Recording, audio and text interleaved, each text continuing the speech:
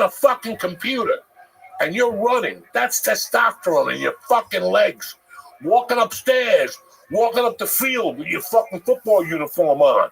That's what builds testosterone. At our age, at my age, if I sit there and watch TV, there's nothing in your dick. You try to jerk off, it won't get hard. And if you do get it hard for a minute and a half, dust comes out of it. That's proven. You got to stick up with your fucking protein, and you got to fucking do stuff from here down.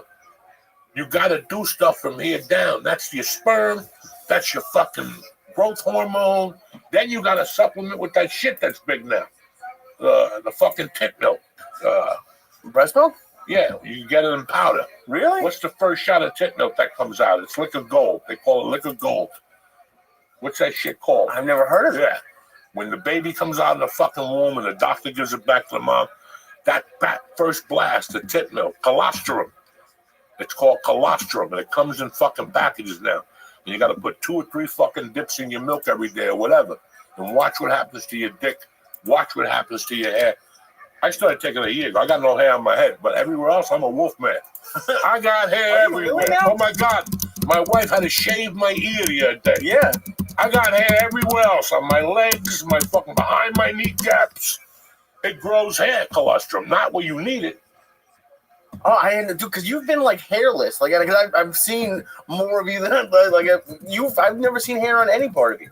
That's what I'm saying. Fuck. That's what I'm saying. So I don't even know how we got on this conversation. I have no idea. With testosterone. But then I had the best day of my life the other day when I went to the fucking dentist. I went to a dentist that's high-end. Computers, 3D imagery. Okay. This is wild. I mean, you get raped up the fucking ass. But you go to these old guys and they're still working like 1970. You know, you can't fucking do it. So I went to this guy just to check him out. Oh, my God. They print it up on the thing. They show you your teeth. They got a DJ behind you. Scratching. It's fucking amazing. So I go in there. The guy's like, I got to rip 2 teeth out. I got to take medication the night before. I go in there fucking 10 in the morning. I put the iPod, whatever the fuck, the earphones on. And, guys, he started popping needles in my mouth. I felt the first 3. And after that, I didn't feel anything. At the end, I go, did you pull your teeth out yet? He goes, I did that in the beginning. I didn't feel 2 teeth yet. And they're 60-year-old Cuban teeth, pre-revolutionary teeth. You know what I'm saying? When there was fucking real tit milk and Russians and You're Cuba. Not lying. You open everything with your teeth. I've seen you open like fucking like metal with your teeth. I got Cuban teeth, dog. I seen them go like this for a minute, but I didn't know what the fuck. But and this was your best day? What? This was a good day for you? It was good because I lived it. I thought I was going to faint 8 times, but I didn't. The only thing that bothered me was the stitches. The cotton that hung on my mouth. Every time he'd have to fucking put it in, the cotton would hang in my mouth. It was driving me. Why do you like cotton? I fucking hate cotton. Really? I like cotton underwear and a cotton t-shirt. But a ball of cotton drives me fucking crazy when you rub it on me. Even like a Q-tip, when you fucking stick it in my ear at first. That's why I always do those Coke pens. You ever scratch your ear with a Coke pen and shit? Oh my God. That you pop I've seen you do that. Yeah, the blue ones, yeah. You pop it, you snort Coke, but before you snort the Coke, you scratch your ear with it, and the wax holds on to that little Coke. The next morning, you got to be looking for that cocksucker. I was good. Did you ever put Coke in your ear? Anyway. I don't know. Why would I put Coke in my ear? I don't know. Why are you picking your? Why are you picking your ear with a pen? Why would I put Coke in my ear? You put it everywhere else.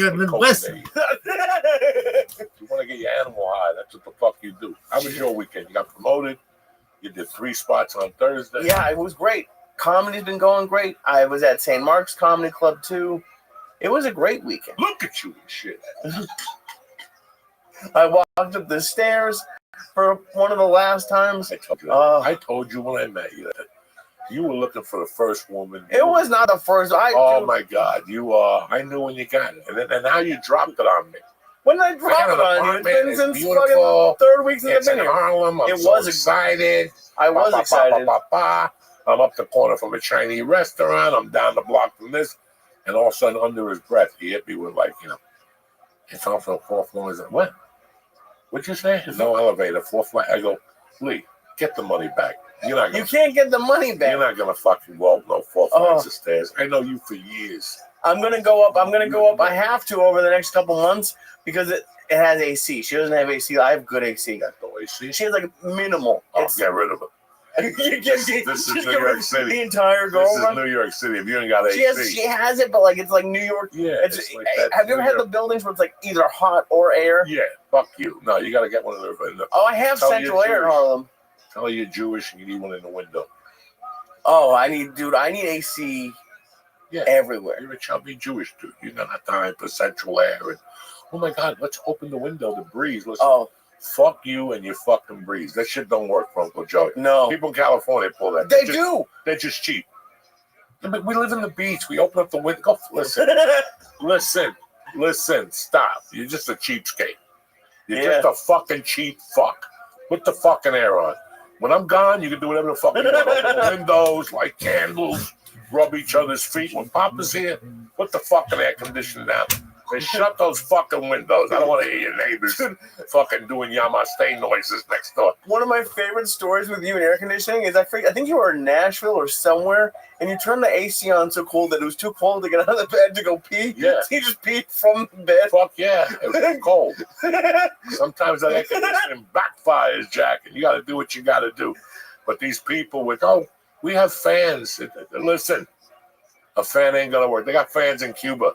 Ask them how it's working out for them. You know what I'm saying?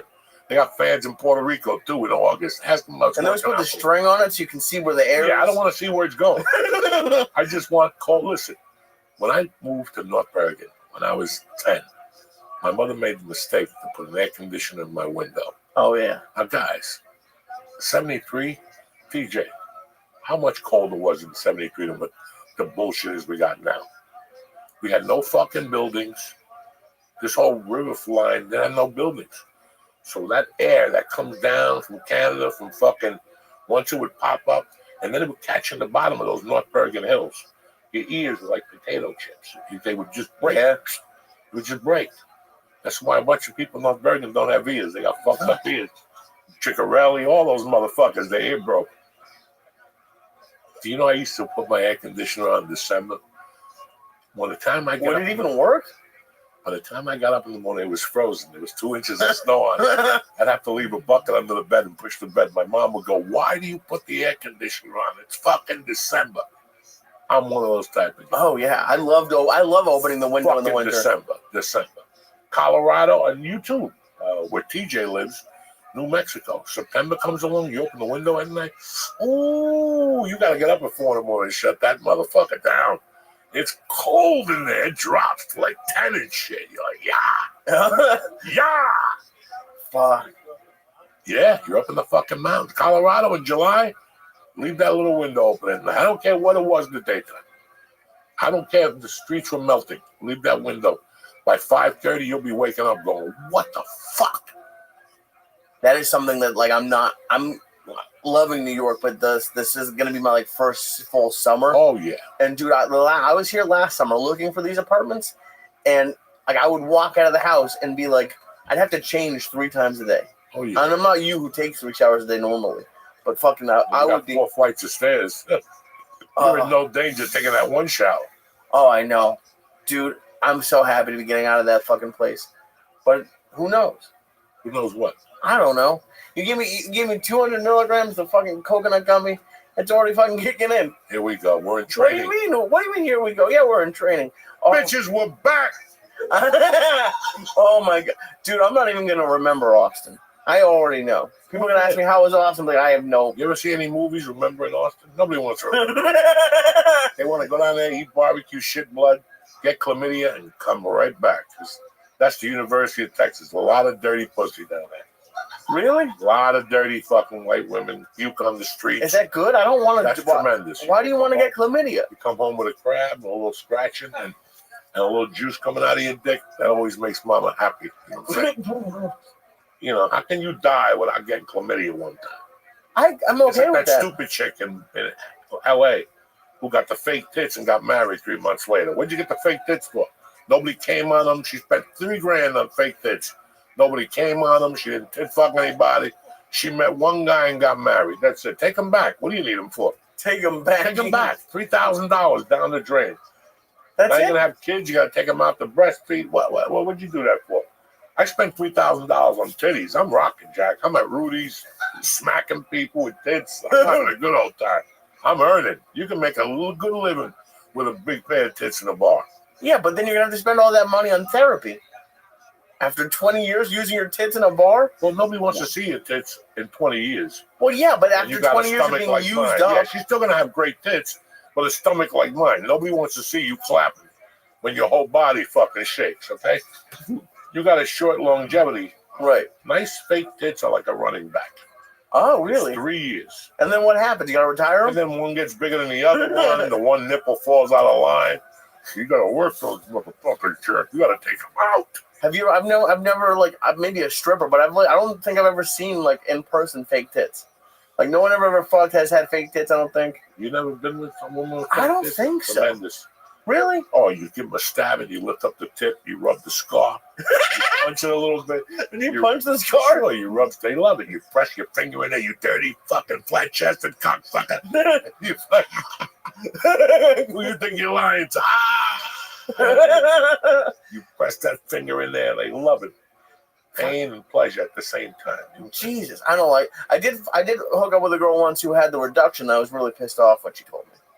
Bet you were. I was like, why would you get it reduced? Why'd you get it reduced? I don't know. Oh, it'd be a fucking bummer. They always tell you that because my back was hurt. Let it hurt, bitch. Lay down. Oh my God. The ancestors, they're all bent over. Who gives a fuck? Your back hurt. I went to school with a girl that had gigantic tits in grammar school. I mean, they were gigantic. Gigantic. She was cute, but her back started hurting too. What are you gonna do? They had to bury the tits. Now she's got like C cups. All right, what are you gonna do? They still work. Would you ever do anything? Like, did you ever like think about like any sort of plastic surgery? All the time. Like, I'm going in next week. I'm gonna do my nutsack, my foot. I'm gonna do my face. I'm gonna look like fucking Mel Gibson. I don't know. Are you fucking retarded? Dude, they do a lot of shit. Like, they can make your dick bigger. Yeah, but who needs that? I don't know. Who needs that? Why don't you go and get your dick bigger like that? Because I can't show up now with a bigger dick. 21-inch dick, a Jew. That'd be nice. And do a review and fucking... a review of my dick? Oh, call it... What's the guy's name? Ron Jeremy? No, Ron Jeremy. What's the guy that runs Israel's name? Not Netanyahu? Netanyahu's favorite missile. That's what it'll be. You just do a male review. You bring Aaron Berg with you, another Jew. I don't think he wants to see my dick. No, listen, when it's 2 feet, everybody wants to see your dick. That could be true. When you have a 2-foot dick, everybody wants to take a peek. They won't tell you. It's like that girl at 3 a.m. I don't want to have sex. You know what I'm saying? Like, I don't want to see your dick. Yeah, they do want to see your dick because you got a 21-inch dick. 26-inch. Let's do 2.2 feet of dick. 1.8 when it's cold, okay? Everybody wants to see your dick. Oh my! You can open up an open mic, charge $5. People come in, and for $10 they can touch it, like they can rub it. That's where the market picks up. What was that Mark Wahlberg movie? You sell T-shirts afterward. I touched a big dick. This is a big business. I went to New York and all I got was you want to come to me with business? I got business for you. What was that Mark Wahlberg movie where he had the huge dick? Boogie Nights. Boogie Nights. And he would just let guys like look at it in the back, right? Or what was it? It was crazy. Matter? Does it matter? Of course. You're the one talking about a 2-foot dick. Oh my God. If I had a 2-foot dick, I wouldn't wear underwear. Why? I just take the ticket. Why? Because why? What? That's not a ticket. It's jail. What do you mean you're gonna walk around? Take the ticket. What's the story? You got your pants off. Look at the size of this fucking horn between my legs. You want to fuck with me, cocksucker? It's 10 degrees on. I got 1.8 over here. I'm talking. And you want to give me a ticket? You know who my grandfather is? You know the size of his fucking dick? Oh. Fucking Lee. We're back, motherfuckers, in a big way, and we'll be back with our guest. It's Tuesday, the 15th, the halfway mark. So get your shit together. The Church New Testament is here, cocksuckers. We'll be right back. What's happening, beautiful people? Uncle Joey here for Blue Chew. Listen, if a soft sausage is holding you back from meeting the love of your life, Blue Chew has what you need. They send chewable tablets right to your fucking front door that are going to make you a beast in the bedroom. Just head over to their website, talk to one of their licensed medical providers, and if they approve you, you'll get your medicine within days. It's easy, it's quick, and it's confidential. Even the mailman won't know. I love Blue Chew. You know why? They come in individual packets. You meet a victim, you put on your cape, you eat it, and you're ready to rock, and she will call back. They even taste like mint, so your breath can be fresh when you're diving that little Monquois. Anyway, make life easier by getting harder and discover your options at BlueChew.com. And we've got a special deal for church listeners. You ready? Try your first month of Blue Chew for free, especially now. You want to head into the late Memorial Day slinging dick like Batman. You know what I'm saying? Just press in code Joey, Joey, and pay $5 in shipping. That's promo code Joey, Joey. Visit BlueChew.com for more details and important safety information. And I want to thank Blue Chew for sponsoring the show. We're back, bitches, with author extraordinaire and dear friend, Mr. TJ motherfucking English in the house. Hey, Joey, how you doing? Pull that mic up, TJ English. How you doing, Joey? I'm doing well, my brother. How about you? Always a pleasure to see you. Yeah, don't see you often enough. What's happening? I know. I live right fucking here. I know. I wish I would do more stuff for you. Maybe go to the Blue Note or something. Anytime. I know you're a Blue Note type of guy. Yeah. I tried to get some shows there, but they were already booked for the year, just like maybe 8 o'clock. Yeah, you got to get tickets early there. You've been to the Blue Note? It's one of my favorite places in He the runs city. it. He's the fucking king in there. He does what he wants. It's Mr. so Blue. cool. He puts the blue and blue. Have you been to the other ones? I've been to all the jazz Hawaii? clubs. Where? They won Hawaii. Yeah. Oh, no, I haven't been to those. They have them all over now, though, I noticed. Seattle or San A lot of Francisco? places. I always see an advertisement for something like Houston. I mean, I didn't know they had a Blue Note in Houston. Wow, that's a good place. So they franchised. What? Yeah. Well, how long have you been into jazz? I think it's funny because there was no jazz around at all when I was a little kid growing up.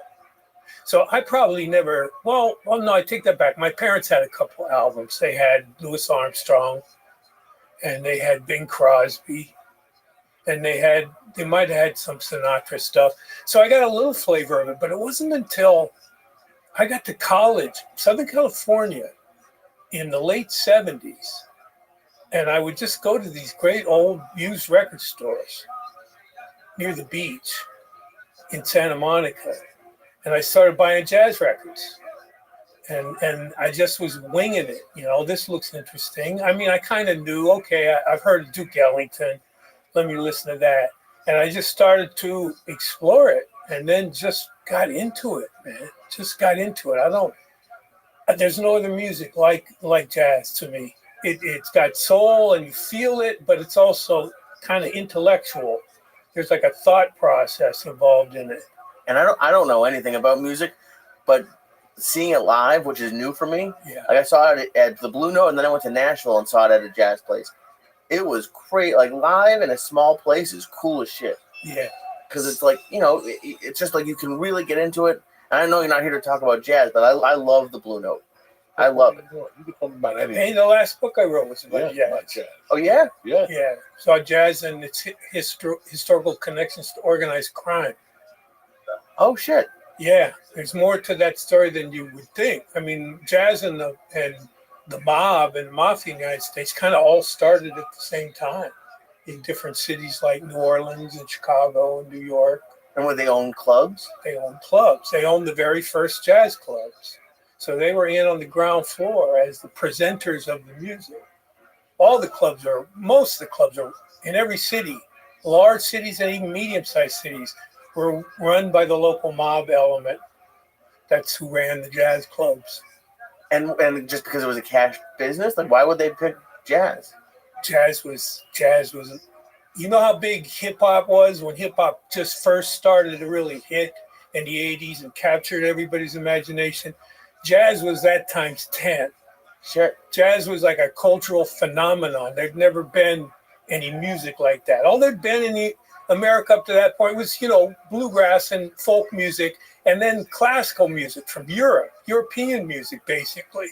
Jazz was like American. It was the blues, it had the blues and the roots of it, and it all started in New Orleans. So it was a phenomenon, man. It was really popular. Everybody went to jazz clubs. That's whenever I watch a movie from like that time, and like people are out at like seeing music and like doing stuff every night. Like that doesn't happen anymore. Like, people are out seeing something every night because there wasn't TV or like it was crazy. Yeah. I can't imagine how big that was. It like a huge part of the mob's business? It wasn't a huge part of their business. It wasn't so much economic as it was prestige. It was like the hottest thing. Like everyone's coming to your club and everyone wants to be seen in your club and everyone wants to be at your club. It was great advertising for a mobster, you know? Oh, shit. Yeah, it gave them stature. And they became friendly with some of the musicians and hung out with them and stuff. So there's a lot of cross-pollination. That's awesome. It's really weird when I used to go to when I first started comedy, 93, 94, around there. My tribute had a run in Colorado. And this was one of those rooms that was in Gunnison, or one of those off the, not Denver or Boulder. Yeah. You know? And I remember going there one night, doing the show. Like, another $75. People didn't like me. And on the way out, I started talking to the owner. He took me in the back and he was like, no. We started just doing comedy in whatever it was, 89 when the comedy boom. Before that, we did everything. He took me in the back. This was a little fucking club in Gunnison, Colorado. Everybody was there. Everybody. He even told me that the only comedian he did start bringing was Roseanne. Mm-hmm. Now, one time she showed up at Tom Arthur.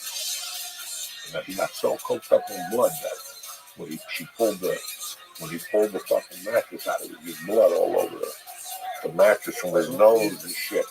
But it's really weird. It had gone back to like the 50s.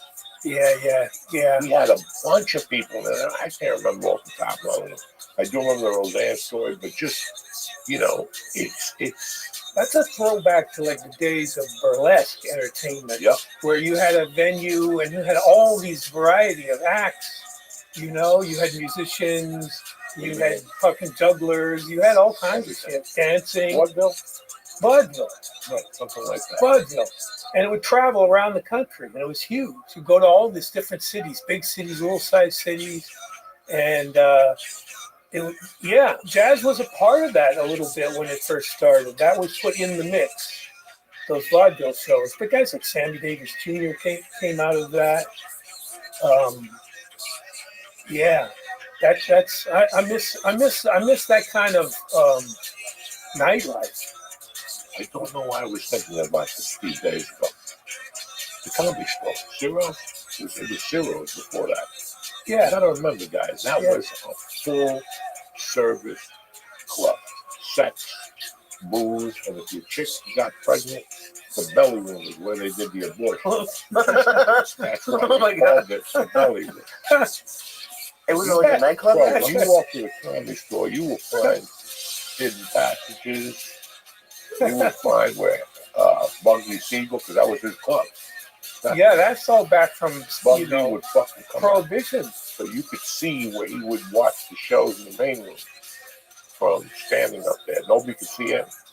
There's two-way mirrors all over that fucking place. I was remembering this. That Mitzi's office was a safe. You know those safes that you open up and go into the wall like a bank? Damn. You had that much cash coming in? You had to open that. No, it was an old fucking safe. I know, but I'm saying they had that much cash coming in with a zero? Into an office. Oh, okay. That's all.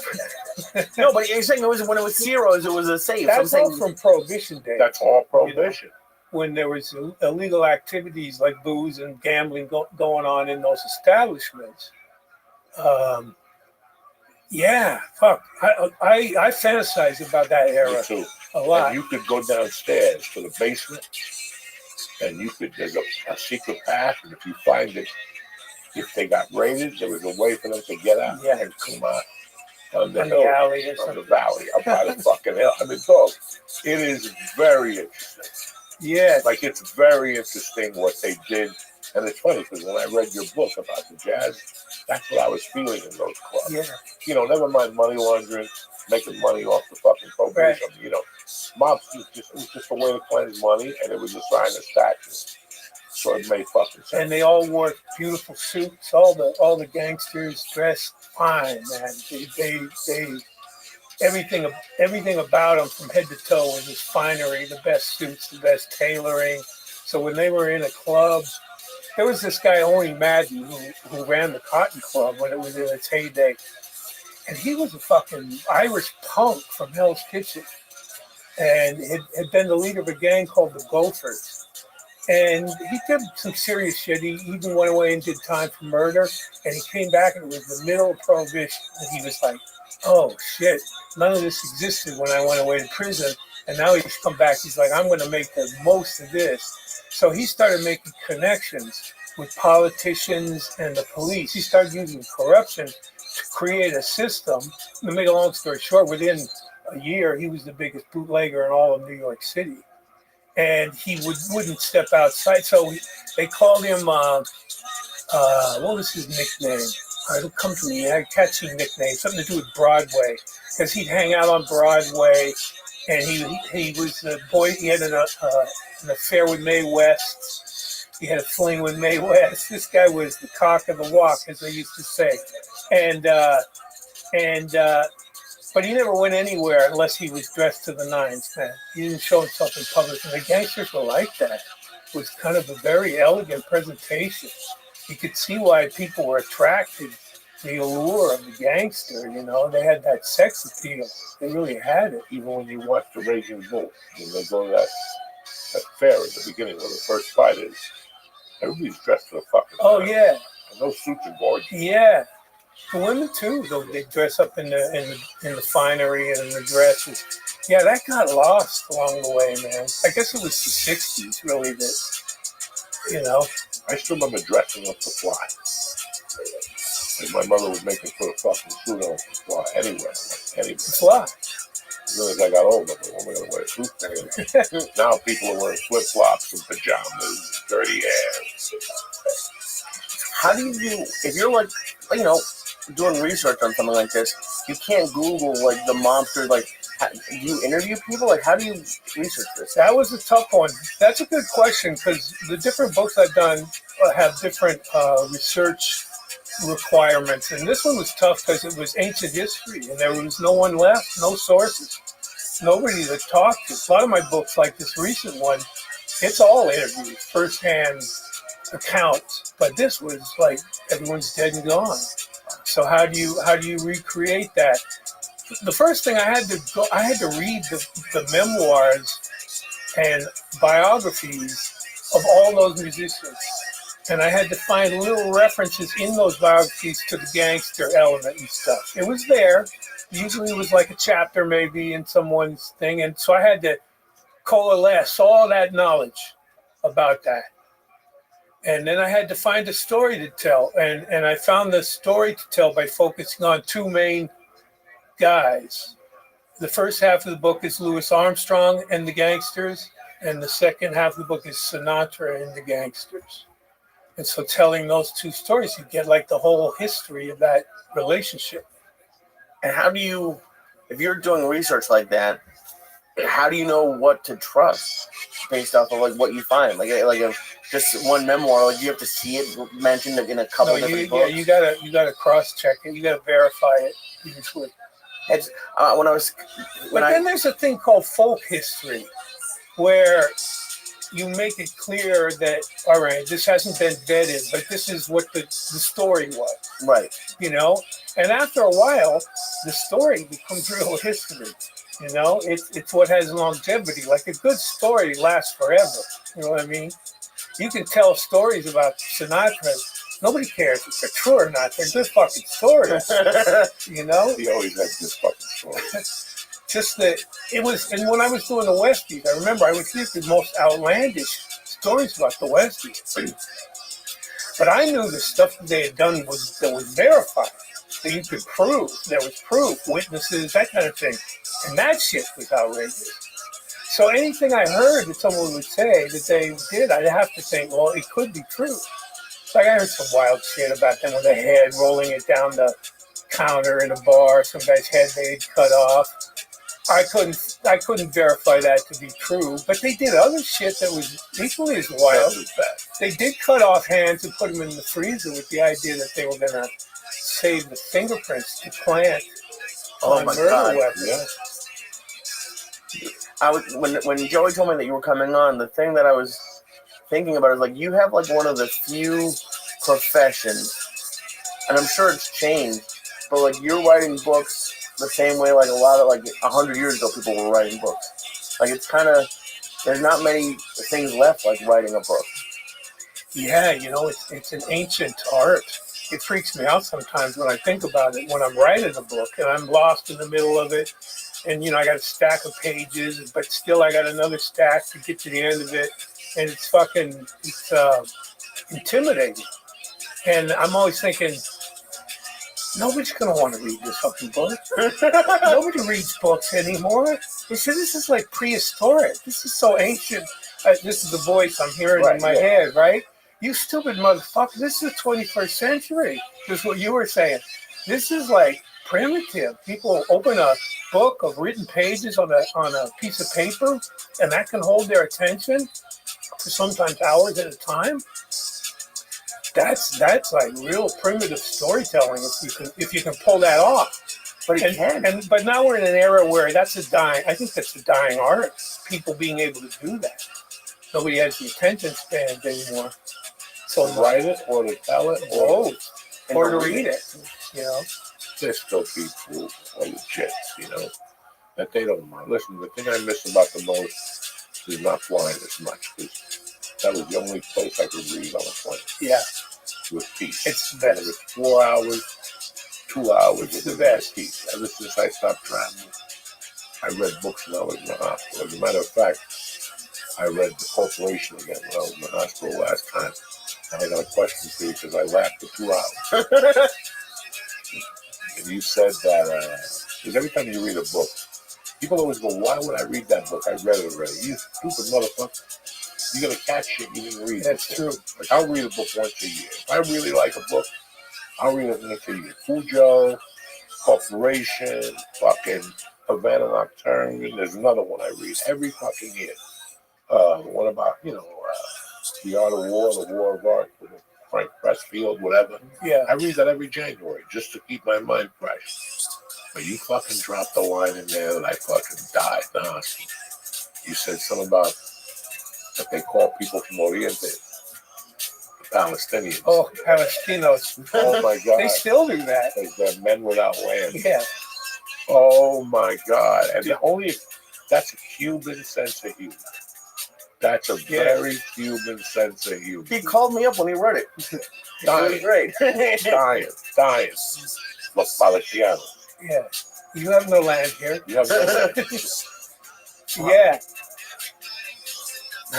And how do you, because like what I was trying to relate it to was I'm like at the very beginning of stand-up, and I have to not only write jokes but weave them together, and like putting it here versus here matters. Yeah. Like with a story like yours isn't even a novel. It's like actual things that happened. Weaving that together into a story must be completely different. And like it's just like it's a big task. Yeah. But that's the creative part. That's where the artistry comes in, where you take all that. A lot of people can gather the material, but not everybody can tell that story in a way that really grabs a reader or a viewer or whatever. I think about what you guys do as writers a lot, because you're right, it's a much different form, but you're kind of doing the same thing. You're structuring a set, right, where you want it to tell a story, right? To flow. You get callbacks. Have pauses. And it takes time because you have to do it on the drawing board and also on stage. Yeah. See, that's the difference. Like, I would love to write a book where you could, what do you call that shit? Talk it to people. Yeah. What's that called? Workshop it or? Workshop. Yeah. A chapter every week for people. You get like 6 chapters ahead of you, and then you just do it once a week. That would help me a lot if I did that, because I know how to touch it on the fucking battlefield. Yeah, but also here's another thing. You clearly have the storytelling skills. Right. The storytelling skills. Yeah, you learn that. You might have to be born with that to an extent, right? The storytelling skills. I think of it as coming from the ancestors, like it comes from somewhere. You inherited that. Really? Yeah, George Carlin used to say, "You don't lick it off a rock. You got it from somewhere. You know, you got it from your ancestors." It's crazy. So the storytelling, yeah, and then you fine tuned it with the life that you live. You Right, know? because it's Yeah. very. I have to have a storytelling show on Sunday, and I was banging my head on the story. What am I going to do? What am I going to do? And all of a sudden, this morning, I'm eating fucking breakfast, and a complete different story came in that's going to weave and it's perfect. Now I could tell the story about the wing getting caught in the pussy and all that shit, and now it's going to work. Now it's going to work. Yeah, click, everything fit. It took fucking 3 months of thinking, and I was going somewhere else the whole time. And then this morning, it hit me from a different perspective. And I was just talking to a girl I wrote the book with. And she was telling me that she could go to her father's house to write because she had author's block at her house. And I was like, I've been going through the same fucking thing. When I go to Starbucks, I can't write shit either. That's fucking terrible energy in Starbucks. Nobody can write in there. What are you going to write in there about lattes and shit? So I started writing in the garage. And, Oh, shit. Yeah, last night I just went in the garage because they got a little freezer in there.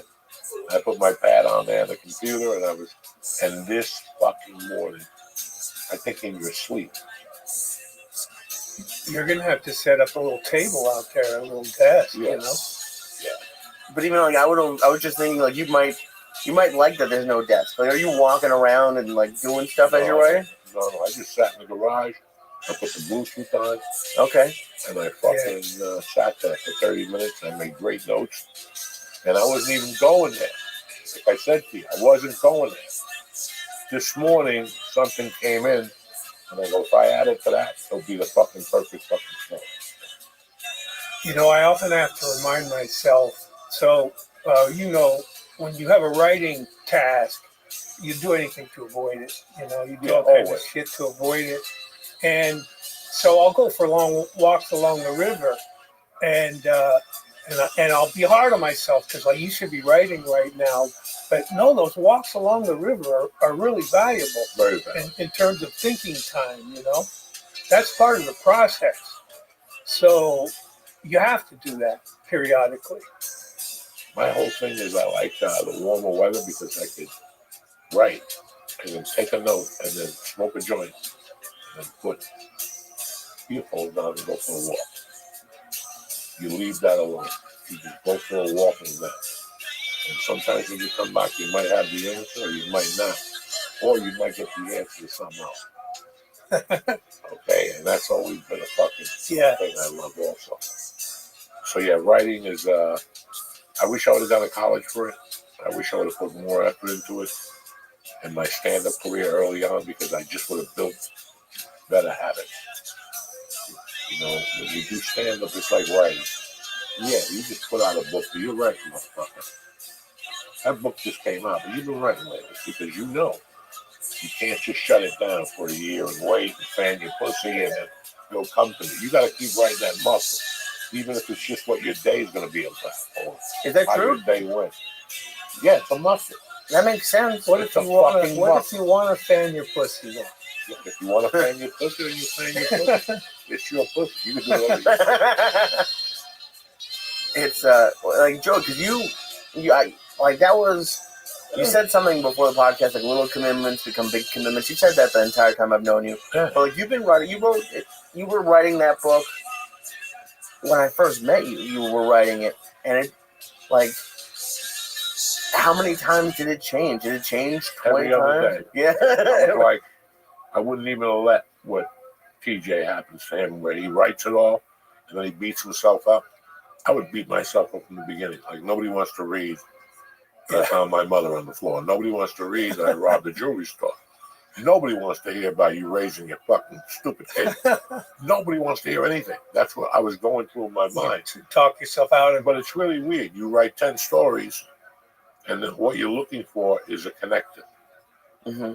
You need that touch throughout, and I can tell you stories for hours. Connecting them, that takes time. Yeah. We call that the narrative. That takes time. The narrative, you know, that holds it all together. That takes time. And that's when it sings, baby.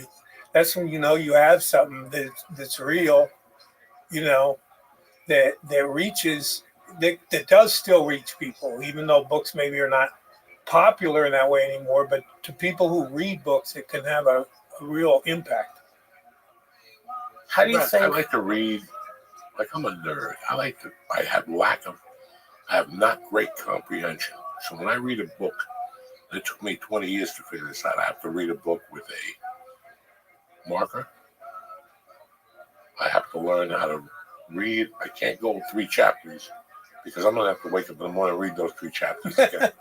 So I go 2 and I pace myself. Then I'll read parts of it again, and then I'll start on the next chapter. But it took me 20 years to learn. So what's the marker for? To retain the good stuff in the book. Oh, you underline things. Yeah. Yeah, I do that too. Why not? I Why do. fucking? I write in the margins. I do that.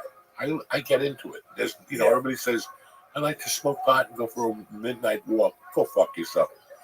I like smoking pot, getting a light, and maybe a pot of coffee, and just sit there and roll another joint so you can smoke it with the coffee as you read your book.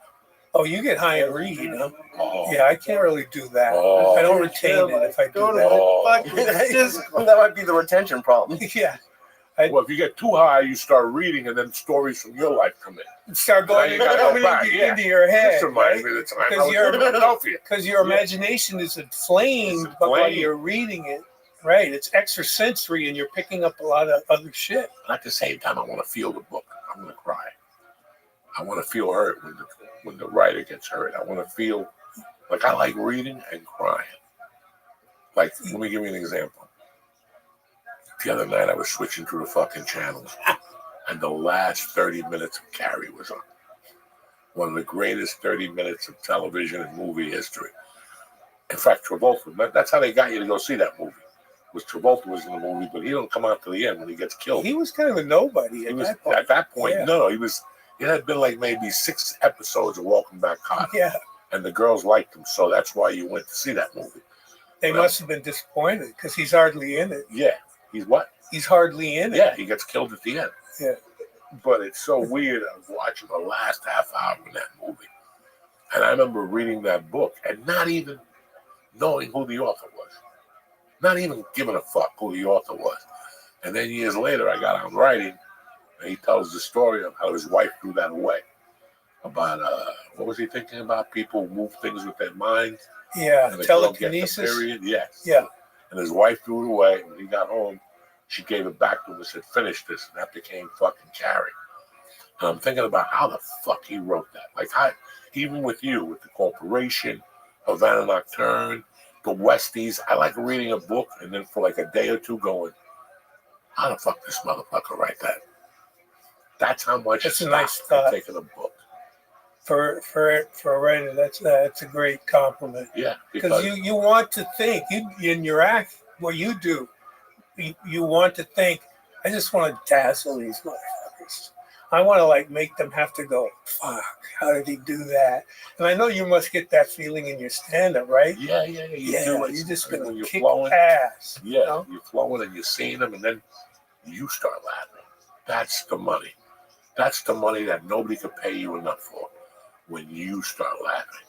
That's why I was having a hard time writing jokes and not smoking pot. Because I like to get blessed when I write. So if I'm giggling, motherfucker, that joke's getting written down. As dirty or as nasty as it can be, I'm writing that bitch down. So as you're writing shit down and you start to, call your way through it, how much of it do you keep? How much of it is good and how much of it is just... So let's go 50%. Oh, that's good. 50% is good. The other 50 is god awful. That's the danger about writing comedy when you get high. That you might wake up in the morning and find some shit that you're gonna go, dog. I gotta see a priest. This is not good. No, it's like I gotta burn that. I know. I'm lying to you. Now that we break it down, I retain 20%. I was going to say 50% is high. Yeah, I retain 20%, especially if I'm getting high and I write a page. First off, the first hour, I got to figure out what I wrote. It's hieroglyphics. I'm so high. And I start writing Joey shorthand. Like I start writing my own shorthand, and I don't remember it the next day. You know, there's a ton of problems. Yeah. Yeah, tons of fucking problems. You know what Carlin said about how he did it was he would write his stuff not high at all. He would complete what he thought was an act, and then he would get high and punch it up. Punch it up, yeah. And that was the point where he would get high. And he said that was always really good value stuff that you were bringing in, you know. It's funny because I do that with acting auditions. If you send me an acting audition, I read it, then I get high. Then I read it, and then I start making notes. Where it goes here, where I'm taking a pause, where I'm going to take a drink of water, where I'm going to scratch my ass, everything. If I'm going to improvise, I'll put something there. That's when that works. Weed is very valuable for your creative process then, right? It's got to be great weed. Like, I want to drool. I want to fucking drool like a monkey. I want to drool, be left the fuck alone, a little bit of music, not too loud. Snapple iced tea, lemon, no sweetener in it, that shit. I could go for hours, 2 hours writing. And no computers. Yeah. I use computers for research. Everything is written by my hand. Well, you're describing the process of being a writer and how isolated and alone that is. I'm an only child. And you tune the whole world out, and you create your own little world that you're working on in your writing. Absolutely. That's I don't even like when my fucking wife comes down. Because you're writing something good, and all of a sudden she'll come down. Are you hungry yet? Listen. I'm fucking hungry to you, but I don't want to shut the door because that's an insult, so I can't. So I got to wait till they leave for me to do anything. You're maintaining your sanity down there. Yeah. That's what you're doing, you know. I'm an only child. I'm heady. I've always been heady. I love smoking dope and just disappearing. Right. Listen, when I was 18, everybody was going to Hawaii and this. My goal was to get $1 million and move to an island by myself and smoke dope and eat chicken cutlets and drink cranberry juice. That's happiness for me. Sounds nobody bothering me. Nobody talking to me. That's not bad. How old were you when you came up with that? 18, 19. I'm like, if it was up to me, that's at that age, I wanted to move to Cartagena and buy a big rock. That's so very clear-headed for a 19-year-old. I knew, right? Don't you think? I knew all those things. I also knew at 14 that I was not going to work days. I loved people who had days off.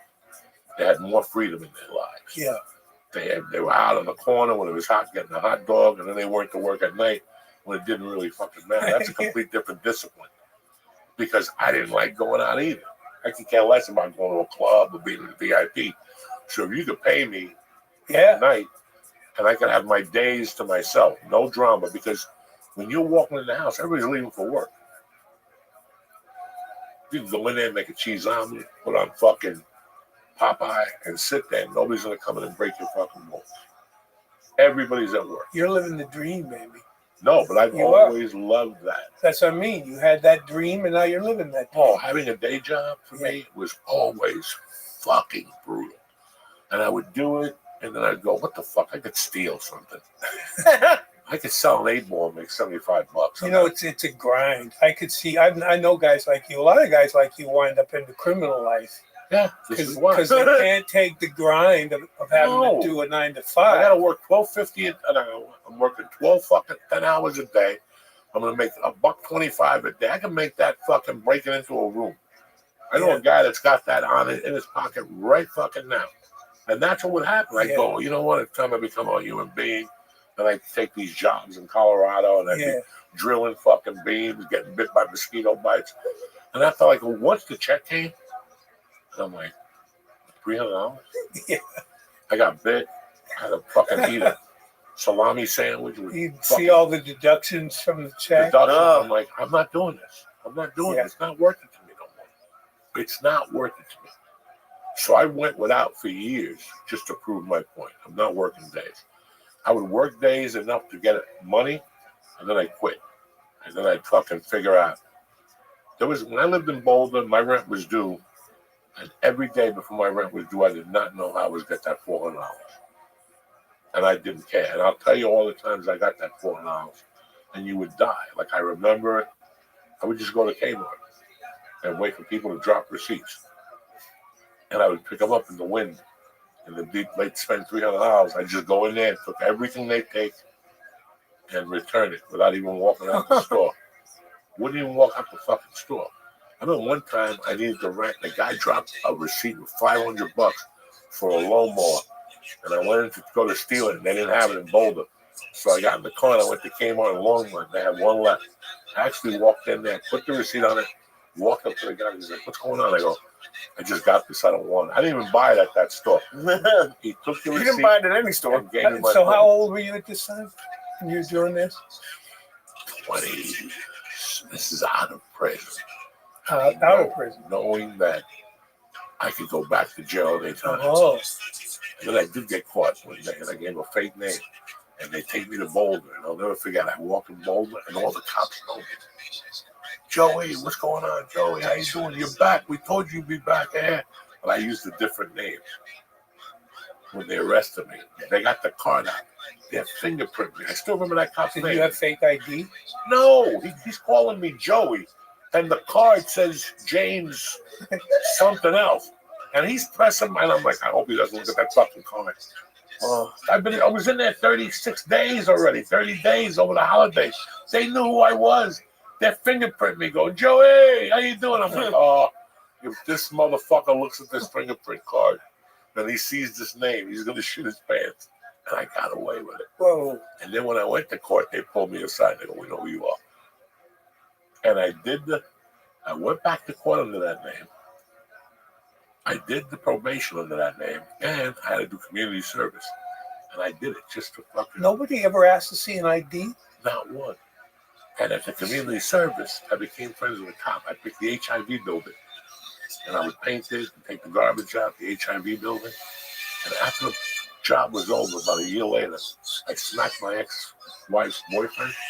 The cop that came to arrest me was the cop from the HIV thing. He wouldn't arrest me. He's like, "I'll give him a ticket." They gave the other guy a ticket for calling me a racial slur. So every story fits. You see what I'm saying in my life? You got a little angel over your shoulder. Yeah. How fucking crazy. You got an angel and you got a devil. Oh, I got a big devil. My angel's got a big dick. My angel's got a big dick and he's Cuban. You know how those Cuban angels are. They ain't fucking around, motherfucker. Yeah. What's happening, beautiful people? The NBA 82 game grind is over. Now it's time for the real fun. Playoffs, defense. Make things even more exciting with DraftKings Sportsbook and official sports betting partner of the NBA. You could be raking in dough this playoff season. Take it from your Uncle Joey. You're not going to want to miss this one. Listen, playoffs start this week. I think it's the end games, whatever. Lines are still soft. Go get yourself some. Here's something special for your first timers. You ready? New DraftKings customers, new guys, not you old geezers. New guys, bet $5 and get 200 in bonus bets just like that. Make a playoff run to remember with DraftKings. Download the DraftKings Sportsbook app and press in code Joey, Joey. That's code Joey for new customers only to get 200 in bonus bets when you bet just $5. $5, 200 in bonus bets. Jump on this deal. Only at DraftKings, where the crown is yours. I love you guys. Good luck. And download the DraftKings Sportsbook app right now. Gambling problem? Call 1-800-GAMBLER. In New York, call 877-8-HOPE-NY or text HOPE-NY 467-369. In Connecticut, help is available for problem gambling. Call 888-789-7777 or visit ccpg.org. Please play responsibly. On behalf of Boot Hill Casino and Resort in Kansas, 21 and over. Age and eligibility varies by jurisdiction. Void in Ontario. New customers only. Bonus bets expire 168 hours after issuance. For additional terms and responsible gaming resources, see dkng.co/audio. So the last kilo, talk to me, brother. We've talked about everything, but last kilo. There's a little bit of New Jersey in that book, but it's mostly Miami boys, Cubans in Miami. What's the guy's name? The two brothers? Willie Falcone, and his brother's name was Gustavo Tavi, but his partner was Sal Magluta. So Willie and Sal, they were kind of legendary figures in Miami, starting in the early 80s, all through the 80s, really, till they got busted. And they created a gang called Los Muchachos. And Los Muchachos were the biggest, by far, importers and distributors of kilos in the U.S. So they created a distribution network based in Miami that was shipping it eventually to L.A. and San Francisco and Chicago and New York, everywhere. And they only dealt at the high level. Like in these different cities, they had maybe like 8 customers. But there were 8 customers that were buying bulk. And so they were operating at that level. And interestingly enough, there wasn't a lot of violence in this story at that level of the cocaine business. I really learned some shit researching this because, you know, we're all primed to believe that the cocaine universe is just bloodshed from top to bottom and, you know, Uzis and chainsaws like Scarface. So I just assumed that there was going to be nothing but violence in any cocaine story that you tell. But this story, there wasn't a lot of violence the way they were doing it. They were Cuban exiles. They were tight. They were that first generation of exiles whose parents had been humiliated and had to leave. And these kids were like 10 or 11, and they grew up watching their parents suffer, in a sense. And they were driven by this desire to make it by hook or by crook. And the cocaine thing just kind of fell in their lap. I go into it in the book. It was actually connected to the anti-Castro movement and the CIA. And they were bringing kilos to the United States to sell and use that money to buy arms and explosives for the Contras in Central America. So it was all wrapped up in that politics of it from the get-go. And so that's how Willie and Sal first got into it. They started doing it to raise money for the anti-Castro movement. And then the anti-Castro movement got busted, led to the Iran-Contra hearings. It was a big political scandal. So that shut down. But by then, Willie and Sal had created a system, and they were like, well, let's just keep doing it and keep all the money for us. And that's when they became the Los Muchachos. And they created this very complex apparatus of they'd go right to the source, they'd meet with Escobar. They were dealing with both the with the people from Medellin and the Cali people. They were double dipping. Those two cartels didn't know. Willie and Sal didn't let it be known. If you're following me, like Medellin didn't know they were dealing with Cali, and Cali didn't know they were dealing with Medellin, because neither side probably would have approved of it.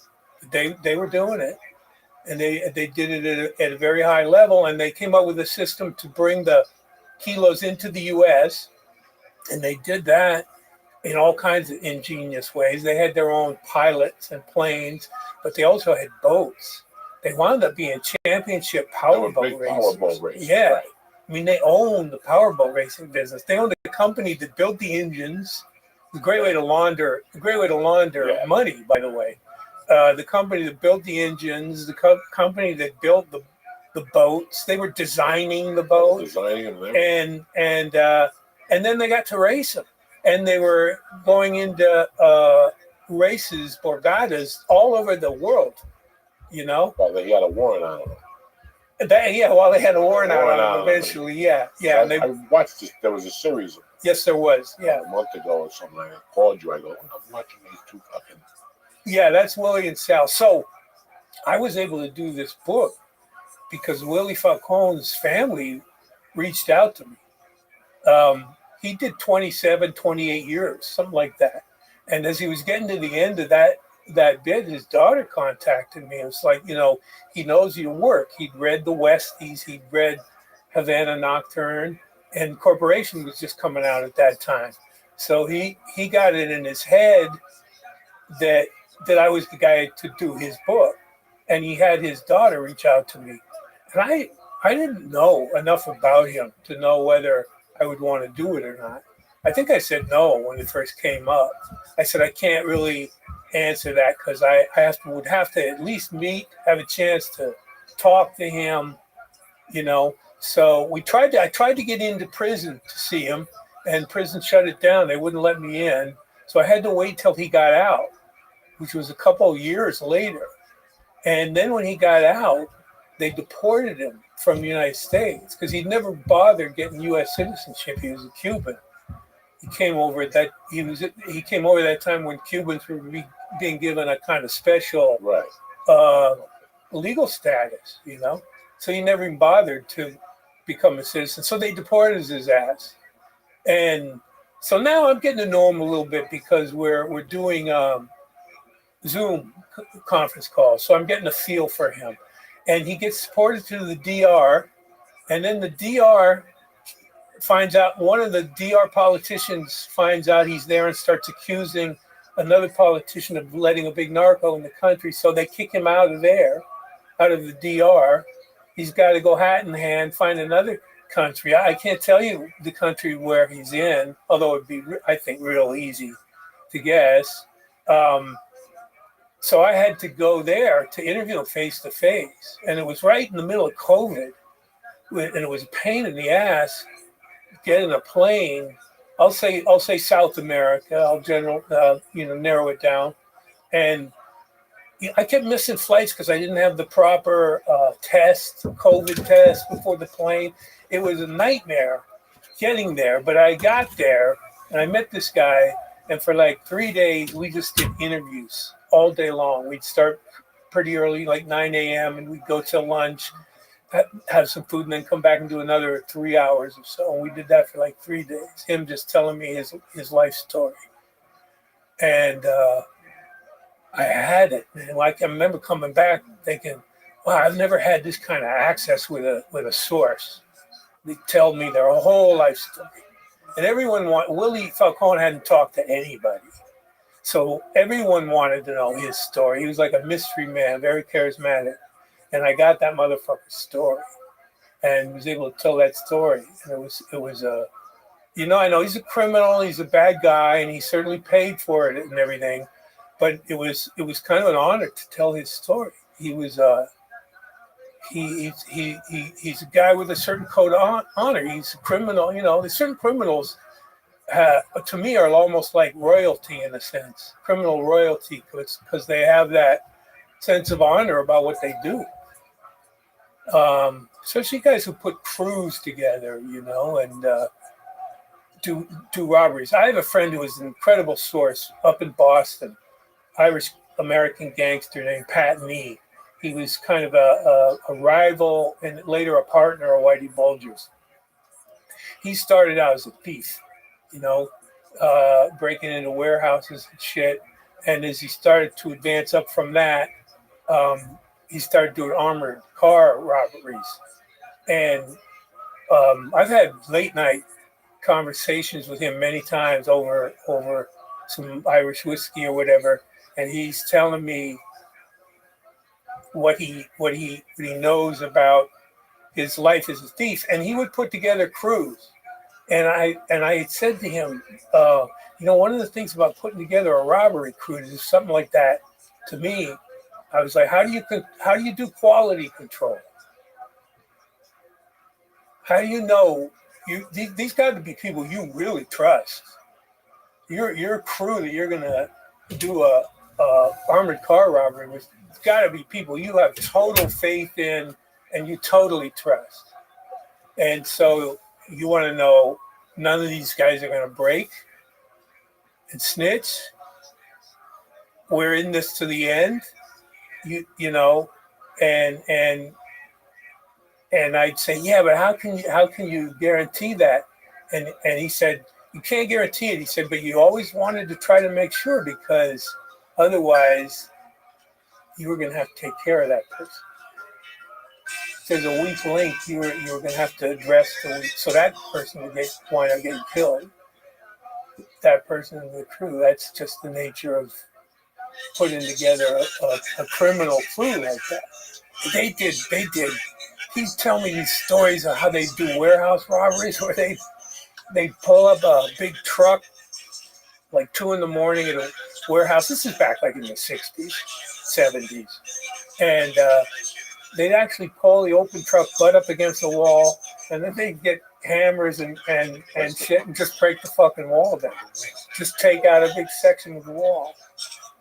And then they go in there like mice, and they just start looking for what was the valuable shit, the most valuable shit. He said long-term shit is canned goods and stuff. Anyway, they go in there, they fleece the place, and then he said, you know what their signature was? After they did one of these robberies, and they wanted people to know it was their crew, they find a desk of who they thought was the most important person in there, and they'd open the bottom drawer and they would shit in it. And that was supposed to be like that was their joke. That was their signature. That was their fucking car. That was the worst signature. That was we were here. You know, you talk about criminals. Oh, the American public has been. We love criminals. We love their stories, and I mean, look at all the movies you have from the 30s, Scarface. Yeah. I still love them. I love all of those them. Jimmy Cagney movies. Fucking, he's crazy. What are you talking to him for? All that shit. But, it's a market that'll never fucking end. Like, look at this poor De Niro movie, Alto Nights. It died of that. And I don't think it was a bad movie. Yeah. I don't think it was did you see it? No. I don't. I didn't have a chance to. I know. We did a Yankin last week. Yeah, no, they killed it before it was even out of the gate. And, people like, Trump, and listen. The movie business shot because we've been taken to repetitive. I went to the movies every Friday, just like you did growing up, TJ. Every Saturday we went to the fucking movie. Yeah. You either went to what came out or 2 for $3. Drive-ins. Remember drive-ins? Yeah, drive-ins in Clifton, whatever.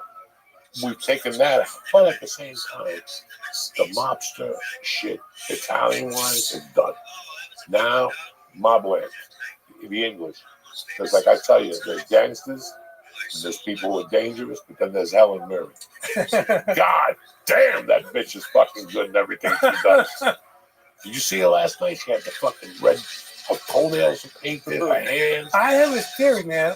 Every Latino male I know has a thing for her. Really? I don't think Latinos have a thing for Helen Mirren. I don't want to fuck her or nothing like that. Well, you ever see her when she was in her prime? Oh, she was a piece of ass, yeah. But now she's old and she don't give a fuck. She's still kind of sexy. She's still very sexy. Yeah. She had boots on last week and a mini skirt and a leopard shirt on. She's fucking 75 years old with a leopard shirt on. Unfucking real. But besides that, we're infatuated with all those stories. If you go on Netflix, how many fucking Escobar movies are there on fucking Netflix? Yeah. Jesus Christ, Netflix, buy a different fucking. No, it's funny. Paradise Remains, and they're all got off. There's like 7 or 8 of them. And they're all got off. The only one that's good is Narcos. Yeah. And that even lost its fucking thing after a while. Every time you go on there, the Narco, now it's Aaron fucking Aaron, the guy, Aaron Hernandez. How many movies are you going to give me? Oh, Hernandez, yeah. He got punched in the head and he fucking shot 8 people. What do you want from me? That's what happens. It's like Bryce Mitchell. Did you watch that fight the other day? He got knocked out again. Listen, I always say it, Christianity and punches to the head, they don't mix. Jesus got punched in the head and he left 3 days later. He's like, I don't need this shit. It don't work. But it's funny how, this cocaine thing, like, listen, I love all this shit. I love all these books. I love all this stuff. It's just I grew up in it. I saw it. I saw point A and I saw point B. Yeah. I saw everybody spending $2 for a hit of acid, and 2 years later, everybody was spending $50 for a half gram of coke. That's a big fucking upswing. Yeah. People were spending nickel bags. It was $5 for 3 joints and a little vanilla envelope all over the city. And now the needle just moved to 50 fucking bucks for half. I was telling somebody, I remember living here up to 83, and we would go out and buy a half a gram between 3 of us. When it ended, you went home. When I came back 18 months later, people were leaving on Fridays, coming home on Sunday or Monday morning. Like it had just blown up. Yeah. I saw what happened with weed in California, what happened here with coke. Well, you're Cuban, so you were in the main vein of the Cuban culture, the selling of it, the using of it. You had that Cuban connection. That cocaine was like these guys who I was talking to who were in Los Muchachos, and I interviewed a bunch of other ones other than just Willie. They were from that generation, Cuban exiles, Miami, and they just hit the cocaine business, and they just took over that shit. They turned Little Havana into like where all their safe houses were, where you could stash shit. Nobody was going to talk about it. You could get away. The whole culture became part of the cocaine business to an extent. So you were in the middle of it. So I made Saint. I did a Bacala in 1969. And there was a gay Santero that used to hang out there. He would always break people's balls. And one night he said something to me, and I said something to him. I said, "Ojalá que te muera." In my house, you can't say ojalá. Oh, That means I hope. yeah. I said something like, "I hope you fucking die, motherfucker." And they came and grabbed me by my hand. My mom, she said, "You can't say that." About 3 weeks later, this motherfucker died. All right? The And, gay Santero died? yeah, he died or something. And I'll never forget, we got to go up there with my godmother. My godmother took me up there. I'll never forget the story. We're on the streets. And when the Santeria person dies, they can't bring him home. You have to do a thing there. While the cops are standing there, you have to do a fucking thing. It cannot be brought to the funeral parlor.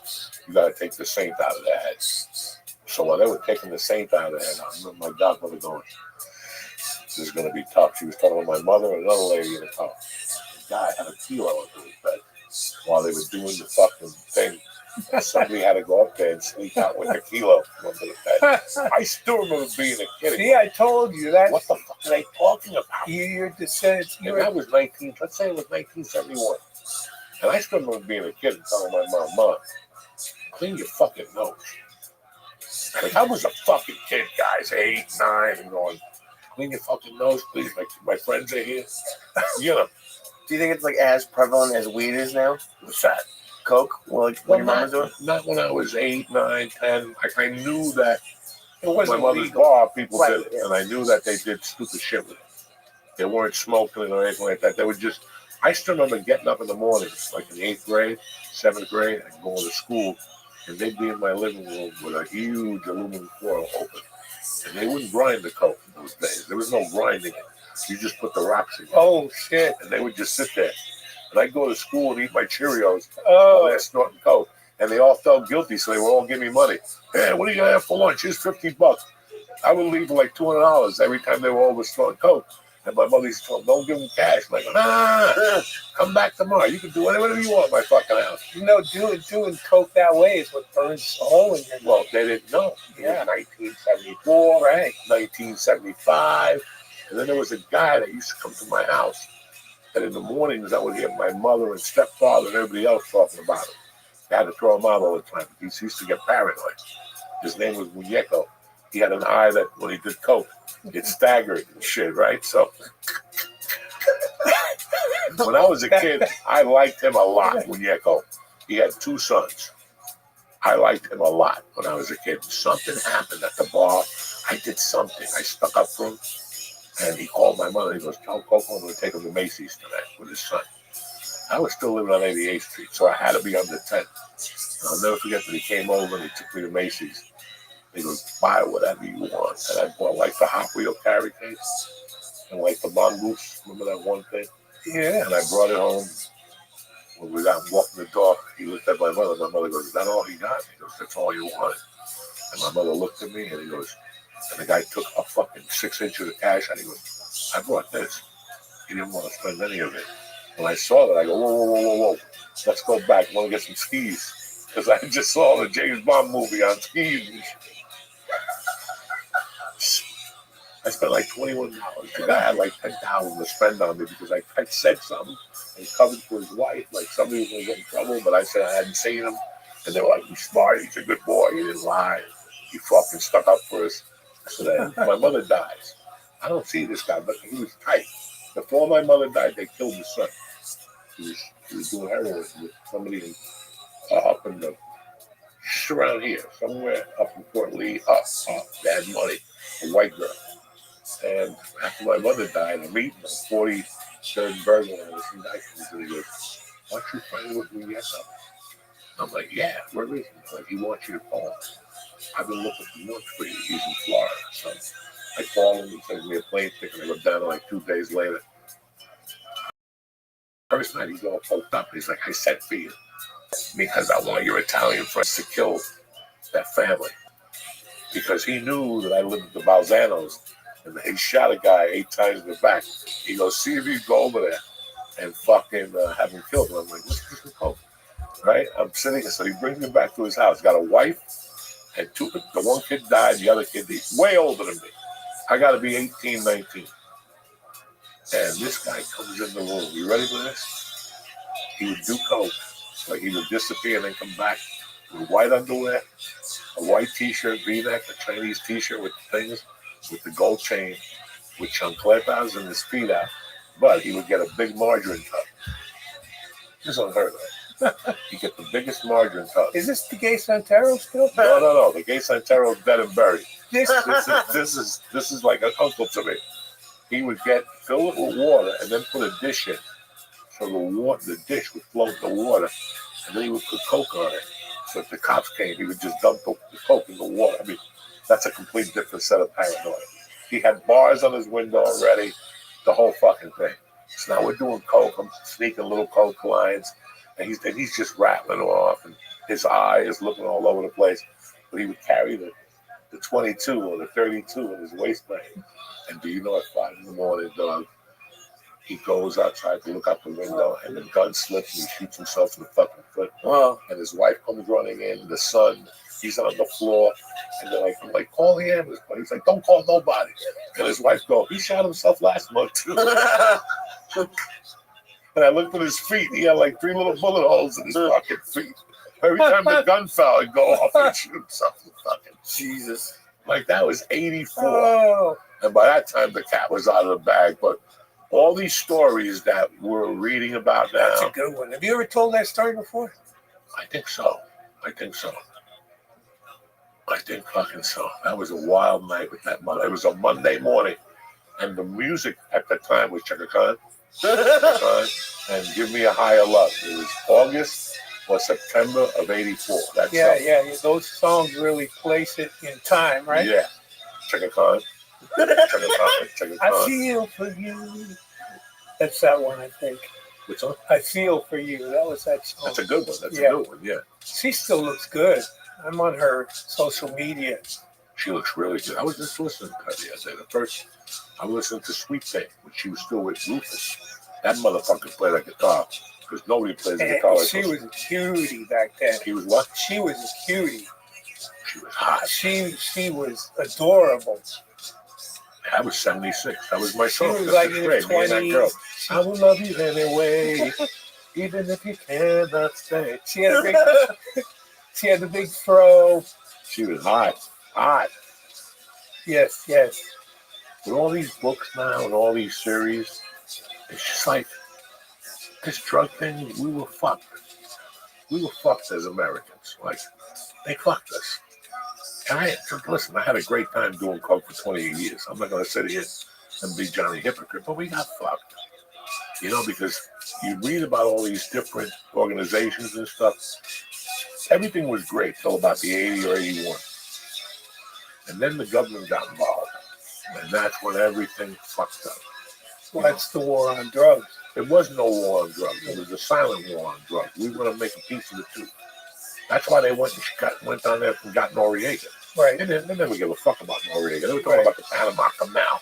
They wanted what Noriega wanted. They wanted their 15%, dog.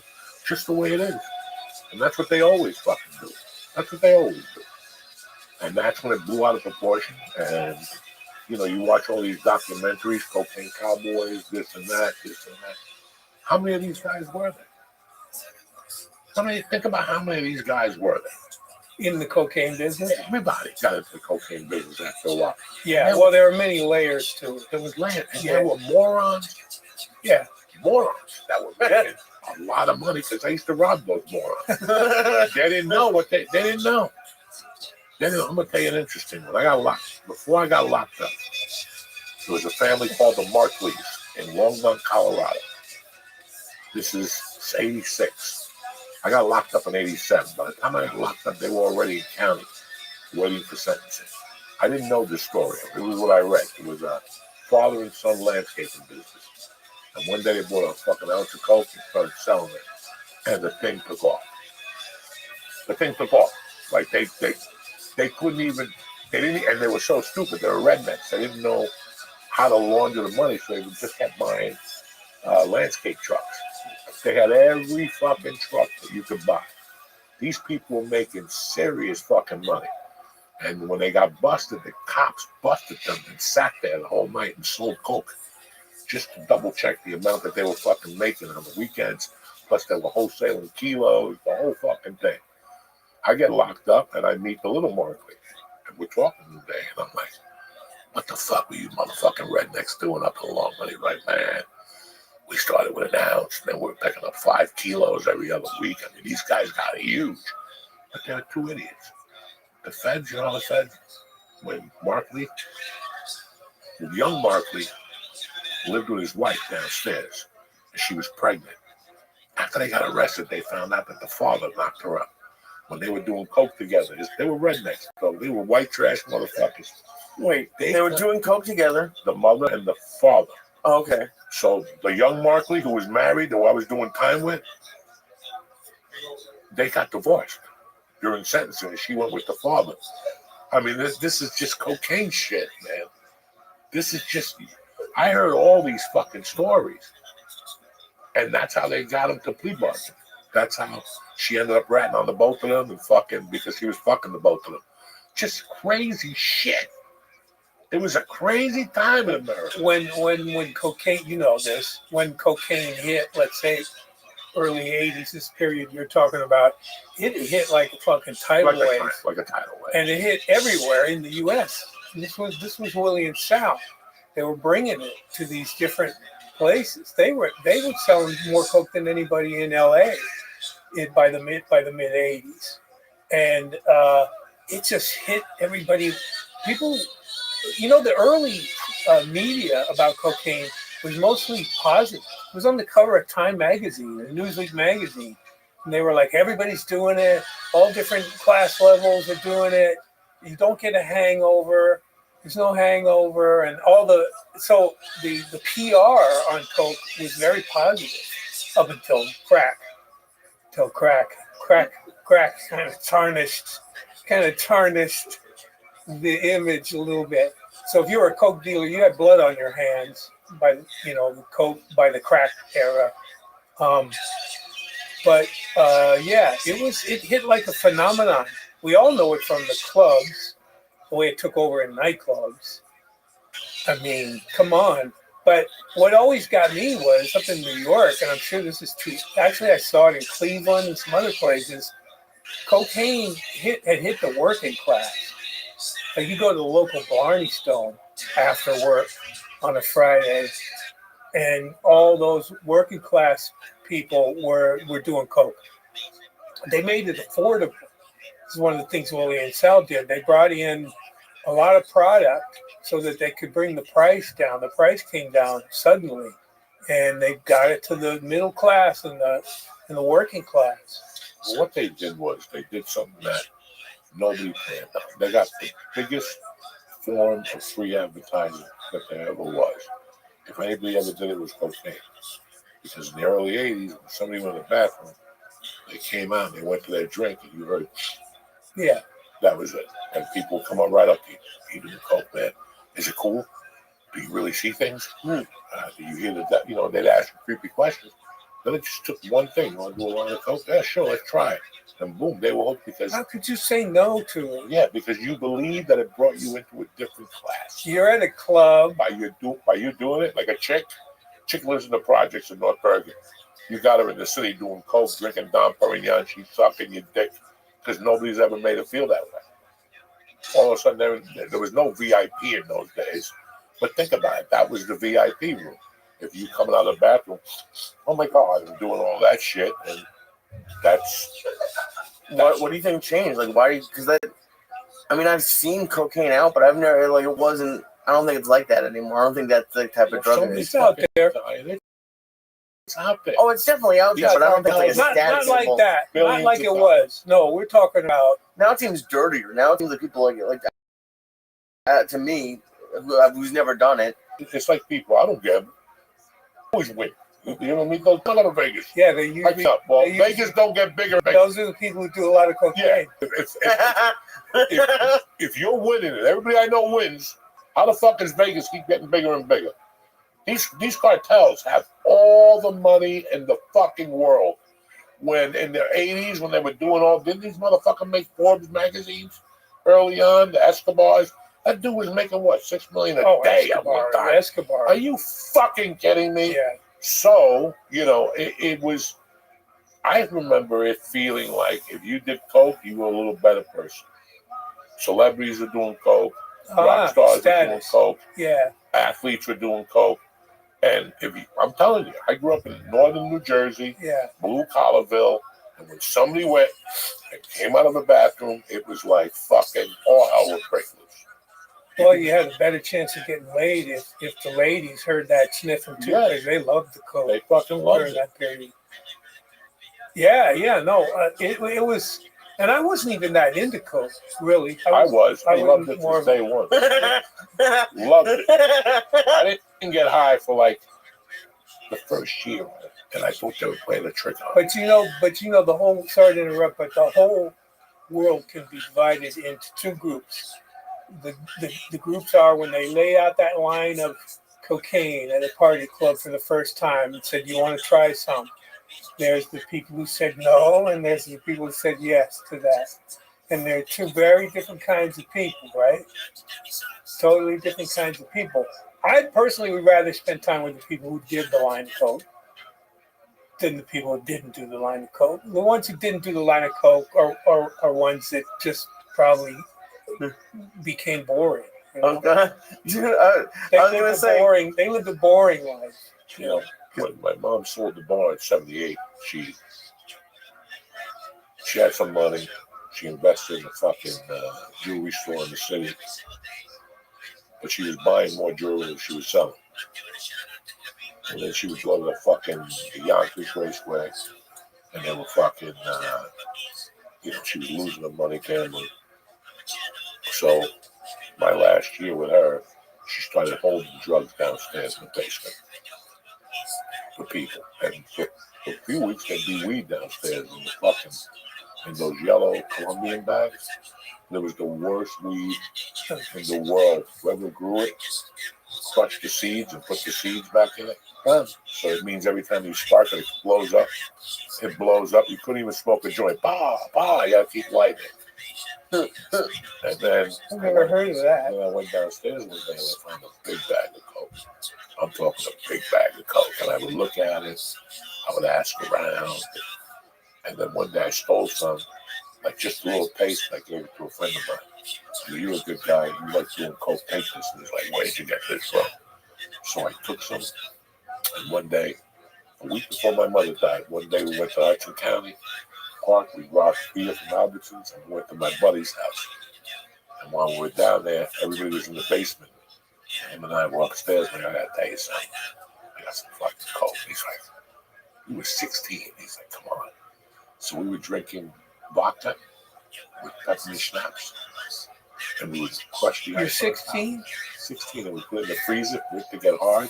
And then when it came out, that's how we did it. We sprinkled the coke on there first, like we called them like snowballs. We went right down and we're talking to these kids who are not doing drugs. And we're like, "We're drinking snowball." And they're like, "What's a snowball?" They didn't even know.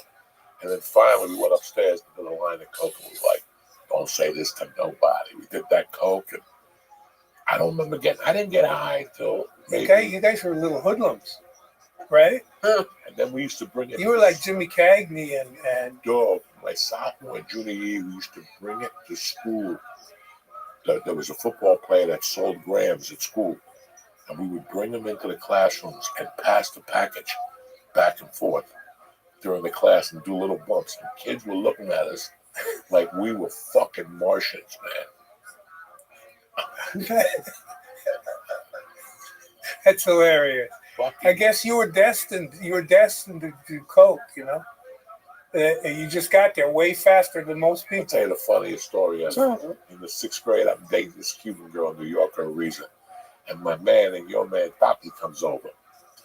And he comes over because I fucking hated Nina. He comes by himself. And he was like a broad Cuban guy, thin. Like that dude probably had a big dick. Because he was like 6'1", 180. But he had big hands and big feet. And he was thin and hard.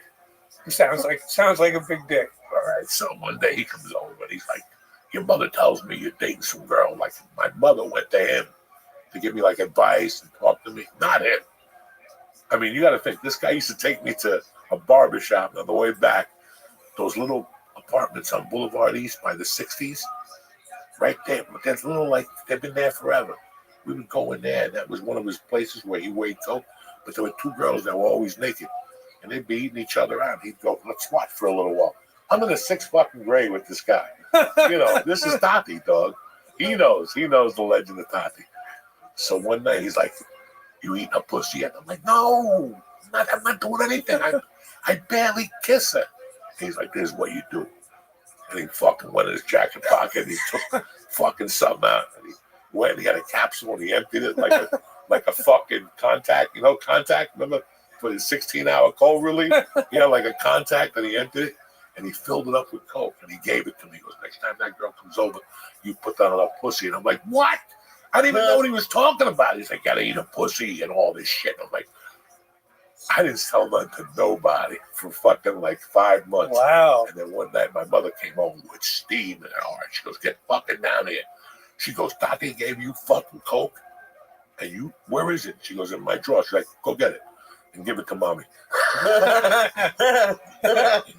I could hear her on the phone. How dare you give him coke?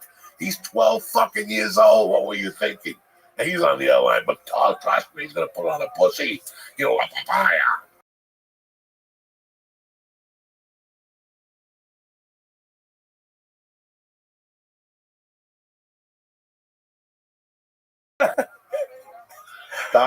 Filled with cocaine.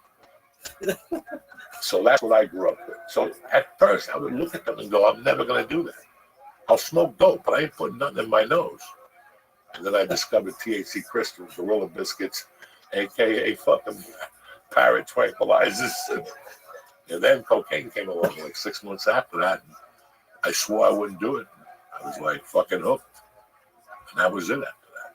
From 1979 to 2007, I was fucking hooked. It was a hard thing to not do because it was around. It was everywhere. You know, you go to a party at somebody's house, it's definitely going to be there. Go to a club, it's definitely going to be there. Go in a woman's bathroom, it's there. Go in the men's bathroom. It's kind of everywhere. There might be a line at the party. They're like the coke was there, and there'd be like a line. But it was crazy because if you went to New York in the 80s, you could put an ounce on the table and snort it. People were doing it at restaurants, Yes. clubs. But then I went out in the city in '93. I took the package out. They almost fucking called 911 on me. Yeah. They threw me out. They were like, we don't do that here no more. I'm like, it's New York City. They're like, we don't. Yeah, no, that era passed. It changed completely. Like, what about like the history of like cocaine and comedy? Because I was thinking like comedy might have been one of the worst places for you to go, like cocaine wise. Like they must be out every night. Somebody should write. Yeah, I was just thinking that's a cool. That's a book somebody should write. The history of cocaine and comedy.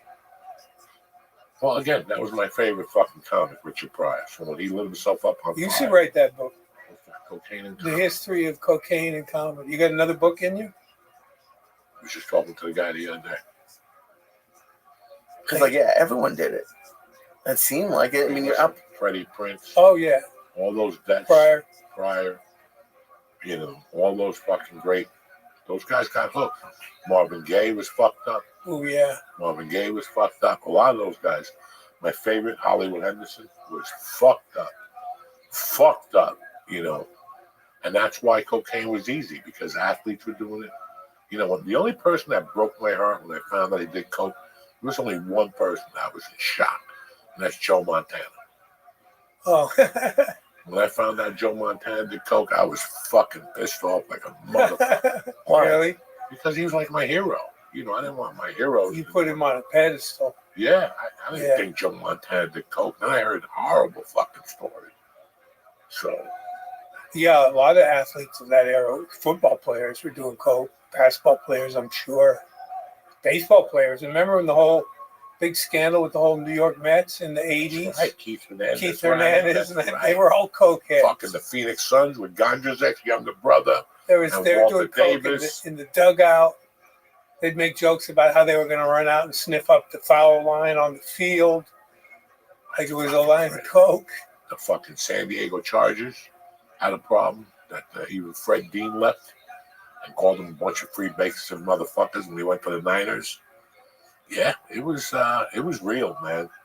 And you know, listen, we were sold a bill of rights that it didn't do anything for you. When I found myself in prison for kidnapping, I was like, they were fucking wrong. Okay, they didn't really know. They didn't really know the effects of cocaine. They didn't know the effects of long-term cocaine usage. They just didn't know the effects of long-term cocaine usage with alcohol and the imagination. Yeah. Because cocaine and the imagination, life and imagination sometimes gets you in trouble without you even know. You know, you don't even know it's imagination. I just had something 6 months ago where I'm like, what made me do something like this? It was imagination. So Something that I thought would happen from a TV show I watched or something. It's just horrible. So are you saying when coke first came out, you didn't think it was bad for you? It wasn't told. It wasn't built like that. It was something that you did it, made you drink, no hangovers. You're gonna go home and fine. Yeah, there were no case studies No, of there was no long-term case users long-term. because there hadn't been any at that point. Fuck, I never thought. I just thought you knew it was bad, but it was fun. No.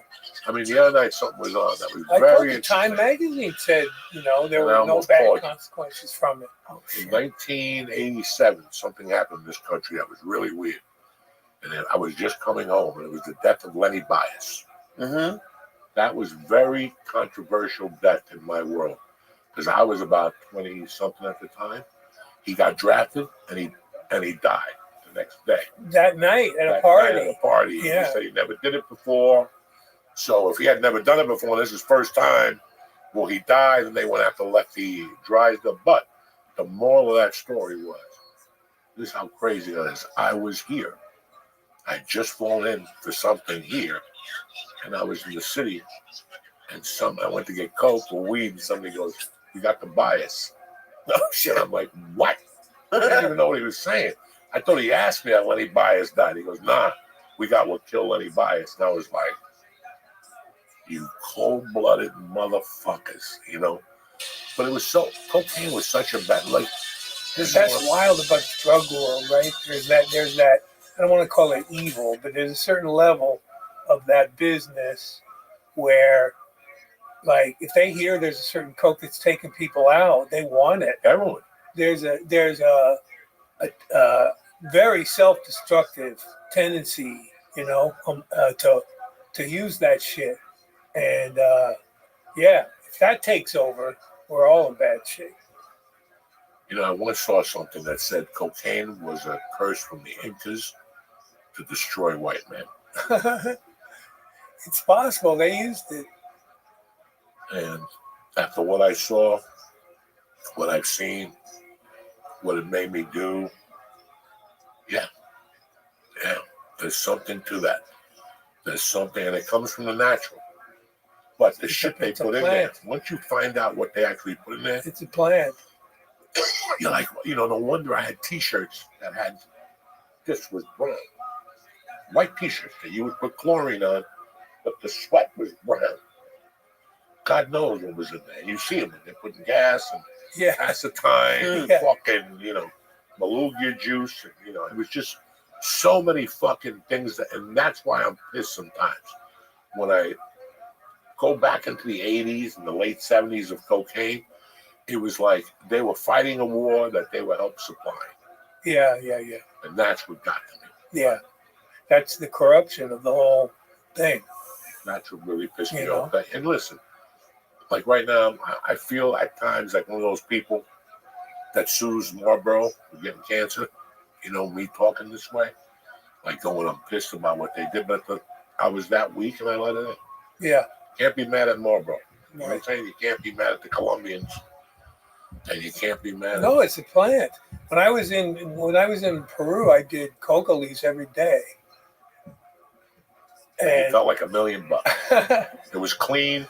well, first of all, it's because of the altitude. Yeah. Keeps you from getting altitude sickness. And so you have just a little wad of coca leaves in your mouth, and I liked it. It was kind of like a wad of tobacco. I've never done that, but I was doing it every day. And the hotel where I was staying, they had like a bowl of coca leaves. When you come into the hotel, you could just help yourself to it. There was always tea that was made out of the coca leaves that was there for you to have. Did you feel yourself getting addicted to it? No, hell no. No, But you'd get a little buzz. It was like coffee. It was very much like coffee. It gave you a little caffeine buzz. And I used it one time when I was going up to see a shaman, a woman. All I knew is that this woman was elderly, and she was in this village outside of Lima, and we could go see her and, have a session with her. And I said, yeah, that sounds great. Well, we had to take a bus to get there. And then when we got off the bus, we had to go up a hill into a very remote part of this little village. And then we get up there and one house out in the middle of nowhere, and there's a line there. There's a line of people waiting to get in to see this curandera. And so I'm on the line and finally get in to see this old lady. And she's about 95. She speaks a local dialect, not Spanish. So there was a translator there. And I sit down in front of her and she says, okay, you got to take a bunch of coca leaves and put them in your mouth. And by then I had been using coca leaves almost every day while I was there. So I was like, great, no problem. Boom, put it in there. And I'm vibing on it, I'm getting the juices from it and everything. And she's looking at me. Then she turns to the translator. She says, is he married? Mm. She was turned on. I think she was turned on by the fact that I was taking to the leaves with great gusto. She liked that. She's turned on by that. She thought that was great. So it's like a bonding thing. The coca leaves. It's a ritual from long ago, just like coke, cocaine. But that's the more natural way, and that's more the spiritual way. Yes. Once you add gasoline, you shoot people, fucking, everything else. Yes. Whatever else they that's add. man. That's man. That's what man does. Man turns it into a pretty little business. What are we going to do with that, Joe? Pisses me off, TJ. Everything pisses me off. That's what happens when you get old. You have no teeth. You have a fucking lady in the house. Hey, you're doing good, man. You're still sitting here telling great stories, able to enjoy good stories. It's okay. It's okay. It's been okay, guys. I'd rather be in a hospital with 6 feet under. So we're here. We're swinging dick. I'm going to Austin this week. We're going to do sold-out shows. That's good. You're going to do Rogan when you're there? Thursday. Oh. Thursday, Friday, we'll get some stem cell in my dick. I'm going to get a shot here. Really? No, I usually go for a shot at my knee. And maybe... There you do get to a stage, I guess. Men get to a stage where you have to start shooting your dick with something. Not me. I'm not putting anything in my dick.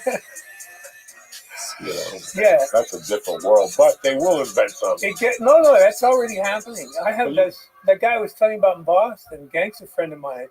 He had some, and he got it on the black market for another gangster. And he took me one day. He said, "I got to take this over to this guy. This injectable fluid with the needle that they inject into their dicks because they were both probably pushing 70." around that time, or into their 70s, well into their 70s, yeah. And they were having to inject their dick. So he's going over to see this guy to give him some of this liquid. And they're making a deal. He's paying him for it. He got it on the black market. And so they leave me in the car. I'm sitting in the car. And they're like standing in the street right in front of the car, and I'm watching this transaction. And the one guy who I didn't come with, he comes over to the car and he taps on the window. And I roll it down. He says, "Hey, you're the writer, right?" Yeah. He says, "You're writing a book?" I said, "Writing a book? No, not at the moment, not writing a book." Because he says, "You're not putting this in a book, right?" He didn't want me putting in the book that these guys were, having to do a black market deal to buy stuff to inject into their dick so that they had any action at all. And they tell me, the older guys, the older fellas tell me that that's one of the next stages. You're probably not there yet. I'm not quite there yet. But that's what we have to look forward to. And what is the gel doing in your dick? I don't think it's a gel. I don't know. I think it's just something that stimulates your blood, I guess. Go to China, you buy those fucking lizard balls. This episode is also brought to you by Blue Chew. Listen, I remember I was in Hong Kong once, and you go to one of those little place where they sell all that shit, and the variety of stuff they have in like a Chinese pharmacy, all those ancient herbs and shit they have. They're all for the dick. A lot of them are for the dick.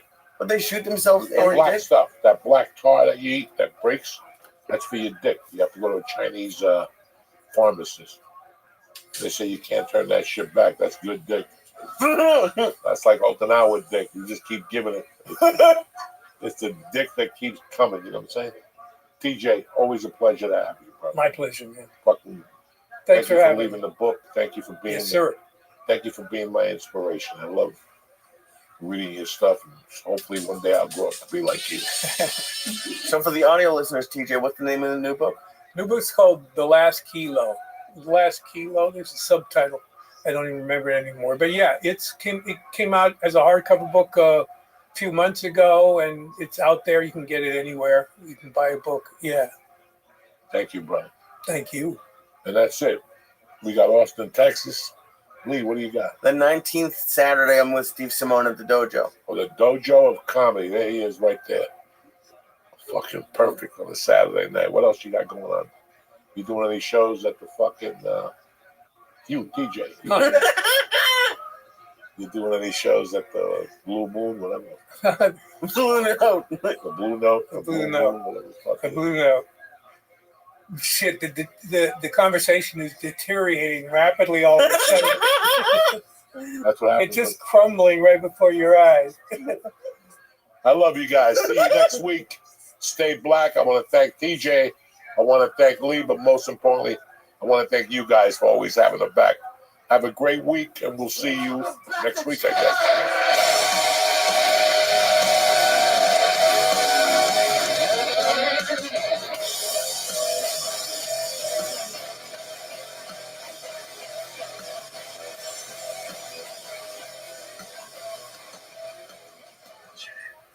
What's happening, beautiful people? Uncle Joey here for Blue Chew. Listen, if a soft sausage is holding you back from meeting the love of your life, Blue Chew has what you need.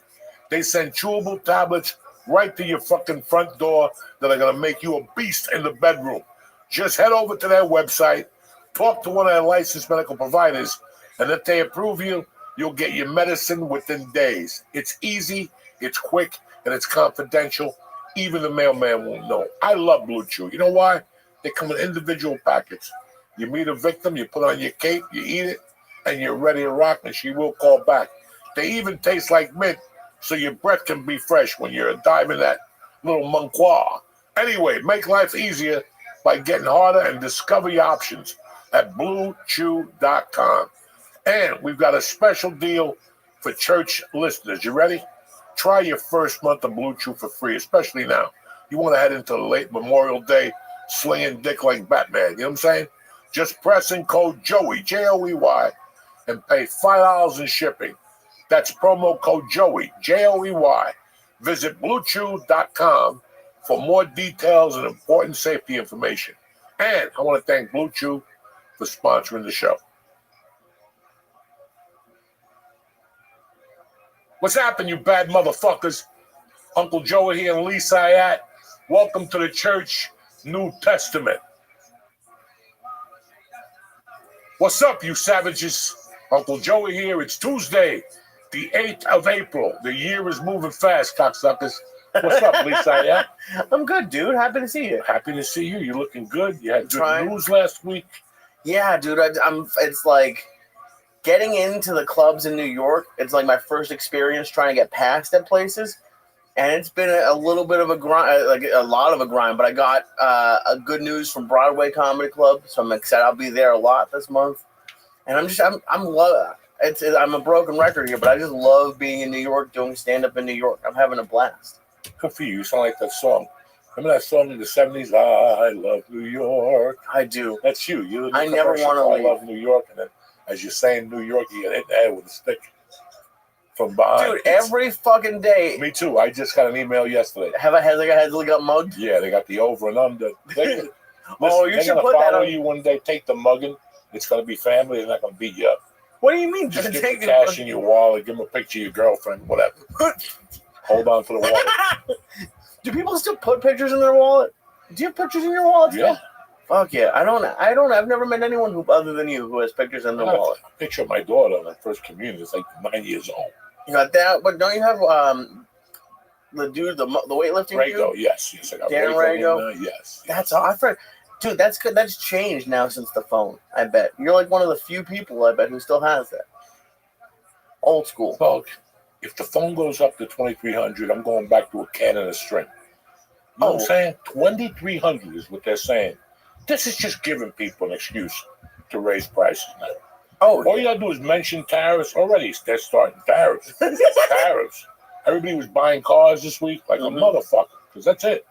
And now your parts, if you thought your parts took long during the pandemic, forget about fucking now. Especially if you got Thank God I'm not buying shit. No. Not a thing. And it's the only time I've been happy to not have investments. I'm the only Jew without investments, and I'm thrilled about it. Everybody's like, I lost $2 million. Bitch, if I lost $2 million, I'd be burning down a town, all right? You didn't lose $2 million. I lost $8 million. No, you didn't. If you're saying it like that, I don't believe you. If you're saying it like as you throw your wife out the window, she comes home with, I just got a new Range Rover. What? I just lost $8 million fucking dollars.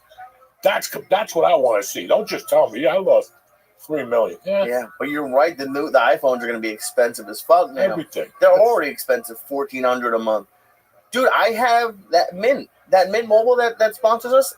I got so sick of, even before the tariffs, paying $100 a month for a cell phone. $100 a month, and Mint is $15 a month, and it's the same thing. Yeah, but you call people in another country. It works That's great. the problem with that shit. You call somebody in there like in Bulgaria. Mint. God damn it. Oh my God. How do you do? I didn't do shit. I'm feeling a lot better. You seem like you're feeling better. Yeah, I'm feeling a lot better. I started smoking again, not gorilla style. Just because, listen, let me explain something to you. I don't like not having an appetite. I had the control to go, you know what, I'm not going to eat that. But the worst thing is when you have to eat and you're not hungry. I feel like that as it's going down. I'm like, why am I doing this? I'm not hungry. And you're not hungry without weed? Fuck. And the edibles, listen, let's be as honest as we can with everybody. I think I'm coming to the end. I'm just waiting for something to happen with heroin. Like, what do you, something. They put in a gummy. Like an improvement in heroin? Something, like heroin gummies, something, because that's my next level. I smoked weed after 5 weeks of not smoking. I thought I was going to see the devil. It was okay. Right. It was okay. And then I've been eating, I throw down 800, 1,000 milligrams of those ABXs. I'm expecting to eat the kitchen. Right. The other night I ate 3 little donuts. The tiny white ones, because they're disgusting too now. You don't like those? They're all fucking disgusting. Listen, donuts are done. There's no donuts on the East Coast no more. Dunkin' Donuts blows. We fucked up when we left LA. and we didn't bring a franchise of Yum Yum Donuts with us. Call We them should have up. brought a Mexican with us. Those are Mexican-made donuts. Oh, they're good. Fucking delicious Yum Yum Donuts. Well, because they make them fresh at the store. At the store. Dunkin' Donuts, dude, especially, I see them in the city all the time. Oh, my God, have you seen what's at McDonald's now? No. Krispy Kreme is at McDonald's. They're just trying to kill us now. They deliver in the city. They have Krispy Kreme at every McDonald's. Just in the back of like a U-Haul truck, they bring it already pre-made.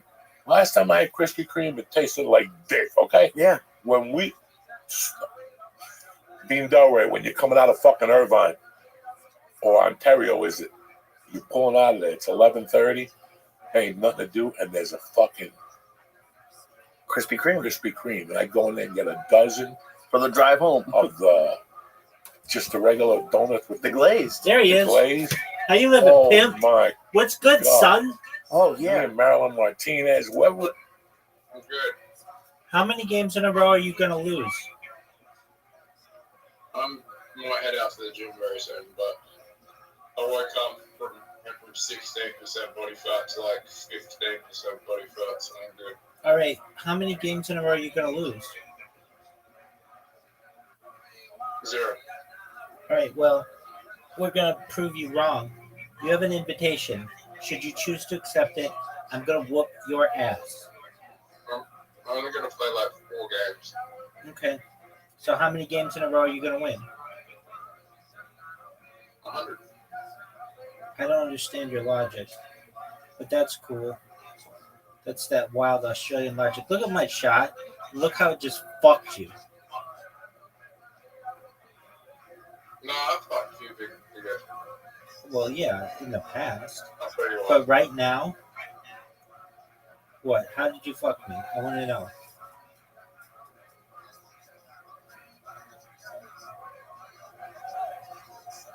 You mean made it really easy for me to get a free putt and basically made it impossible for you to score?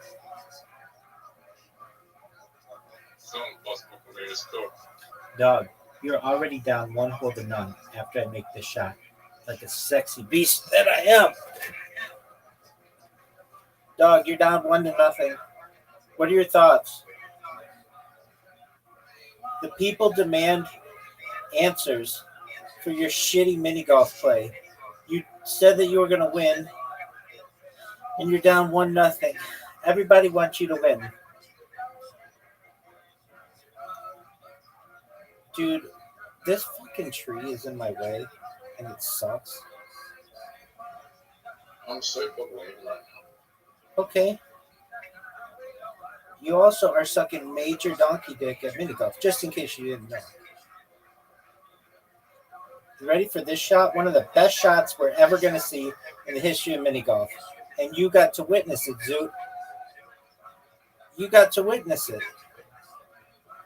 Are you going to make your shot? That's definitely a miss. Definitely. You're down 2 holes to none. You need to have the kind of comeback that I had on you yesterday, or it's all over.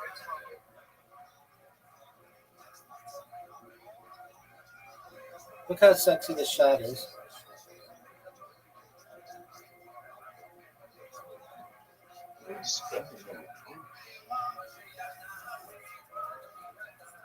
Did you like the shot that I just had?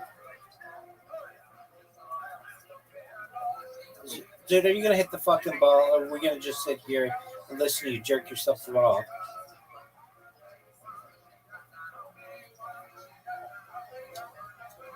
Zoot,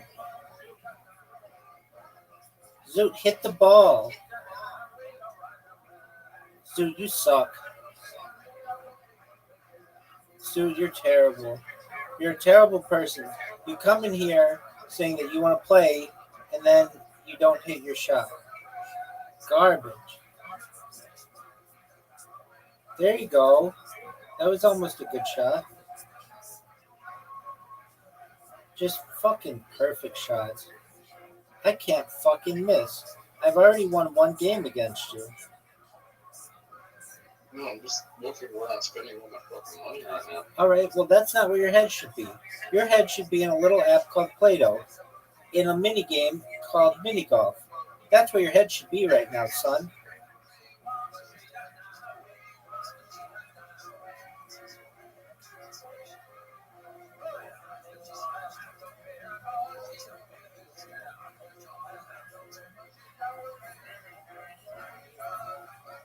One of the greatest shots. It go in the hole. Oh, that would have been one of my greatest shots of my career. Zoot came in here talking all big and bad. I'm going to beat you 100 games in a row. I can only play 4 games because I've got to get all swole. And then he just got slapped in the face. You're Chris Rock and I'm Will Smith, dog. Keep my wife's name out your mouth. Keep my wife's name out your mouth. Dude, you're going to hit the ball, you're going to jerk yourself raw. You need to have the greatest shot in your career right now. Zoot, make your shot. That was not bad. Not good, but not bad. Zoot, you're going to allow me to get a perfect game against you. Oh, I hate this hole. Oh, fuck that. Fuck this hole.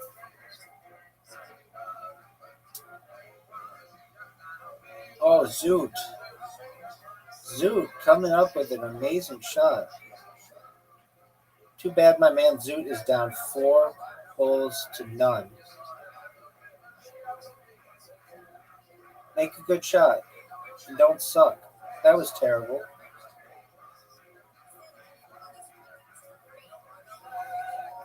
Oh, dude, I just keep getting thrown out of this fucking X. Zoot, make it. Zoot, you're not even going to score.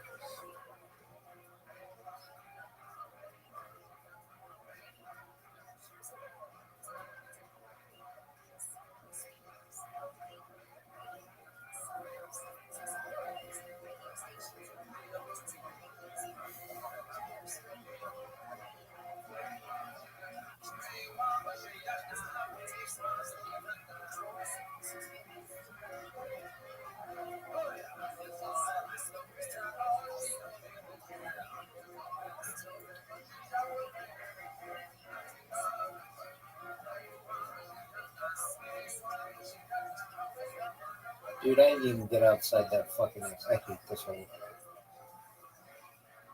Make it, Zoot. Zoot, you haven't scored in 5 holes. All right. Are you ready for Squid Game?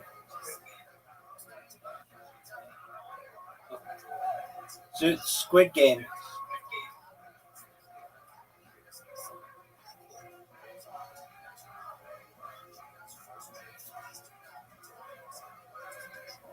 Are you proud of that shot? I would be. That's a good shot. Not as good as this shot, though. Dog. I'm so sick, dog. You haven't scored in 7 holes.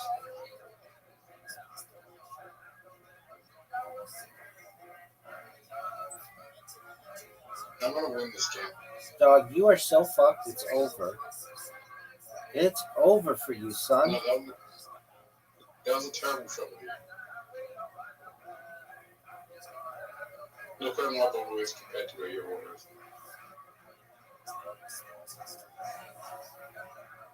Yeah, you just blocked yourself. I can get it in the next shot, which is a free shot. You have to do it in 4 shots. Are you fucking sure you can make it? Yeah. Fuck. Zoot. You haven't beaten me on 8 straight holes. You have not beaten me 8 straight holes. That I'll is, bet you on this hole. you're not coming close to touching me on this hole. 8 straight holes. I'm going to make it 9 straight holes right now. Rabbi, Yo, dog. do you know I am the greatest Ninja player goes on? Dog, you are Chris Rock, and I am Will Smith. Keep my wife's name out your mouth.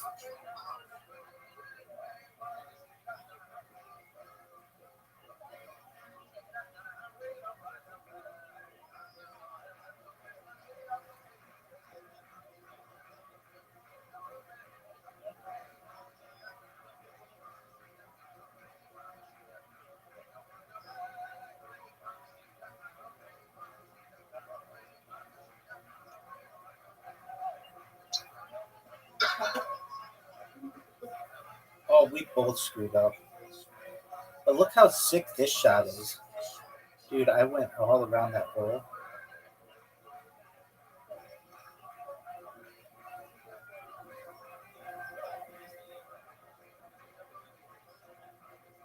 Dude, you gonna make this shot? Dude, you haven't scored. You haven't outscored me on 8 straight holes. Okay, it's impossible to get a hole in one on this hole right now. Nothing's impossible, dog. Look where the hole is. Yeah, so like multiple people could If hit. you had help, Yeah, multiple people could hit maybe the if ball. you had help, you could do it. Absolutely. You're in the water though. No, I'm actually in a better position than you are. Are you sure about that, son? Because it looks to me like you just got water bombed. Yeah, I'm in a better position than you are. Oh, I don't think so.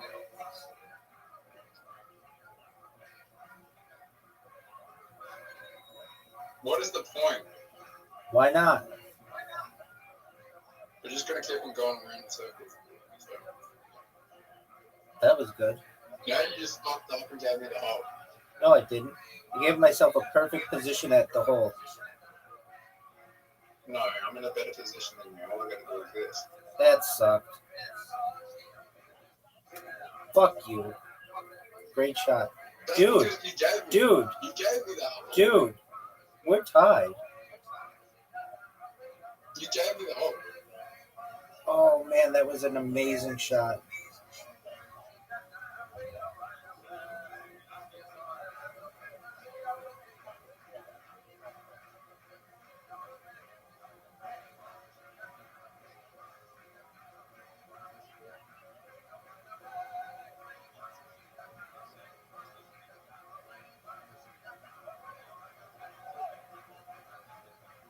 I'm going, after I win this game, I'm going to the gym.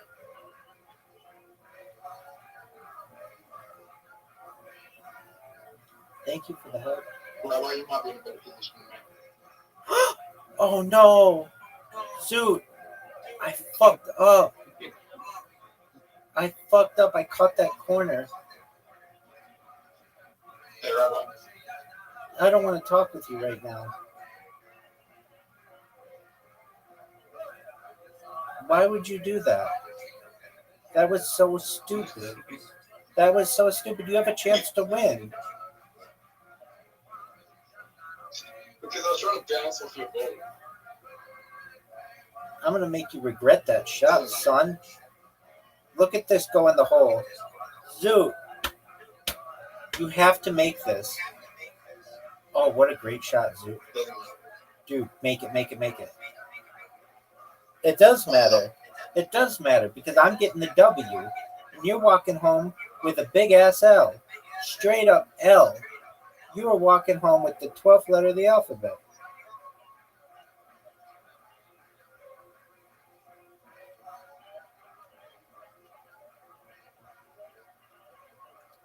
All right, go to the gym. I may be asleep when you come back because I'm tired. So give me some time to recover when you awake me with your Australianity. Take care, pimp.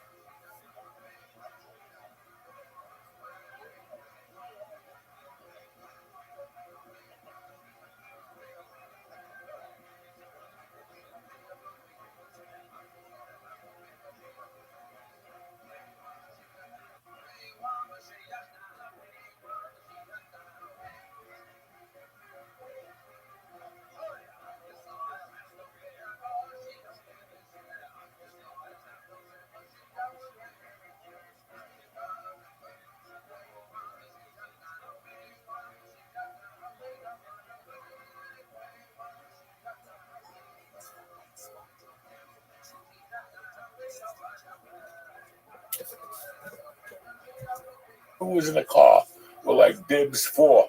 Fuck it, I'm getting 4 fucking donuts. That's how good they were, warm out of the fucking box. Dude, it's my favorite part about doing Mohegan Sun.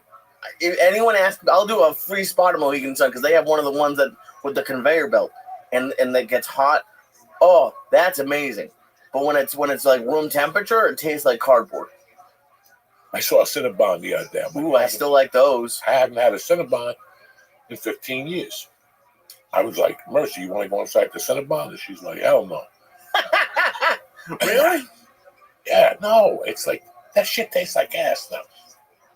But I'll tell you what else they destroyed in New Jersey. What? The apple turnover.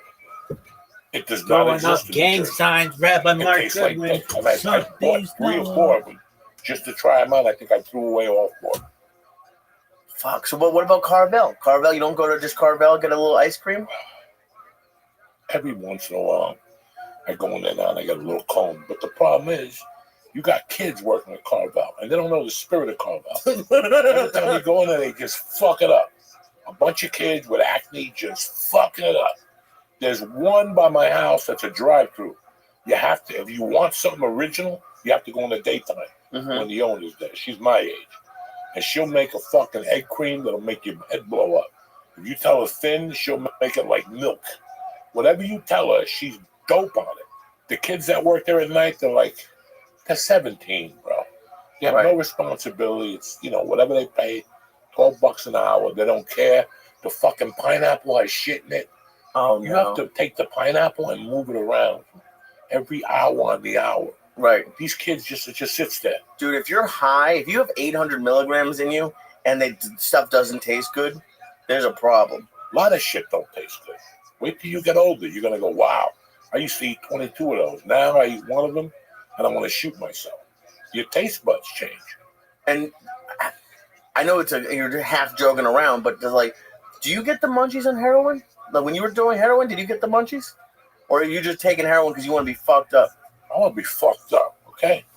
Nobody takes heroin and thinks about the munchies, Lee. Well, you said you want to be able to eat. That's why if you don't want to go on Ozempic, just do heroin. You'll never eat. You'll be asleep the whole You'll time. never eat. You'll sleep, get up, shoot, snort, whatever the fuck you want. But I'm just waiting for heroin gummies right now. That's it. I'm done with the THC. I moved to a different level. 50 years. I'm a doctor. I got a doctorate in THC. What do you want from me? So, but do you think, and I know you probably don't keep up on heroin, but I would imagine now, because they were making edible gummies in their kitchen in California, like the stars. That's all fentanyl. I don't want to, listen. You don't think they're making heroin gummies? They probably are. I need to do it from a legit chemist. Somebody who went to Yale. I don't want to do it with Nikki's uncle. No. He went to jail and he knows how to make. I don't want to do that. Okay. I want to make it legit. I want them to get China White. That shit that makes you fucking play Jimi Hendrix music when you don't even know how to play the guitar. You do a line of China White, you're in here playing like Jimi Hendrix. You don't even know. You're in here going like fucking Jose Feliciano. No eyes and shit. So, holy shit. Is Jose Feliciano still alive? He's still alive. How old? Blind as a bat. He's got to be 80 because he sang Chico and the Man song. Damn. And that was 77. That's 23 and 25. 48, right? No, 58. No, 53. What am I thinking? 20. I said so many numbers. I don't know what. When was the last? When was the last time you were completely sober for a week? 1988. And you don't what goes through your mind when you're completely you just hate it? It's just boring. Boredom. Nothing. It's bad enough my mother died. When your mom or your dad dies, when your mom dies, the rest of your life, it's like eating food with no salt. That's the best way I can tell people. When your mom dies, that's what life becomes. No salt. Right. And then when you stop smoking, there's positive things to it. I don't want to say, I had a good time the last 5 weeks. Yeah, it seems like it. Things started coming out, the comedy writing was horrible. The getting loose on stage was horrible. But I liked where my mind went. What was the difference? Clarity. A little bit of clarity. I had a lot of noise in my head ending the year last year. A lot of shit, And sometimes, believe it or not, that's what makes you sick. Really? You're thinking too much about shit. And listen, I know comedians that go on the road, they don't even worry about the material. And here I am at home going, I'm going to cancel that gig because I only got 20 minutes. Just, there's so many things that I worry about, that I shouldn't worry about, and the shit I should worry about, I don't worry about. Do you think that's what was fucking with your stomach, the worry? No, just my daughter's getting older. I'm getting older. Listen, I didn't have a midlife crisis. What I did was had a kid. You know what I'm saying? When you're 50, you go out and chase some 20-year-old hoe, and you crash your car, and you go back to doing blow, and you cash in your 401k, and then when you're 58, you go back to your wife begging, sorry, like a fucking animal. I didn't go through that. I had a child instead of 50. So I knew at some point it was going to catch up. And I thought during the pandemic I'd have to deal with shit. But I did. But it was different. After I got out of the hospital the third time, I was like, what the? I'm certified old. That's it. Once you go to the hospital 3 times and you're 60, you're certified old. Your body takes a different turn. And I have to accept that. I got to accept that. And you have to accept a lot of things that you're like, fuck, I'm not going to work that. I'm not going to go out and buy Jordache jeans and get a tattoo on my hand. And I'm not going to do that shit. Right. I'm just not going to do that. You got a Corvette to prove something. But I got to do something. I don't know if heroin gummies is the way to go. Listen, please. You're talking to me about serious shit? Of course I'm talking to you about. I'm talking about heroin shit. That's something in the future. That's eventually going to be fucking made somewhere. So what do you are you talking like you want to have like a midlife crisis sort of? No. But I was just thinking about the fucking big question with me the last 4 years was what the fuck happened? Over the last 30 years. What happened those 23 years in LA? Right. How did I go to LA with a fucking horrible drug problem and leave there with a kid and a wife? You know what I'm saying? Like, it's just very hard for me to comprehend. The other day somebody came up to me and they were like, I saw you in this. And I'm like, I never did that. And I was wrong. I did do that show. Oh, really? Yeah. Like just little shit that I'm like, wow, I forgot a bunch of shit. And I just want to know. Well, I think that happens. I feel like that happens a lot in life. Like, thinking back, like looking back at a lot of the church clips that people are posting. I was 23 or something, and now I think life just happens fast. But then for you, you focus so much on just what's in front of you that you don't seem like you go back in your head and ruminate over the past a lot. You just are really focused, or at least more on just in the present. Man, you have to always go back every once in a while, figure out where you went wrong, what you could do to do better, what you should have done, what you'll do the next time. That's just a part of life. That's just not. You do that? It didn't. I don't sit there and go, I shouldn't have robbed that gas station. Okay, I did it. I'm happy. We moved on. Okay. But there's little moves. You think about little things that you did that just fucking drive you crazy. Something you said when you were out one night, you shouldn't have said it. You're like, what the fuck was I fucking thinking? Yeah. When you're on stage, you say something, you're like, where'd that come from? You ever have that? You go on stage and you're in the middle of 20 minutes. You're having a great set, and then you just decide to just fucking say something. Yeah. And nobody catches it. Only you, but it drives you nuts. Only you. Nobody catches it. People just go, what the fuck are you saying? Whatever. That's it. But you said it. When you walk out of there, you're like, thank God. George or Lee or Nick didn't say, Joey, what the fuck came out of your mouth just then? Right. So I think about that shit. I shit in a bathroom. That in my house. I put that there purposely. The bathroom. No. Oh. I didn't build the fucking house, genius. So what do you put there? I put on the wall June 8th. Not wrote it out, but when I went to do this gig in New Orleans, they gave me a plaque. The House of Blues. I don't know what it was. They gave me a plaque. June 8th, New Orleans. I hang that in my bathroom for a reason. Why is that? Because I bombed so fucking bad that night. And I want to see that thing every fucking day and go, what the fuck was I thinking? And then I bombed And the majority of people are African Americans. And what did I do? Start doing African American jokes in front of these poor people. And then I had to walk out in front of all of them. And they all started hugging me and talking to me. And I'm like, oh my God, who's going to stab me over that black joke? I can't believe you kept the plaque. This is what was I going to do? Smash it? If I bomb that hard, yeah. You don't bring home a lot of shit. Like you're not really like a sentimental person. Like I'm surprised if you just knowing you, if you bombed that bad, I could just see you being pissed and like throwing it away in the hotel. No, I brought it home to remind me that can't ever happen again. Fuck. That cannot fucking happen again in your life or in your next life or in the life after that. You could not let something like that happen. And it wasn't like an intentional bombing. It was a bombing when you're prepared, but you're overconfident. You just came from the store on a Thursday night. Right. And you think you're Johnny Bananas. Yep. And you fly in and you go up there, and it's your body language. It's something about your body language. This motherfucker's coming out like he's James Bond. This is not going to work for this motherfucker. Yep. And they refused. And that's the way life is sometimes. And what does that do for you? Like just remembering it. Not to do it again. And you and I both know I'm stupid because it's going to happen again. Right. But in your mind, that sits there, that it can't happen again. A bombing like that cannot happen again. Did you, because at the beginning, did you like try to forget your bombs? Like forget they happened? And no, like, you go home and cry it out. Look, I've always gone home after my bombs and go, even when you have like 3 shows and you do 2 of them and the middle one bombs, you still go home and think about the middle one. Of course, you don't think about the 2 that people went off. You brought a girl up on stage, she took a tit out. They don't remember that. They remember that bomb. So you remember that bomb. And I would go home on coke. So I'd be sitting there, this is not going to happen again. I cannot bomb.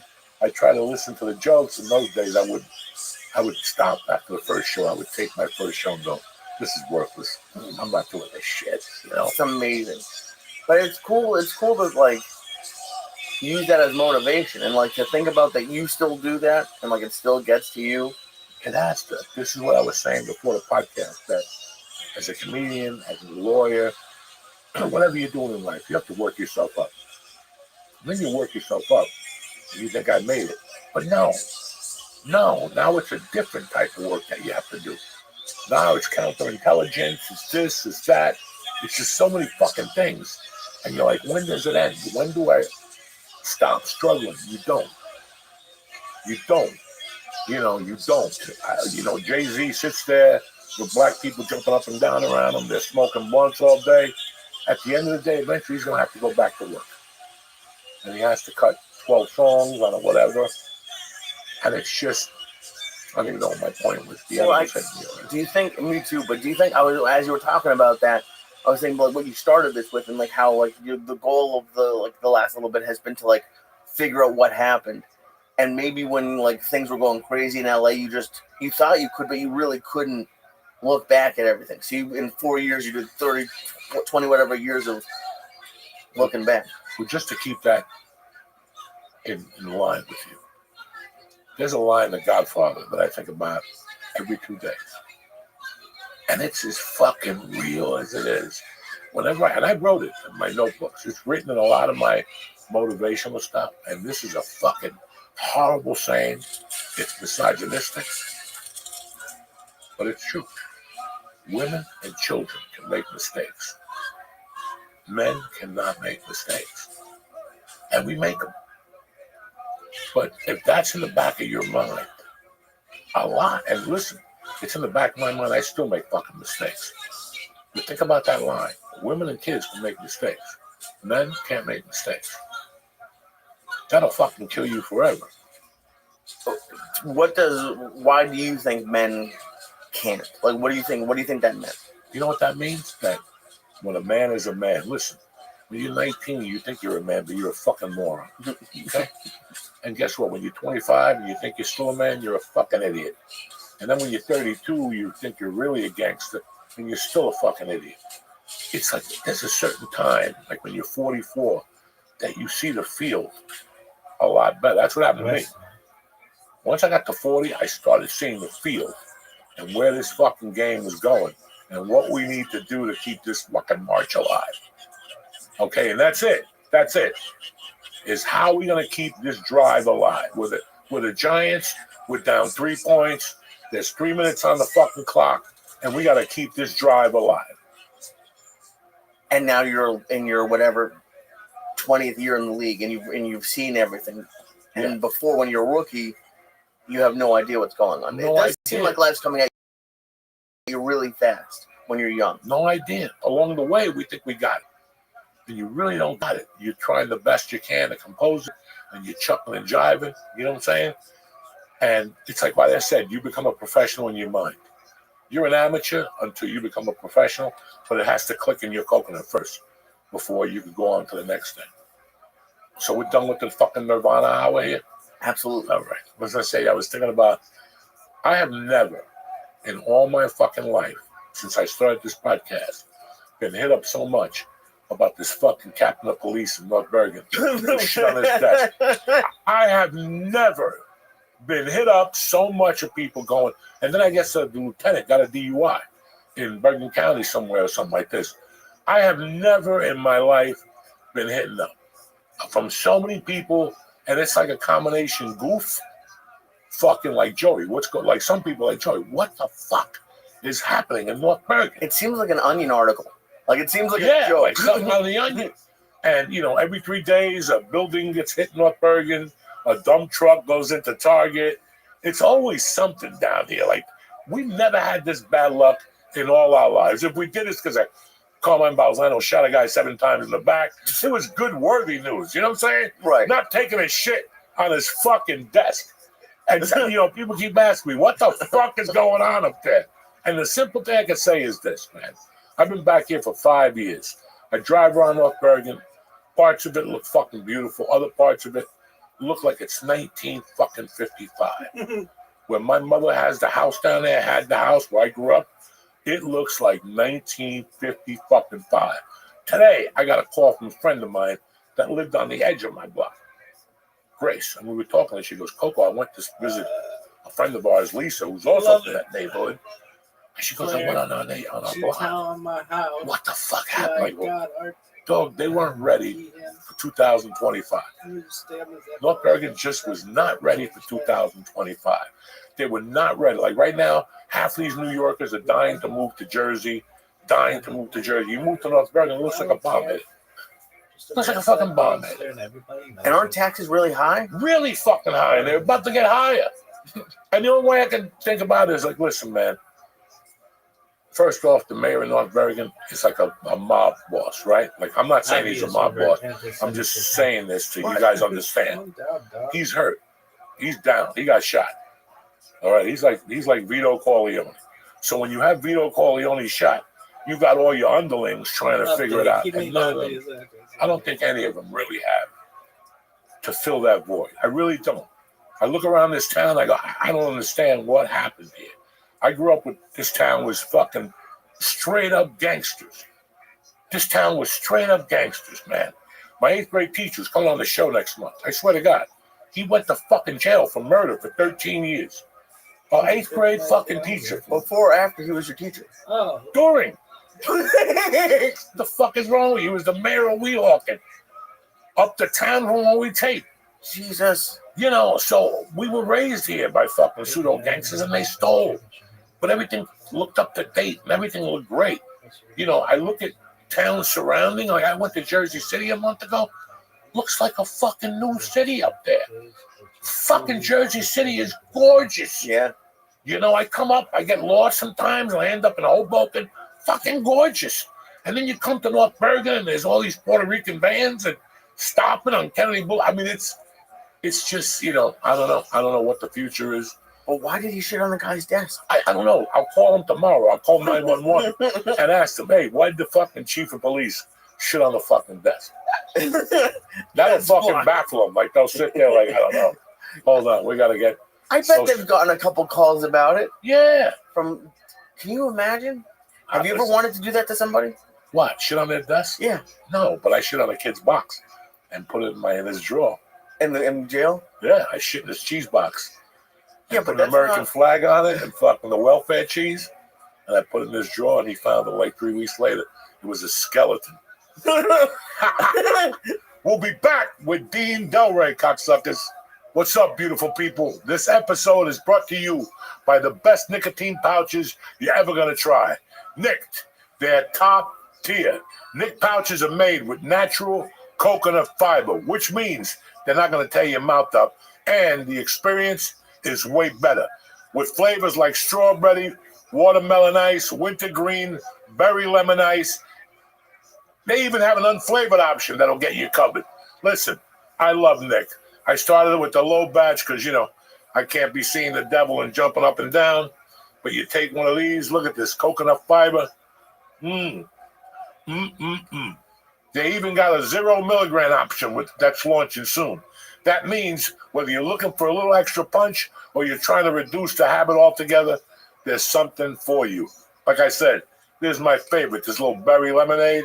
It is tremendous. So it's time to upgrade to nicotine pouches, just like I did. Right now, church listeners get 35% off when you order through our link at nickedpouches.com/church. That's nickedpouches.com/church. For the slower people, nykdpouches.com/church. nykdpouches.com/church. Use the code up to 3 times. That's how much Uncle Joey loves you. And don't wait. You get 35% off now on nykdpouches.com/church. And check out the church bundle with some of my favorite flavors. That's nykdpouches.com/church.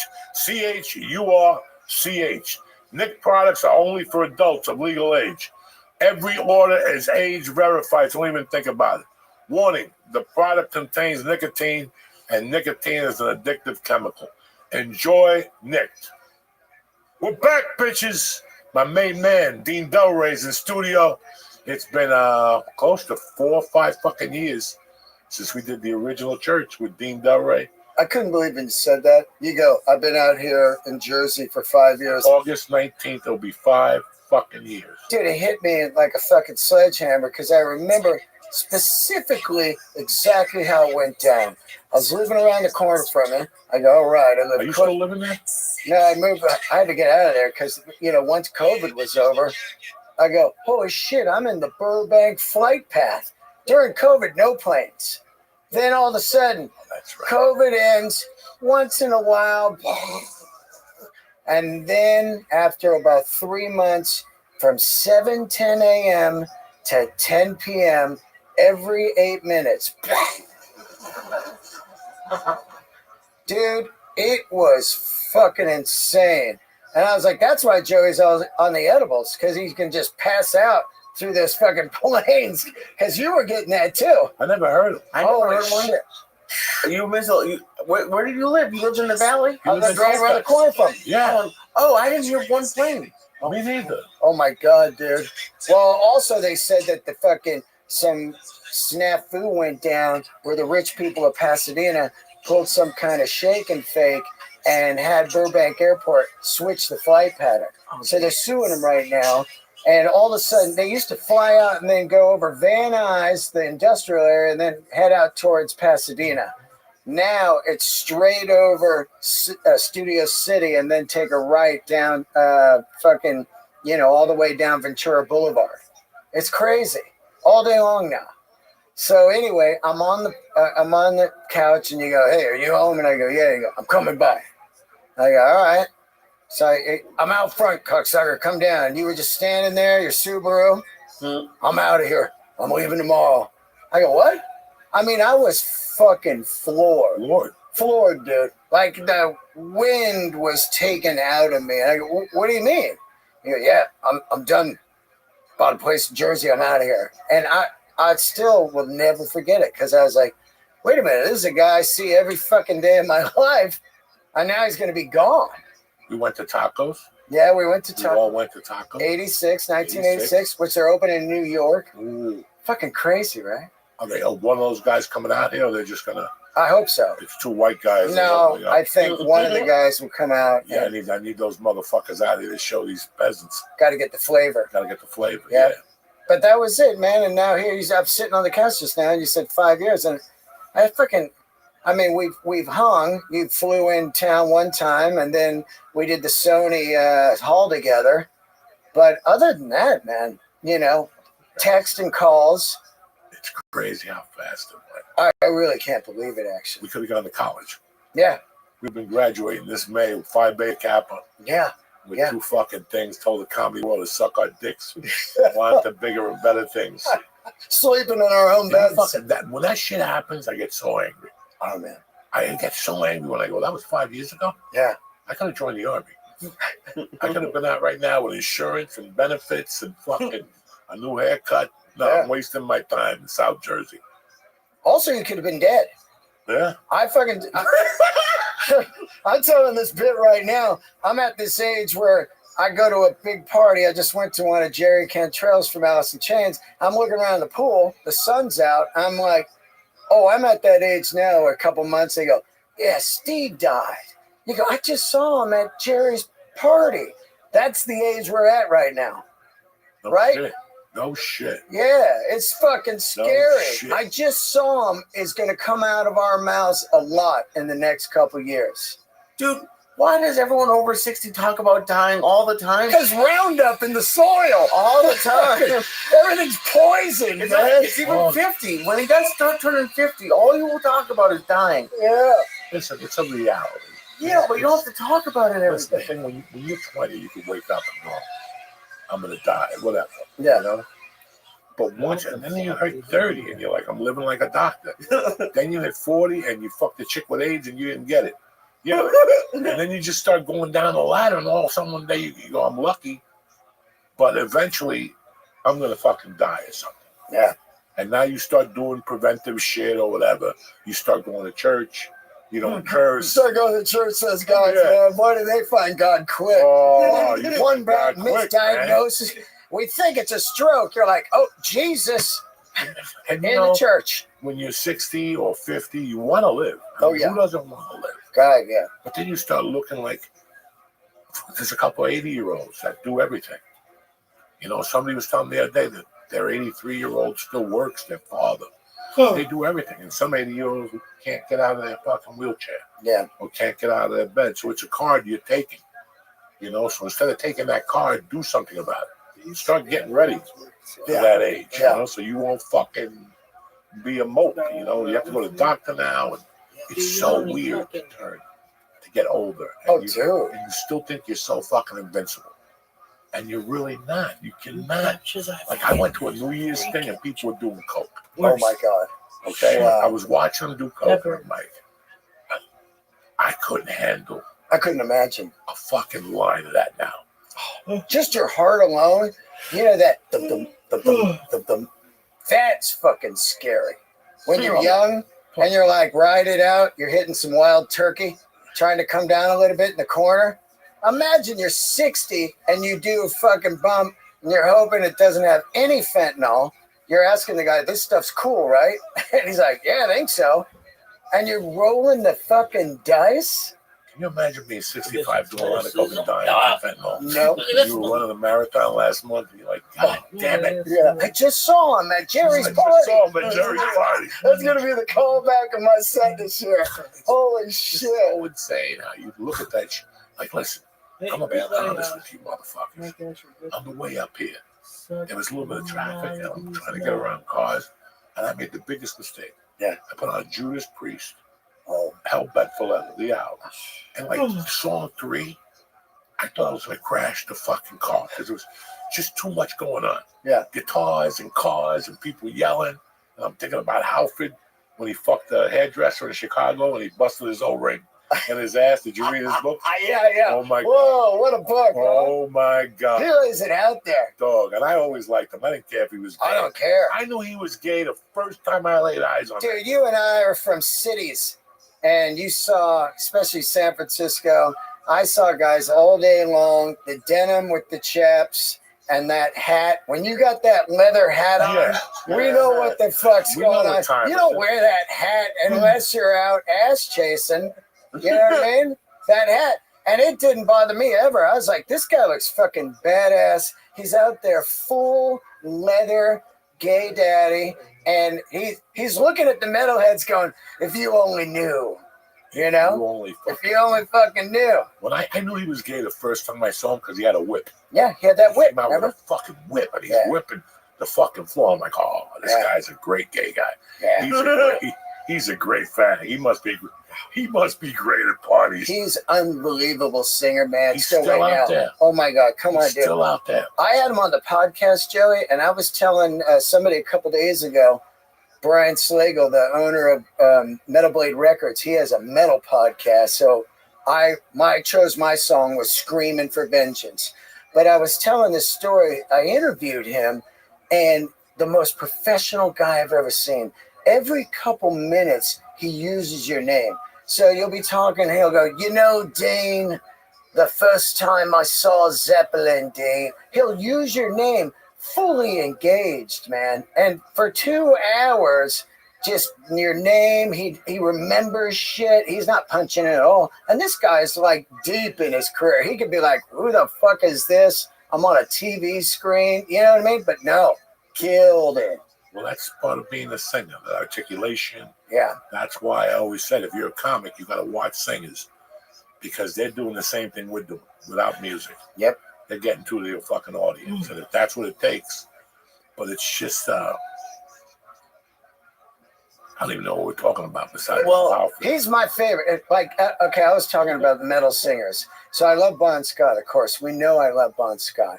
But when you get down into metal, you got Bruce Dickinson, Iron Maiden, right around that time, right? 82, Number of the Beast. And then you have Rob.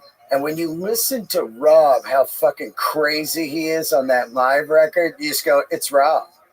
That's all there is to it. Victim of Changes, Sinner, Green Man Alicia. That's a great fucking album. Unbelievable. I still listen to it. Unbelievable.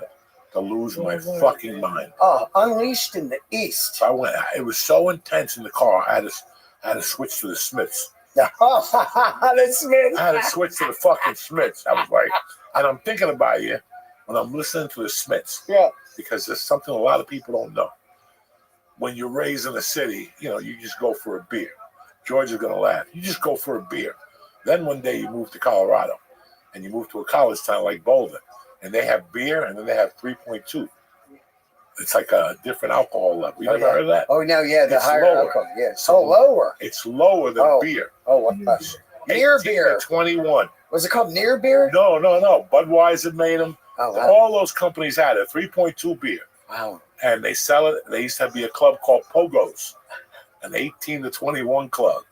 And I remember, I'm driving, listening to the fucking Smiths. Yeah.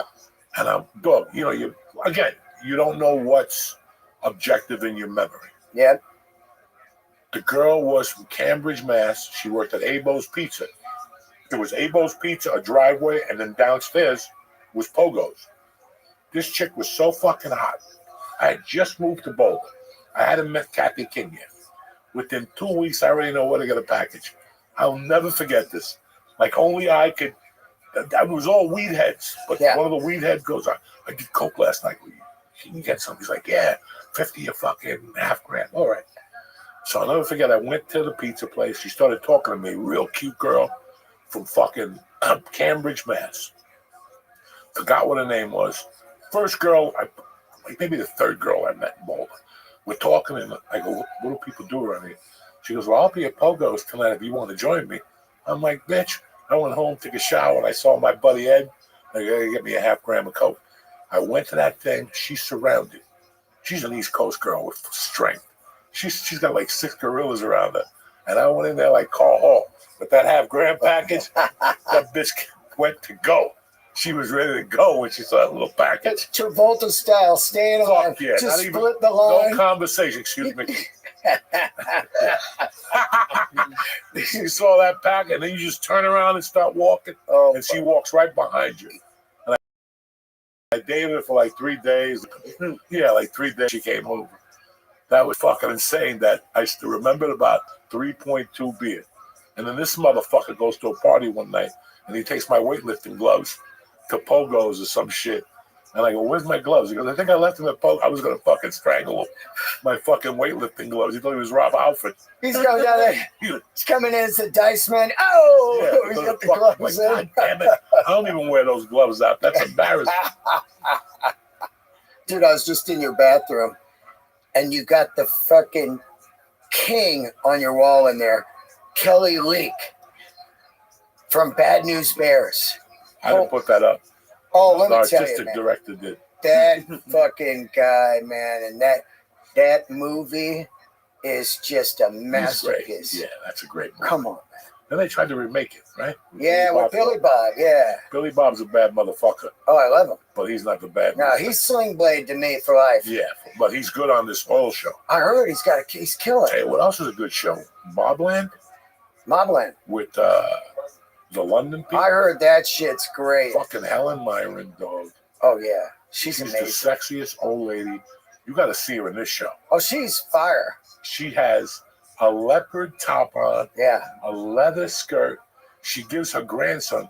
The grandson says to her, "Mammy, I wish I had cocaine." And she goes, "Well," and she goes in her bra last night. She takes it out. I'm gonna have a little taste for you right here. Whoa. Who gives their grandson cocaine? Granny finger. Helen Mirren isn't even a bad motherfucker. Oh, I love her. She is.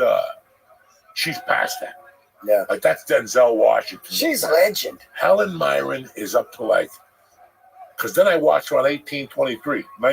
Oh yeah, yep. And she was shooting motherfuckers last The night. Western one. Yeah. Oh, that's a great show. Yeah, yeah. In fact, I got the other hour to watch because it was a long one last night. But that's what I'm watching. What are you laughing about over there, Tricky Dicky? I don't want to. I think it's Helen Mirren. Who? Helen Mirren, That's her name, right? not Myron. Myron Mirren. Yeah. You know what I'm talking about? Yeah, She's an yeah. old English Yeah. chick. I'll That's tell you cute. a crazy story, Joey, about her. She was up for an Academy Award about, I don't know, maybe 8-9 years ago for something like The Queen or something. She did some movie I saw, and she was fucking fantastic. So every Sunday morning, I would go riding with Mike Beach, the actor. You know, we did this movie together. So after that, we became really tight. We'd ride every Sunday morning. So we went to that Starbucks on Sunset across the street from the Griddle. At like Yeah. And the hamburger place. Right, exactly, right there. So we pull in at like 7 in the morning, and we're going to get coffees, and then we're going to ride out Sunset to Malibu. And we park, and it's Academy Award Day. And this car pulls up. She gets out. It's like a limo, like a black car. And she comes walking towards Beach, and I hit Beach like, holy shit. She comes up. She's all, gentlemen. I go, you're going to win tonight. And she goes, well, thank you. And she fucking won. And Beach and I were like, hell yeah, we saw her this morning. You know, That's amazing story. That's like a Hollywood type of story where you run into people, you know, like, did that happen? Yeah, She's she a real is. fucking deal, man. Oh my God, I love her. I love TV show. I love why. Like now, for like 2 months, there was nothing. Yeah. And now we got something again. I'm excited because now, then the mayor of whatever will be back. Mayor what? Oh, that's my movie. Oh, That's my TV show. Shit. I still haven't watched TV in like 16 years. Really? You still gave up? 3 shows: The Wire, Sopranos, Breaking Bad. Those are the shows I've seen. I'll tell you what, man. I hear it's great out there. Yeah, it's pretty good. I hear it's good. Finally starting to pick up, but I've watched The Wire twice this year. Oh man. In a year, I've watched the Yeah. series. It ended. I gave it a week. I'm like, I gotta go back. Oh, it's fucking I gotta go back. I don't phenomenal. understand. It is some type of show that. Listen, I love The Sopranos. I had The Sopranos on a couple of days ago, just laughing my ass off. Yeah. But that Wire, that fucking Michael B. Jordan, Yeah. as a young kid, he's a fucking kid on that. Yeah, he's dead now, right? He's what? Did he die? No. Which guy Black died? Panther died. Yeah, that's right. Black Fuck. Panther died. was- Combo forever. God, well, that's awful. That's awful because he was Awful. great too. I just watched him as Jackie Robinson. Yeah, that was Oh, a great movie. man. That's a great fucking movie. Awful dude, that guy's gone, man. 37 or something, just a baby. Man, The fucking The Wire. The Wire is just come on. the cops on there, the English black cop. Yeah. He's also, I just saw him in something else. They have a bunch of people from The Wire. Dominic Lombardozzi, the detective with him, just the gay cop. Dude. That you see the captain, the chief, you see him in a gay bar one The episode. crackhead lady. The crackhead, let Come the on. guy Bubbles. Unbelievable. This show, dude. I remember I went to a meeting. Is it on HBO or Netflix? HBO. So I go to a meeting. You know, you go to like HBO, right? I go to a meeting. And I'm in there trying to pitch this fucking show back in the day. And when you're in the lobby, they're like, "Oh, if you want some DVDs, go ahead and take them." They got all the box sets there. I just brought down a fucking like duffel bag. I'm like, all right, I got The Wire, I got The Sopranos. I just grabbed them all, you know, and just fucking would sit home and watch that shit on the weekends on DVD. Back when you had the player, you fucking put it in I the. still got my DVD. Fuck. Fuck yeah, because I told my wife, we have over, I don't know how many goddamn movies. Yeah. I got a ton of movies. Oh my god. I'm on the Criteria You- channel. I have now. thousands. Really? Thousands? I At your used to place now? They're in my mom's place right now. But Right. yeah, I would go to like a place and get used DVDs all Yeah. the time. Yeah. Newberry Comics for people like in dude or FYE. Amoeba. Oh, Amoeba for sure. Amoeba. I would go, dude. I went to Amoeba and buy like 12 at a time Yeah. because they're like $4. I stopped going on Amoeba, guys. Oh, yeah, why? Because the money. Oh, it's a demon. You go in. Oh, it's The amazing. money you spend in there is absurd. And then you buy shit you already have. You buy. How about that? How about when I cleaned out my office? Me and my daughter took out 11 albums that were doubles. Fuck yeah. Just like that. Do you not forget? I had so many good albums that Yeah. are still doubles. That happens to me all the time. I go in, ooh, Saxon, denim and leather. I don't think I have Something, this. yeah. Fuck yeah, I have this. I fucking obviously own this. Crazy about Amoeba though. Yeah, I was looking for a particular album, and I went online. Everybody had it for $100. yeah. I went on Amoeba. It was $6.99. I became a fan after that. Oh yeah. The owner lives in my building. That's crazy. I just run into him. I couldn't even believe it. Are they still right there? Yeah. On Sunset No, Boulevard? they They moved to a new place right across the street from the theater. Not the I haven't been to it yet, but I know they moved like right you around know, when we left. Frolic Room where you just fucking pound a Yeah. Stoli Collins for $3. Yeah. Fucking get DUIs. Right across the street from there. What's the theater next to it? Like Seinfeld sometimes does big runs in there. They do Broadway plays. It's right there on the corner. It's beautiful. Arclight? No, It's a different one. next to the Fonda kind of, I forget what. There's Pet Boys there, and then there's that theater. Yeah, I know what you. Yeah, it's a famous theater. I forget. They do like plays there. But yeah, man, they moved in there, and it's real nice. And the owner lives in my building. He's got the Berkeley one still. San Fran one's gone. But oh no, it might be still there. Yeah, it is still there. He told me. Yeah. I was this weekend. Something happened that I would have been excited for. Yeah. 25 years ago. Now I'm too old to be excited. I saw some of the tape on it. It is what it is. I'm so critical of myself that when I see somebody, I'm expecting the album. Yeah. But I don't know if you saw Rat got back together. Who did? Rat? Yeah. Oh, yeah, Paul yeah. and DiMartino. Yeah, DiMartini doing and him, the yeah. thing back. And I watched some guy put it on Facebook, and then I went to YouTube to find more stuff. I didn't see Back for More, Right. but I saw Round and Round and something else. Yeah. I don't know. DiMartino could still play that fucking guitar. That guy's a smoker. He's a fucking animal. I didn't know they had Carlos. Yeah. They had I Carlos talked for a to long Rudy time. Yeah. today. But I was just, it's so weird how every summer I go, I'm going to go to a concert, I'm going to go see this, and I'm like, Yeah. fuck that. Once I look at the price tag, I'm like, fuck that. And I got to walk I got to get you in the Sphere. This is going to be your last concert. to see the Dead. You got to Yeah, I go. want to go see Have you been to the Sphere? Let me just tell you something right now. After you go to the Sphere, you will never go to another show. You're going to go to your local town, whatever fucking venue you got, and you're going to be like, oh, because this thing is like VR goggles on 1,000. Did you eat the mushroom? Dude, I'm doing a bit right now where I'd say, I got there with the mushrooms. I get in my seat, the band goes on, the screens come on, I go, oh, fuck no. And I put those things away because I know what's coming. It is so radical of a venue. These visuals, I don't care. You got to be a seasoned tripper to be able to handle what's going on with these visuals. I've never seen, first of all, this venue is only like 6 months, a year old. which means they've been working on this for the last 5 years. I don't know where the fuck this stuff came from, but they went from way back here, the 2 screens, to you're living in the venue. It's like, what the fuck? At one point, I'm watching Dead & Co., and, you know, they've got the San Francisco Bridge and shit, and you're like, whoa, this is crazy. And a satellite flies over your shoulder. And you just go like, whoa, fuck. I mean, dude, goosebumps, scary, amazing. One of the greatest things I've ever seen in Who my else did you life. see perform there? What's that? Who else did you watch perform there? I saw U2 on the Octung Baby record. Unbelievable. So I've gone 3 times now. 2 Dead, once U2. And man, each time I go, this is fucking unreal. And the Dead just got a residency there. Yet they do like 16 shows or, 6 weeks or whatever, 3 a weekend. And I'm telling you, you don't even know the band's on. They are the music to this psychedelic ride. Some of the greatest visuals you will ever fucking see in your life.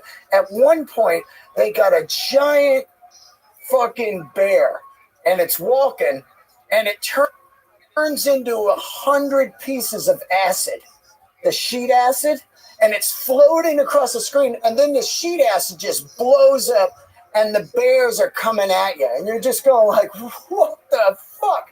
I can't even tell you, Joey. I couldn't exaggerate how radical this fucking venue is. After that bear turning into acid, You have I'm to going. go. Yeah, I'm gonna You- go. I mean, just a flight in, I'll get us in.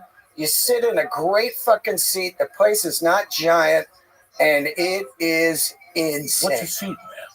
It holds a lot, but feels small. It holds like 16,000, but it feels small because it's a ball and it's just a wall that goes straight up the seats like this. And then there's a floor, but I sit in the seats. And you just get this whole fucking thing, man, that you can't even, I can't even describe it. Doesn't matter where you sit. It doesn't matter where you sit, as long as you're not on the deck 101 back, because then there's a hangover that you can't see the visuals. Other than that, though, every seat in the house, and then it has something like, 10,000 speakers. There's speakers in your seat, everything. It sounds like a record, man.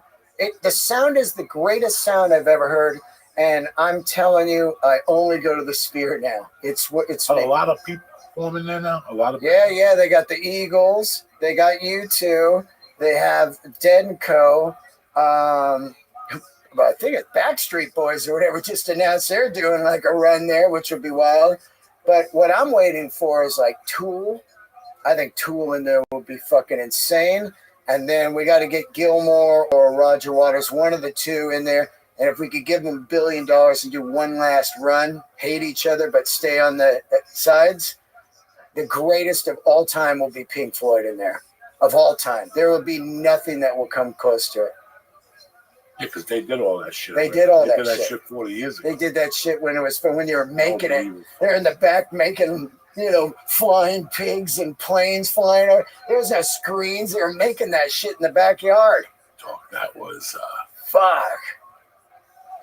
it's crazy how they did that. They did that. They did that with The Wall because that first song has a plane It flying. crashes right They into come it. right into the fucking thing, and I was like, and I did some heavy duty acid for that one. I was 16. I was mentally deranged. I was a mental midget, and I was fucked up. Where'd you see that one at? Nassau Coliseum. Yeah, that's right. Because they only did like First night. 14 and 14 shows. Yes, Yeah. First night, and I was fucking. I left there going, what the fuck was that? Creatively, when you go somewhere and see something that you go, how did they even think of that? Yeah. That's how the Sphere is. When you see it, you go, who the fuck give them all the awards, the visual awards, the sound awards, the venue award. This is how insane it is, too. I don't even fuck with bad food. They have pizza in there from some place called Pizza Rock in Vegas. So I go, fuck it. Let's get a piece of pizza. We're at a concert. I eat this pizza. I'm blown away. I'm like, what is this? Even the pizza is fucking good. Everything. How far from, like, it's on the It's right behind. It's kind of connected to the Venetian and the Wynn. Right there, you can stay at either hotel and you just walk in. Easy, you'll love it. No bullshit. You walk in, you sit in your seat. It's perfect climate temperature, and the whole thing is a screen. The entire fucking place. So when at one point, I'm watching U2, and they're dismantling Vegas. Whoever does these videos, man, it's insane. They start taking Vegas apart over a song, and by the end of the song, it's just Vegas desert and that old Tropicana sitting there. And you feel like you're outside. You're I like, can't what? imagine doing ass in there. Oh, that's what I'm saying. Because you're sitting in there going, fuck, Vegas is falling the fuck apart. Oh, yeah, you feel like you're seeing it. You're going, oh my God, we got to get out of here. Oh, man, I can't wait till you see it. So here's what you got to do. You book a gig in Vegas so you're not just out there. Right. No, I don't just go nowhere. Yeah. You got to pick up an envelope. Fuck Yeah. that shit. You pick up the envelope, and then the next night we see that, man, and it's a glorious On a weekend. Sunday night or something. Yeah, Saturday or Sunday. Or even flying Friday, do the Mushroom Friday. 100%. Go Friday night and then do the show on Sunday. I would actually Saturday. take mushrooms with you there because I've been there now 3 times, so I've got my bearings. But, first couple times I go, I don't want to fuck around in here. This is crazy, Oh, man, I'm telling you, Joe, it was fucking epic. And John Mayer just destroyed. He's so fucking good. It's fucking nuts. Guy is unbelievable. They Fueled got by pussy. Yeah. That motherfucker has fucked everybody in Hollywood. Everybody. He has destroyed every snatch with that guitar. He just walks in like one of those Latin Mexican guys playing the guitar with a cape on. Yeah. He's Zorro. Didn't he fuck this chick, right? She wrote a song about him, the skinny chick that's dating the football player. Yeah, he fucked her too. Oh, fuck. Yeah, he banged her in the head with the guitar. He just said, here, take these songs, bitch. He fucked her in the head with the guitar. Guy can play. The guy can sing. Holy shit. So you're doing something that I'm very proud of you to do. I know you've been working on it for a while. It's your new special. And you got a bunch of symbols surrounding it. I mean, this is just, it's great for you that you're doing this. And how seriously you took it. The sets. And, there's not a lot of people that work like you, Dean. There's not a lot of people that are out there working like you. And when you're a person like you, with your attitude, has that type of animalism, shit doesn't really bother you. No. Because you're not focused. Like what you said, the guy promised you on the Apple show, and then you don't hear that the next day. Yeah. But you're so used to your stuff that's what happens. The only time you got uncomfortable with shit like that was you not doing the work. Right. And that's what people don't realize. I know it's bullshit me. But like, I can't get stuff going because you're not putting in the work. Right. Don't tell me that you're not getting this. It's like me with stand-up. I'm having a hard time, but I can't put the work in. It's so much fucking work. Oh, my God. With so many notebooks. So I sit there for hours in the morning, and I just write stories and shit like that. I got to do Ari's storytelling show. I'm in no danger. Oh, my God. I don't even have a story for him. Yeah. Nothing has happened exciting in the last 5 years. Oh, fuck. You know what I'm saying? Except my daughter hitting a double or something like that. You know what I'm saying? Like, there's nothing exciting. But that's a fucking story, because here's the thing I think is interesting about you right now in this thing, and I try to convey it on stage also, is like, this is funny because you've been this tornado your whole life. Tornado. And now you're like, hey, fuck all this. You know what I mean? I just want to watch these Little League dads fight. And I'll just have an edible and laugh at it. And then I want to go home to my house. That's what I do. And that is a fucking interesting thing to hear from somebody that achieved such high status in comedy, from the fucking ashes all the way up to, you and I, you sold out the Chicago theater.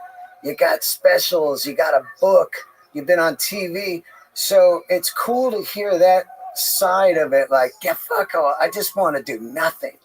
There's something funny about I want to do nothing. And it's so hard to do nothing.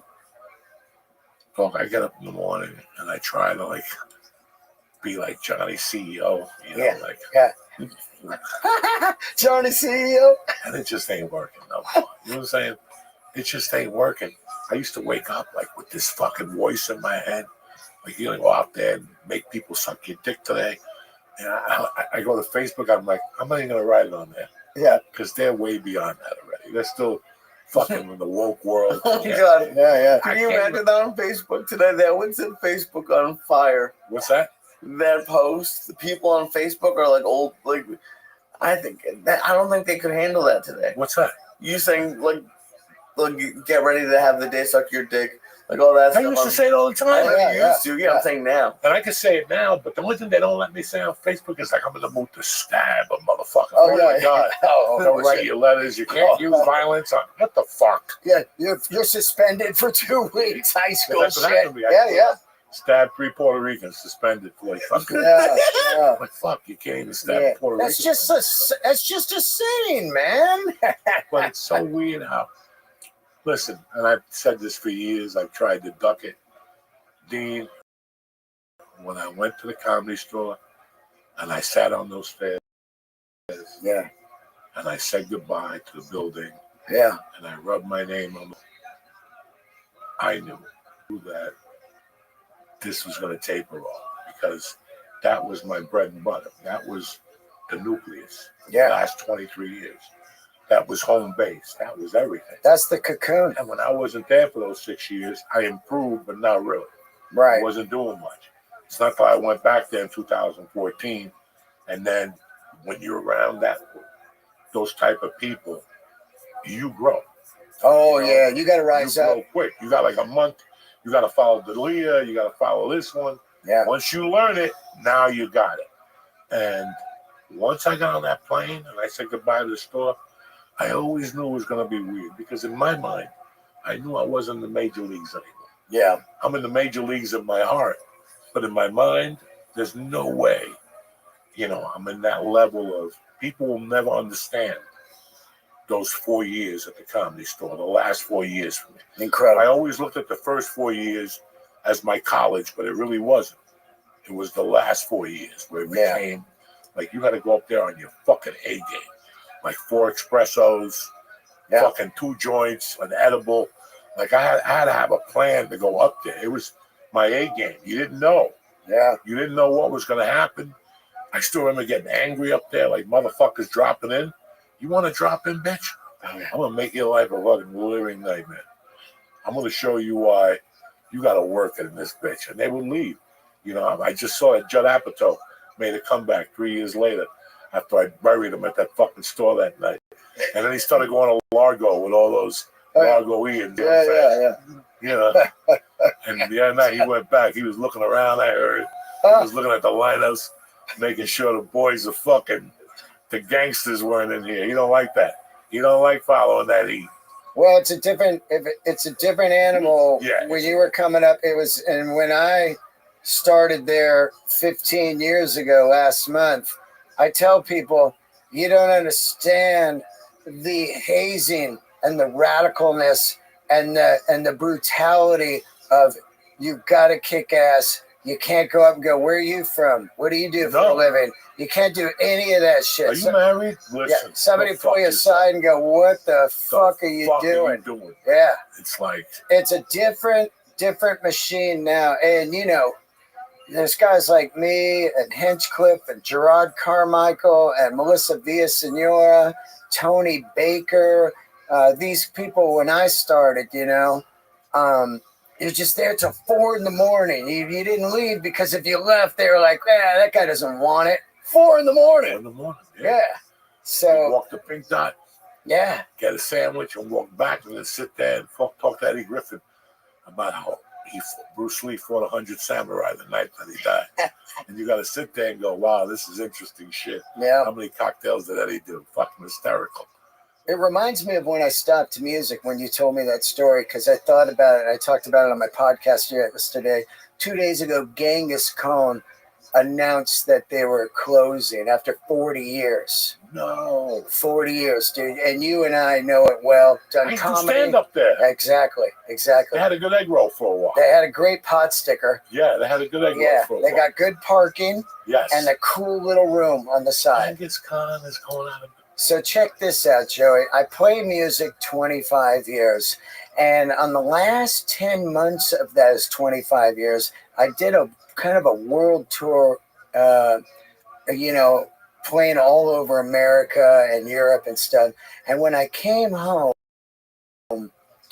I was like, in my mind, I was like, this is kind of it. People aren't buying music anymore, downloading it.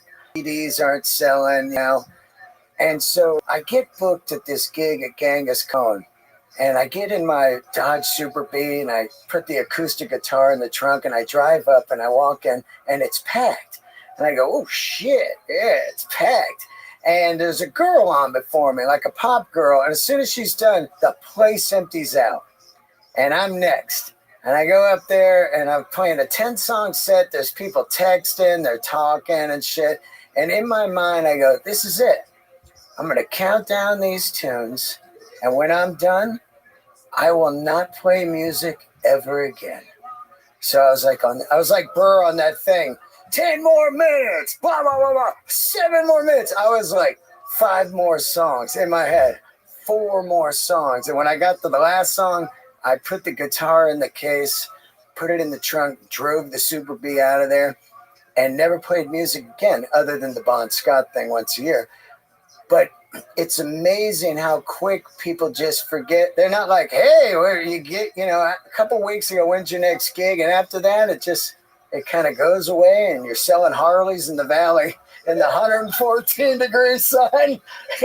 Having some guy go, pull the blue one out again. I want to see it in the sun. It's like, motherfucker, it's 117 out and your wife ain't going to let you buy this. Get out of here. So when I got here, I was looking for a job. Yeah. Like during the pandemic, Yep. I was close to get a job at CVS, stocking shelves by my house. Whoa, really? Doing what? Stocking shelves. Whoa. I was like, but then I realized nobody would hire me. Yeah. I couldn't get hired if I fucking wanted. Thank God for that felony, huh? No, well, the felony, and people like Joe, if you come to work here, Oh yeah, you'll get mobbed. it's gonna be mobbed. Yeah. We'll make money, but then when you're not here, we're not gonna do nothing. So Yeah. it was like, But also people are like, aren't you Joey? Hey, can I get a photo? yeah, that's the reality of it. Oh, Like, my I was God, like, how can I get a fucking job in a warehouse? People gonna fucking torture me and shit. This is how fucking crazy I am. Yeah. Well, why were you getting a job? I just wanted to try the normal life, man. Yeah. I tried it. It sucks. It's just like The Godfather when they go, I'm out, and they pull me back in. Because there I was. I did music 25 years, and then I go, I'm going to sell Harleys. I need health care. And then the Tarantino people come walking on one day out of fucking nowhere, and they go, hey, we need an advisor on this biker film. And next thing you know, I land a role and advising on Hellride, and then I start doing movies and then comedy. So it was like, what the fuck, the weirdest way to get into comedy. The long way. But it's crazy how I was like, you know what? Something's going to happen. Yeah. I'm going to buy into a weed store. Somebody will have a fucking hot dog business. They need a partner or something. Nothing's happened. Yeah. So I'm stuck doing stand-up. And it's just fucking fine. Yeah. I can't be on planes every weekend anymore. That's one thing that the tours, that's done. It's worse than ever, the planes. The planes are worse than ever. I don't have the patience no more. No. I just don't have the patience. The animals in there, man. If I get there and they go, the plane's delayed, Oh, I fucking snap like a twig, and then the walking and the switching, and yeah. they lose your luggage, and you're like, you know what, man? And every once in a while, you do get a great flight. Yeah. You do get a great flight, but No air traffic controller guys anymore. You're like, hey, are we cool to come in right now? A wheel falls off. They were diverting people. I knew it. There was a fire at Newark. Yeah, Fucking you crazy. can see the flames from the fucking highway or some shit. Every time you get on a plane now you have to take that insurance. Yeah. So Oh, yeah. your family gets nothing. They get like $5,000. Well, I thought if I died in a plane ride, I got a couple million. Oh yeah. You get 250,000 or 175,000, a percentage of what you're gonna make for the rest of your life. Oh. That's the big. Look at these people in Minneapolis. The plane that flipped over. They told me the 30 G's to go fuck yourself. Go fuck myself. I'm calling fucking the judge that's getting that poor bastard out of Nicaragua. That Trump sent down there by mistake. You see that poor bastard? Oh yeah. They got him in a prison. I didn't do nothing. You got to do something. Oh. Somewhere along the line, you ran a package for the Nicaraguans. You did something for Valle del Norte, whatever that gang's name is. I don't know what the fuck their name is. Oh my God. No, the other fucking guy that, Trump just sent back. He iced some people, right? He sent back a bunch of Venezuelan gang members. Well, he took this dude that was like a UPS driver in Minneapolis. The judge told him he's got to be back by Monday. And they're like, listen, that ain't going to happen. That prison owes like 40 G's deep. By the time they find him, he's been raped already. God knows what's happened to him. You know what I'm saying? Yeah, we got some crazy times. Really? He's staying? Yeah, because they was on 60 Minutes last night about the tattoos. Yeah. And how they found this guy had a flower tattoo over a crown. And he was like my favorite soccer player. And they're like, knock it off. You're a fucking gang member, cocksucker. How long did it take you to work on this special, Dean? Well, I was the first half of the material. I was kind of working up to do Conan for my second time, and then COVID hit. So it was a chunk about my back. And I was just going to go like an Al Magical style, which I really like his style, where you pick a topic and that's the thread of the 5 minutes. And from there, Burr started touring. We did a Texas tour right around COVID, and COVID was ending. And then from then on, I went on a 2-year arena tour with him, and I started working this stuff. And about the last 4 months of the tour, I was like, 2 things scared me. I had this weird acid reflux called silent reflux, where I didn't know I have it. It's not like the reflex where you go, God damn, heartburn. It's silent. My voice started fucking like going away because the acid flies up on your vocal cords and it just trashes it. So I went to the doctor and I was like worried, like, I have no special in 15 years. If I died right now, it would be like I didn't do comedy. Like, yeah, I heard he did comedy, but I never fucking saw it. So immediately I was like, I got to get a special going. And I really felt ready. And I remember Dave Attell telling me, he's like, don't rush it, because once it's out there, if it's a piece of shit, it's just out there forever. So I really fucking dug into it. I was ready. And at the right time, I ended up interviewing this guy named Todd Mayo. And he owned this cave in Tennessee where they do bluegrass concerts. He has an Emmy award-winning TV show called The Cavern Sessions on PBS. It's like the other show, Austin City Limits, but it's bluegrass. He found this cave. He was just down in the dumps in his life and went cave fucking hiking, found it, went, I wonder if we could do a concert in here. He does Chris Stapleton, his first show. 12 years later, I'm interviewing him because he wrote a book called The Caveman Chronicles. Mid-interview, I go, I got to shoot my special in there. He goes, man, we've always wanted to do comedy. Let's do it. And a month later, Bill Burr, myself, and Marcus Price, who directed it, flew out there, took a full gamble. No one's ever done comedy in there. We don't know what it sounds like. We don't know what it's going to be. And it's an hour and a half outside of Nashville, which at the time, if I knew that, I would have been nervous too, because it's in the fucking no man's land. And these fans got to come out there. But they came out, 2 shows sold out. We shot the special. Marcus killed it. Bill produced it, financed it. It's self-financed. And it looks fucking insane. And it's the best thing I've ever done in my life. I absolutely love it. I don't care if it's one of those ones you could trash it with your comments and I'd be like, yeah, it's not for you.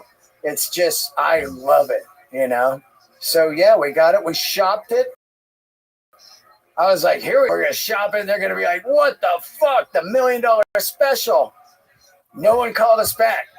No, Netflix, we couldn't even get him to look at a 1-minute clip. And this thing's phenomenal. Like if I was Ted or whoever the head guy is over there, and somebody said, you might want to look at this, I'd go, I don't care what it is, just buy that because they're going to click on it with just the look of it. The look of it, yeah. Just the look of it. Everybody that sees it, they go, what the fuck?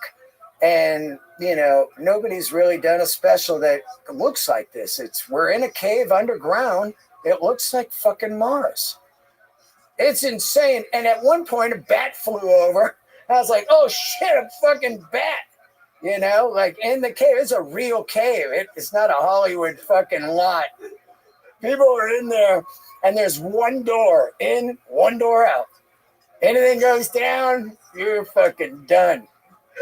And then we had all these cabins there and yurks and tents, and people flew out and camped out there, partied for the weekend, and came into the show. It was goddamn magic, man. And now it comes out on Patreon when? It's on Patreon right now for 10 days, and I put it on there really for my Patreoners that really helped me through COVID, man. Without the Patreon, I would have been fucking on the streets. Gave it to them last night. We watched it together, and now you can buy it on my Patreon for $10. You know, it's self-financed, so anything helps. And then I drop it the day we hit Austin, April 17th, the Paramount Theater. I'm dropping it on YouTube for everybody for free. And all I ask is just to share it or fucking just watch it, man. You know, it's pretty fucking insane, the look of it. And I love the jokes. The thread is great. I was ready. I was definitely ready. You know? For you, man. Goddamn, I put you on the front. The intro has all these photos of people that helped me in my career. And if you stop it, it's kind of cool. You can stop it like a slot machine and see who comes up. Like Joey, San Francisco, when it was fogged out and I had the headline for you while your flight was stuck. Oh, shit. That's right. Yeah, that comes up. Right. Then you and I in the Comedy Store hallway the last week before you left. Boom, photo in there. I put everybody in there that really meant a lot to me in my life and my career. And then I dedicated to my mom, who passed away a couple of years ago, who didn't get to see this, unfortunately. But, you know, Marcus Price, who did the recent Keith Robinson special, he directed the shit out of this thing. And he's in a cave. He doesn't know. It's not like we're all in a cave. Like, what do? I think you just get a crane and fly it. You know, we had a crane in there. It was fucking flying over the people. It looks cool, man. You saw some of it, right? Yeah, it's really crazy how I don't know what's going on in the special world anymore. Yeah. Some they buy, some people on YouTube. Yep. It's I mean, they didn't buy like Joe List, but these guys are inspiring to me. You know, like a Sam Morril or you know, Tim Dillon, all these guys that put them on and they blew up. Shane, you know, these guys put them on and then they blew up and then people buy it. And it reminds me exactly of the music business right now. The music business just sits back and they look around at like, this guy has 10 million followers and these 3 songs are 1 billion streams. Give him a deal. So now it's almost like they're kind of laying back and they're waiting. And if something blows up, then they come at you. And then that's when you grab all the money, you know, because you go, well, I already made this. So you got to, you know, come with something because I already got it going on right now. Now, I am not delusional. And I tell people this a million times because people just go like, yeah, you just put your special up, man. You get like 3 million views and you're selling out theaters. That's if you're like, you know, say like on Rogan Weekly and you're getting people sharing it and you're getting the viral thing. This thing could easily just do 5,000 views.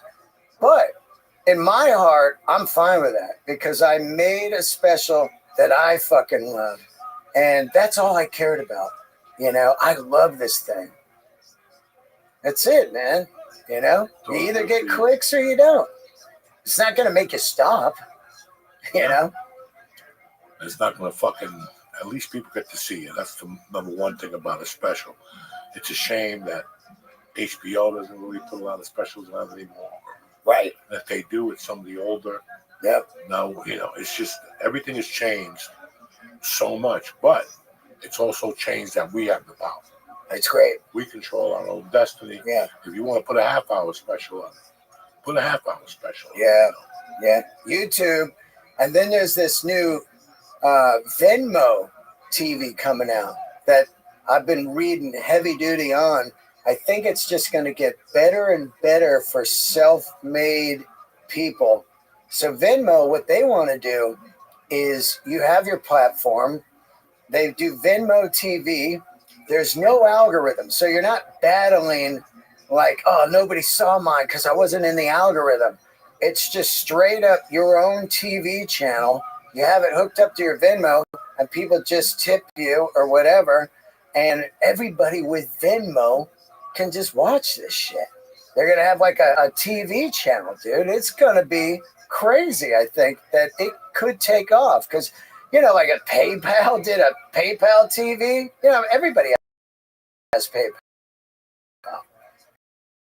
So you're on PayPal and you go, oh, fuck, look at this, a special. I'm going to watch that. It's kind of a wild world, that we're about to probably venture into. But they also, I've seen other comics like get their specials bought. Right. Like some of them bought both. Right. Go up like Shane Gillis or something. Yeah. They license it, and then you can do whatever you want. Constantly chop it up, put it out, put it on the hotels, the airplanes, anything, When do you think you were ready? Like, because you said you're at 15, like, do you think you're ready at 10 to do a special? Or, like, when do you think you were ready? To do another special? So when do you, to do this one? Oh, yeah. About a year ago, I was like, I'm ready. I had done this material in an arena all around America, opening for Bill. And that's a tough gig when you're opening for one of the biggest comics in America, hands down. And he's a slayer. And you're coming out stone cold, no host. And you're doing 20 in an arena, and people are just looking at you like, where's Bill? And now you got to get it going. It is the fucking truth. Yeah. 18,000. Garden. You just did the Garden. It's so fucking electric when you walk on. Yeah. Dude, I got goosebumps right now. You walk on, you're like, I'm fucking right where, some of the greatest shit of all time happened. You saw concerts there, like fucking Zeppelin played here 5 nights or whatever. And you're in that dressing room, you see all the photos, and you're like, all right, I gotta fucking get this. It is. So you really figure it out right away. Is this material working? And once you see it's working, you're like, it's time to shoot this and move on. Did it change at all going from like doing it in an arena to doing it in a club? No, it's just like in the arena, like somebody told me when I first started doing arenas, they go, the tip is go slow. That's it. And I was up there after a while. I was almost kind of cocky after a while because I was like, oh, another one of these. Because once you're inside, they're all kind of the same. It's driving up to it. You're like, fuck, we're in an arena. But once you're in it, you're like, oh, yeah, where are we? If you go up there and do my style, it's a nightmare. Oh, yeah. Because all you hear is a person yelling to the microphone. Right. Because I'll go on a rant. Right. And those rants don't work that well in the arena. At least Bill has them tipped. Right. But a fast rant, you just hear boo, boo, boo, boo.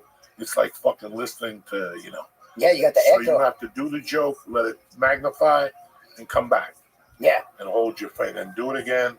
And it's hard to learn, but that's why you do the theaters. That's why there's an evolution, Nobody goes from, I did. I went from fucking 18,000 seats to 60 last Wednesday. Yeah. And I just died a slow death. Like I just died. Everything that came out of my mouth was horrible that night. But I'm like, I couldn't make, I just came from the Garden. Yeah. And here I am in a back room at a fucking sandwich place, Dude, the same thing happened to me. I did the Garden, And the next morning, I did the cellar brunch show and ate the biggest dick Biggest of dick all in time. pics. Mhm. And Of that's all okay. time. You just came out of this fucking garden. Dude. You're good. You're good for a month. Yeah. If you bomb within that month, it don't matter. Because when you walk off, you bombed tonight. You really, bitch, I just did the garden. Yeah. Check yourself, motherfucker. Yeah. You know what I'm saying? I meant to bomb. Yeah, 99 problems and a bitch ain't one. Was that your first time doing the garden? Second, Whoa, who'd you do it with? Rogan? Tony Hinchcliffe. Oh, Tony. And, Killed Tony. oh, that's right. Oh, that's out today, man, everybody. It's on Netflix today. The New York one? Just came out. No, not that new. It's a new episode. Oh, Kill Tony? Yeah. Oh, I thought it was the garden thing that they put No, out. they just recorded it. It Oh, came wow. out last night, 2 nights ago, I guess. Oh, wow. Oh, yeah, the one with Shane and all those guys. Yeah, I think Rogan's on it. Yeah. yeah, I Oh, saw wow. them. Yeah, it's out today. Yeah, that's amazing, huh? Fucking Wow. crazy. Kill Tony, the belly room, and now they're on fucking Netflix. Dude, I look at a lot of people from the store, and I look at the success they've had, and all of them crazy hard workers. There's not one person that blew in there and you're like, that fucking guy was like here 2 weeks and he did arena. No, man. It's like grind. I had a situation a couple weeks ago. These guys know about it. A friend of mine wanted me to put her podcast up, and it was a really weird conversation. And I did it for her because I have history with her and she's a wackadoo. And 2 hours later, she goes, I want you to take it down, you know? And then I heard from her like that night, like at 10 o'clock, and she was saying that she really wants to do a podcast, but she thought about it and she just destroyed herself. Like, you know, when you're talking to somebody, I've seen people do this all the time. Like, you know, I wanted to be this, but they just put all the negatives in it. Yeah. You know, and I said, okay, whatever you want to do. You know, it's up to your choice. I really don't give a fuck what she does. But I thought about it for 2 days, how people don't see themselves growing. But I thought about how when I did comedy all those years, I thought I was just going to die a bump. Okay, I was just doing comedy instead of doing criminal activities, whatever. My point is, but then you're running in this circle. You're in a circle, and everybody in that circle is poor. You're all struggling. This guy's got 2 roommates. This guy's mother sends him money. And then in my world, it was like Josh Wolf, living in an apartment, eating turkey burgers. He gets a $500,000 deal. And then, you know, I saw Ralphie May in a studio apartment. And 6 months later, he's in a fucking house with a pound of weed on the fucking living room table. Yeah. You know, I still remember Joe when he was on news radio. Right? And he had the NSX or something like that. He sold the Scirocco Yeah. to the skinny kid at the store and bought an NSX. Oh, an Acura. You know? And Yeah. like you see, so when you see people, like when you grow up in North Bergen and you hang out with 10 guys, yeah, one of them might hit Eureka, got into the stock market, whatever the fuck they did. But unless you see it, you don't believe it. Yeah. And that's how because this isn't the problem. I wasn't just pointing her out. I pointed even people in LA that come to you and they go, I really want to write a script and I just need your help. And you're like, whatever you need. And then a week later, they talk themselves out of it. Yeah. Just talk themselves out of it. And you're like, you want to like talk them back into it, but you're worried about, I got a daughter. I ain't got time to convince you Yeah. to get your life together. But it's so weird how, unless you see people grow around you, Yeah. that's when you start believing it. Like Oh, I had yeah. Josh Wolf, Ralphie May, Bobby Lee. You had all these fucking people blowing up around you, Crazy. you know? And all of a sudden you're like, here I am in a 1-bedroom studio eating fucking ugat for breakfast. And then one day something just happens. And now you're at least, like there was a time I had to call my wife every day and go, can you put $20 in the bank account? Oh, yeah. I would have like 4 from the night before. Yeah. So now I got 24. I could actually take 20 out and buy a bag of weed. Yeah. You know, I never thought I would be out of that. This was at 40. I was still calling my wife every day. Can you put 20 on my books? Joey, we don't have money for the rent. I know. I'm going on the road, all this shit. But not even that. I'm not even talking about that. I'm talking about having good sets. When people put you on a special or Comedy Central, whatever, it just switches. But unless people see other people growing, it's tough for them to believe that they're going to grow. And that night, and like I said, I just pointed her out because her attitude went from hero to zero in 4 hours. Yeah. Like, it's not for me. I want to work behind the scenes. Or what? I mean, and I just, all right, good luck, whatever you want to do. I'm here. And for 2 days, it really wow, how people listen, I'm going to be honest with you. I know so many comics that were so much funnier than I was. Oh, man. And then they went a different route. They got scared. They did this. They did that. I saw so many people talk themselves out of a career in LA. They were close because you never know how close you are. You don't. But why, like the words of my girl Sheryl Crow, why quit before the miracle happens? Yeah. Let the fucking miracle happen. It's a fucking miracle. For me to have more than $200 in my checking account, that was a miracle. Yeah, man. Because if I got $300 for a gig, I bought an 8-ball. Yeah. Okay? Oh, yeah. An 8-ball. Yeah. So it's a fucking miracle. And people don't, it's really hard to make people believe that you have to get into the slot. It's like you're in LA doing open mics. And one day somebody says, come to the Improv with me. You go, the booker likes you, they make you do sets in the front. Yeah. You just moved into the chamber. Totally. Now, it could be a chamber of a fucking machine gun with 1,800 rounds. Yeah. Or it could be a chamber with 6 bullets. You don't know? You decide, and you don't know. Yeah. And you don't know. And you get into that. And the next thing you know, you book a national commercial. And now, it's no big deal booking a national commercial, but people can't fuck with you. Because they know you got a chance now. I don't want this motherfucker to blow up. And they don't want to talk to me. He's in the machine. So, yeah, you're in the machine now. And then you might book a 1-line role in a movie. And then it just keeps going and going. But you're in the fucking rotation, you jerk off. Yeah. Don't give up now. No. Now is not the time to give up. And even if you're not in the rotation, get into the rotation, then quit. Yep. It's so weird, jiu-jitsu.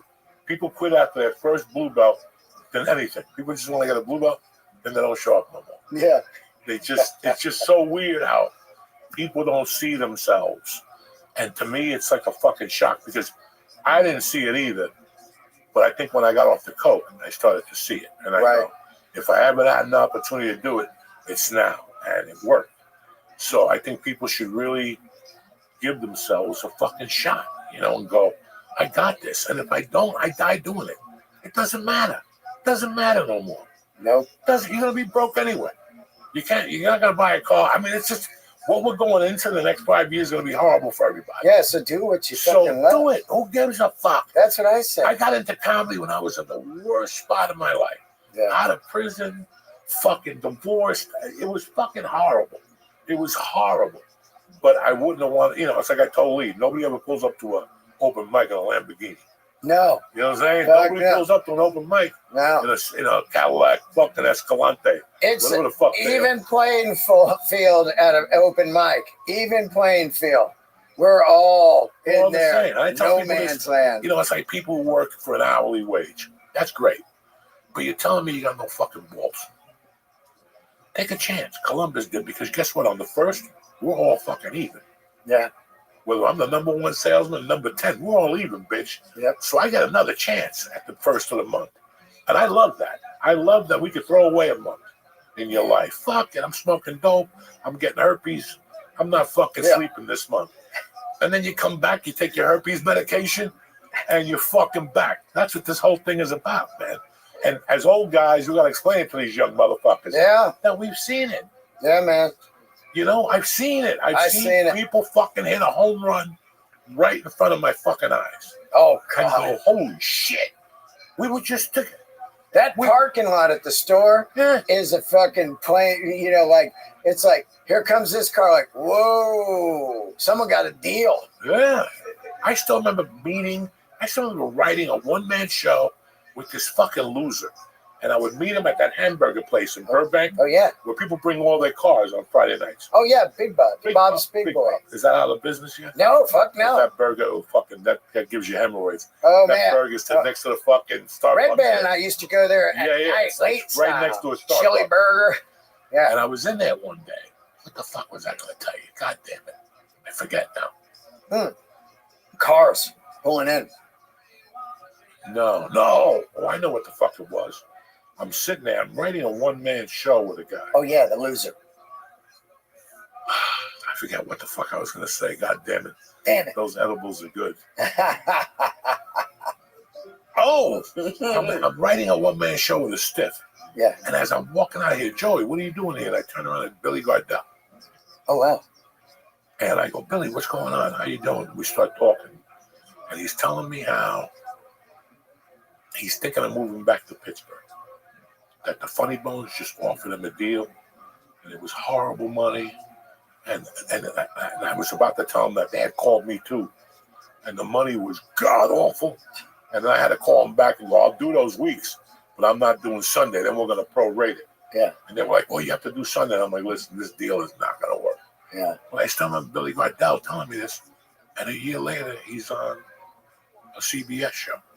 And now he's the host of a fucking, wasn't he hosting? He's had 2 shows on CBS Yeah. that are in fucking recurring, whatever the fuck that's called, syndication. Right. And he's touring now. You know, he's going to be here somewhere. I see him in Flappers. Yeah, I know he's on Flappers. Yeah. He's a funny Good dude. motherfucker. Oh man, But I good still dude. remember seeing him. He lost a lot of weight. Yeah. He looks killer. Yeah. I still remember seeing, and he was a killer comic. Yeah. He's one of the nicest dudes, man. Nicest dudes in the He'll world. come up and go, God damn, that fucking joke's strong. Yeah, You know? he's a good dude. He'll tell He's you a that. very good dude. Yeah. He's an old school comic. Yep. And I still remember him going, I don't know if this is going to work out. Motherfucker, you got a billboard on fucking CBS and shit now. And you know, and I remember those things. Yeah. Ali Wong. Oh man, I tell the story Ali all the Wong, time. Fucking, half of the Whitney. Well, no, I didn't know Whitney before the operation. Ali Wong's incredible. What What a superstar. Yeah, I don't remember. I didn't meet her until after she had the TV show. But you see all these people and you see them make the explosion. Now you're like, okay, that could happen to me. There's been a lot of explosions out of the store. A lot. It is The nuts. chick on Saturday Night Live. Oh yeah, Melissa. No. Oh, fucking Punky. Punky. Dude, yeah. bartender to SNL. Great story. Great I story. bumped into that black dude. Leslie Jones also out of there. Leslie Jones. Fucking Melissa, 3 SNL people, Crazy. I love it. Crazy. Yeah. And I remember meeting the black dude from Forrest Gump. Forrest Gump. Oh, yeah. I forget what Michael, Forrest Michael Whitaker. T. Oh. Michael T. Oh, okay. Williams. Michael T. Williamson did the pilot for Miami Vice. And years ago, we did a new Law and Order mock-up show. Oh, wow. I got a call from an acting coach. He goes, keep this under the fucking wraps. Law and Order wants to do something else. It's called Law and Order Judges Circle or something. Yeah. And they just wanted to use a couple of actors, and she used me. It was me, the kid that's always on. He was on our podcast. He's a guitar player that came from Northern California, and he was Joe Bonamasso's student. I forget what his name is. I see him a lot on Twitter. Richie Kotzen? Huh? Richie Kotzen? No. It was him and Michael T. Williamson. Oh, wow. And during the breaks, I would talk to Michael T. Williamson. And he goes, I saw you at the store one night, good stuff. And we started talking. And he goes, I used to hang out at the store a lot before I got Miami Vice, because he was on the pilot of Miami Vice. And he goes, I used to see Trudy. Trudy was on Miami Vice. Yeah, that's right. She was a waitress at the store. Wow. She was a fucking waitress. He used to see her. And I go, where is she today? And he goes, she owns a clothing store in Compton or, Yeah. That That place has churned out the stars. What's that? The store? The store. It is crazy. In the last 20 years since I started, I'm 16 years in now, I just look at the people and I go like, wow. Ari, Burr. I mean, Burr, of course, he's, 30. Always a star. Right, but I'm just saying, when you really look at these guys that became these giant killers in there working all that material, you know. And then Gerard Carmichael and who else was somebody else fucking shot their special. Brother, there is so much yeah. shit that came out of them. Yeah. And I tell people all the time. I told Lee a couple weeks ago on this podcast, I don't really care about shit. Like, I didn't do nothing in comedy, but I held my own on Tuesdays and Thursday nights the last 4 years. Yeah. And that meant more to me than anything in the world. Those are the best lineups you're going to see. And we were right there. And, they were always, just being around that, you knew you had to be on top of your game. There was no fucking, and that's all I ever gave a fuck about. No matter how this ended, I came out of Comedy Store Marine. Yep. And that's all I ever gave a fuck about. And here we are. You get that name on the wall, yeah. And sometimes you're rolling down Sunset and you turn the corner and you see your name on the marquee. It is fucking awesome. I wouldn't even look. I would just shake my head and pull on the parking spot. It was awesome. You And just the first go, time they put your name up oh, there, you come all over yourself. Oh, I sent it to my As you're mom. leaving, they're putting the name up the night before. Yeah, they put it up. You're like, Oh, I'm not there. shit. And then you get that, it's a different name. Oh, They just put that up because then somebody called in to pop in. yeah. And you come down there and watch this. Yeah. Oh. Barry Sobel. What the Motherfucker. Any dates, brother? Huh? Any dates? Oh, yeah. Let's see. This comes out tomorrow. So I will be with you at Moon Tower, 17th and 18th, and Lee at the Paramount Theater.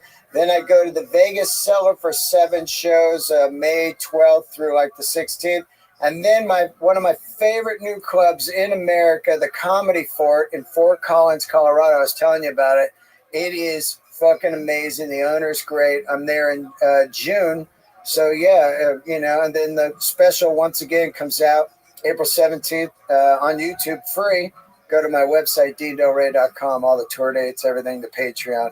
Congratulations, bro. Oh, God, I fucking love you, man. And Lee, what do you got, cocksucker? Yeah, Lee, look at the shape of this beauty. I got a a busy week. yeah, a busy I'm at week. Broadway Comedy Club Tuesday and Thursday. I'm with you on Wednesday in Jersey. Dojo of Death. yeah. Dojo of Death. And then I got May 17th at Philadelphia. That's sold out. NJ Packer sold out now. We got tickets going on sale for August something at Parks, right? August 15th. Where? Parks Casino, Philadelphia. Oh, fuck yeah. That's my Oh, yeah. new- Where are you telling me you're going to do like a run there? Yeah. I've done 2 shows. Oh, that's cool, I man. got one more next month, and then I love the place. So where you going to be again, Lee? Broadway on Tuesday and Thursday, and with you at the Dojo on Wednesday. Lee got cooked. What'd you give him? What didn't I give him? He's got some slurring going Oh, on. yeah. It was that last fucking Lee and I rode the bus over, man. That was wild. Wait till you have to ride the bus home with him and carry him. No, Wait till you have to sit on your lap on I'm the going bus. Uber. I got to go to the I'll take stand. Uber with you. It's good to see you, brother. Goddamn. Congratulations I again. miss You're you, my man. brother. I miss you too. And just being here right now brings me back to those last couple of weeks in LA. That time I smoked the 24 karat at Snake Bite, and I was drooling, and you were talking, and I just came out like, Joe Montana's the best. Just Oh, my I was running down the stories with Lee on the bus ride over here. That fucking family brawl at the Gotham, with the tables. Oh my God! What about the time we saw the guy with the pirate? Driving. The guy driving. And, Oh, yeah. and we were right next to him. Oh my The God. pirate, and the guy looked at us. That was the fucking funniest, dude. Those- Pirate. You're a pirate. Look at those- you. Let me tell you something. There's nothing like a comedy ride. Oh my God. You have to go to a gig and there's traffic. Me and Lee had to go to San Diego one night. Oh. We could not stop. We had to pull over. Oh, yeah. 2 times. Oh, yeah. I was laughing so hard, my head was ringing. That's what I was telling Lee about. How you have to come in a woman's mouth and then punch her in the stomach. And then she comes and then you make her suck it up with a straw. And he's like, how do you do that? I had never done that in my life. I'm just pulling his leg. So wait a second. You come in their stomach. And then why do you punch him to get it out? And then what? Then you make him suck it up with the straw. He was like baffled. Oh, He had never heard that at Jew summer weight camp. Also, and I could be wrong, Isn't this also the ride where you told me that you were pregnant? What's that? Isn't You were it also pregnant? the ride that you told me that Mercy was coming? I don't remember. I think it was that same ride. Like you told me those two stories. I don't know. That's when we went to Harrah's in San Diego. Oh yeah. We were fucking late. We were fucked up. We took like 2,000 milligrams on the ride down. Oh, yeah. fuck. We got down. The guy's like, the show's starting. No, it's not. Yeah, yeah. We're eating first. We gotta sit down for a minute. Yeah, they can wait all they want. The guy brought me fucking lobster bisque in a rush out of like a Chinese container. I'm like, I'm not getting on that stage. I'm fucked up, Jack. He's like, what do you mean? I'm fucked up. So you better get some food out of here. Lee was eating right out of the fucking container. Yeah. They gave him like steak or something. Oh man. Well, dude, Great food. I don't think I had an iPhone yet, maybe, or dude, or something didn't work, and we kept getting lost and kept getting lost. Yeah, we kept getting lost. You had to get out of the car at one point because I didn't get to puke or something. You what?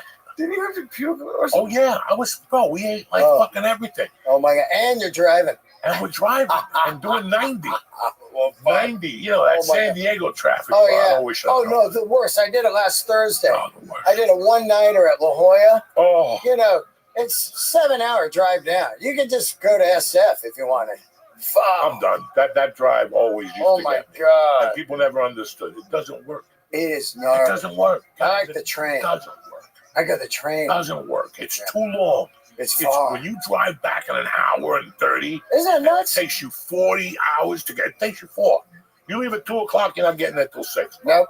Forget it. I leave at I'm 10 not now. doing it. I'm not fucking doing it. Crazy. It was always horrible. That was the worst drive in America. Oh, How does a 1.5 hour? Bro, I even made it back an hour. When I was doing coke, oh yeah. my drug dealer used to close at 1. I made it back in an hour 20. Oh yeah. That's 90 from Irvine all the way to fucking Hollywood. I did an hour 43 minutes Thursday Yeah. night. And on No the way, problem. Bro, on the way down, it's fucking 4 hours. Oh, easily. Easy every time. Easily. No. Whoa. I don't even like that San Diego that much. There's nothing down there for me. You know I what I'm love saying? that club, boy. I like the club. I like the beach. I like the sushi. But Yeah. after that, put me in the fucking car. Yeah, yeah. 4 hours for this shit? I could just go to Sushi's Eye, whatever the fuck, by my house. The one next to the comedy store. Sushi's Eye, whatever the fuck it is. Oh yeah. I love you, cocksuckers. Stay black. We'll be back next week. Don't forget to watch Dean Del Rey's special. And don't forget to, I don't know. Keep it alive, cocksuckers. Stay black. We love you.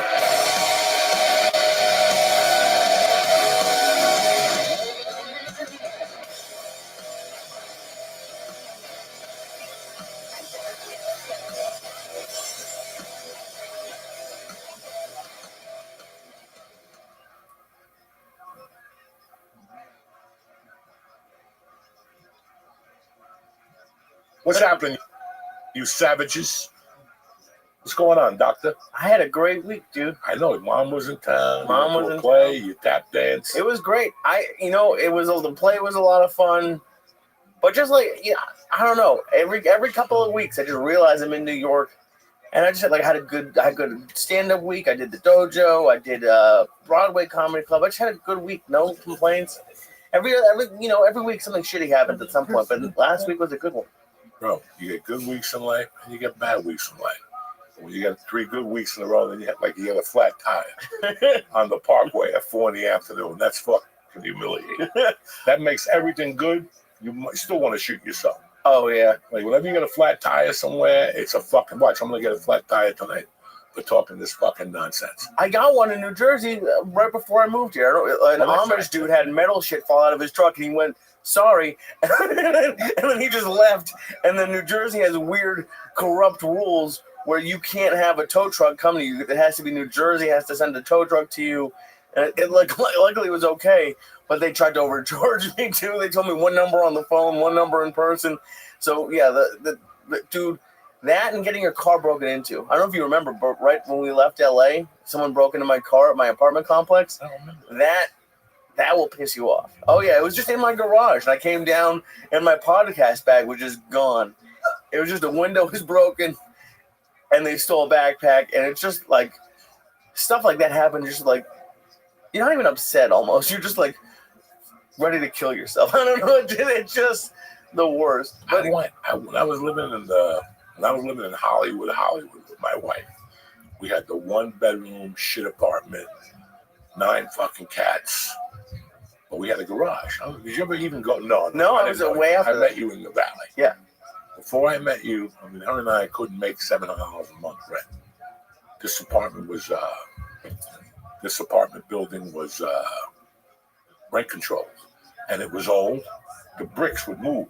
I mean, one time there was an earthquake, and those bricks were going up against each other. Oh. They evacuated us, and somebody paid, like, don't worry, the building's going down in 3 years anyway.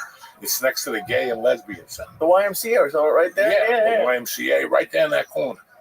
And what the fuck were we talking about? I really forget. I'm assuming someone breaking in or... And one night, everybody fell asleep. I'm sitting there, I'm bored to death. I had the monkey on my back. I was fighting it all night. I'm like, fuck it, I'm going to go back until like 2 in the morning. And when I went out to the car, I picked up the package. When I came back, there was a girl downstairs. I think she was a half a hooker, her and her sister were half a hooker. The one was like mediocre, but the one was killing it. And she had a boyfriend. Then one day the boyfriend came up and he goes, I don't know if you remember me. I go, no, I don't. He goes, I'm the guy that jumped off the roof at El Compadre one night. And I lived. I broke my both nebulas, whatever the fuck you like. This is the shit I dealt with in Hollywood. But when I came back that night, I was already blasted a little bit. And I remember going upstairs, and I never closed the car. We had a fucking Xeon. What do you call it? Neon. Yeah. We had a fucking whatever Neon. Dodge Neon. It was a death trap. Didn't have brakes, the fucking windshield wipers. And you know, for a long time, I had change in the fucking ashtray. That fucking was a lot of money in there. I think it was like $22. To me in those days, that was a lot of money. That's like an emergency Chinese lunch.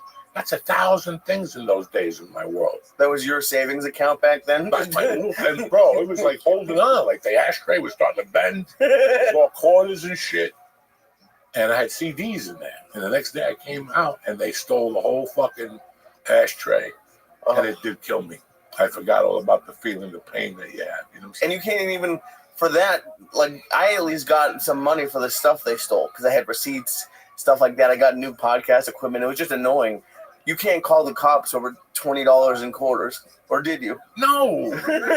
The way I looked at it is, hey, how many times did I rob people for quarters? You know, I used to work in 1993 when I lived in George. I used to work at the Jeep store on 12th Avenue in New York City. Okay. 11th Avenue, whatever the fuck that Jeep store is.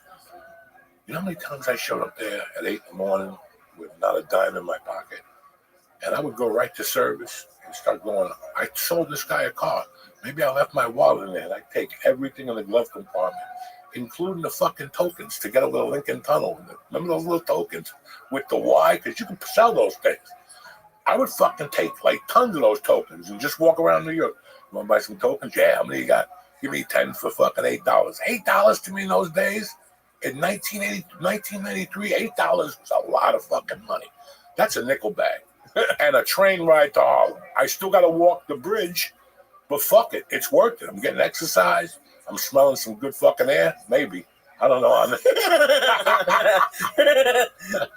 When you walk over the bridge, man, it's fucking beautiful. I've never done it. Oh, you walk over George Washington Bridge, and it's nothing. It's really nothing. I don't know how far it is. Break it down, George. How far is the walk? A mile and a half? Yeah. Gee, but most people do it for health. You're doing because you were broke. That's a different. Fuck it. You gotta. And listen, you gotta win a little. Like I would steal from ShopRite. Okay. Right? We'd go to ShopRite. Again, my mentor taught me this trick. I would go to ShopRite. What is it? Mito? No. I used to steal the screen for pepper. No. The big money was the shit that women put in their monkeys when they get a yeast infection. That preparations for hemorrhoids, please. I know them. I know preparation aids personally. You're like a street pharmacist. You're like, no, not the preparation age. The hot stuff in those days, which he fucking forgets, was the yeast infection medicine and Tylenol. Tylenol extra strength. And Safeway was on the other end of the Fort Lee Bridge, right there. It was right there. And they had the best lobster bisque in the business. And I would walk in there with a suitcase, like a businessman suitcase.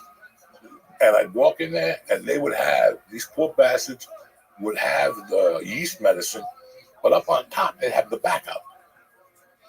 I wouldn't even fuck with this. I just take a case and put it in the bag and walk out of there. There was no security. I got there before security.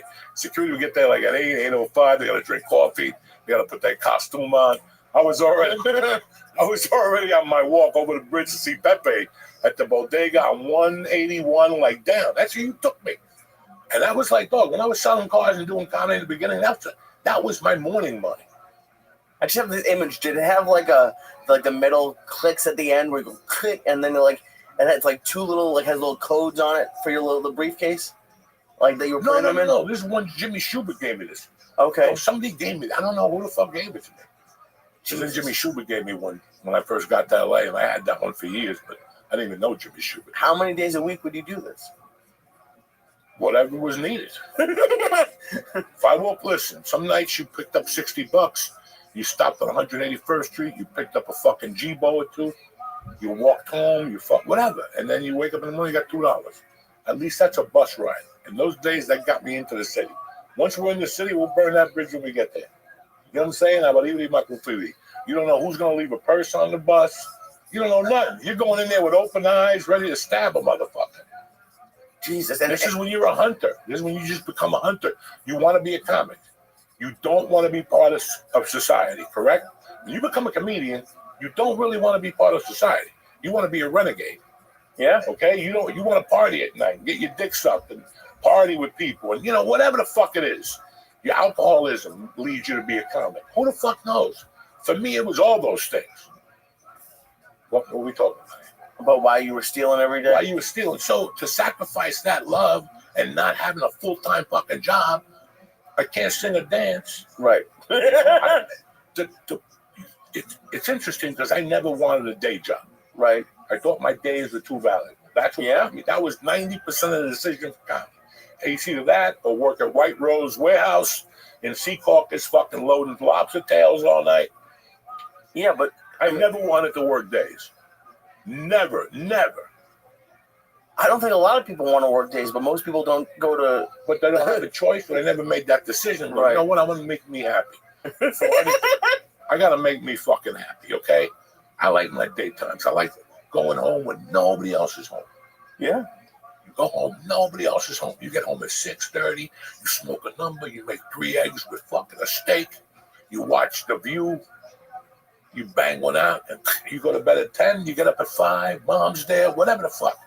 Working nights is pimp work. Man. Oh, I love working nights. Yeah. And then Friday nights, maybe you got a job that all you got to do is go in at 7, and they send you home at 9 because maybe there's 3 trucks to load. Very interesting. Well, we're talking about trucks. This guy's going to be upset that I brought him up, but you guys are going to love this. Friday night, my wife and my daughter have to go to a tournament. I can't go because I would never make it back. The first game was at 11:30 on Saturday, and it's a 2-hour minimum to come back. I don't know the town. They didn't have a beach. That's all I know. Some town in Jersey didn't have a beach. So Friday night, they leave at about 7:30. I'm sitting there. I can't watch basketball. And I can't sit there another fucking night, especially without my wife. At least my wife will find a show. I don't know how to fucking do Amazon and all that. Paramount Plus and fucking whatever. So she always finds that shit. I'm good with the regular channels and, whatever, TBS and all that regular shit. So I'm sitting there and I'm like, what the fuck am I going to do with my life? I can't smoke a joint. I really don't drink. You know what? I'm going to eat some mushrooms. So my wife made chicken cutlets before she left. And I had 2 of them with ketchup, and I was eating fucking chicken cutlets and stuffing my face with these mushrooms. It was like 10 grams. I weighed it and everything. What are you? Dog, I was solo, and I wanted to see the devil. I can't smoke reefer, and I was going to pop an edible at some point in the night. Not yet, though. Not yet. Okay. Aaron Berg, you're going to love this shit. So I go, let me go get sushi. In my mushroom mind, I'm going to go get sushi. Right? So I start driving on the 9. I make the U-turn legal, and I go into the place, and I pull up. There's got to be, I thought it was a Japanese parade. There had to be, a bunch of Japanese people, a bunch of white people that were waiting to pick up their orders and deliveries, and they were waiting for people to go online. I go, you know what? I could probably go in there and get like a table for one. They have those little tables. Yeah, of course. But I'm not walking through that crowd on fucking mushrooms. I don't deserve this. So I said, fuck it. I turn around again. I get back on the Route 9. I'm going up, and I'm like, man, they ain't fucking nothing around here. Also, I go, you know what? Maybe I'll go to North Bergen. And I'm like, that's a bad idea. The fucking chief of police just shit out his desk. Oh yeah. What am I gonna do? Drive up and down Kennedy Boulevard and shit, right? And all of a sudden, I go, oh shit, Bourbon Street. Bourbon Street is a little fucking strip club. When you get off the Parkway onto the 99, there's two big strip clubs. There's the, whatever it's called, I forget what it's called right now, Triple X. That's live and kicking. They got fucking naked women in there, women flying through the air, the whole thing. I went there like 2 times when I first moved here during the basketball playoffs because a kid I grew up with from North Bergen owned it. So he invited me in there and I went up there 2 times. Always very, it's okay, but it's not, you're too old. You're too old to enjoy a strip club. For me, I felt insecure when I go in there, but not this night. I go, you know what? Here's the deal. It's 5 to 9. I'm gonna fucking go in there. If things are creepy, I'll have a drink, whatever, and I'll leave. And I'll go home and deal with this fucking mushroom hell. I'll go do something. I'll find something. I make the U-turn. I go into this thing. As I pull up, my friend calls me. We're talking about music. I grew up with this kid in North Bergen. Avillo. He was on the podcast. We're talking about bands and all this shit. I get off the phone with him. I probably walked in there 10 after 9, guys. I went to a corner. I sat next to this little skinny black dude that looked like Marvin Gaye. And it was me and him in the corner. The mushrooms are hitting me. I'm on fire. And there's purple lights in these places. And there's music. But every time a girl would come up, the DJ would go, watch my girl Amanda. She's going to fuck up that night. Like he was just talking like I would talk. And I'm howling at him. And the mushrooms are hitting me. And then all of a sudden the girl comes over, what do you want to drink? I go, you know what? Fuck it. Let's go for broke. Again, something completely out of my character. Heineken. Go give me the coldest motherfucking Heineken you got. And I started drinking Heineken. Finally, the brother recognized me. And he's like, dog, can I buy you a drink? I'm like, nah, let me buy you a drink. Boom, I bought him a drink. We started talking. And boom, out of nowhere, they had knockout women in there. I don't know if it's like that 7 nights a week, but I know Friday night, they were off the hook. They were clean. They didn't fucking work you. There was no gangster shit. It's like a neighborhood strip club. That's you go in there, you can talk to the chicks. I'm sitting there minding my own business. And this beautiful African-American woman, when I look up like this, when you turn in a restaurant or a bar, when somebody taps you, go like this. When I went like this, I thought she was Shaq. That's how tall she was. But guys, beautiful. Just stunning with the dreads wrapped around her head. Stunning. A beautiful face, 23 years old, 5'10". What do you want to do? 265. You know what I'm saying? Bam. Bam. And I'm looking at her, talking to her. I'm like, this girl's fucking gorgeous. And she had a sense of humor. She was from New Brunswick. And we started talking in college. She's a dancer off the thing. She showed me her pictures. Me and the brother were just laughing. And when she got up, both of us were like, man, that girl's fucking cool as fuck. But my daughter's 11 years older than her. I can't get a lap dance from her. I'll be fucking, when you get a lap dance, you're thinking about your kids. You're thinking about your nieces. You're like, what the fuck? What kind of pedophile am I dancing with these women? So I just went in there and tipped them.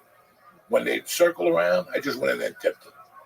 They come over, you just give them $3. I went like through fucking cash like a motherfucker. Did not even give a fuck. Like when you go to a strip club, I gotta save $50 for gas. I don't even give a fuck.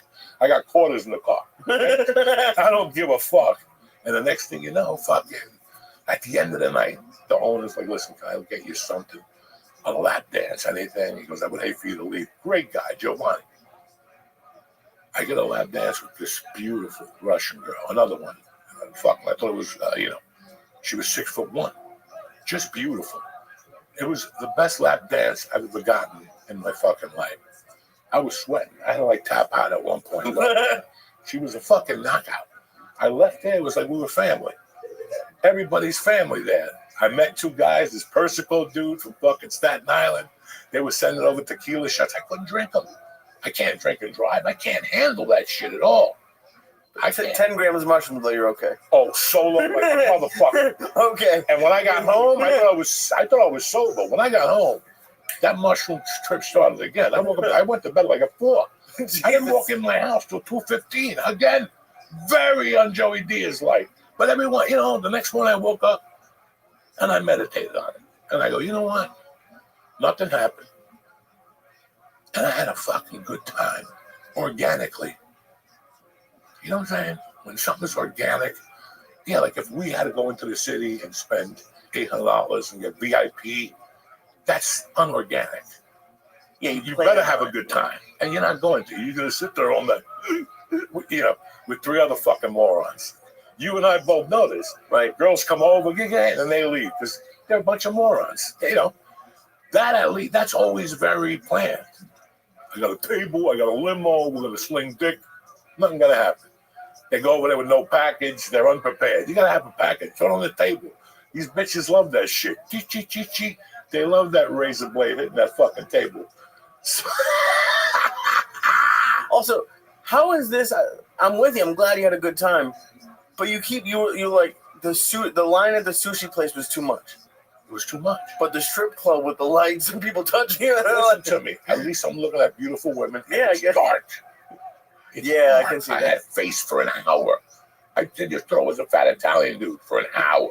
Right. I went up to pee, and one of the guys goes, "Oh, you're Joey Diaz," and he told the manager knew. And then next thing you know, what am I going to do? I got to let myself go. I'm going to be an uptight bitch at a comedy club, at a strip club. What type of fucking animal am I? Were the lights good for the mushrooms? Oh, that's tremendous. A good place to. And the DJ was the king. Because he's going to fuck this motherfucker. Dude. Speaking of DJs, George Perez looks like he's killing it. George Perez is on Private Planes. I think he's opening for Gabriel now. Yep. George is killing it. I'm so happy for George. I'm going to send George some love, cocksucker. I love you. That's awesome. Well, I'm glad you had fun at the strip club. I did. I really fucking. Because you don't really do that. I got up the next morning. I'm like, you know what? Number one, I gave every dollar I had in my pocket away. Every dollar. I knew what I had in there, and trust me, I gave away every fucking penny, and I didn't even think about it. I didn't give a fuck. Those girls got me laughing so much, and the shit, and watching other guys go crazy. That's worth the entertainment for me, Right. And I could be myself. Just so that I could go somewhere and be myself, and 20 people will come up to you and go, "Let me take a picture." That is so fucking dynamite. You probably went on a good time, because it wasn't like a super late when it probably gets packed there, but just a couple people. Dog, I was there from 9 to 2. What the fuck? Oh, you were there until 2. I stayed till close, bang. When they told me we were closing up, I couldn't believe it. I forgot. It wasn't like I blacked out or did a gorilla biscuit or did a Quaalude or a pill. I did mushrooms, and it felt like 1 minute was 9:30, then it was 10:15, then it was 12:30, and I'm like, fuck, I should go home now. And it was 1:15, man, this is way past my bedtime. And then about 1:30, like, yeah, we're closing up now. I go, what? God damn it, these mushrooms are on fire. And I think I talked to a victim by McDonald's or something. Everything was clear. All right, let's bring our guest on here, please. Let's do that. Let's do this shit. Hey, good morning. Uncle Joey here. Just want to fill you in. The summer is on the way, and if you need a quick fix for that limp dick, Blue Chew's got you covered. Blue Chew is the chewable tablet that can help you have better sex. It's all done online to boot. Just consult with one of their licensed medical providers, and if you're approved, bam, you get your prescription in days. Listen, Blue Chew is tremendous. They come in little packages. You can leave them in your glove compartment. You bump into a victim, you tell her you got to go up to the glove compartment, boom, it's all over but the shout. Get your confidence back and get ready to sling some dick like a runaway slave. You understand me? Uncle Joey's telling you to make life easier by getting harder and discover your options at BlueChew.com. And we got a special deal for you this Tuesday, okay, for the church family. Try your first month of Blue Chew for free. That's right, motherfuckers, free. When you press in promo code Joey, Joey, and pay $5 for shipping. That's all I'm asking you. Go get a prescription for this stuff. It'll cost you $2,000 and $50,000. You don't need that. $5 for shipping, and you'll be slinging dick like the old days. That's promo code Joey Visit BlueChew.com for more details and important safety information. And I want to thank Blue Chew for sponsoring the show.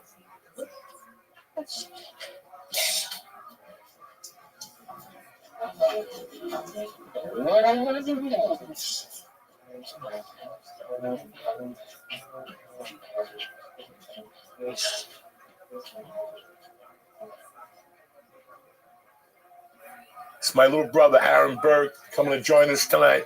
You guys asked for more comedians from the local area and the scene. Where you going, Lee?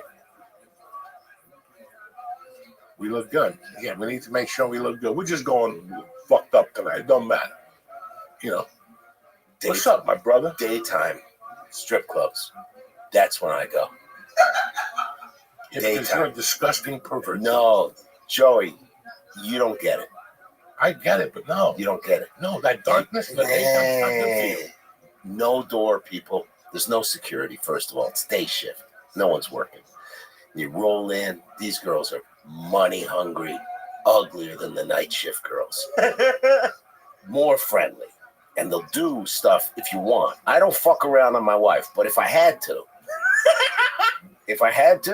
day shift. These girls will never tell, and you never. I'm unknown enough to go, what do you do? I'm a plumber. I tell them I'm a plumber. And they go, oh, yeah, what union? I go, 420 out of Newark. And then once somebody goes, that's the Longshoreman Union. And I go, I made up the plumber union, and someone thought it was the Longshoreman Union. But I stripped for 2 years. Strip clubs are the greatest place in the world to forget yourself. Mick Jagger said, strip club's the best place to go if you want time by yourself because no one is looking at you. Everyone's looking at the naked chicks, thinking about what they can do. Even if people see you, they're like, oh, that's that guy, cool. Oh, pussy. And then they go right back to pussy like that. And I love stripping was the greatest time of my life. How old were you? 23 years old. You were a Chippewa, whatever. Not a Chippewa. You're mixing it up with you're hybriding it with the Juggalos. Yeah, no. I think it was a mix between a Chippendale and Gigolo. Yeah, but it sounds like an ice cream flavor to me, which was really great. I thought it was an Indian tribe. Yeah. We are a proud people, and we represent this land. We are the Chippewas. They call me the one who fucks for $3. It was the fucking best time of my life. Yeah, it was Fantasy Male Review. I started out low down. I started out dirt floor stripping for female strippers, and I fell in love with it. First night, I made $300. Couldn't dance. Couldn't get hard. You're supposed to get hard before you go out on stage. You get hard, you tie an elastic around your cock, and then you go out. That took me 6 months to learn. I would go buy this lotion at the sex store that'd make your dick more sensitive, and you'd rub it on your gotta dick. Stop it right here. Okay. Where are you confused, Lee? I have so many questions. You're blowing. Holy shit! Would you go out like full no, like just showing the dick? Like, why did your You dick get have to be hard, you tie the elastic around it, and at first you'd hide. You'd go over there. This is how many strippers working tonight. 1, 2, 3, 4, 5. So they'd be like, you're on in 10. Your buddy be my friend Johnny Thor. You'd love this. He was a pimp, crackhead, great dude. And he would fuck everybody. Jacked, one of the original Chippendales in Canada. Full of roids, fucking didn't give a shit. You put a condom near this guy, he'd slap you in your mouth. He'd go, what the fuck do you think I am? I'm not using that. He'd say, and he would just fuck everybody. Always had a rash on his crotch. And just always had, I'm telling you, he called them Bobos, Joey. He goes, I got a really bad case of the Bobos. Do you have any lotion? And he just put baby powder on them. So it'd be a red rash with white cake baby powder. The reason why I'm looking like it is I got the same problem. Have you tried baby I got powder? a fucking rash. You got a rash? Oh, I got a rash that's like a fungus living in my body. It attacked my toenails first, Oh, and then it just stayed in my system. It grew. yeah, It's like a bacteria type deal, and it flares up. yeah. It's like herpes. It just, I won't have it for 6 months, and then one day I do something, there's moisture, I do something and there's some type of moisture. I go to the pool. I keep my underwear on. Yeah. The shorts on like a fucking savage. Yeah. I'm done. The next day, no matter what I put on that night, wash it, dry it. I'm done. And it's like those things that the first hour when I go to bed, shit gets dry. Yep. And so I started putting cream on it, 20 years ago. Before you go to bed, 10 minutes later, I'm scratching like I got fucking, and I ripped the skin. Yeah. My sheets are bloody. Now it's by my stomach. It's on this side here. Oh. And it's tangling with those little fucking things you have on your body, a tag. Skin tag. Every time I scratch, I hit the skin tag. The skin tag. No. I'm getting tortured. Trust me. Yeah. My medical condition is getting fucking tortured lately. And I scratch, and I got to put up. So now I got to put special cream and then fucking everything for my calves and shit. Yeah. At night, like tonight, I'll go home, I'll take these black things off, and I pull them off, fucking powder goes all over. And it's from my knee down. The skin gets so dry. So every night, when I come out of the shower, every time I shower, yeah, which is 2 to 2.5 times a day, I got to put cream all over me, man. Yeah. I'm like the fucking driest What's guy. the half shower like? The half shower is like you take a nap. Yeah. And you got to do something, but it's not too big. Yeah. Like you're not going to see nobody who matters. Yeah. So you're clean. You didn't work out that day, so you just stick your head under the shower. Okay. Because I got a hairdo. I got to fucking tighten my shit up. You know what I'm saying? I'm getting old, so the hairdo's getting dry. So it's like the old days, right? Put water on the sink, and you're ready to fucking fly. No. The hair will stay permanent. Yeah. That's it. That white hair is done. Yeah. I'm done. It looks good. Yeah, sure. I was gonna say we don't have to do the half showers. No. All right, so back to your dick and how you tied up with a rubber band. You tie it up. Johnny Thor, he would fuck everybody's girlfriend. He didn't give a shit. And he you know how drug dealers lie. They'll be, Joey, I'm 10 minutes away. Just wait, I'm 10 minutes away. He hasn't even left his house. No. You know what I mean?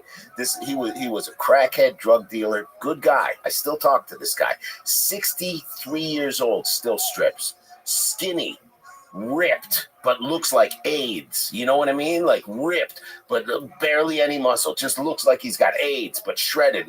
And he'll fuck dudes for money. He's real over the fucking edge. You know what I mean? Where does he live? Toronto. Yeah, he might watch this show. He's a good guy. But he would fuck anybody's chick. So he's jacking off one night. They finally got a VCR. This is when you used to have to just use a magazine to get hard. And you're going through, everybody come on the magazine. These guys are fucking savages. You'd love them. And you jerk off, and Johnny's jerking off, and then some guy comes in at the top of fucking Fantasies. Motherfucker, you like fucking people's girlfriend? And Johnny turns, and he doesn't stop jerking off. He's on in 3. He's a pro, right? And he keeps going. He's like, dude, I don't fucking know what you're talking about. He goes, you fuck Stacy, man. Stacy's my fucking girlfriend, man. He goes, bro, she told me she had no boyfriend. You got to talk to your girl, man. She's fucking crazy. So he turns it around on the chick. While he's doing that, Midnight Dream comes in. Big black dude grabs him. He goes, motherfucker, wrong place. They throw him down the stairs. 3 guys boot fuck the shit out of this guy. Oh, gun goes flying. Someone grabs a gun, puts it in his mouth. You want to fuck with us, motherfucker? Blood everywhere, teeth. And then, Johnny, he goes, yeah, you on? Shot through the heart. And Yoko just runs out on stage. Hard, fucking his chaps on. These guys are still beating the shit out of the guy in the background. That's a professional. That's Chippendale. Dude, this was insane. It was fucking, my mom came one night. This was bad. Her and my aunt. My aunt's this famous cookbook author. My mom's this Jewish mom. She didn't know I was doing bad stuff. When I was a kid, I got arrested. I broke into cars. That's what I did. Broke into cars. I got caught one night. It was me, bunch of Jamaican guys. I was the only white guy. We're breaking into cars with spark plugs. They throw the spark plug through the window. You touch the window, the whole window just shatters like that. We'd steal whatever out of cars. So this guy leans out his window. Oh, call the cops. Fuck you, fag. And we run off down the street. Best night of our lives. Go to the McDonald's. The cops come up to me and all these Jamaican dudes. And the cops go, you're not with these guys, are you? Because I was the only white guy. I go, yeah, that's my crew. So they arrest all of us. I was a fucking idiot. Going to lock up. Fucking, it's awful. Parents come down, get me the next morning. I come out chained up. like I'm the only white slave with all these other people. 8 of us going chained up, ankles, wrists. My dad looking at me just like, and they go, we're going to release him on his own recognizance. He's got an 11 p.m. curfew. And my father goes, I'm a lawyer as well. I'd like to have that curfew made to 8 p.m. I'd like to have him not associate with any of these people. They go, all right, confirmed. Go out. So I get sent off to this boarding school, and then I come back from this boarding school, and then I get into bodybuilding after college, and then I start stripping. And fucking, so my mom is just so proud of me that I'm not in jail. And her and my aunt come and watch me, Joey. And she goes, so you strip? And I go, yeah, but it's just fun. We don't get naked or nothing like that. We're just having a good time, and I'm making good money. And my mom, I didn't know she was there. And I'm fucking up there, my fucking cock dangling out and shit like that. Fucking desperado. Women wrapping $5 bills around my cock, yanking it and shit. And the next day I go over, my mom goes, Aunt Rose and I came to your show last night. And I go, what, the early one or the late one? Because the early one, you don't go naked. She goes, the late one. And I go, oh, you're really good at what you do. And it seems like the women really enjoy what you do. And Rose could not believe I diapered you. I mean, she said that you really have a big schmeckle from my mom.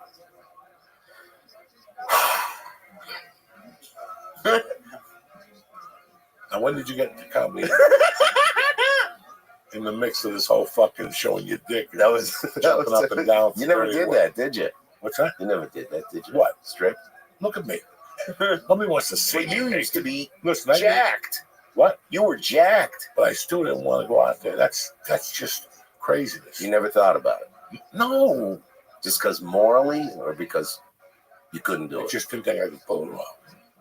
And wait, I'm sure there are like strip clubs with dudes in it in America. I haven't, but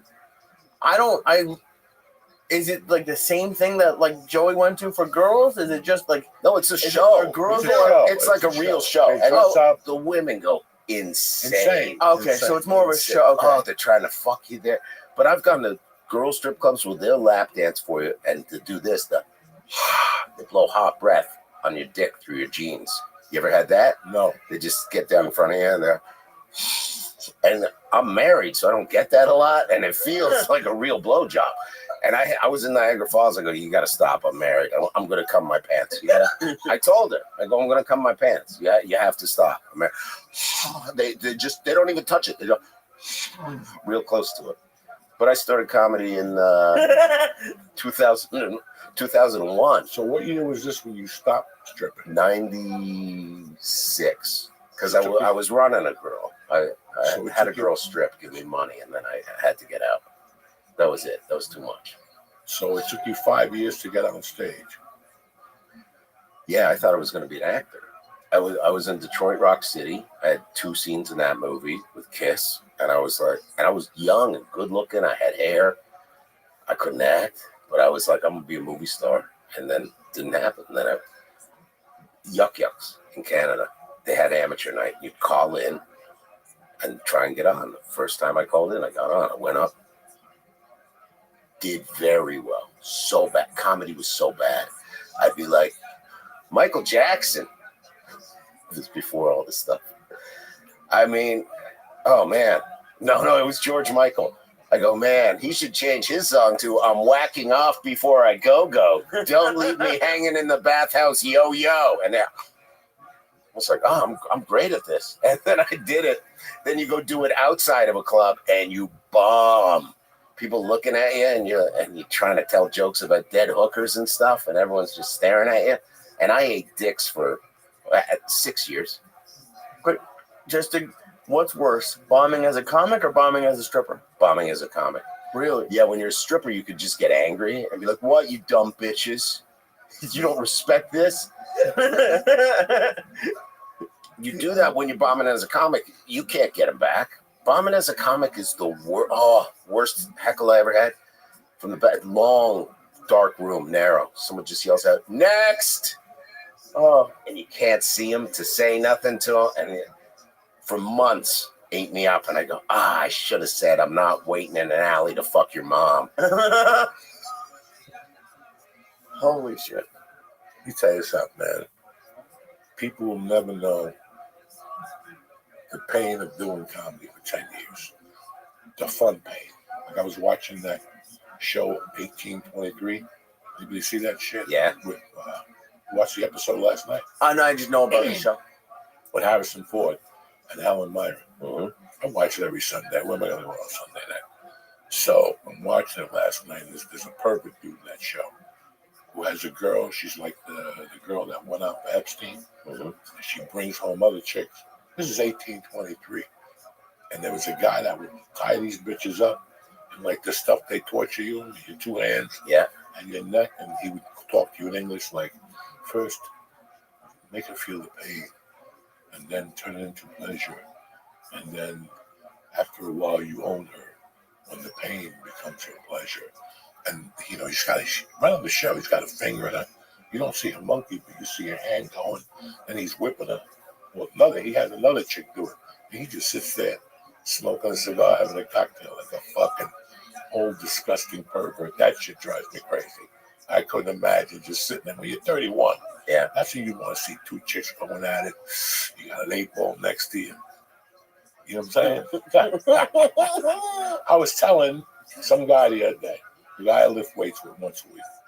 He loves music. He's one of us. He loves music. And we've been listening to Don Henley's first solo album. It's a fucking masterpiece. It was like maybe 3 years after the Eagles broke up. And then the other guy struck, but he struck first. And I've thought about the story. There's a book out. You got to look this book up, guys. It's been out since 1997. You won't have lunch in this town anymore. I remember that. It's a book about a hooker that wrote stories about everybody she slept with in Hollywood from fuck. I mean, she threw some heat in that. And they went after her, but she didn't give a fuck. She sold the rights to a movie, never the movie. The stories was that one of her clients, one of her biggest on Ellen. Yeah. And Don would make you go over there on a Friday and Saturday, 4 women. He would sit on a chair, and there was a fireplace with like a table, and he would make them bend over naked and just stay in that position. And he would stay there and do coke by himself and smoke a cigar, and then get up and put his dick in one of them, bang him for like 8 minutes, and go right back to his chair. Yeah. And sit there, and the chicks would have to stay bent over. Like, how crazy is this? This world is crazy. And listen, I've had my moments, especially when you're doing that double powder. Crazy things go into your mind. I never had the fucking, I don't know. I just wanted to eat somebody's monkey and have some fun and giggle. I don't want to put them through a wall and that shit. People choking you know. I had that whole world is just so fucking bizarre to me. I didn't do a lot of coke. I did it maybe 20 times. That's 40. Yeah, but I was in Vancouver and I did some and I was like, I'm gonna have some fun. What do I got? $600. Let me see what I can do. I called up this place. Like, I need you to send me 2 girls, 2 Asian girls, same time. And they showed up and it was such a great night. But they would do this weird thing. One of them would blow me. And then I'd go, now you. And before she would, she'd grab a disinfectant wipe and wipe my hog with this disinfectant wipe. And I go, why didn't the first girl do that? And then I realized, oh, I'm not the dirtiest one in this room. That first girl's probably got something. And after I was done, Joey, I looked in the mirror when they left, and I looked at myself and I go, man, I'm cool. You know how good it feels after doing something like that? No, doesn't matter you paid for it. It's still fun. Where did you start comedy? Toronto. Okay. And then when did you decide to move to this great city? It took me 10 years. I had to get paperwork and become, because you have to immigrate here. I'm an immigrant. I had to get like all these documents and stuff. And then I left. I had a great fiance there. I left her behind. Moved to New York, moved to an 8x10 room in Astoria, Queens. Cockroaches, some other comics. They failed. They moved back to Canada. They couldn't make it. And that was slugged it out for years and years. I've been here almost 15 years now. This is the greatest place to do comedy in the world. But this is, you have an interesting story. I never knew all this shit. I didn't mean to offend you. I know. No, never. I'm not. That's what people say is you're easily no, offended. Fuck yourself. Never offended. Nah, how can you be offended by somebody's past? You can't. And they've gotten to a certain place in life. You cannot be offended. Yeah. Listen, man, people make mistakes. Yeah. It's at a certain time in their fucking lives. You have no idea what was going on the moment before it happened and the moment after it happened. You have no fucking idea. Yeah. So I see somebody fucking kicking ass. I'm always happy. Yeah. Because there's people at home that won't do dick. And then they'll complain about the system. Yeah. The Democrats, I can't live like that. I cannot hear that shit. I saw you said this thing. You were talking to Bird or something. And you go, comedy's changed. It's not comedy anymore. Talking about politics, talking about all this other shit. It's business people now. You know what I mean? There's just to go out and have fun and make those people fucking die laughing while you're there. It's those moments. That's all that matters is the time on stage, right? You know, man, I came up on somebody and I came up on Richard Pryor, the early hour. Me too. That was my, I like Carlin. I like Lenny Clark, Lenny Bruce. I like Lenny Clark too. Pryor's the guy. Pryor was always my guy. The guy. And he had that style. I like that style. He was dirty.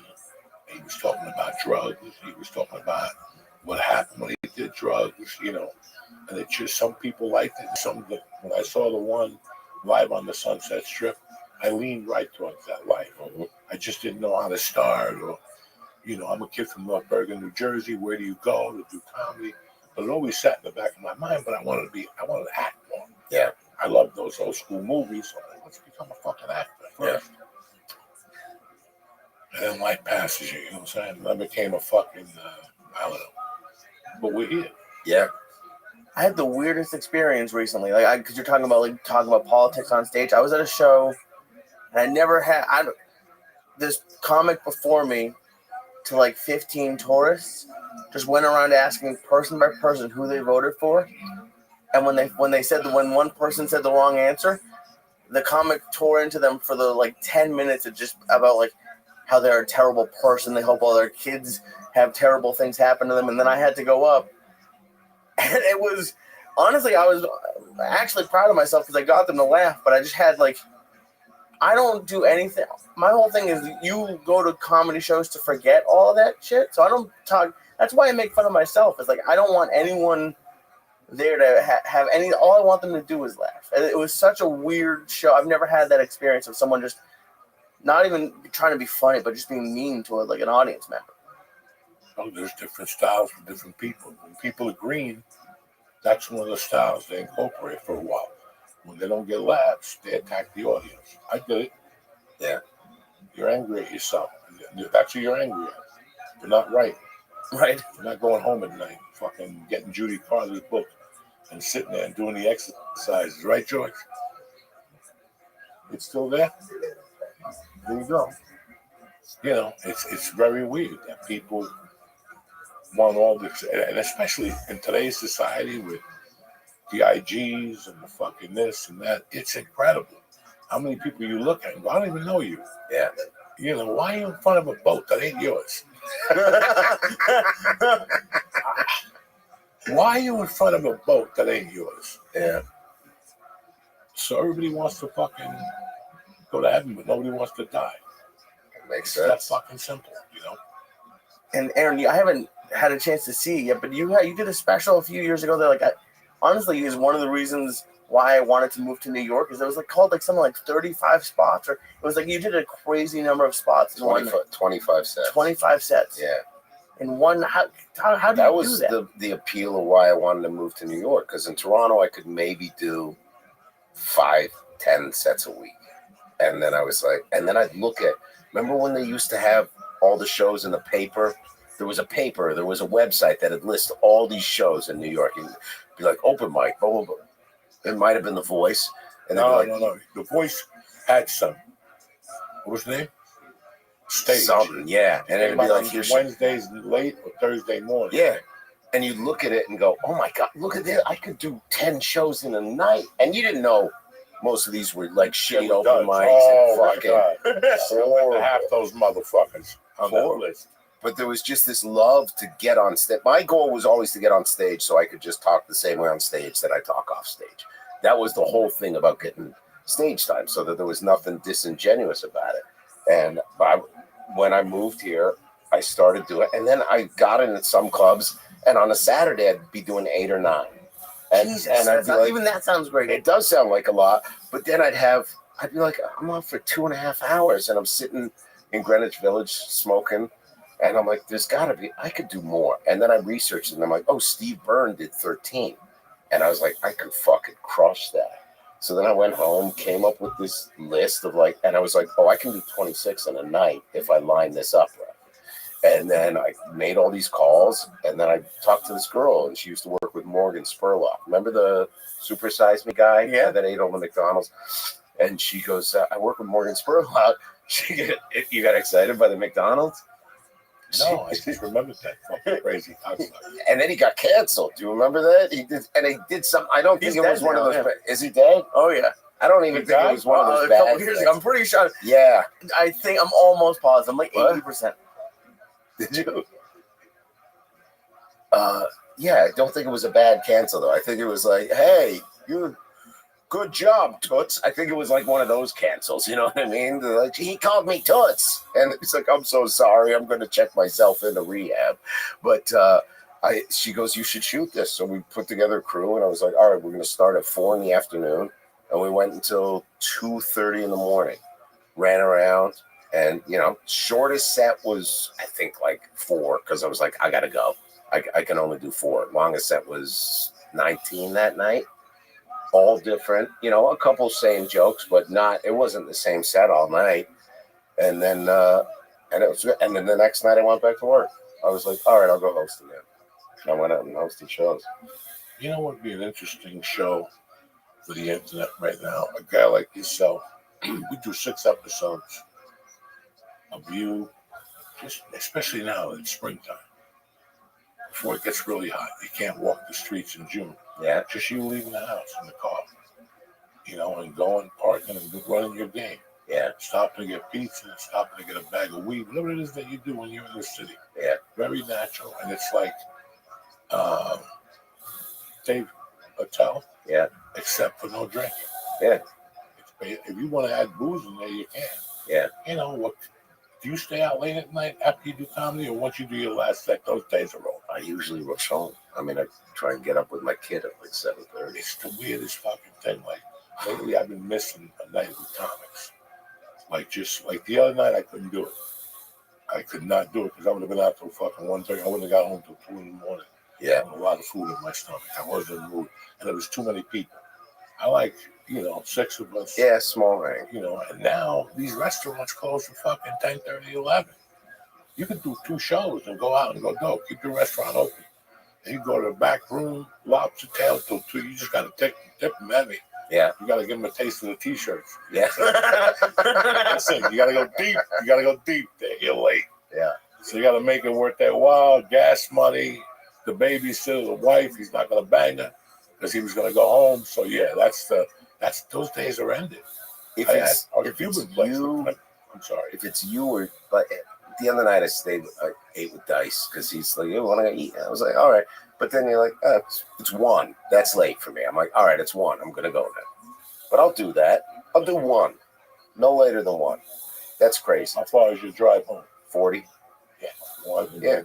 35 to go to bed. Yeah. Think about shit process which just happened. Remember? Maybe as you were driving home, you thought of a joke. Yeah. It's a fucking. That's why when you're lit, that nighttime light up, and you get home and you're like, I'm going to bed at 10:30. Now, fuck you. You sit home and let's say you smoke dope. Get home, eat, take a shower, sit on the couch. And I'm going to bed. Then you hit 2 bong hits. That shit wakes you right back up. And now you're reviewing your material. Why was that guy looking at you like that? The guy didn't pay you for those 8 people in the balcony. You know what I'm saying? Remember, oh my God,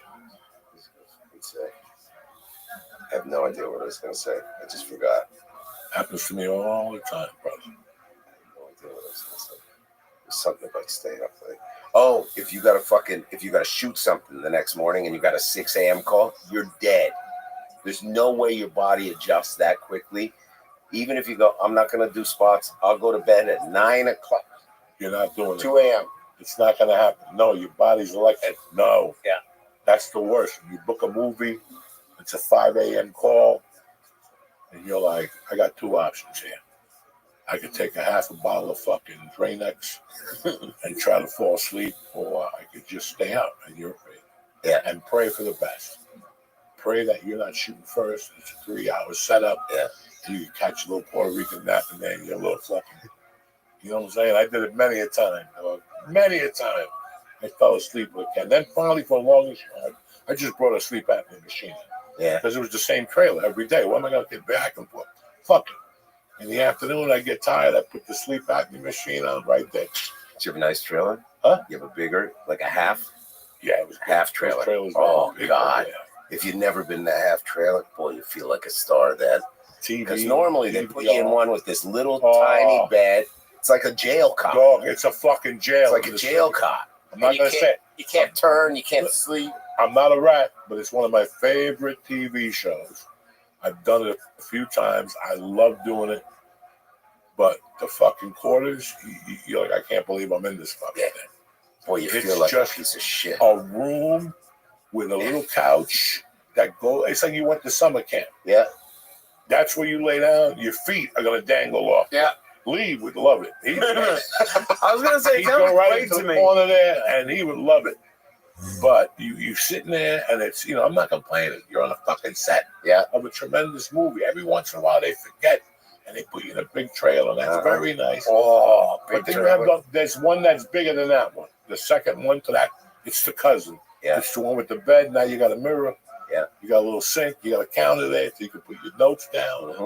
You know what I'm saying? They don't, no drawer, nothing like that. No. What are you even doing? I can't imagine you jerk off and No, you can't. No, So you what do you fucking do? come up with something. You're doing fucking jerking off at work, There's man. a bed. Fucking Eventually, Dick Wolf is paying you $1,200 a day. You jerking off? if you're there for 18 hours, it's not going to cross your mind once. No. Why would you want to? So what do you do? That's what I'm What asking. the fuck is wrong with you? You just talked about jerking off in front of his mom. I don't That's know. fine. I don't know. Jerk off in front of my mom? How'd you just make that story so big? Jerking off in front of my mom. You said I got to live with. Joey D is here. Hey, beautiful people. It's springtime. The birds are singing. The clouds are blue. And you can relax with Via. Via combines high-quality hemp-derived ingredients with powerful cannabinoids to create some serious results, if you know what I'm talking about. Whether you want a laser focus or deep relaxation, Via has products ranging from 0 to high cannabinoid levels. And there's something for whatever effect you want. If you want to see the devil, they got something. If you want to relax, they got something. If you want to live in day drift, they got something. If you want to see the devil and maybe get a little horned up, they got something. So you can finally ditch those sketchy parking lot meetups and enjoy life at night. You get home, you take one of these two. They come in hundreds, 50s, 25s. This is a great company if you're just starting out with edibles and the higher unknown. Listen, you got to be 21 over. Check out the link to Via in our show notes. And treat yourself to Via's annual Spring 420 sale, baby. That's right. It's right around the corner with Black Friday level savings up to 35% site-wide right now and up to 50% off packs and bundles. And get a free gift with your first order using code JOEY, Joey. Plus, enjoy free shipping on orders over $100. That's code JOEY, Joey, at the link in our show notes. Support the church and tell them we sent you. Enhance your everyday experience of life with Via. Let me ask you something. Let me ask you something. This is just not you. This fucking nut next to you. Yeah. Okay. Yeah. Let me ask you something. I hope you stop jerking off in public. I've never started. No. Because I know you're a little Jewish mind. You're like one of those dogs. I grew up around you motherfuckers. Every morning. You can't lump all Jews together. Listen, Listen to me. I saw it. Don't lie to me, cuz like it's in your blood. I would fucking get off the Port Authority bus right there in the mornings and walk to that corner. And there used to be a tremendous strip club on the corner of that. The whole time I was growing up. Remember on that corner there? That's where the first time you see the guy with the mop in the fucking room, and you go in there and the floor is sticky, and there's some chick in there with fucking like a bandage, and she's blowing a guy with a skinny dick and one nut, and you're traumatized. You know what I'm saying? But if you did the survey outside, who went in there the most? It was the desert people. Yeah. It was the fucking the ones with the ponytails. Great. They'd go in there, and right away there'd be a fucking dude with tokens. Yeah. He gave him he had the old circus thing. It was like he was going to the circus as a kid. He had the pouches. In the old days, they put like quarters, nickels, dimes, and pennies. No, he had tokens in all 4 of them, and you would pay him, and he'd give you tokens. It was like 8 tokens to go in there for 2 minutes. You didn't even have 2 minutes. You got like a minute to bang out. Then the thing would close, and you'd be midway. So now you have dig deep in your pocket and throw tokens in there like a fucking animal. Tremendous. And then you'd walk out of there, and before you were out 3 feet, a little Mexican dude came in with a bucket, put it on the floor with hot water, and then put it back in his bucket. And by the time he was out, another guy went right back in there. Closed that motherfucker. Those are the days, guys. Was there ever a line to get in? Never. Because there was 4 stages. And then there was one across the street. Then if you went like 2 blocks uptown, there was the nasty one where you saw and you went in there before. But here's the crazy thing, Lee. People would go in there before work. Wait, they had early morning? I'm talking about going into the city 7 a.m. and there'd be people getting off that bus, getting a cup of coffee. And in those days, there was no Starbucks. It was that hot dog man. He had the best coffee in town. 1 cup. Blue cup with twin the white towers lid. on it. I don't want to hear that shit. Regular. What else was it? Black, regular. But what else? There was another one. Huh? Cream and sugar, regular, and fucking black. That's it. There was no macchiato, you fucking momos. There was no frozen whip. This is something they sold this society. And people did great. People were up 28 hours a day drinking that coffee. You did 3 cups of that shit. Oh, the country was great. Everybody was getting along back then. then. Yeah, what the fuck are you kidding? Anyway, not to get me off the communist rant, but what are we talking about? Oh, the pervert. That Jews. The Jews love that shit. I will say this. I'm Jewish. He's Jewish. I think Jews at first repressed their sexuality a lot. And then, here's how I like sex. It's got to feel a little wrong. So I'll tell my wife, I go, let's meet me down in the basement in 20 minutes. She never does. But I always try to get her to. Because she goes, no, we do it in the daytime when our daughter's at school. And it's never as exciting. I want it to feel wrong. That's what I like about sex. It's got to feel, ooh, it's sneaky. We could get caught. Let's go in the bed. And the basement's this little fuck cave. You know, it's all cold down there. No one ever sleeps down there except me. It's a good king-size bed, but it's harder than the main bed. It don't make squeaking noises because I got ADHD. So if I'm fucking my wife and the squeaking happens, I go, my dick gets all soft. She goes, what's wrong with you? I go, this noise, it doesn't bother you? And she goes, no, you're autistic. So I'll try to get her down to the basement. She won't come down, but there's something about it being wrong. So most people now say that, the Jews run this big sex cabal at Epstein Island. And you want to, as a Jew, go, hey, that's wrong. But then as a Jew, you're also like, it's possible. You know what I mean? Especially for like the Orthodox Jews. Like, I'm like the Orthodox Jews hate me because they take it so they're the ones who have sex through the sheet. They also do I was in Israel, they'll walk and not look at women. They take it so seriously. So for them to live in New York and live like that, but then also I would bet there's a lot of religious people who go in. But the Jews, you can just tell that's And dog, I went in there as a young kid, which is why I'm fucked up today, because you're not supposed to see that shit as a kid to that level. I saw pornography that was fucking one level up than fucking an animal. I saw pornography in the 70s when it was raw. There was no directors. There was no plot. There was nothing. It was. Insatiable with Marilyn Chambers. You ever see that? Listen, I have no idea about that. I'm talking about the dirty movies that got sent to your house Oh, that you had to hide. And I saw some disgusting shit as a kid that I was like, I saw a chick. I don't even want to talk about it. But kissing. Huh? Kissing. Real gross stuff. kissing? No, I didn't mind that shit. No. I made my mother get HBO Yeah, to watch the Groove Tube because that was a good movie. some chick was running naked with her titties out. Yeah. I was You ever probably seen the like Groove 11. Tube? No. Yeah, I was Groove 11. Tube was good. Bro, Groove Tube and the Kentucky Fried Movie. Yep. They're both like cousins to each other.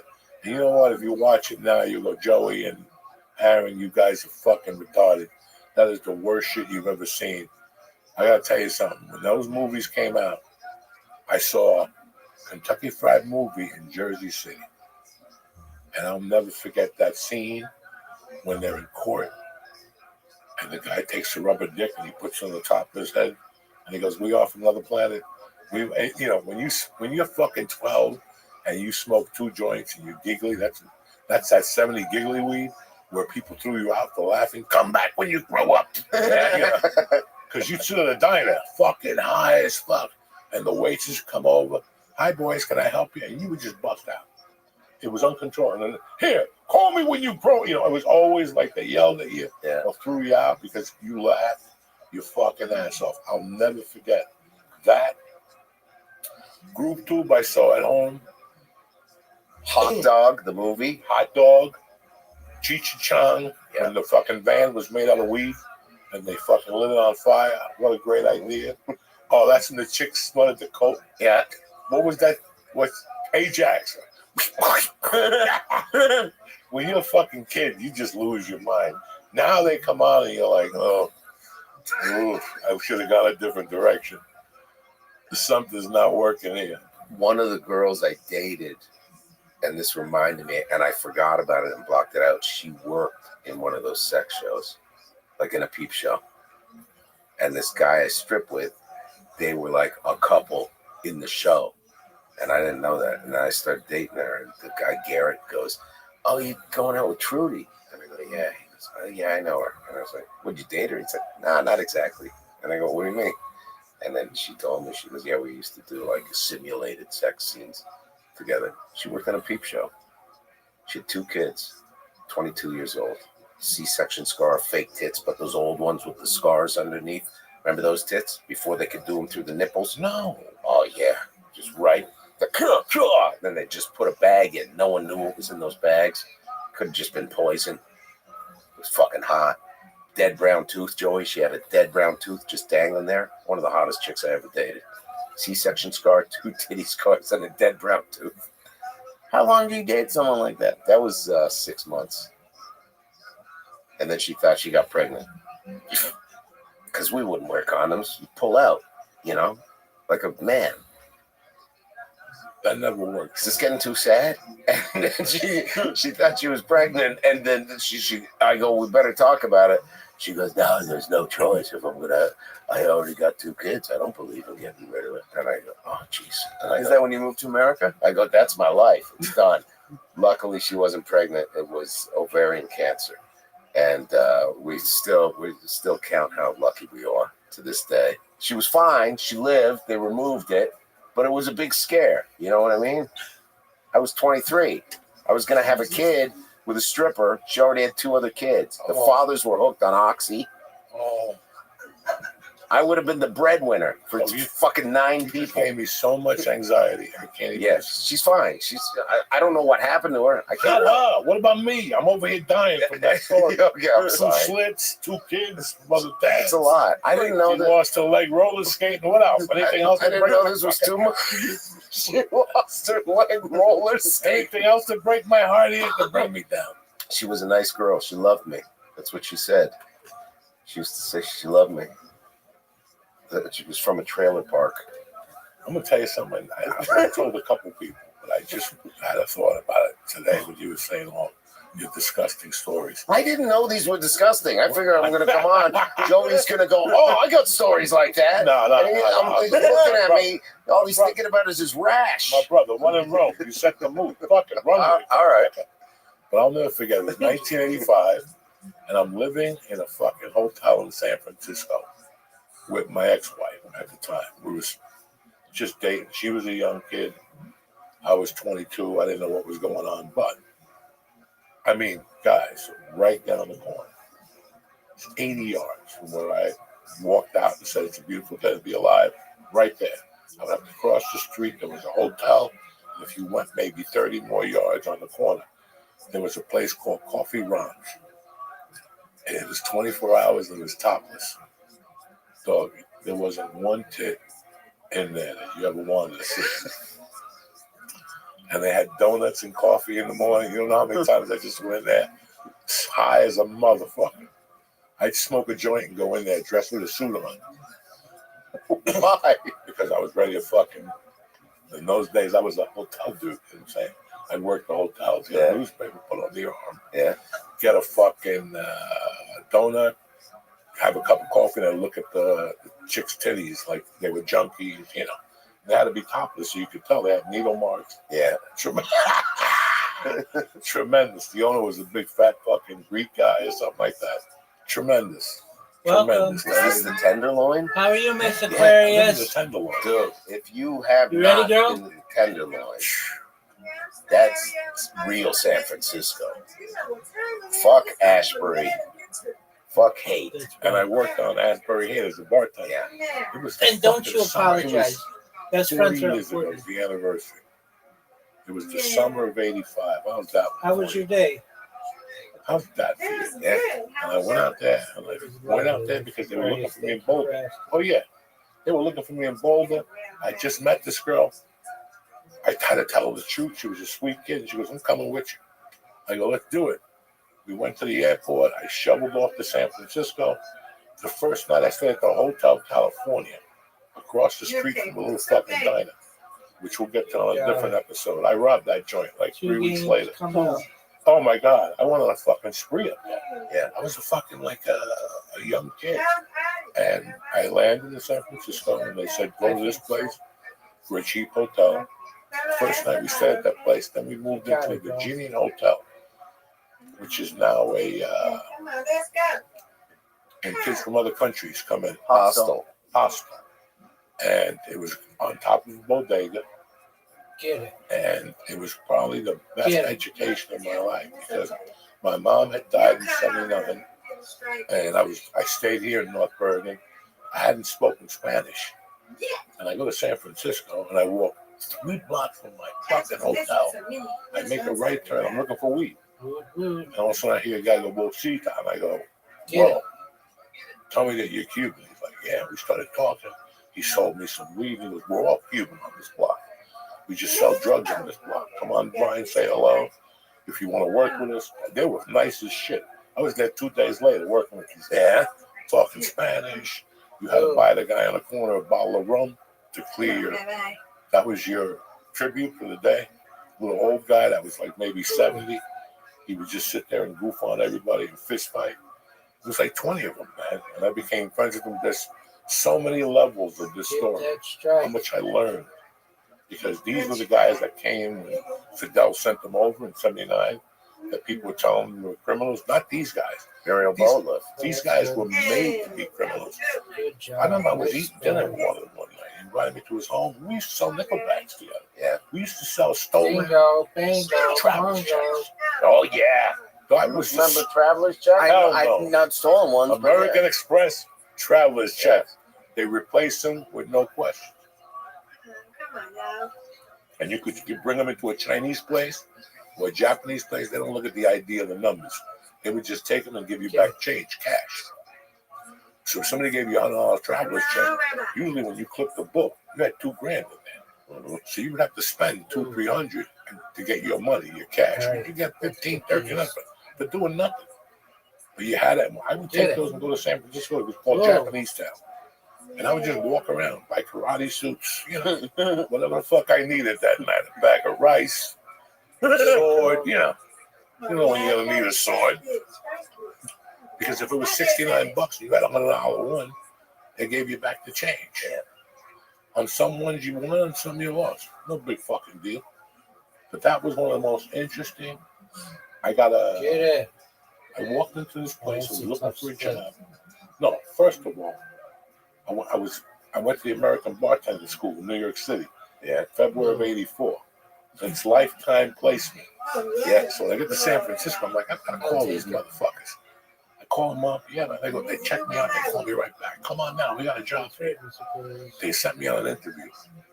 It was in a nice part of San Francisco, nice Italian restaurant. They said they want to see you between 10:30 and 11. Me being the Cuban in Hudson County, I got that 10. That's how I was raised. Yeah. I get that, walk in. Hello, nothing. I keep walking. Meanwhile, my girlfriend's outside. Nice girl. She don't know nothing about nothing. I keep walking in there. Hello. Nobody answers. I keep walking to see what I bump into. And there it is. The door of the office is wide open. The bank is on the fucking desk. And the safe is open. Cash. I took the cash.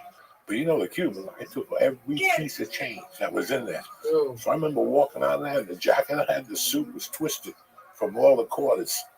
One was longer than the fucking other one. And we ran out there. Come on, let's go. She goes, did you get the job? Fuck, come on. We gotta get this bus. I didn't know where the bus was going. Yeah, we just got on the bus, and on the bus, I started pulling out 50s, 100s, 20s. We were like, Jesus Christ.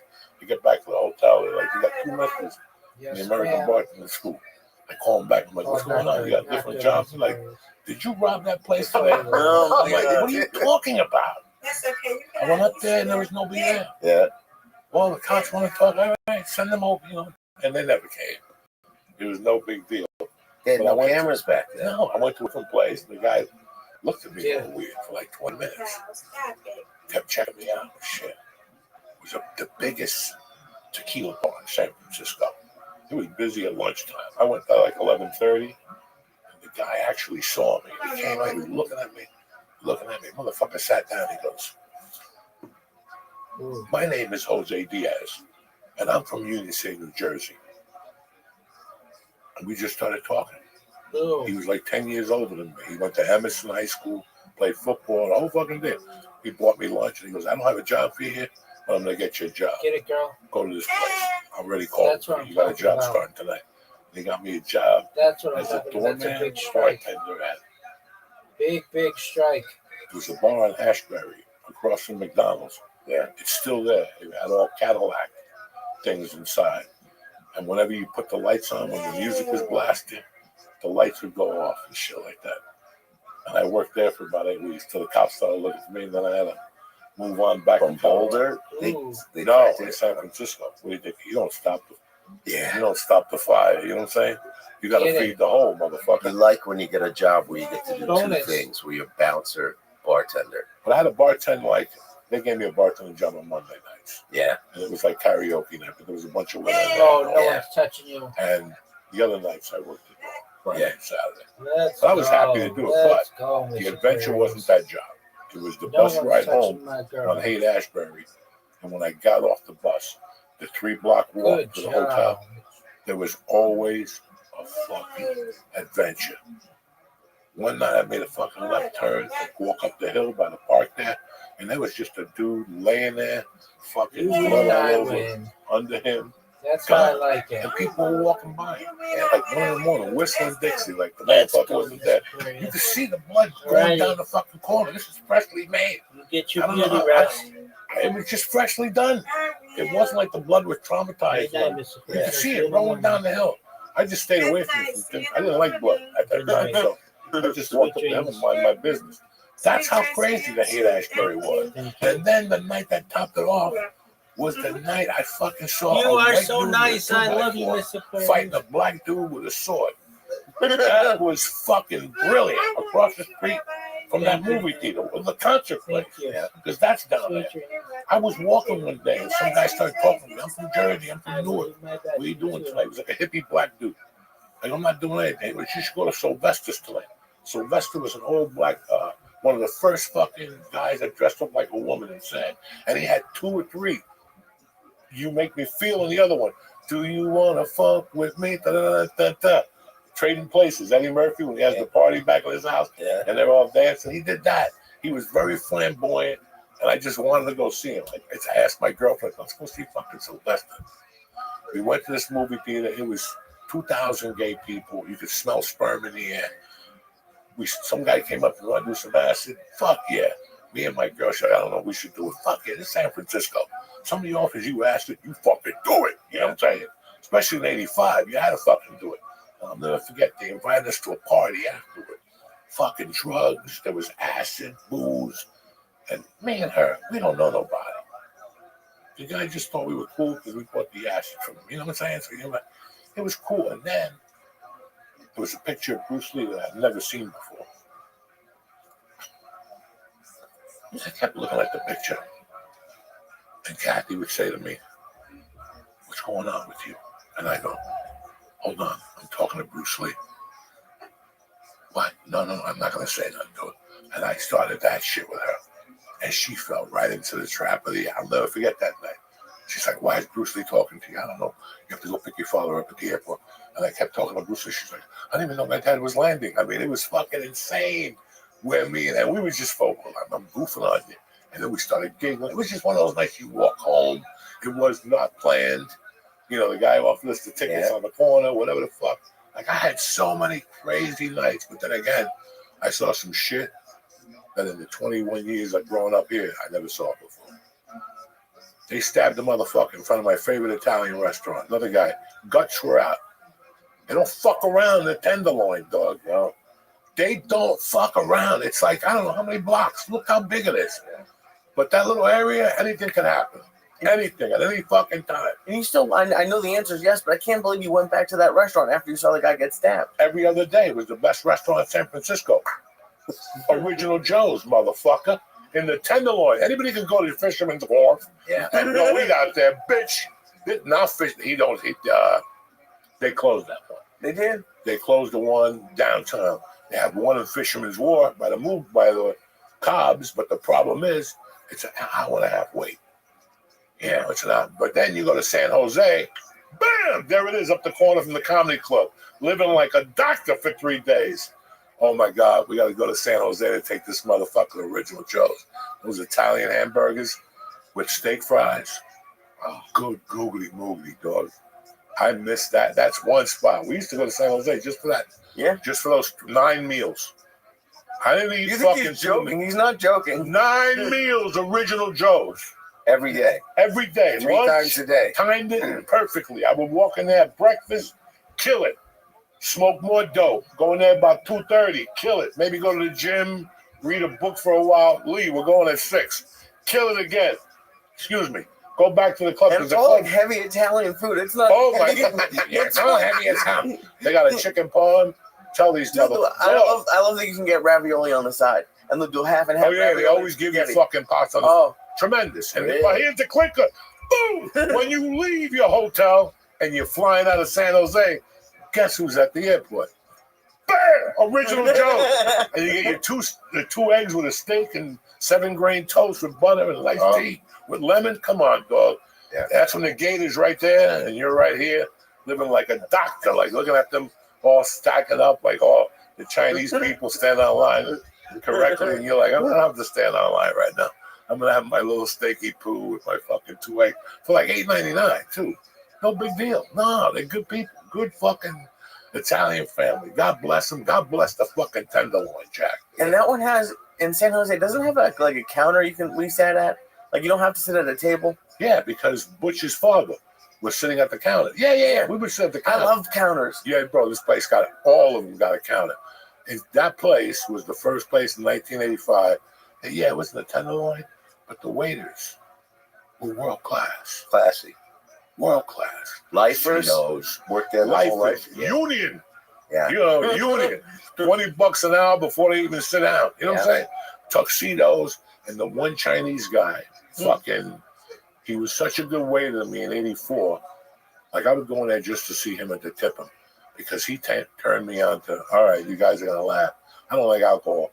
He would make me Nutty Irishman, Frangelico maybe with cream, Irish cream, and a little taste of vodka. And I would do it in the afternoon back then because at 3 o'clock was Mission Impossible. So I would get a little jazzed up, smoke a half a joint, and go home and watch Mission Impossible with the girlfriend. And there was a gay guy across from me. And I would keep the curtain, and he'd be in there with his thumb, and he'd just dance in front of fucking the window of Stevie Wonder. No, he danced to Stevie Wonder. You know, not isn't she lovely? One of those jams. And he would just look at himself in the mirror. He was no prize, you know what I'm saying? Your friend wouldn't fuck him in the muffler. Just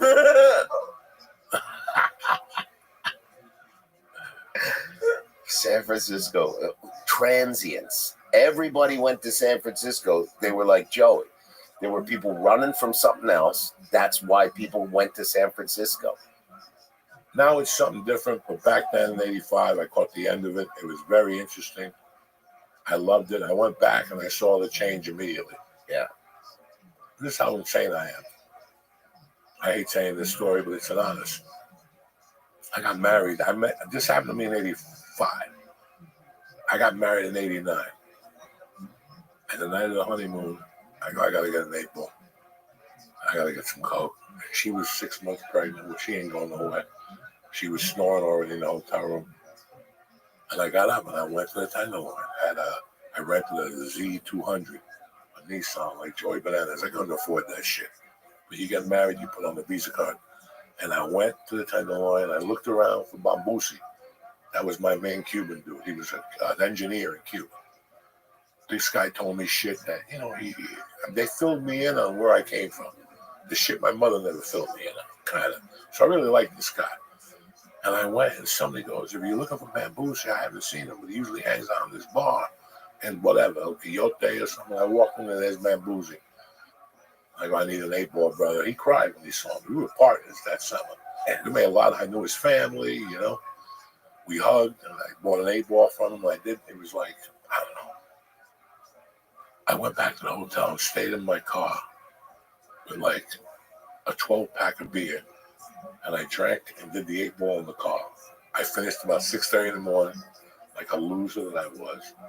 I threw the shit away, and I went upstairs and walked in. She was still sleeping. I just got next to her and went to bed. She never knew I left. How disgusting am I? You know what I'm saying? You pay for your sins, cocksuckers. Fuck. That story haunts me, George.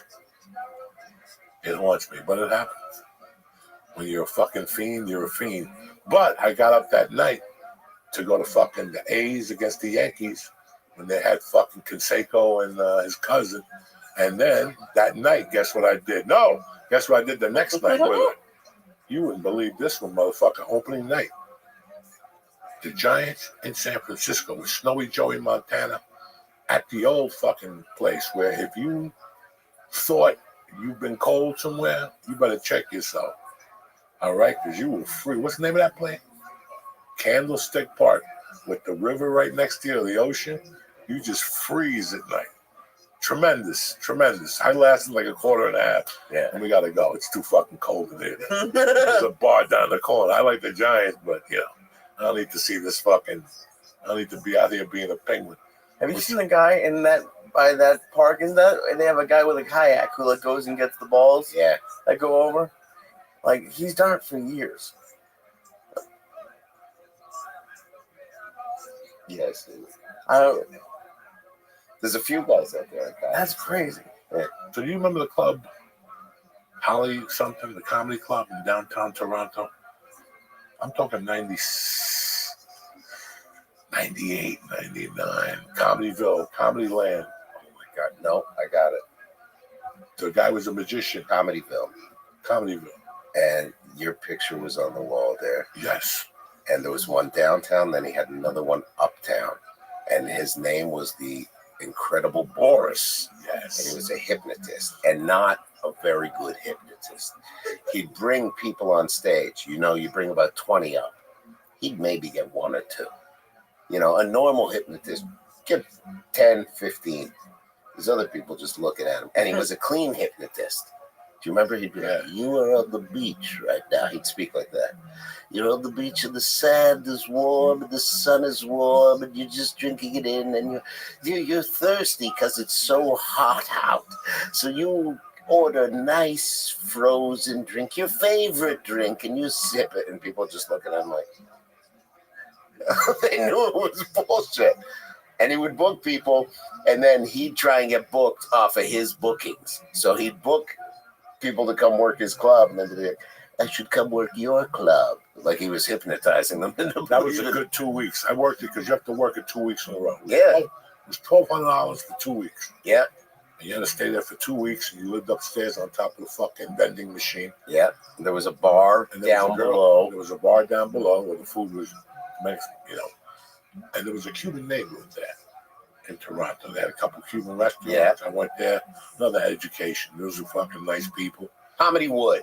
Comedy That's what Wood. it was. Comedy Comedy Wood. Wood. And here's the deal. They had 2 different clubs. Yeah. You did 1 week at one club and 1 week at the other club. So 1 week you lived on top of a club, then you shared a room with somebody else. Somebody had a door. I mean, the door you could blow on it. Yeah. And it didn't matter. You were not safe at all up there. Then the second week when you went there, you stayed with his cousin's house in the basement. He had a big, tall cousin. And This had the big, cousin. looked like a What mobster. do you think he did for a living? He drove hookers. Yeah. So every night he'd knock on your door. Hey, I got one here that's half alive. I'll give it to you for $40. You're like, dog, come on, man. Come on, man. It was surreal, When you're a comic, man, it's so surreal, the shit that you bump into on the road. Yeah. And at one point, you're like, I'm too old for this shit. I can't do this no more. Now, I was the last 20 years, I was fine.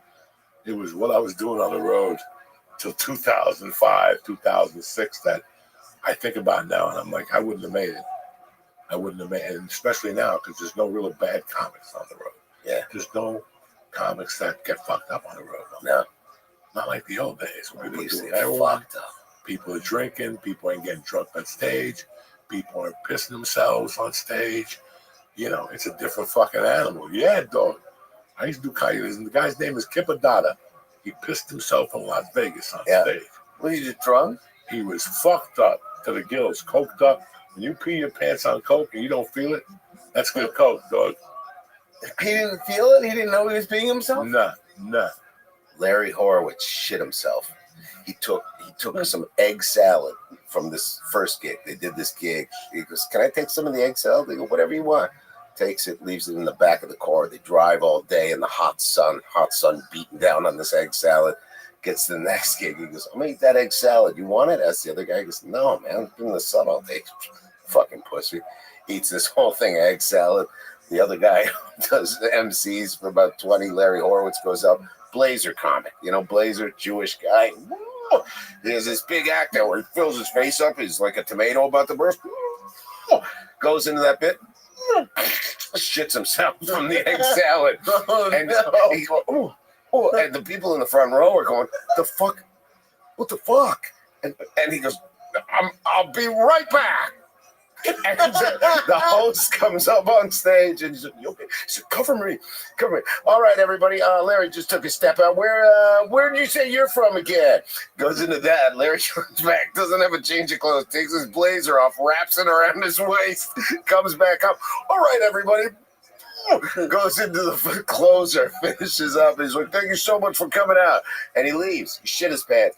And it's like an urban legend in Canada. And they go, what's the lesson of the story? You want to be like, don't steal egg salad. Don't eat hot egg salad. The lesson of the story is always do your time. Always do it. He still had 5 minutes left. You go up and you finish that 5 minutes. You don't leave the other guy hanging out to dry. I had that early on. When you get that first good 15 minutes. Yeah. Some guy took me on the road. Great guy. But he was a boozer. And one night, I had already done my heart out. He told me that I asked, when somebody says, you got 20 minutes? Yeah, but you really got 15. Yeah, you don't got. And that's if you remember something good. You got 15, and they're watching you. They're going to pay you $150, whatever. And dog, I went up there and poured my heart out, did the 20 minutes. It was great. He went up there, second show. Fucking tanked. 10 minutes in, he's like, Joey, come up here. And he fucking went to the bathroom, he puked, he peed. I had to go up there and do 15 winging and dog. They were ready to throw shit at me. Do you understand me? I mean, that's the painful shit. Yeah. That's the shit that you remember. That's what people look at you and they go, well, you got lucky. Yeah, I got lucky. Let me tell you a story. Where a guy called me back when I had no fucking material as it was, okay? I was like hanging on to life, and I got him. I was very happy, but then 10 minutes in, he's like, you know, come on stage, cover for me. I was up there fucking 13 minutes. Dog, come on. You I sweat. have no idea what fear is. Oh, he's When saying that the sweat same starts shit. coming out, and when you feel it in places you've never felt sweat before, then you start to panic. That's the panic button right there for me. Then you got to breathe it out. Make sure, you know, remember something good. It's fucking crazy, a life of the stand-up motherfuckers. Don't ever see. I forgot all about that type of shit. You used to tease me. You used to be like, I'm not gonna give you the light. I'm not gonna let you make you do 45 when I had Why not? 10. That's the only way you learn. Oh my god. You know, one of the biggest lessons I ever had doing stand-up was my dog Jimmy Abate in Denver. I remember living here and going, this is too much work. I gotta fucking bring 5 people. You know? Jimmy Abate's got rooms all over the place. He was a Mexican hustler. He had bars, taco places, fucking Red Robins. It didn't matter. He made everybody give comedy a shot. Yeah. Some places didn't work. They have a pool table. They don't want to turn the Denver Nugget game off. They don't want to turn the Colorado hockey game off. You know, and I get it. And fucking, he had a room one night. He would call me on Sunday and go, Tuesday, I got this. Wednesday, there's a room here. I can't get you paid. I get you 15 minutes. Yeah. Thursday, I got a room here. He was one of those dudes. Yeah. You know, and I forever thank him. And fucking, what we talking about? Yeah. Yep. Struggle. The old days. I tell you what. How you had to stretch. This was very interesting because I bet somebody who's done it to you, or they're going to do it to you. He was a good looking. This is 1993. He was a kid. I was a kid. You know, I was 30. And with 94, I was 31 years old. And, you know, these bars had women at them. And one night, he made me go up on stage. And he goes, do 18 minutes. If you panic, let me know. I'll work with you. Well, he was supposed to give me the light. What happened was he got in the car with some girl.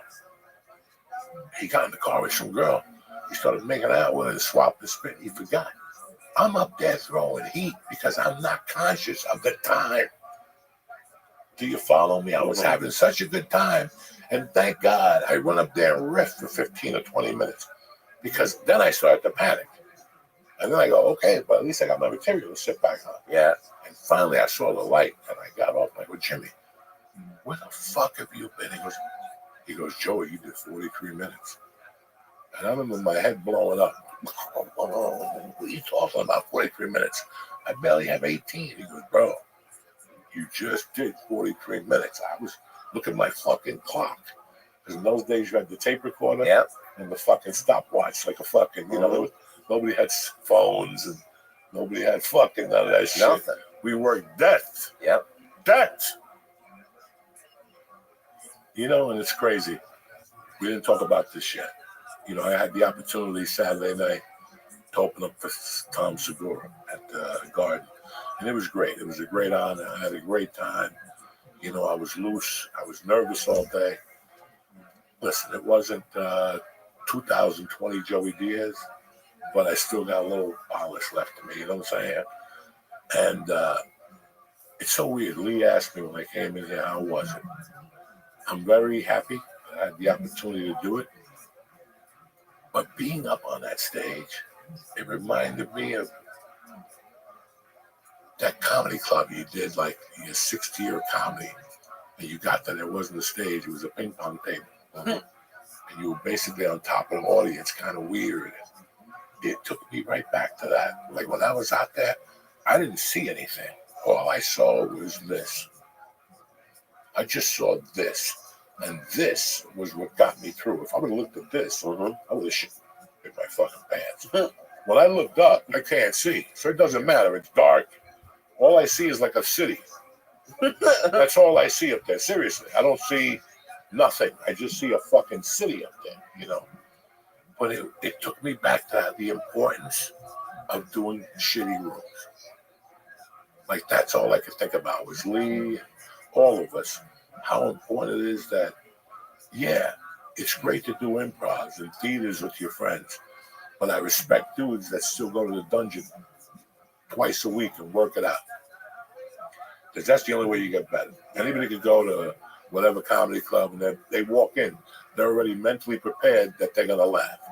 I want you to go to a bar, to a back room. You know, you see a guy giving a chick giving a guy a hand job under the table, and Done those. I've done all those rooms. I know you have. And it's crazy how you got to keep doing it to stay really sharp, to remind you of the piece of shit that you are. Yeah. Like, that's when you fucking walk out and go, next time I cash a check, I'm going to put a mask on so I don't even know, because I'm a fraud. You know what I'm saying? Like, I'm a fraud. That, you know, because that's what that mentality does to you. And for me, I always had Rich. I spoke to Rich Voss today. He said he bumped into Felipe at the Houston, whatever. He goes, Felipe said to send you his love. I got to call him. And we were talking. I go, you know, Felipe was one of those guys that gave me $80 a week. That's $320 a month, right? You're like, Joey, I'll give you $320 a month just to fucking light your cigarette or whatever. No.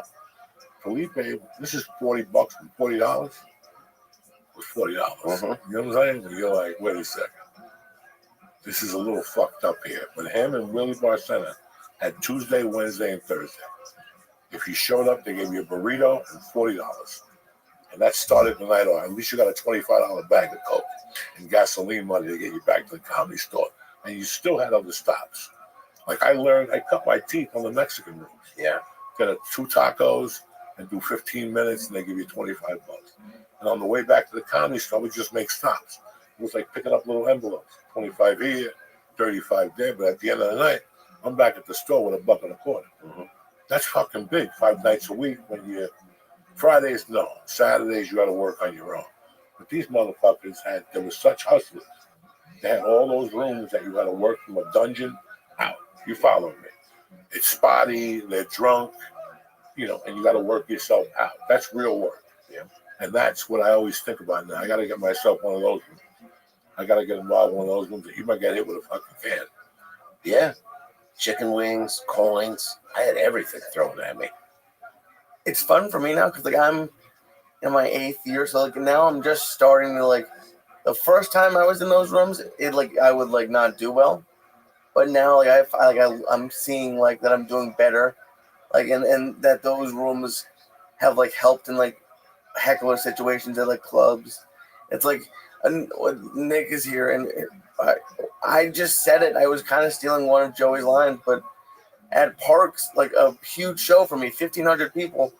I had my fly down on a screen the size of the Madison Square Garden, and this woman said, like, pointed it out, and apparently I said, I'm gonna leave it. I thought I just said I'm gonna leave it down. Nick said I'm gonna leave it down, bitch, and I did. I left it down the whole set, and it got a big laugh, but it was like, it's crazy how, I guess those like the hard rooms give you confidence or give me. So it's I don't know. Doing a hard room is like working out with a weighted vest. That's what I compare it to. Yeah. If you do 3 hard rooms a night and you go 1 out of 2, 1 out of 3, you know what I'm saying? Like the other people are drunk. There's a lot of variables in those rooms. There's people shooting pool. There's people over there to get a package. There's people over there to get a cheeseburger. There's people over there to watch whoever the season is, whatever baseball, college basketball, they're there.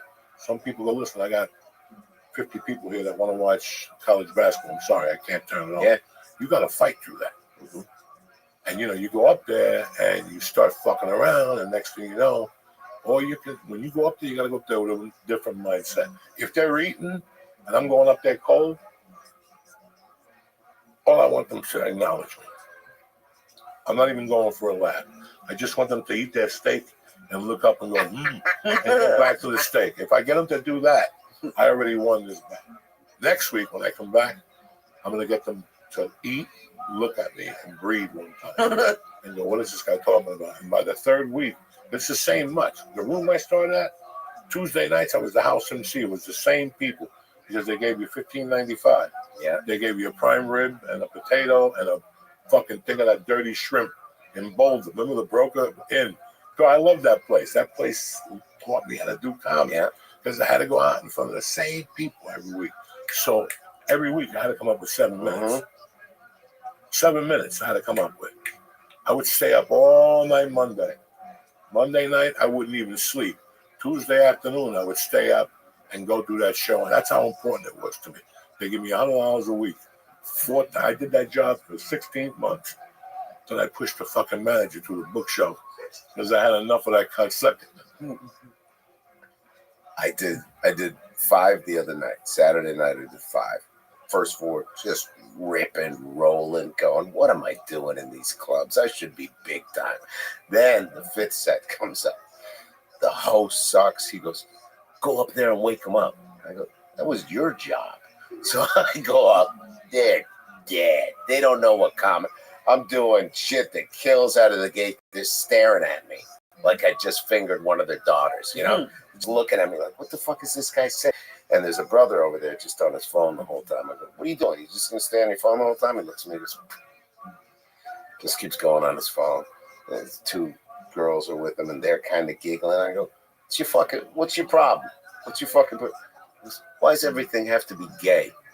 And I go, what do you mean? He goes, they're laughing whenever you do gay jokes. They're laughing. I'm like, yeah, that's the world now. It's gay. Did you not catch wind of that? And some guy goes, that's true. My brother's trans, and just yells it out. And then all of a sudden, the brother is on the phone, and he goes, yo, man, ask if the brother got a pussy. And I go, your brother got a pussy? He goes, yeah. Yeah, brother got a pussy. He goes, yo, man. And he puts his phone away, and he gets into the show 13 minutes in. He goes, ask him what the pussy tastes like. I go, what's your brother's pussy taste like? He goes, I don't know. And then everybody comes together off this guy that hated me. That's a show. That you think it's going to maybe turn into a fight, and then all of a sudden it comes around. No, that's what people like. Yeah. That's what people like. Yep. They leave, they go, man, you didn't do a joke. No. You didn't do a joke. You went there for 45 minutes just banging. You didn't even do a joke. Yeah. You got off there going, ooh. Wow, that was fucking amazing. And you're just trying to survive up there. You're just trying to turn them. You got some dates coming up? What do I got? I'll be in Florida at some point. Key West. I don't go nowhere good, man. It's gonna be Florida, Comedy Key West. I'm gonna be doing that Marco Island place. What's it with the captain guy that wears a suit? What's his name? Captain Brian. Captain Brian. Off the Hook in Naples. I'm gonna be there. And then I'm around New York City all the time. You're on the Gutfeld a lot? No, I'm on Jimmy Fallon, Fox News, Saturday nights. Okay. No Gutfeld? No, I haven't done Gutfeld. What did you do? That's it? Well, Fox News, Jimmy Fallon. You're a Fox dude. Regular on there. Thank I'm God. regular on there. We need He more watches Fox. me all the time. Yeah, we need more Fox News. What's up with you, Lisa? Where you at this week, my little pigeon? 4th and 5th, I'm at the New York Comedy Club in Stamford with Josh Wolf. Very excited. This weekend? Yes. Right. Keep an eye out for Lisa. He's making moves. He used to be the director from Israel. Now he's making it happen in other venues. And I want to congratulate him. I want to congratulate him. I'm doing the dojo next Wednesday, the 9th, I think. The day is Wednesday. This week, what's Tuesday? Wednesday is the 2nd times 7 plus 7. That's 9. April 9th. And we're still doing Moon Tower. And that's it. And that's that, guys. I'm happy that you came on today. Different flavor. We got a nice New York, young, nice comic. We got the other Jewish flavor over there. Lee Sayat. Look at it. It's so funny. The other Jewish flavor. That's the other Jewish flavor. No, Aaron's the other one. Mine is the normal. Relax, Lee. It's a joke. What do you mean relax? By the way, you got if you're out there just listening to the podcast and you picture a Jew, draw a picture of a Jew. It's okay. It's gonna look more like me than it looks like Aaron. Yeah, it is. There's no Jews that look like Aaron. He looks like Nazi propaganda. I really do. He looks like fucking the guy that sits on a plane. The rapper, DJ Khalid. He looks like he should have his fingers together. And it should be like around the bag of money. Last time I saw you, I was doing mushrooms. I looked at you at one point. I'm like, what's DJ Khalid doing there? And then that's Lisa. All I do is vin metafuck. I love you, motherfuckers. Have a great week. We'll see you next Tuesday. Tip top Magoo. And don't forget, Blue Chew to keep that little helmet strong. And boom, fire with the tremendous flavors. They got every different color, and listen, they taste good and they take you where you need to go. And that's Uncle Joey Deal. I'm laying on you right now. Stay black. Have a great week. And that's it. Support my man, Aaron Berg, and my other little brother over there, Lee Syed. And I'm Joe Diaz, the old goat in the room, but I love you. Stay black and stay black and have a great week.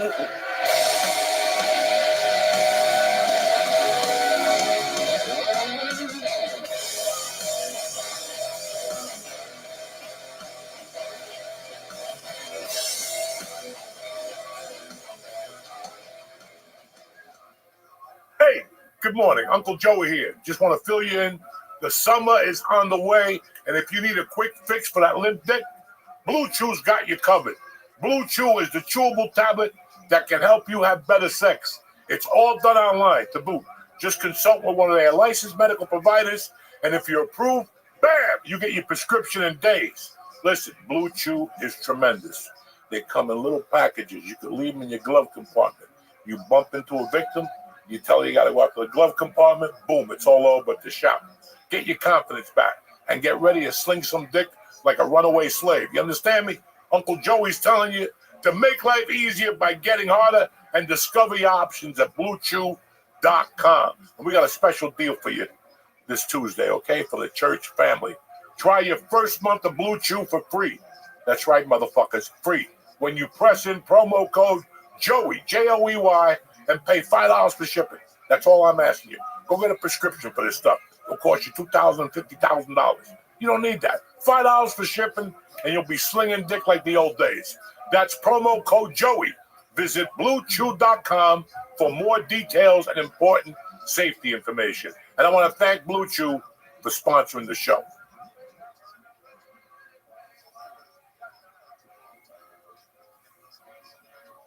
What's happening, you savages? It's Tuesday, the 25th of March. That's it.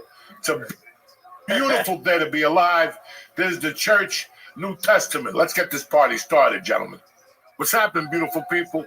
Uncle Joey here. It's March the 25th. Yes. Listen, I want to talk to you about some summertime. It's coming. You know what that means. It's time to head down to Pound Town. Da, da, da, da, da. You need to be able to get that thing up there. And that's where Uncle Joey comes in. Blue Chew makes sure you're ready whenever the mood arises. Whether you're on the beach, under the tunnel, wherever you're at, you're ready to go. Sign up at BlueChew.com. Meet with one of their licensed medical providers. And once you get approved, forget about it. Your prescription will be there in days. Blue Chew works. They're serious. They come in little pouches. You put one in your wallet, and when you're ready for war, bam, there you are. Anyway, no more wishing, no more praying for your little fucking dick to work.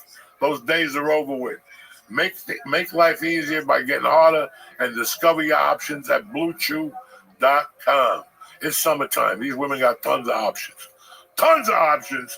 So you better show up with a cape, a helmet, and a box of Blue Chew. Now, this is what I'm going to do for these nice people.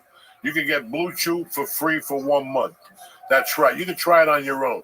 After you try it for 1 month, you're going to go, Joey, where have you been all my life? It's that easy. First month, Blue Chew for free when you press in promo code Joey, Joey. Again, Joey, Joey. Just pay $5 for shipping. That's promo code Joey. Visit BlueChew.com for more details and important safety information. And I want to thank Blue Chew for sponsoring the show and for helping young men sling some dick in 2025. You know what I'm saying? It's the summertime. 4th of July is coming. I love you guys. Welcome back to church!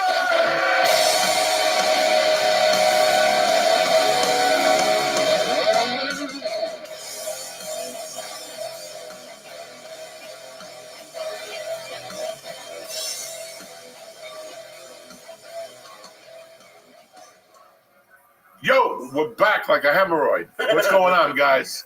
It's a beautiful week. It's going to be tremendous. We got a guest today, a sensational guest. His name is Myron. That's it. All right. You ever see that Bullets over Broadway when the guy would call fucking Chaz Palmer? It's just Cheech.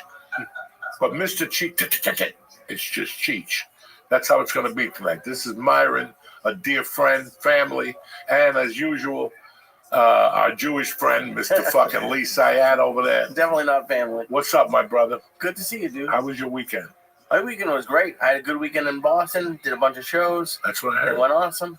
They called me from the bar. They said it was a nightmare. Oh, the bar was. What The the late fuck were you show thinking? Saturday got canceled, so I went and did just a bar in Dorchester. And Sometimes there's go no home Jews and in hug mom. Dorchester. Sometimes you just gotta go home and hug mom. You know No, what I'm I saying? like it. It's fun. I It's like so it. funny. You just yell into the abyss. You're a fucking trip, you know that? Doing it. How was your weekend? My weekend was peaceful. It's tough not having fucking teeth. You know, the bridge broke. You're gonna get a fucking steak. You're there chewing like a fucking, you know, it's a nightmare. You know, they can't even put them in till June or some shit. Till June? Yeah, because they have to dig it out and remove 2 teeth that are still good. 2 teeth that go to waste, like fucking waste.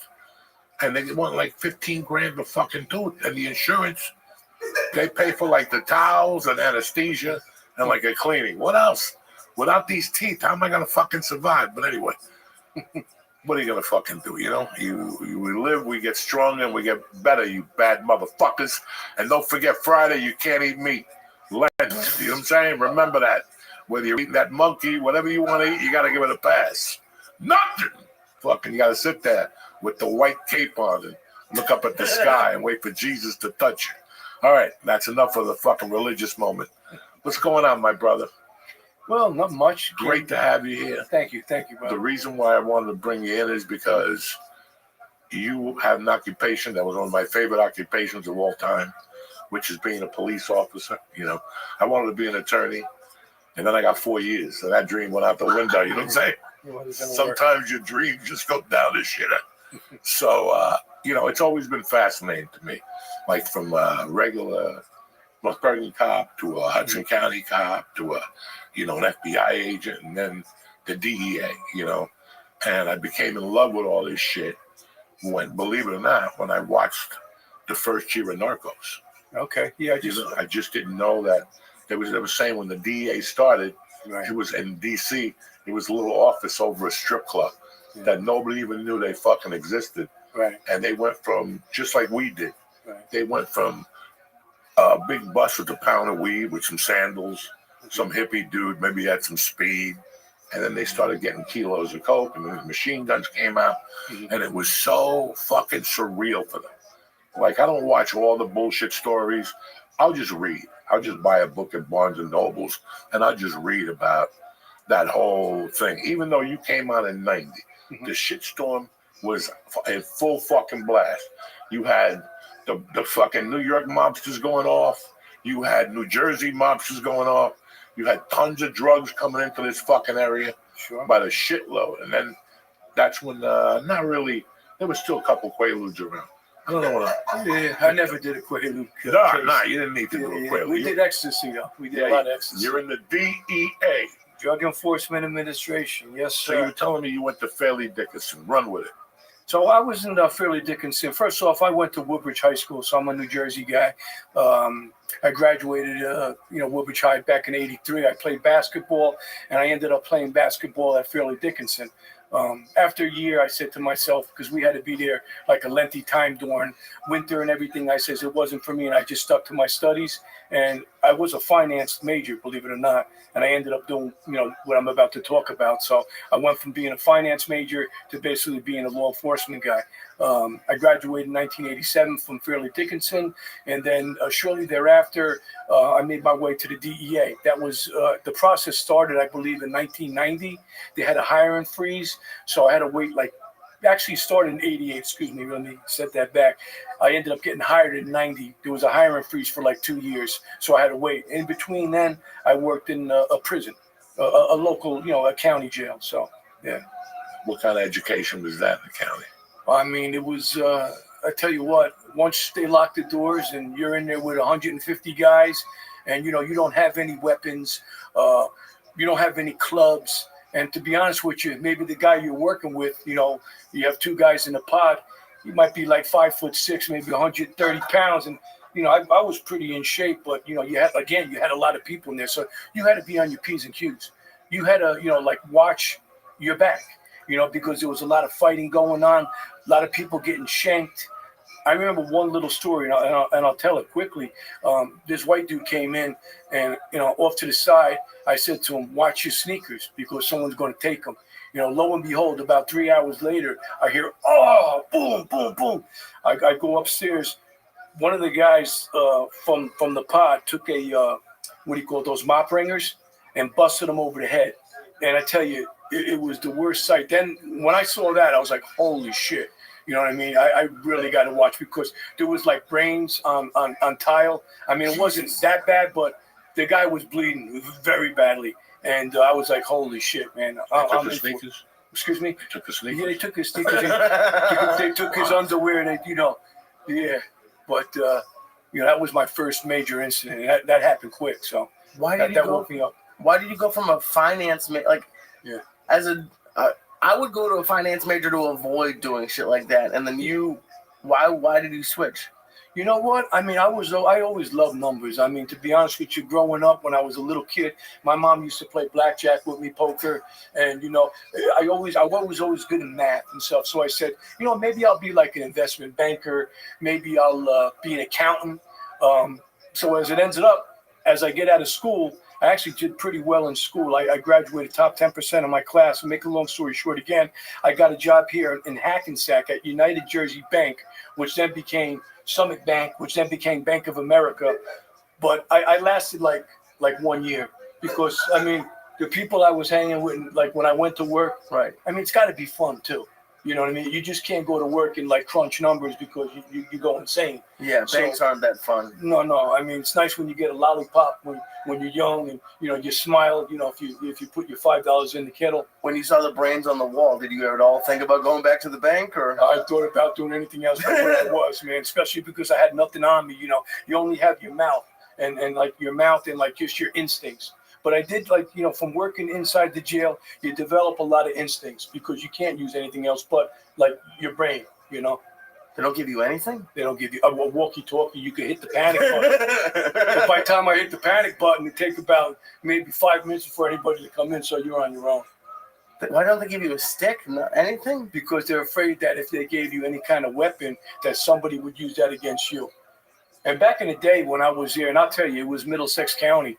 I still have, I think, 1 or 2 people still working there. I mean, there was always a lot of people in that jail. So, like, when you came into that particular location, they would put you in D-Pod. And no shit, I think it would probably house like 40 people. But what ended up happening was we had to get all mats to put on the ground because there was so many people breaking the law back then, even now too. But I think they don't allow all those people in a particular pod. But there was like 160 people with 2 officers, like checking them, So like if something went wrong, to be honest with you, you're fucked. But I used to play games in there with them. They loved me. They called me Robo because I would have like talent competitions. No shit. So what I would do is I'd give them the fucking mic, you know what I mean, the PA and shit. And some of the brothers would sing, some other people would dance, and some other people would do like some comedy and shit. And whoever did the best, you know what I mean, we'd actually like vote on it, And I would give them 2 cheeseburgers from the grill. Because I brought it in, you know what I mean, from the kitchen staff. So that was cool. It kind of gave you a little respect where they knew that, at least I was taking care of them. But then again, they probably, do whatever they needed to do with me, if they needed to. So, I always loved stand-up. Yeah. But where it came to life was when I got locked up, And you just brought up a memory, like one of the nights they showed the worst movies. It was in the cafeteria. And they showed the worst. PT 109, like those old, and this is 1988. Yeah. And they're showing these black and white movies. But every night, every time that a movie night, the projector broke. Oh. There were those old projectors, old porno projectors. And it would break. And I don't know what happened. I think now in my mind, I see the guard. He was a chubby dude. Yeah. A little tan. He wasn't Spanish. He was something else. And he came over to me and he goes, "You love talking shit in the kitchen. Why don't you get up on stage? Why don't you get up on the table?" Yeah. And I was like, I don't know. And then I heard some of the black guys saying, "Get him up there. Get him up there." How old were you, man?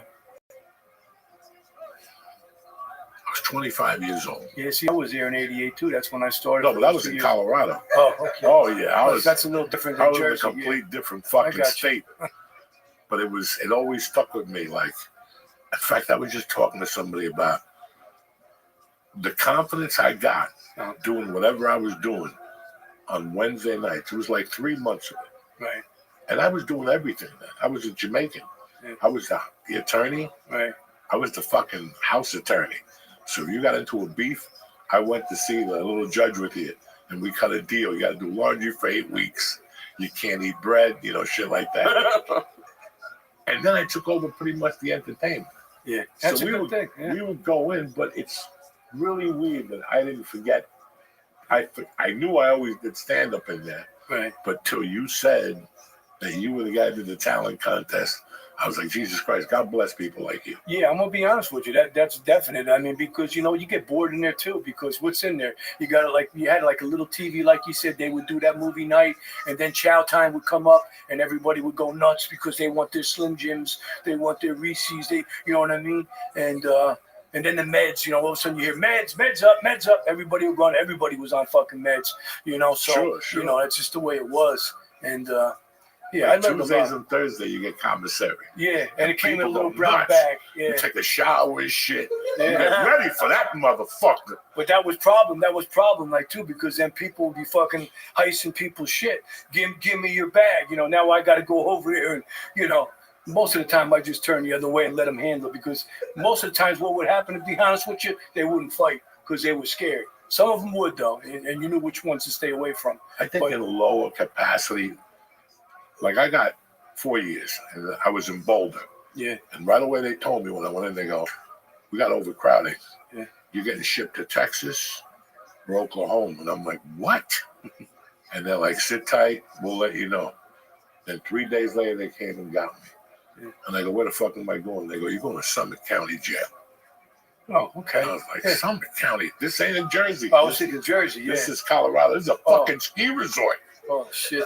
And all of a sudden, I'm in a ski resort, and they're like, I go, where's my prison uniform? They're like, wear what the fuck you want. And it was maybe 20 people, 20 of us, but it was like 20 of us, and there were like maybe 4 guards. And I thought I was locked up. I was going to I was waiting to go to a state prison. And like the first night, the guy comes to me and he goes, Diaz, what do you want? I'm like, what are you talking about? He goes, what do you want? I go, commissary? He goes, fuck commissary. We're going to Safeway. They would go to Safeway. There you go. You had it good. Oh, my God. And they had good, cable TV, carpeting. We played handball outside with whatever clothes you had. But I met an interesting dude in there. I had a great story, and I read his paperwork. This motherfucker got in trouble. He got caught with 2 kilos of coke. He sold it to the FBI. Forget what his name was, New York City guy. He got in trouble, he got pinched, and part of his deal was to buy 2 kilos with these 2 undercover cops inside. Are you ready for what this motherfucker did? He got a house that he knew was already vacant. He set it up inside with a light. He went in and he dug like a little path, and he came on. He took the money, the 2 kilos of coke, and he came back to New York for like 8 years. I mean, the guy that they wanted to... The feds couldn't find him. They had the whole neighborhood staked out. This motherfucker slipped right through. It was the FBI, though, right? It was the FBI. It wouldn't have been the DEA. No, they let him slip right through. He was there because they caught him 8 years later. And now he was looking at like 28 fucking years. Oh, no. Tremendous. This was a great program they ran up there. Anyway, I'm sorry. That's all right. That's funny because it reminds me of something quick that I'm going to just talk about. And I won't really mention an office, but we have like 19, 20 offices. But there was an office that locked up 2 guys. And let's say this is about maybe like 12, 14 years ago. So what ended up happening was there was a big marathon that most of the agents, and there wasn't many agents in this particular group, that they went to this marathon after they locked the guy up, and they thought somebody was still with the guy taking care of him. So it was a Friday, you know what I mean? So this guy is in one of our lockups, you know, our cell blocks, because what happens is we have a holding tank, and then we'll take you, like if it was Eastern District or Southern District, we'd take you to Brooklyn or Manhattan.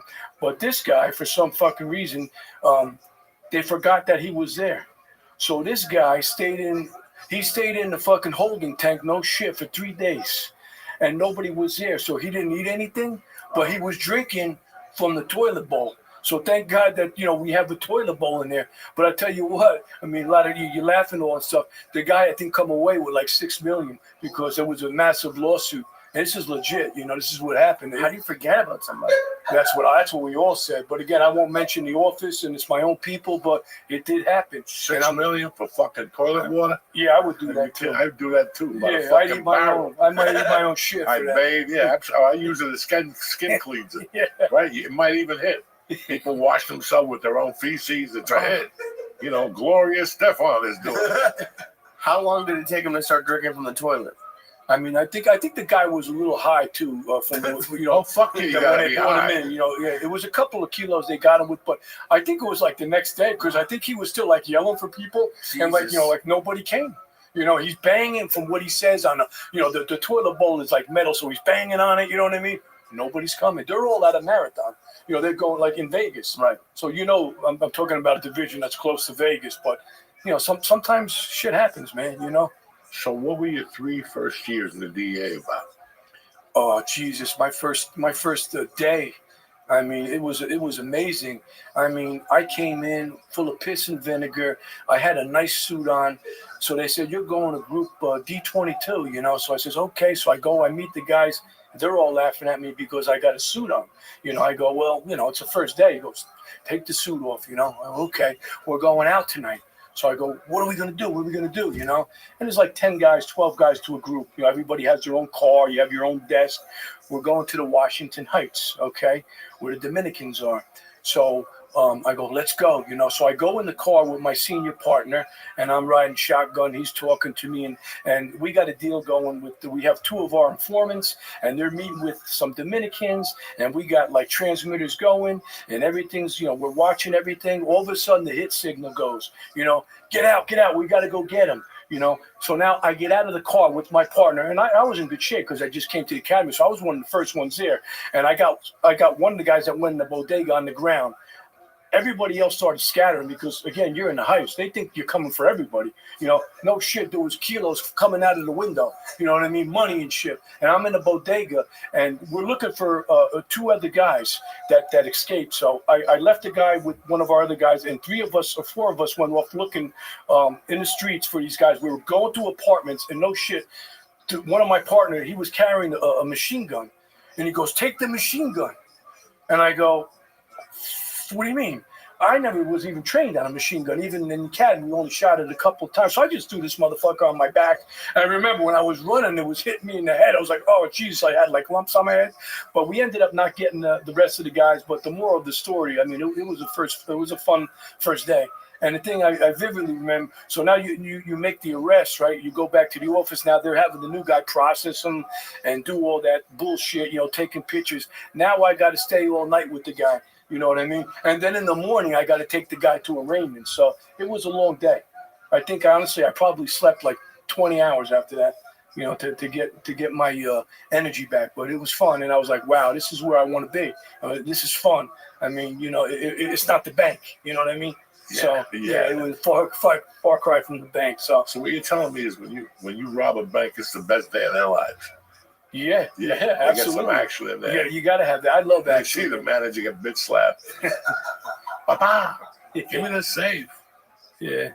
Well, why does the DEA go and not the cops? Like, why are you brought in? Are they just bigger people?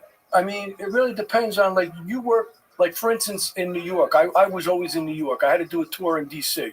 When you're in New York, there's about 20 groups here, and each group specializes in possibly something. Okay. So, like, and then you make your own cases. You know, so like, you make cases based on informants. If you don't have informants, you're not going to make cases. But we did make cases And I'll get to that later, in Brooklyn without informants, and that was difficult. But I mean, once you get your horses, your informants, they're just setting up deals, and you could do deals basically every night. I mean, you really don't want it because then you're in jail. Excuse me, you're not in jail. You're in court all week long, and you got to do other things. So I mean, it's not like we're doing bigger cases. We are, but we got to remember one thing too, that the DA has a lot of money. Okay. So in order to make buys, like what I'll get into later on, like if you're with NYPD, the most you're going to do a buy for is like $400 or $500. Where I was like giving like 40,000 to people, Jesus. and letting it walk and doing it 2 or 3 times. So I mean, how hard is it to convince someone to be an informant? Because I think I'd flip immediately. I don't think you have to ask that hard. No disrespect. I think you probably I would flip in 2 flip. seconds. I would offer it immediately. But some people they act like they're not going to do it. Was it hard to flip people? Not really, because let's just take for instance, like in the Heights, when we worked the Heights, right? Right. We would do crack cases. Okay. So there was mandatory sentencing federal guidelines where if we got them with 50 grams of crack, you're definitely doing 10 years. That's a long tour. You know what I mean? So right. The Dominicans, to be honest with you, because they didn't speak much English back then, they didn't really know what the fuck was going on. So you bring them back to cell blocks, they wouldn't talk, right? And they wouldn't talk, and they just you know what I mean? And I just say, my group would say, let's just take them down. We're tired. 3-4 days later, they'd be crying. Now all of a sudden they're speaking fucking English. You know what I mean? To the attorneys. Hey, can you get me out of here? You know what I mean? Right. I go, well, your time might be lost because people know you're in jail now. But to be honest with you, I was always a decent guy when people, cooperated, because I feel people make mistakes. You know what I mean? And if you make a mistake, you know what I mean? Instead of doing 10 years, perhaps, with the judge's approval and some letters written to attorneys and stuff, maybe they'll do like 5 or 6, or sometimes maybe it'll do like 0, depending on what the circumstances are. So. And can you stop being an informant, or are you just an informant forever? Well, we let you know when you stop. When you get shot in the head. No, I mean, and you know what? They come to the funeral. Your son was a great informant. Yeah. Thanks a lot. He did a great job. He did a great job. But you know what? Yeah, I mean, some people, to be honest with you, I had people that just came in that just wanted to be an informant because, let's just say you were doing a money case, okay? Meaning you're looking for like $1 million. You're looking to do a reverse on somebody. Instead of buying cocaine, you're saying you have cocaine or you have heroin, right? If somebody shows up, let's just say with 200,000 and stuff, okay, and we come and we lock you up, federally, I mean, it's a conspiracy. You're still going to get hit for, what you were negotiating for. But what ends up happening is we collect the money. Now, if the informant was not a defendant informant, we would put him in for 25% of that cut. So, for instance, I would cut a check, not me personally, but it would come from headquarters. Maybe 6 months later, that person might get like 60, 70,000. And let's just say you're doing $1 million. Let's say you're doing. I had informants that made more money than probably my whole group. And you know what? It was like we'd be like, motherfucker, maybe I should just stop and become an informant, because here I am not making peanuts, but these guys are making real money. So. I didn't know they got paid like that. That's pretty cool. Yeah, you could put them in for 25%. Like I said, some guys would just walk in and say, hey, I know somebody who's got money, and you take it from there, and we're not going to turn them down. So, it was fun. I tell you what, it was a blast, man. I wish I was back there, still doing it. But I tell you, the commute for me, and I'm talking about silly shit now, but the commute was horrible because I lived down south, you know what I mean? So every day you'd have to make that trek down. And, sometimes 9:30, 10 o'clock at night, you're looking like the fucking Holland Tunnel is jammed up. And I'm like saying to myself, what are they doing, waxing the fucking tiles again? It's like you never got home, It was hard, especially if you had kids. So now, before you started making buys and all that stuff, do they actually train you? You really can't train someone to make a buy. I mean, we had like undercover classes, which is silly, over at the academy. Most of the people, I'm going to be honest with you, and I'm not trying to tap myself on the back or whatever, but for a white guy, I did a lot undercover, and I enjoyed it because I don't mind getting in front of people and talking. If I don't know them, if I do know them, I don't give a shit if I make a fool out of myself, and a lot of people ask me to do undercover for their cases. So I did a lot, you know what I mean? And that was fun. That was the best part of the job for me, doing the undercover. I frankly didn't like doing surveillance because, you'd have to sit on somebody for 10 hours. You might not see shit. Maybe hear a dog barking in the place, or maybe the guy finally leaves his house, but he goes to Burger King and goes back. But you need the surveillance. You know what I mean? You gotta keep eyes on these guys to see, what they're doing, who they're meeting with. And a lot of these guys are night owls. So, I mean, it's a lot of times you got to stay there a long time. You just don't leave. You know what I mean? You got to leave when the boss says go. And if you had a good boss, sometimes he let you go a little early, but, Tough to have a marriage with that job. it was rough. I gave Rough. I gave my wife, obviously, Denise, a lot of credit, because we had 2 sons, and, they were in school, and she had to do everything. And, by the time I got home, I tell you, she had, food on the table, even if I came home late. So, and then the kids would be in bed. So I missed a lot of the kids, different things that they were doing with sports or with school functions, their friends. I missed all that. And that's horrible, so. It's just crazy because for years, as George knows, I'm a Miami Vice fan. Yeah. Like, so was everybody else my age at the time. And I remember, like, guys going to buy 10 kilos and not doing a line of coke. Yeah. Like, just looking at it with a tube and give him the money, and the guy would leave. I'm like, bitch, I got to see you do something. Like, that's always been my thing. Like, yeah. And then I got locked up, and it's a federal case. Okay. So they arrested me for like 3 hours, and they put me in a federal bin in Boulder. But I was in there with some dude who I'd never seen before. He was dressed like he was going to a Michael Jackson party. This motherfucker had like a tuxedo on. The tuxedo was loose. Like Elvis, not Elvis, but like Tom Jones. Yeah. He would let the tuxedo top What's on. new, pussycat? Fucking guy was beautiful, sharp hair, moosed up. You could tell he had done coke for like 4 days. And we started talking. And, I go, what happened? And he's like, dog, this is the wildest thing. And we just started talking. And he said that he went on a trip with a girl and another couple. And on the way back, that guy was a fucking undercover Fed. Mm-hmm. But he goes, he was doing coke with me, line for line. And I'm like, nah, the guy was bullshitting, man. But then you watch a movie like Rush. Yeah. And I know you've seen it. Yeah. I try not to watch too many, but I tell you what, I enjoyed Narcos and stuff like that. Because, no, not Narcos. The right. Movie with the guitar player, the crazy piano player. Yeah. He dated Cher, George. He was the piano player in that band that does the Allman Brothers. Did you ever see that movie? I probably did, but it's not coming to me right now. It's a movie about he's like a kingpin somewhere, but the moral of the story is Jason Patrick, Jackie Gleason's grandson, and the pretty girl from Fast Times. They become undercover agents, but their boss is Sam, whatever his name is, and he just tells them, you got to get high with these people.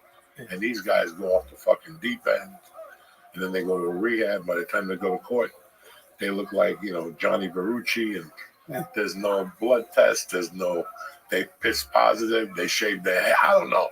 Yeah. Have you heard of this shit, or is this just jailhouse bullshit? Nah, I mean, like you said, it is probably a story, but like when I was doing my things, or anybody does their things, if you're dealing with like legit businessmen, because you might be thinking about maybe some mutts on the street, you know what I mean, some kids or but with the DEA, most of the times what we were dealing with normally, I mean, you'd have to start low sometimes. You're talking, these are businessmen, Colombians, you know what I mean, Mexicans now, right? Whether it be the Italians. So I mean, these guys ain't really doing this shit. So like when I was posing and doing some of my things and stuff, I mean, nobody would even ask me that. And I met some pretty top heavy people. And you know what? I would just be like, if they asked me, I'd be like, get the fuck, I don't do that shit. You know what I mean? I just make money off it. I mean, that's just poison, So, could be stories. I know, with the DEA, I mean, that doesn't go down at all. But again, it depends on who you're working. Like, I would never go, although I have done this. I mean, you're not supposed to go in people's houses and stuff like that, or in apartments or nightclubs and shit. I've done that on a lot of occasions. You gotta go to a nightclub. Yeah, but they don't want you going in because then surveillance doesn't see you. I mean, I have a story. I don't even want to. I have so many favorite stories. I mean, like on the way home, Yeah. There's a club, you know, where people hang out. Yeah. And on the way home, before you go home, you stop and then get a drink, see what's going on in your neighborhood. I thought it was like that. No, I'm talking about like if I'm going Right, even right, to go right. make Okay. a buy and shit. I mean, it was times that, you know, I would go, and be honest with you, I have a drink or two before I go in and make a buy. And, you know, I'll tell you, I'll give you one quick story. I don't know how it's going to come out. My memory's a little shot, but one of the guys from DEA was working this guy. He was a Russian guy. He was a big motherfucker, about 6'5", 300. And I didn't know him from Adam, nor did the DEA agent that had the case. But apparently he killed a cop in Queens, you know. So they're like, hey, Myron, you know, I'm like, what? You think you could try to meet this guy? I'm like, do you know him? Do you have an informant? No. You have a phone number? I got a phone number. So I end up calling the guy, you know what I mean? Just out of random, just say, fuck it, let me try it. Forgot the guy's name. I believe it might have been Steve or whatever, but he was a Russian kid. He didn't speak full English. And I'm like, I call up, I go, hey, man, I know you from somebody from somewhere. And, you know what I mean? I know you're over at it was the Limelight with Pete Gation and stuff. Because to be honest with you, our office was right across the street, so we would watch it a lot. And he ended up wanting to meet me based on, you know, I don't know what the fuck I said, but we ended up meeting. But again, to make a long story short, he wanted to meet in an area, maybe it was about 6 blocks away. And I got there early with my surveillance team. And I says, man, I'm here early. I'm by myself. And I'm like, you know, I'm a little nervous too, because he's a big guy. He might have killed this cop. And it was a big story back in the day. The cop in Queens they come up to the car and they pull the trigger and they put one in his head. And so I got there early. And I'm like, fuck, man, I'm looking around for a bar or something, you know. So I see one and I go over to the bar. Now everyone's watching me. I didn't give a shit, you know, my surveillance. I go to try to get in the door. The guy goes, you can't come in here. I go, what do you mean? I said, I want to get a fucking drink. He goes, you're not allowed in here. I'm shaking my head and I go, why, you know? I'm looking around though and I'm seeing something a little peculiar, you know what I mean? Because there was nothing but guys in there, you know? So what ended up happening was, now the guy calls me and says, are you here? I go, yeah, I'm here. He goes, where are you? I go, well, I'm by this bar. I go, but I can't get in. He goes, I'm inside the bar. I go, really? He goes, try to come in now. So I go back, they let me in. It was a gay place, you know what I mean? With all guys in there. I mean, it was crazy shit going on. I can't even recall because I was like a little nervous to meet this guy and he was big. He met me at the door. He went to everybody, but there was guys on the bar, like, you know, shaking and, you know, everyone's drinking shots. They're all dancing, bumping with each other. All of a sudden he goes, come on downstairs. Now there's all marble going down these stairs. And I'm going to myself, motherfucker Myron. I'm saying to myself, you're by yourself, man. I go, I gotta go. I'm fucking ready in here, you know?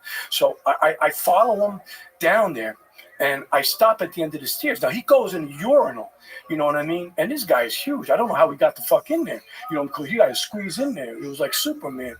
And he's in there. Now I'm a little nervous, you know? And I don't normally get nervous like that. He opens the door and he goes, come on in. Now we're in a gay joint and I'm not trying to pick on it, but I'm thinking, what's this guy going to do? You know, is he going to do something to me in there, whatever? I'm just thinking crazy thoughts, you know. So I go in there, and he goes, you got the money? I go, yeah, you got the money. He goes, the stuff's underneath the toilet. I look at him, and I go, I'm not fucking bending down to get that shit. I go get that shit and give it to me like a fucking man, you know what I mean? But he was nervous, too. I was nervous. We ended up doing the deal is the moral of the story, you know what I mean? When I came back out and I went back to the office, everybody was pissed at me because I went inside, but I did the job.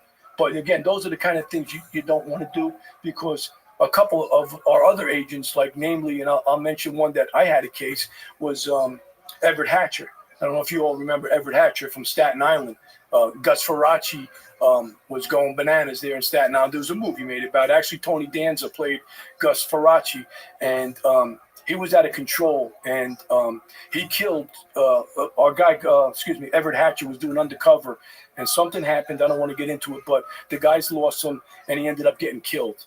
And basically what happened after that, which was obviously very sad to see somebody, you know, getting taken out like that, and that somebody could actually do something like that over drugs. But I guess Faraci was just nuts, you know what I mean? So what ended up happening for like a good 6 months after that, we rode them, all the guys, the Italian guys, every fucking family broke down their games, did everything until somebody, you know, came up with where this guy's at, Faraci. I don't know if you saw the movie. I mean, It was right, yeah, I mean, Tony remember. Danza played him. I think it was Tony Danza. He plays all those movies. But he was in another one of ours, that Mob Over Miami was another movie that was made about that Chris Ludwigson kid who was dating Madonna. Yeah. You know, but he had issues that nobody knew. He opened up a club in Lauderdale. It was Club Liquids. I mean, it was one of the biggest clubs. Monday night. Boy, Black Cat, Pussycat. yeah. On Monday night. I went there once. They gave me a cock ring. On a Monday night, I went there. There you go. With some people from the Improv. I was in shock. I didn't even know what a cock ring was. I ain't gonna lie to nobody. I was like 40 years old. I had no idea. That's how deep they took it. Yeah. Let me tell you how hot the club was. On Monday nights, it was very tough to get a plane ticket out of Newark or LaGuardia to go to Miami. That's how hot it was. I mean, now even today, that's hot. I mean, Miami's hotter than Vegas. I mean, it's unbelievable. But yeah, I mean, that's a whole. Where is Chris Ludwig now? Let's get to it. Last I heard, he had a pizza place 2 miles from me. He might. I mean, like I said, Yeah, he opened up 2 restaurants in LA again. Yeah. And let me tell you who else he dated. That everybody forgot. I know who. I know Sofia Vergara. Vergara. Yeah, but they, you know, who was also in that mix was Sandra Bernhardt. They were all, you know, that was, you know, back in the day. Obviously, Madonna was the shit, you know. And this kid, I think, you know what, and the reason I know this, because what ended up happening was we did a lot of cases, and sometimes when you do too many of them, you give cases away. I had given that particular case away to another guy who worked it, but I still was involved with it. But man, he was like 23, 24 years old. He was running Miami.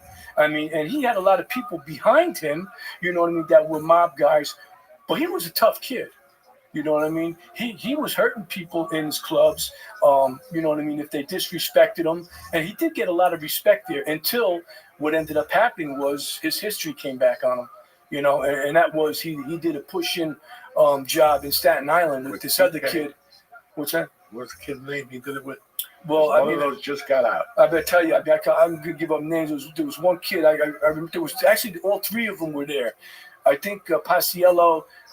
Then he changed his name to Ludwigson because I guess he broke off from his father. I mean, he was with another kid by the name of Reynolds. And Reynolds or something. It was Tommy Reynolds. And then there was somebody else. Again, I had dropped the guy that kid. Just got out of jail. Maybe a month ago. But they did, you know, a decent amount of time. And I tell you, it was horrible what these kids did. I mean, they knocked on the door because in Staten Island because they thought there was like, I think 300,000 in a fucking cereal box, whatever it may be. And the lady come to the door and her husband was behind her. And the kid Reynolds just come boom and shot her.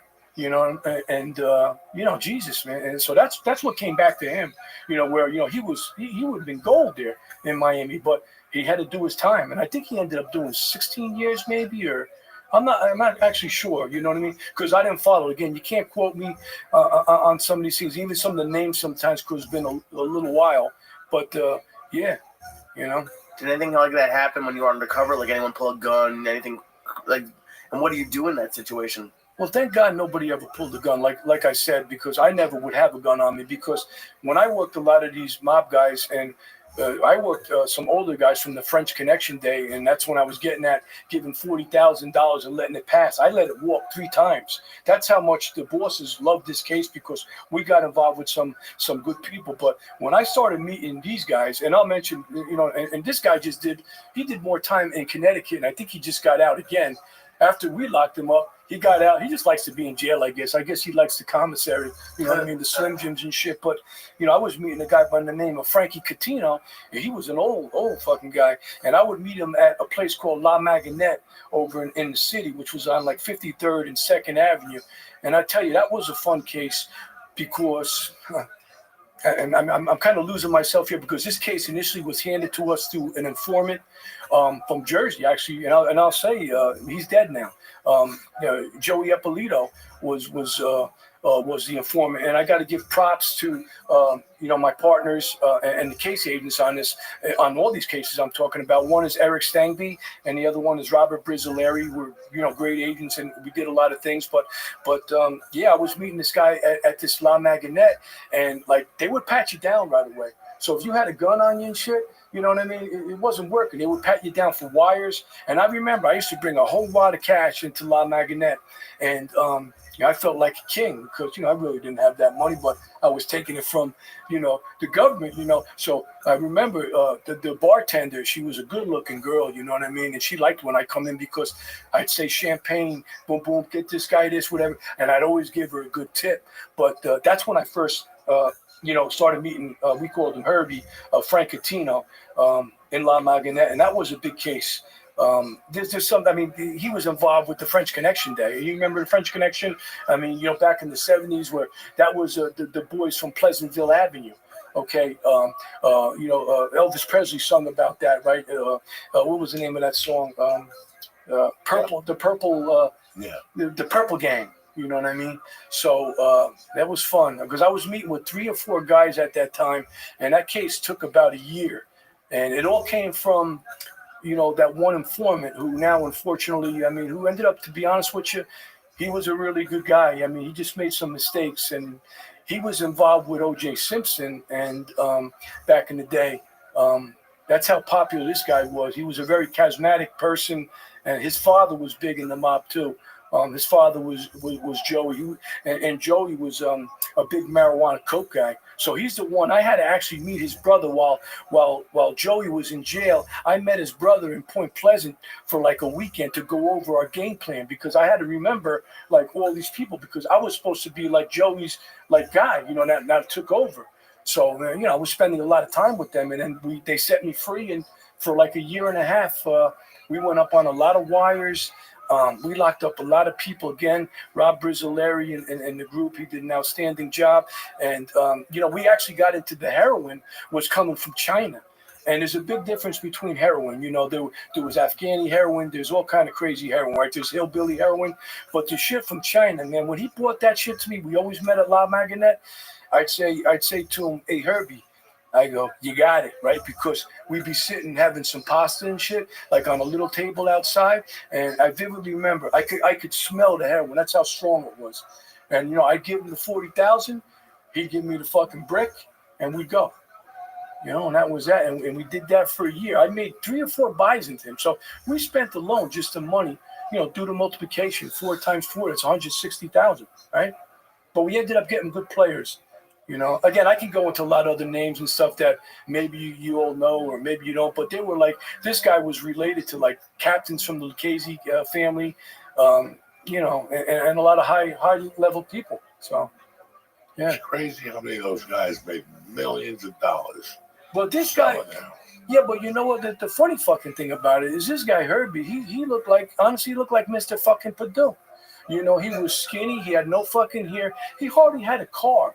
So, like, for instance, he had the juice enough to get the heroin, but these guys like that, like, and you'll see a lot of guys, like, they don't really have the money. They're not really the businessmen, so this guy would do whatever he can to, to make $1, and I don't know what his cut was, what he took off the end, but then again, I on another occasion, he loved the fact because I was fucking winding down. Then I bought him a warm-up suit. So I gave him a case of fucking this.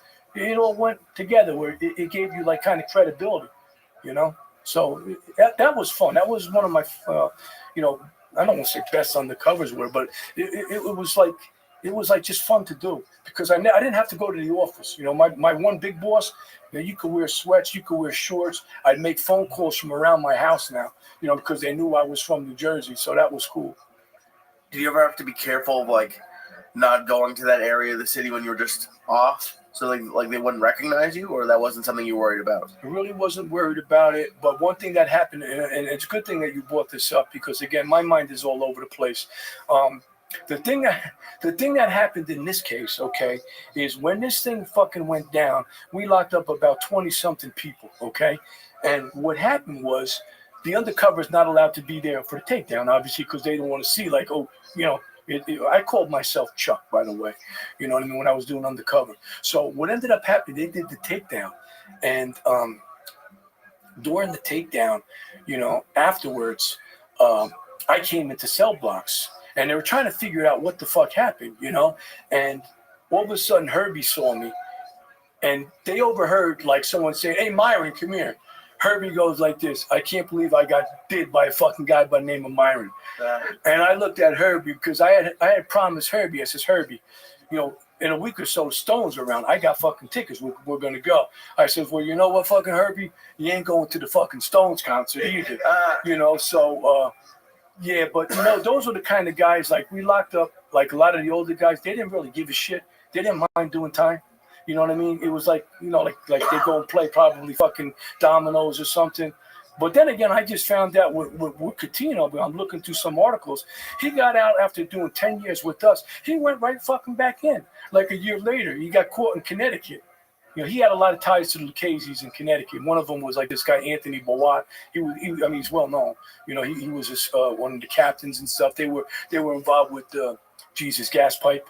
You know, you remember Gas Pipe? He wanted to blow up fucking NDC. He wanted to escape there. He was going to do it. You know what I mean? So you can't make this shit up. I mean, when you're on a wiretap, and a lot of times I would be listening, like the first wire we did, which I didn't even get into. I mean, the shit that these motherfuckers say on the phone. I mean, you just gotta laugh, you know, because they're saying shh. Don't talk, you know what I mean? But yet they're fucking telling you everything. Yeah. And I'm laughing. And back in the day, I mean, nowadays, the kids that, you know, and I call them kids because they are, the agents have everything computerized. Back in the day, I'd be on 4 fucking phones with our group. I'd be in a chair that had the wheels like this. I'd have to, like, one phone would be going off. Whoosh, I'd wheel over there, right down the other one's going off. Whoosh, wheel over there, you know. You'd be going nuts, you know, because they just talk so much, you know, and that's how you get them, you know. And that's how we did get them, and it was fun. We locked up 75 fucking people on that first case with me and Eric Stangby. Again, I want to mention him because, you know, he was my senior partner, and it was unbelievable. I mean, we started with a beeper. Back in the days, that's why it says we normally start with informants. Right. We backed out of a beeper. We were beepers back then in Bay Ridge and Bensonhurst. We backed out of that, and we got 80 fucking guys, man. 80 fucking guys. It didn't stop. You know, I wanted the case to end because it was like, as a matter of fact, I'll tell you a story. When we did the fucking takedown, this is just a little side note. I had one group. There was one guy that was doing some shit because the conspiracy in the federal system, you're still going to do the same amount of time. But this guy was dealing low level with this crew, but he fucking lived in no shit. He lived under Avenue U in a fucking box, like a cardboard box. And we wrote the instructions onto all the people that when you go out and do the takedown, there's like 5 guys that go do them. We said, yeah, you're going to find this fucking guy, Matt. He's going to be in this fucking cardboard box. And lo and behold, they come back to the lockups after. He goes, Myron, you were fucking right. He was in the cardboard box. And, you know, here he is involved with all these other guys and, you know. So let me ask you this, because I get mad at my friends who, like, will text about buying weed. From like when they don't go to a dispensary, but they'll be like, "Hey, do you have trees tonight?" Or I'm looking for. Yeah, you ain't. Cops know what that means. Like that. Like that's they're being stupid, right? Like if they text about like buying. I mean, weed. Of course, but back in the day, but nowadays, I'm gonna be honest with you, man. Nobody bothers with that shit. I mean, like even back in the day, like for federal. See, we used to do a lot of the Italians marijuana, but we would do them on Ricos. If you all know what a Rico is, you know, you have to have 2 predicate felons. So they might be doing gambling, they might be doing prostitution, they might have a couple murders, and that's how actually Giuliani this shit, you know, with the RICO. So they're doing like just about, and you know, basically they flip. But nobody's bothering with shit. I mean, it would take 1,600 pounds back in the day for me to actually have anyone do a little bit of time. But when you put that together with other charges, then it you know makes a difference. 1,600 pounds? Yeah, that was the federal guidelines, I think, for like you might get like 5 years. 5 years? But not even that because you probably get out, you know, early. But we didn't, like I said, we did that as we did RICOs. We put that on top of other charges, you know, so. Dude, they scared us so much in school. I thought if I bought like $10 worth of weed, I was going to jail forever. No. Like, I was scared. Well, it's good that you were scared, to be honest with you, because you got to fear something in life. Yeah, I so guess that's so. Good. But, you know, the weed stuff, I mean, even now, I mean, everything is different now, too. So there's some jurisdictions, like I went out to L.A., and again, that goes back to the Eppolito thing, and we were doing more buys from this. It turned out to be the OJ thing. But what ended up happening was sometimes they wouldn't even want to do the cases if you can get them 10 kilos of coke. That's how different districts work. Like Southern District and Eastern District were great. They would do whatever you wanted. But you go out to, like, when we talk about now, and I don't want to get into politics, but like California is the worst. You could do whatever the fuck you want over there, you know? So, I mean, you know, 10 kilos back in the day, they didn't even want it. But because it was a mob case and bosses called bosses, we went and me and Brizzle Airy, the guy I mentioned, we went and we bought off a couple of guys, and that was a funny story too. You know, that all came back to the OJ thing, which has been in a lot of articles that, you know, when OJ was actually driving that fucking Bronco, he was talking to Cowens, and Al Cowens called our informant because he was out, saying, how does he get out of town? You know what I mean? So a lot was spoken while he was in that Bronco, OJ. And what ended up happening was the ADA in California didn't want to use our informant. They probably thought they had enough, and like maybe he would ruin the case. But as it turns out, you know what I mean, you saw what happened. But that particular case, see, and I'm going to say it because they called OJ the snowman, okay? Because my informant, not my informant, but our informant, DEA's informant, was giving him coke. He was a big cokehead, and then in return, see, Joey Eppolito had a guy. His name was Charlie Tuna. He would run his business, and Charlie Tuna. There's a lot of Charlie Tuna. So again, but this one I remember. But he would actually go and give OJ shit on the arm. But OJ would then hook these guys up with legit customers that would want kilos in Hollywood and stuff, you know. And that's how I believe that whole thing started with OJ, you know, killing Nicole, because she was good friends with Faye Resnick. And what had ended up happening was this guy Charlie, I think, was there that day, and he was starting shit with OJ, getting them all revved up about, hey, your girl is with this Resnick girl. They're cokeheads. They were in Mexico with some guys doing coke. And, you know, I'm just saying maybe that put him in a rage. And you know what I mean? Because he wrote a book that if I did, you know what I mean, if I did kill her. Yeah, I believe he did. But, you know, I think this also had a play in it. You know, the drugs was a big play because, I mean, to kill somebody like that, I mean, I don't know about you. I mean, I couldn't hurt a fucking squirrel. I mean, if they were coming after my family, I'm going to take care of my family. But, I mean, that was a gruesome murder. So there had to be something behind that. You know what I mean? The way he was enraged. So, well, I heard that 2 years after that murder, the restaurant, Mezzaluna, was closed down because of they're selling fucking keys out of that. Yeah.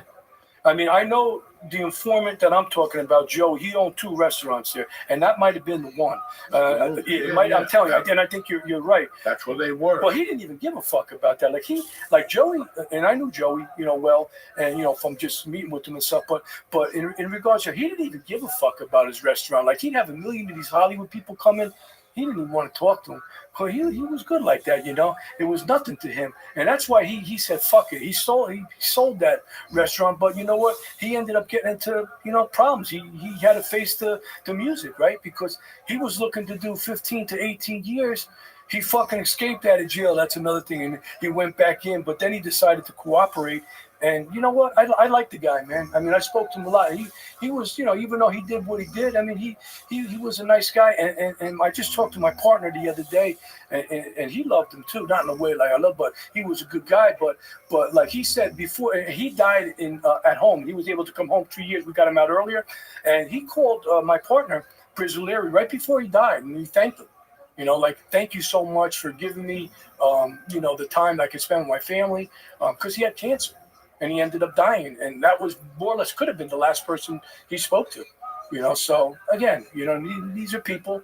Some of them are real cruel, some of them are real bad, and you know the difference. I mean, I'm sure we all know the difference, but some of them are not bad. You know, they just could get caught out there doing their thing, you know. So hey, it's March. I gotta talk about some stuff about DraftKings and some other people. Oh, right? yeah. I'm gonna take a 5-minute breather. We'll be back, Jack.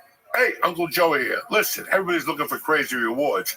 And if that's what you're looking for, DraftKings Casino is the right place. They got huge jackpots, weekly bonuses, and exclusive games. It's time to get on the action. What have you been doing all your life? Listen, I love DraftKings Casino. Why? Because I can do it anywhere. At the dentist office, in the bathroom, on a trip. Bing, bang, boom, I got my favorite game. I'm entering into my pool. I'm entering into my points. And voila, the excitement is only getting started. Because right now, new players, you ready for this? $5. And I'm going to get you 500 casino spins on a featured game. Say that again, Joey. Yep. $5. New players, don't come back. New players, $5. 500 casino spins on a featured game. Just sign up with code Joey Slots, JOEYSLOTS. Again, JOEYSLOTS. And wager a minimum of a fin, $5, 5 pesos, and receive 500 casino spins on a featured casino game. Who's better than you? Nobody. DraftKings, only the most rewarding place to play. DraftKings Casino, where the crown is yours. You're walking in there with a cigar, thinking you're Johnny Bananas, and it's you in your living room. You know what I'm saying? That's where your mind goes. DraftKings Casino. Gambling problem? Call 1-800-GAMBLER. In Connecticut, help is available for problem gambling. Call 888-789-7777 or visit ccpg.org. Please play responsibly. 21 and over. Physically present in Michigan, New Jersey, Pennsylvania, West Virginia only. Void in Connecticut and Ontario. Eligibility restrictions apply. New customers only. Non-withdrawable casino spins valid for featured game only and expire in 168 hours. See terms at casino.draftkings.com/promos. Ends 4/27/25 at 11:59 p.m. Eastern. Hey, Uncle Joey here again. This episode is also brought to you by the best nicotine pouches out there. Nicked. They use the best ingredients and give you the best experience. These pouches are made with natural coconut fibers that won't cut up your gums. They have a bunch of different flavors and different strengths so you can mix and match. These two are my favorite right here. Strawberry watermelon is tremendous. And lemon twist, I can't see without my glasses. It doesn't matter. At the end of the day, all their flavors are delicious. These two are my favorites. Check this out. Nick is launching a new 0 milligram option soon, helping you gradually reduce your nicotine usage at your own pace. Whether you're trying to kick chewing tobacco, traditional smoking products, or vape, Nick flavors just hit right. Listen, it's time to upgrade to Nick nicotine pouches, just like I did. Right now, church listeners, you're going to get 35% off when you order through our exclusive link at nykdpouches.com/church, CHURCH. And you can use this code up to 3 times. Who's better than Uncle Joey? Nobody. So don't wait. Get 35% off right now on nykdpouches.com/church and check out the new church bundle with some of Uncle Joey's favorite flavors. That's nykdpouches.com/church, nickpouches.com/church. Nick products are only for adults of legal age. So you're too young, take a hike, go drink a cup of tea. And every order is age verified. Warning. This product contains nicotine, and nicotine is an addictive chemical, okay? Uncle Joey loves you. Thank you for supporting our show, and thank you guys at home for watching. All right, we're back, Jack. It's a beautiful Tuesday morning, wherever the fuck you are. Anyway, my man's still here. Myron, I want to ask him some questions about the Mexicans. Before I ask you a question, Myron, just to be honest with you, I'm a big book guy. Mm-hmm. And there's nothing I hated more than reading a book and 6 years later finding out they turned the book into a movie, and you go there with your dick card, and it's completely different from what you read. Yeah. All of a sudden, there's a sister involved, and she's dating the midget in the basement. For sure. You're like, where the fuck did I come from? There's only 2 books I stand behind. Silence of the Lambs is just the way it is on book. As it is in the movie. Great movie. And there's another one. God damn it, it was just Sleepers. Oh, Sleepers. I didn't see that. Silence of the Lambs was a good one. Sleepers. But those 2 books. Everything else I watch, I know where I just came from. I know people's story, and next thing you know, they rewrite it. You're fucking pissed. Yeah. But they throw you another $1 million to shut your fucking mouth. Of course. Because if not, you're not going to have dick, okay?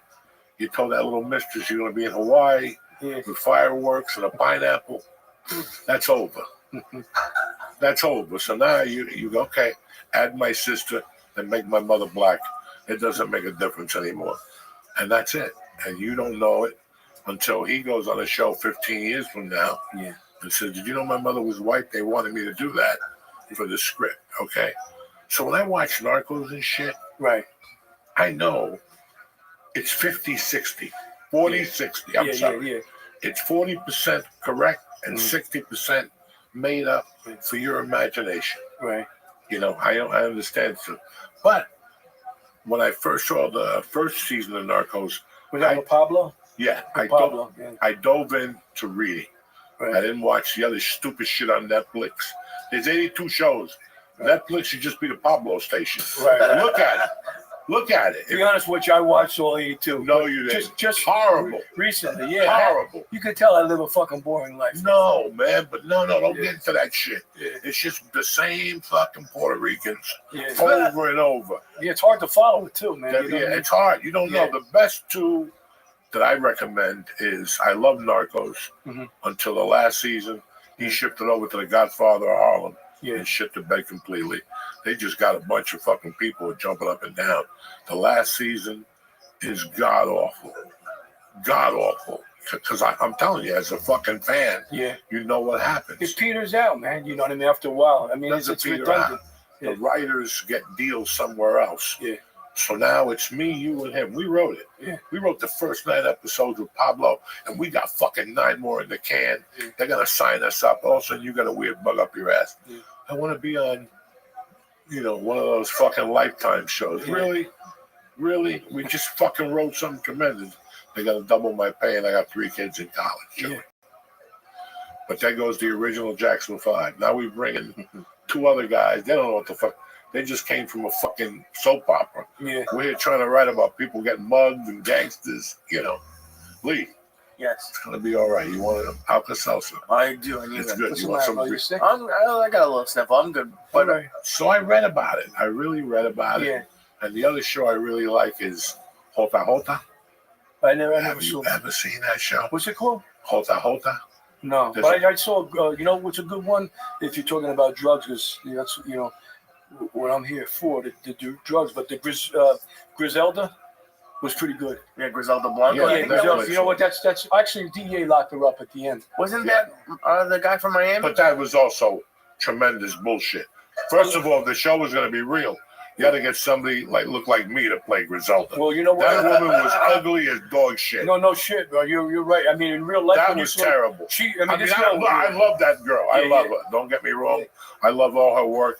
But that fucked up nose, she looked like a Pink Panther when he played the fucking Italian He's guy. right though, man. Because honestly, No, come in real on. life, she was a door. But No, Sophia- nobody did her. Yeah. You did her with a blindfold on, dog. You're crazy. But she had strength, man. She was legit. I mean, to be honest with you, they really were scared of her. She ran a fucking great organization. I mean, I wasn't around for those cases because DEA again did that. I know they picked her up at the end, but they were looking at her. She was doing shit in the Bronx, but she was legit, man.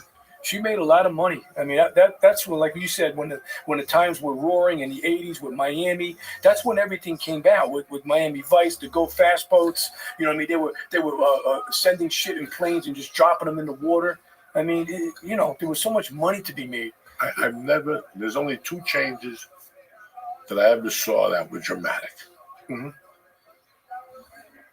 Before I get into it, here we go. Yeah, I'm gonna There grab was 2 a changes. You came from Woodridge. You went Woodbridge. to Yeah, not Woodridge yet. Bridge. So you saw changes when you were in high school, and especially if you went outside of Woodridge. We were raised in this fucking neighborhood Right. with your wife, so we saw, and all I remember is this: we were spending $4 a night. We would do a hit of acid, split a hit of acid, and get a 6-pack from Nick's or whatever. Yeah. Not Nick's, that's a pizza Nick's. joint. The liquor store in the corner or Nick's. something like that. And then, okay, everybody got cooler. We started eating Quaaludes. Now your night went from $4 to $4. And you drank two drinks if somebody served you, and you were good to go. Then out of nowhere, people started going, "Psst, come here. Come in the back room, try this Coke." And you're like, "I'm over here at Joan Mary's on Bergen Line Avenue. What am I? This ain't no discotheque." And you started, and all of a sudden everybody was cool. Everybody was doing a package between 4 people. Nobody was ODing, nobody was jumping up and down. At 2 o'clock, people were like, good night, good night. There was no drama. I leave for Colorado. I come back. Oh, my fucking God. People went from going home at 2 to going home the next day. Yeah. Like people started going out on Friday nights and not going home till Sunday afternoon at 5. Just in time for mom's meatballs. Like nothing happened. What's up, Mom? Where you been? Oh, I gotta tell you what happened. I went to a car and said, what happened? What happened to your head? You know, it was always something. And then it just went for people going out on Mondays and staying out till Thursday and all those Tully Avenue hotels. My friends would rent 4 fucking rooms. Wow. From one side to the other. The end was a jacuzzi room, and they would just go in there. From Monday, I'm like, the growth of this shit. Yeah. When I left here, you had to really look for cocaine. Yeah. You got to go into the city. You had to know a cousin in Union City. Something. When I came back, just on 82nd Street, there was 3 coke dealers now. Yeah. All you got to do is walk on Smith Avenue and say, hey, did I tell you I got some coke? If you can move it for me. You're like, dog, you went to Catholic school. I knew you as a kid. You never even had a beer. Now you're dealing coke. So the explosion. Oh, yeah. I mean, you know, it's a money game, all of it. It all goes, it's all cyclical. Look how long, I mean, coke is making a comeback. You know what I mean? And crack. It never went away. Yeah. No, I know. It never went away. No, I know, but I mean, everybody, come on. All these kids with the fentanyl and the heroin and stuff like that. I mean, that's been big. And that's why we're losing, you know, all these kids. Really, the fentanyl, you know, which... you know, it's a shame because some of these kids might try it one time and they're just unlucky, and you know, you get a couple of little pieces of fentanyl on you, and you know, if it's a bad type, you're gonna die. And we changed all our rules too with the fentanyl. Once I left and stuff, we had a whole new lab area where if you did think that you got something related to it, you would have to have special gloves on. It'd be a special room, you know, with all kind of special filtration systems in there. So the game has changed, but it's horrible how, you know, these young kids today in their 20s, you know, even older people, you know, are still doing this stuff. And it's sad. It really is truly sad because life is precious. Myron, you know? It's never fucking changed since 1980. Yeah. This has been a revolving door. I'm very fortunate to still be here. Yeah. I enjoyed it. I enjoyed going over to Harlem. I enjoyed it. It was just it was who I was for a long time. But listen, when we were growing up, people were dying too. Yeah. You know, they were fucking going into the city, whatever. And now I wouldn't try anything out in the street. Not even. Look, when I left California, you could already tell there was an issue at a marijuana dispensary where when you ate this guy's cookies, you didn't get high. You saw fucking Pluto. And for me to see Pluto, there's got to be something in that cookie. I like to. I need one of them cookies now. No. Put me to sleep. I ate one of those cookies on a flight to Pittsburgh. My leg wouldn't stop twitching. I was sweating profusely, and my leg, it was horrible. Anyway, fuck that edible. No. So what I'm saying to you is that they're putting edible out of that in Mexico. Yeah. Because you could, God bless New Jersey. A lot of people are going to hate me for this. Because I came here and I was withdrawn on Xanax. And I thought I was going to walk into a doctor and go, hey, let me get a script. The guy's like, no, they don't prescribe that shit. We don't give you that shit at all here. And then I had the knee surgery. And it was tough to get pain pills. Like, tough. Like, come on. I just had to, well, we don't know. We got to contact the doctor. And he's got to contact CVS. And CVS has to call DC and see if you're on the list. And you're like, what the fuck? And then somebody told me that next time get surgery and go to Staten Island because they just go nuts out there. Yeah, they don't give you 28 pills. They give you 90 still. Yeah, we had a group that actually just dealt with that. It was called our diversion group. So if you get a script, that third copy, I believe it's pink, you know, that goes to the DEA, and they can tell by and not that I did, I wasn't in this group, but you know, the pharmacists, the doctors, they were locking them up left and right because, and the pharmacists, they were getting like $500,000 cash out of their fucking apartments because that's how lucrative the business was with you know, like you said, whether it be oxys, whether it be Xanax or Dilaudid, you know, all these things. So it's a big business. Well, I saw some documentaries that like people who got addicted to the pills would switch to heroin because it was cheaper, which is crazy to me. No, it is cheaper. It is. That heroin is cheaper than a pill. Of course. Remember when we did heroin? I don't know if we did heroin. When did we do heroin? Don't worry, I got the date. I got the episode. I can't see him doing heroin. No, I didn't. I just wasn't even think. But just his little marijuana joint, man. Let me ask you this, because I just moved to New York in September, and I had one guy ask me for if I wanted party supplies, but other than that, that's it. What, like paper plates and fucking? Who knows? But like, how much on a daily basis? Yeah. How much shit is going on in like plain sight in New York? I mean, it doesn't even have to be New York. It's all over. I mean, like you said, I mean, even with the marijuana, the dispensaries, I mean, I got places in town where I live. You go in there and get what you want. The other stuff, I mean, I'll be honest with you. I haven't been in a big city since I've been retired. I hate to say that. I have no interest in going back to New York, man. And again, that's just me because, to be honest with you, man, I had enough of it. You know, I'm living in a small town now and, you know, by the beach somewhere, and it gets boring. But, you know, some of these big cities and the people around them, whether they're doing drugs or it's something else, they're fucking nuts. People are nuts today. You know what I mean? Because you got to remember, there's different cultures out there, right? They're coming from different countries.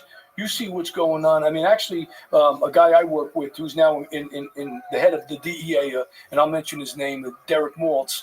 You know, he's on TV all the time, and he's out there in Colorado sending all these guys back to Venezuela and doing all these cases and stuff, you know. But, I mean, I'll be honest with you, those are some dangerous people. I mean, you know, we could laugh in here and be like, you know, but they'll do whatever, you know. They'll do whatever, these people, because they don't give a fuck, you know. How we get to the fucking Venezuelans? I don't know how we got there. Because what they're doing is they had that one gang from Venezuela.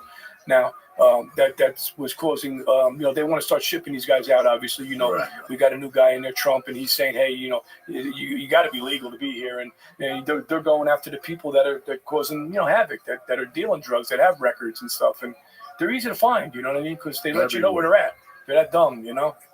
So it's crazy how the Pablo Escobar stuff was good to me. Yeah. Like I enjoy it as entertainment. The one that really got to me was when the Mexicans started selling the weed, and then in the middle they go, "Fuck you, let's put some cocaine." I know in this I bitch." know what you're talking about. Yeah. And I went and read up on the people, and you know, I was blown the fuck away with the money they were making, and they made a big mistake when they killed, rest in peace. Yeah, our guy. Yeah. Yeah, Kiki Camarena. Kiki Camarena. That's a matter of fact. Recently, he was just in the news. You know, Right, 2 because weeks ago. So. what had ended up happening was they got one of his torturers. And again, the name escapes me. Miguel. Yeah, and when they brought him to arraignments, you know, they put Kiki Camarena's cuffs on him, which, you know, I mean, you know, okay, you know what I mean?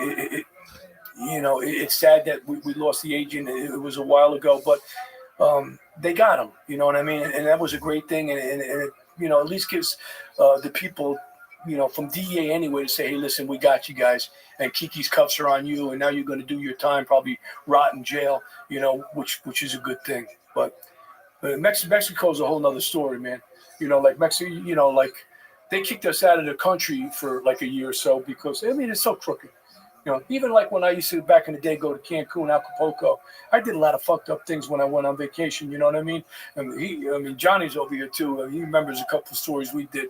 But I tell you, man, you go out there. I remember I went to this place. They said I was all fucked up, you know, drinking beers all night. I was with a guy by the name of Pete. Make a long story short, I go, I want to go to like a go-go joint, you know. I was sick of seeing all these young kids, whatever. I was only 24, and I get in the taxi, and they go Chili Willy's, you know what I mean? And I go, yeah, let's go to fucking Chili Willy's, you know. I get into a taxi, me and Pete. I'm bombed, man, and I'm drinking beer in the taxi, and I'm whipping beer bottles out of the fucking taxi. That was stupid, you know. We ended up getting a Chili Willy's. I go to the front door, and there's two fucking big Mexican guys, but they were carrying machine guns, and they had the fucking bandolier, you know, the bullets all over here. I looked at Pete, and, you know, I kind of sobered up a little bit, and I'm like, hey, you want to go in here? Fuck it, we're here. We go in. It was the nastiest fucking bar. They had girls up there. They were nastier than that girl, Griselda, you know what I mean? Griselda face and shit. And I remember I had to take a shit so bad because I was drinking that Mexican beer. I went in the bathroom, and there was no like doors or anything. You know, just a fucking like, I don't know, something you shit in. I don't even know what you call it. I fucking just lowered my ass over the bowl. You know what I mean? I let it explode because I don't even think there was toilet paper there. I don't know what the fuck I did. But I know when I got out of that fucking bathroom, I says, Pete, he goes, what? It's time to fucking go. You know what I mean? And I look back at that day and I say to myself, man, that was stupid. Because normally what the cops would do, they see younger kids and whatnot, and it happened to some of my family members. They'll pull you over and they'll want whatever's in your pocket, $300, $400, $500. You know, getting back to it, they don't make no money there. You know that, and that's why they don't make no money. That's why they were all crooked. You know, even during with Pablo, he bought whatever he wanted to buy. He owned it. He was the man. He owned everything. You saw the movie. That's legit. No, but I read up on that. No, but some of the shit they showed in the movie was a little I'll even say so. Like with the DA guys, they weren't doing all that shit. Right. You know what I mean? You know what I mean? I mean, but they were there and they did a very good job. I forget what the bottom line. Yeah. The bottom line was just unbelievable. Yeah. It was an amount that you could not even fathom coming into your home every fucking week. And the more money he made, the more he paid out. He took care. He did what the fuck he wanted to. I remember I was reading something online about him one night that I was just blown the fuck away. Yeah. Just the thing that he built his own prison. Oh, that's that happened, man. That's legit. I was just starting comedy in '91, and I remember it would come up on the news that they're building the prison for this fucking guy. And I remember even writing a joke. I didn't even know who the fucking guy was. I wrote some stupid joke and bombed. Yeah, he opened up a hotel. Yeah, and it was funny because Boulder, where I was, the county jail was voted the #2 county jail in the country. Mm-hmm. It was clean, sanitized. Yeah. They gave you cigarettes. They had cable TV. Wasn't like Chili Willie's, man. No, that was not like Chili Willie's. I still remember that. But I'm going to tell you just in perspective, I'm a fucking nut, okay? And when you add an addiction to a nut, it's never good. And I'm going to be honest with you motherfuckers, you can either believe me or not. I worked El Paso as a comic. The first night they came to me and they said, we're going to Mexico. You coming? I was a little apprehensive. And I went in the daytime. Yeah. And that was enough for me. Yeah. And then I worked San Diego one time. And I went to that side of Mexico. And that was okay for about an hour at night. And I'm like, it's time to go. Yeah, and I like crazy shit. I'm all in. I'm all in for yells in the night and people screaming, but that was just a little too out there for Uncle Joey. And I just came home and then I went back down there with my wife. We were dating. A bunch of people were going to go down to Mexico. We got lost, dog. It was the worst. It cost me like $2,000 to get out of there in fucking nickels, because that's all I had. Every Mexican had nickels. I was giving out nickels like fucking, I swear to God, I just had an ashtray and the center thing, and it was all like nickels and dimes because they don't work on the fucking.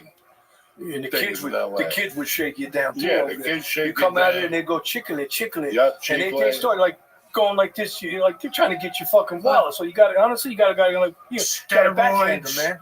Steroids. Yeah. And I'm like, get whatever you want at the farm. Like, even if I buy this, I'm gonna get over. That's my biggest thing. I'm not a fucking smuggler. I've never been a smuggler. I don't mind. You give me an ounce of weed, I'll take it to Jersey. That's for me. I'd rather get caught than have to be out in the street in some fucking stupid weed store. Let them roll the turbines. Go fuck yourself. At 22%, it smells like my dog shit. Get the fuck out of here. I'm sorry. That's all right, man. No, but anyway. Yeah, so you're talking about Mexico, you're talking about Pablo, right? I'm talking more about Mexico, how they did it. Yeah. How they, went to the Colombians and said, we're going to be your transport. Yeah. They pretty much locked them out. It was, it was fucking brilliant. Like, when you look at these guys, it's a shame they became criminals. Well, because they were in the right business to make the money, but sooner or later they were going to get caught. If they spent that energy on a fucking legit business, even to keep it to weed, you know what I mean, there wouldn't have been a problem. But getting back to Mexico again, I was a senior partner too, and I'm going to bring up another name because, he deserves it. Pete Gudowitz. He's the one that indicted El Chapo. So I was his senior partner. If you see when he comes off the plane, you'll see like two DEA guys. The taller one with the glasses is Pete. And he worked hard on that case, and that was a rough case because a lot of people had him indicted, but they always bring these people to the big house. The big house would be New York. So they gave they arraigned him in New York, you know what I mean? So, but there was another guy, you know what I mean? El Chapo. And that dude was like a fucking magician. Yeah. Was he not? He was getting out of prisons with a suit on. And shit. Yeah. Like, what happened to El Chapo? We don't sorry. Yeah, they were building the tunnels, and he was the tunnel guy. Tunnels. But I did read something. This motherfucker was buying up land. Yeah. And digging tunnels underneath from the U.S. side to the Mexico side. Well, he thought about that. That was unbelievable because all this shit is like, yeah, you're like, all right, I'll eat a bunch of pellets and shove the rest up my ass. Meanwhile, this guy's buying a house from the other house, and it's like they dug underneath. They put roller skates on it with a fucking thing that you push. I'll tell bueno, and they push it. Yeah, and it gets to the other side, and that's it. Who thinks it was simplicity? Well, how the fuck could you even think about a tunnel and the way they built it, even to get them out without? Well, I mean, the thing about it is they were making a lot of noise for the prison, so they were all paid off. Right. I mean, you can't tell me that they ain't hearing like fucking people blowing, or even picking shit out. I mean, come on, so yeah, but getting back to what you're saying, like how the Mexicans with the Colombians. I mean, back in the day when I first came on in the 80s and stuff, it was the Colombians, especially, in New York, you know what I mean? And that's where I was doing my stuff. But the Mexicans are a lot more powerful in regards to, I got to say, they got bigger conas, they got bigger balls, you know what I mean? So if you fucked up with the Mexicans, honestly, they were really, they tortured people. Like, they were ruthless, you know what I mean? You had some Colombians like that, but a lot of times the Colombians would be little, no disrespect, little motherfuckers, you know what I mean? And they got their business suits on. You know what we used to do to the Colombians back in the day? When I first came on, we would go to Queens, right? And they would have all payphones, and we would know what payphones they used because they had so much fucking money from Pablo and stuff, you know what I mean? And we would know they would be carrying a suitcase, so we would just randomly go up there, take their fucking suitcase, and what's in that suitcase? $2-3 million, and you know what? Once you took it from them, they just fucking ran. We let them go. You know what I mean? We just take the money, and again, it goes into a big kitty for the Department of Justice and stuff. And I never did anything fucked up. Like there are guys that did do that, but you know what I mean. And they got a lot of them got caught. But there was a lot of money, and the problem with drugs is, what do I do with this money? Where does it go? Because you guys like us and shit, I don't know what people make here or whatever, but you got a couple of dollars, you feel good about yourself. Imagine having enough money to fill up fucking 3 of these fucking places here. What are you going to do with it? What do you do with the money? You don't even know where to put it. That's why, I mean, even now, they have the Chinese laundering the money. And what the Chinese do, and you can see it, is they've been buying up a lot of real estate. You know what I mean? And it's crazy because think about us going to China and getting real estate and buying a house or something. It ain't happening. You ain't coming to China. But yet, politically here, we let everybody come here unvetted. They come in and they're buying places with this illegal money. And they're growing weed, brother. Yeah. They're buying farm. Yeah, they're growing by military. Growing fucking weed. Right? Yeah. They got it down with science. Yeah. And nobody gives a fuck. So I'm not smoking weed no more. So you know me, I'm good. Yeah. I'm not smoking that commie weed. I like Chinese people. I'm cool, but yeah, I like the lunch specials, man. It's really like that dude that they just brought back. He was one of the leaders. That's the dude that was in charge. And it's so weird looking back at it. And this is 30 years ago. Mm-hmm. This is like, you look at this shit, you go, wow. I kind of remember this. Like, I remember the bust in Stockton. Mm-hmm. That big bust in Stockton, I kind of remember that. Yeah. And me going, somebody's getting backhanded right now. Yeah. That's a lot of fucking coke in that warehouse. Oh, Yeah, I mean, you got to think about it like this, though. And I'll tell you, you got to remember all these products, whether it be heroin, coke, marijuana, they're all plants. So we had groups back in the day, back in the 80s. We called them Operation Snowcap. In fact, we lost some guys come out of a helicopter and whatnot, and they're plants. So what happens when you fucking exterminate them? They just grow more. You know what I mean? So it's like you really can never stop it because you remember, they're plants, right? I mean, you just got to find a location and whether it be coke, right? Coke paste and, however way they make it and the heroin. I mean, there's all kind of heroin, but it's always going to be there. Like you said, like you were saying about it's going on, it went on back then too. Yeah, it did because they're plants. They're always going to be available and you're going to always make money. You're always going to make money on them, right? You're going to. Because we have a society that really wants this stuff, like even alcohol, you know what I mean? I know I'm getting off tangent here a little bit, but it's the same thing. People get addicted. There's addictions, and sometimes it's hard to break, I remember Lee asked a question before, and I'm going to answer it. Lee, one of the main reasons I left this area was because, how far are you from New York City right now? 10, 15 minutes? I was 15 minutes away from any drug I wanted to buy. At whatever time you wanted to buy it. If you want something at 3 a.m, you'll find it in New York City. You have to walk a few blocks. You might get mugged, but you'll find it. That's great. And it's, and that's the scary thing to me. That in those days, from keep going over there, you bump into more and more people. Who are you going to bump into in New York City at 3:30 in the morning? You're going to bump into a stockbroker or a fucking Army recruiter. No. You're bumping into people trying to fucking scam people. Yeah. And now you're talking to people like, hey, dog, if you ever need a 45 or any guns, I got you. I'm 19 years old, and you're asking me if I want to buy a fucking gun. Now that sits in the back of your mind. If I ever get into a beef, I'll be over the bridge getting a gun for $1.25, whatever the fuck, whatever the fuck it is. That's how accessible that city was. I can't imagine what it is today.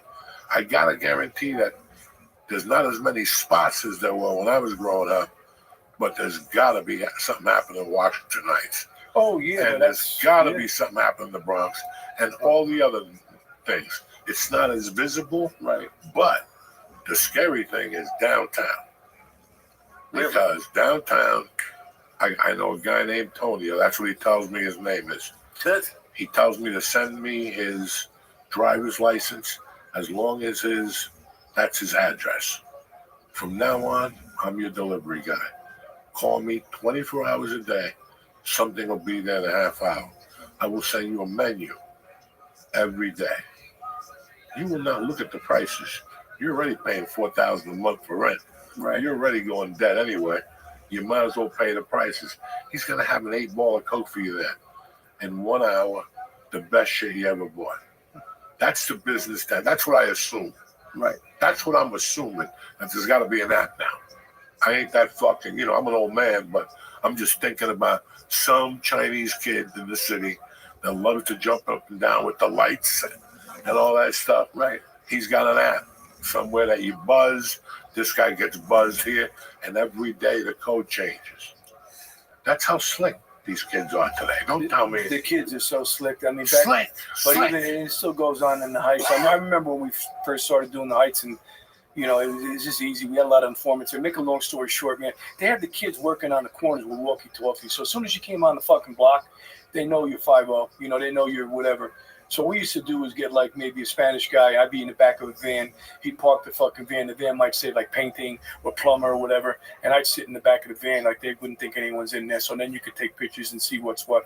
But the kids, even at the ages of 11, 10, you know what I mean? And the stash houses. I mean, we had special guys that used to basically know how to infiltrate any kind of special trap they might have, because it was like really fucked up, really crazy traps that these guys think of. I mean, unbelievable. You know what I mean? I was there the summer of '93 when there were kids on the roof and a cop was walking, a uniformed cop, and they dropped a bucket of spackle on him. Oh, yeah. I'll never forget that, and I remember it was tight. But it's interesting. In 1993, I used to go to a place. I mean, it was like stealing. You just had to get over the bridge. And you made a left, and you went right in that place, and you double parked your car. Cops would even go right past you. Yeah. Beep, beep. And you parked. Somebody went into the building. You rang the bell, 503, come on up. You went on up there, and there was a guy sitting there with a gun and a bag of blow. 2 bags of blow. Yeah. One was for 25 a gram, and one was for 35 a gram. He gave you a taste of it, and you had to make your choice. If you busted them, that's all they had of them was 2 ounces, maybe a little less at that point. They're going to be out in an hour, these guys. They already had it down to a science. You know, now I see these weed stores that open up in L.A., and they put their whole inventory on the wall. When the feds show up, they lose everything. And I'm like, those Colombians had a point. They only showed you what you needed to see. Right. You need that? Give me 10 minutes. And they make a call, and it's around the corner, hidden in somebody's fucking Corvette, or whatever the fuck it is. Oh, it's difficult, even for us it was, in regards to trying to find, where the stuff is. First off, everyone's a bullshitter. I mean, like, I got the money. Nobody had the fucking money. You want to see the dope first, you know what I mean? Whether it be coke, heroin, or whatever. And that's the games we would play. I mean, sometimes we would flash them. I actually was giving the guy 40,000, but sometimes we would have, like, flash rolls. But really, like, cops only flash money. You know, that's what I always say. Like, for instance, a cop will show you money, like, to think he's legit. But the real fucking bad guys, if you're good, you get the shit on the arm. You know what I mean? Like, for instance, like, if you got juice, you're going to give me 10 kilos. You're going to trust me. So, I mean. Just like that. Well, yeah, because it's not a lot of people trust anybody. I mean, even today or back in the day. I mean, I'm talking 10, 15, 20 years ago. It was hard to do these cases. You really had to have good people that infiltrated these organizations, whether it be the Heights, whether it be the mob guys, whether it be the Mexicans. I mean, you had to have, like, serious guys that had connections, you know what I mean? You just can't go in there and, do whatever the fuck you want to do. No, it doesn't work like that. The people don't trust people, but, money does talk. What's the old saying? Money talks, bullshit walks, man. Like I said, when I was giving them the 40 G's and it went the first time, they were like, fuck, this guy ain't no cop. And I did it 2 more times, 3 more times, right? He ain't no cop until the end when motherfucker's a cop. None of that. You don't even figure it out so that you got the handcuffs on. And once they put you in that cell, not on the drive, but in that cell to wait for your arraignment or whatever the fuck you're waiting on, you just sit there like, God damn it, I never figured out that motherfucker. You start thinking about shit. Where you fucked up. You were too high. You were too caught up in what you were doing. You got caught up in walking into the club and there's VIP. You just get caught up. Yeah. And you make dumb mistakes. I did it. That's all that happens. Everybody does. I mean, even the best guys. I mean, we, like I says, in regards to what we locked up, people, you wait. It's like a stock, you're waiting on this fucker. You buy whatever. You buy, I don't know, Tesla and shit. You want to buy low, sell. You got to hold it. You got to wait. You got to have patience. And people fuck up. When you're on wire, sometimes you might have to be on a wire 3, 4, 5 months before they make one fuck up. That one fuck up will put you on another line, and then you're going, bro. And then you got a talker. And then all of a sudden, boom, you're like, holy fuck, you're meeting with the attorneys, you know what I mean? We got this amount, we're going to lock up this, we're going to seize this, we're going to take that. A lot. The game is patience, too. But everybody makes mistakes. So, I mean, in the end, like you said, people can go 15, 20 years, they got all the money in the world, and then that one day comes and you're fucked. It's like these guys now you're talking about. I mean, I know El Chapo, you know what I mean? He's done. You know what I mean? His family's done. I think his son tried to come into the business. He's done now. His wife, it's new people come on the block. Just like that. Yeah, I mean, it's all done. You're done. You know what I mean? You had your ride, and it's over. Didn't El Chapo get caught because he did an interview for a movie, about him? It was like something He got caught because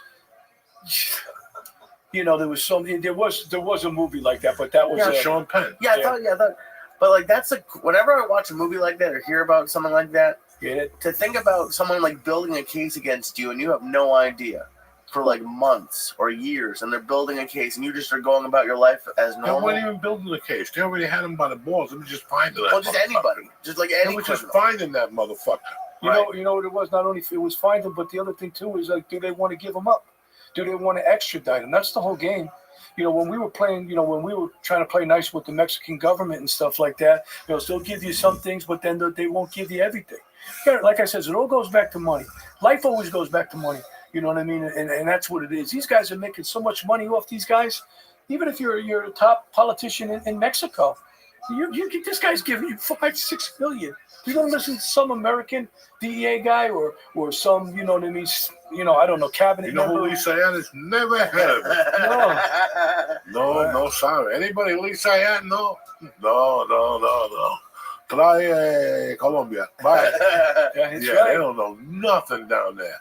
That's why, listen, I don't have a passport. And there's times when I still live in LA, people go, I get you in. And I'm like, not in a million. Yeah. I ain't going in there undocumented. There's no fucking way. They do some nasty shit down there. Yeah, it's cute. You get great burritos. I'm okay. I'm good. I just didn't trust it. Yeah. There was something about Mexico. And though I was a coke fiend, I didn't trust it. There's no reason to go to Mexico and get coke. Snort it, they're going to rob you. And what, are you going to bring it over that fucking bridge? Now you're going to do 55 years. Just to go, leave me alone. I can find it in San Diego. How frustrating is it from like your point of like the agents, like the politics of it? Like someone gets away because of like a mistake or like, like just the politics of it. Does it piss you guys off? The politics plays a big part. It actually played a bigger part with the and I have a lot of friends that are first grade detectives that are retired now, but the reason why they retired, probably like when I retired, is when you start locking up people and, for instance, they got 2 guns on them and then the ADA is letting them out fucking like a week later. That's what hurts. You know what I mean? Because then, like drugs is one thing and that kills people, but guns, I mean, come on, man, you know what I mean? And you see what happens when these kids or guys go back on the street. They're doing harm.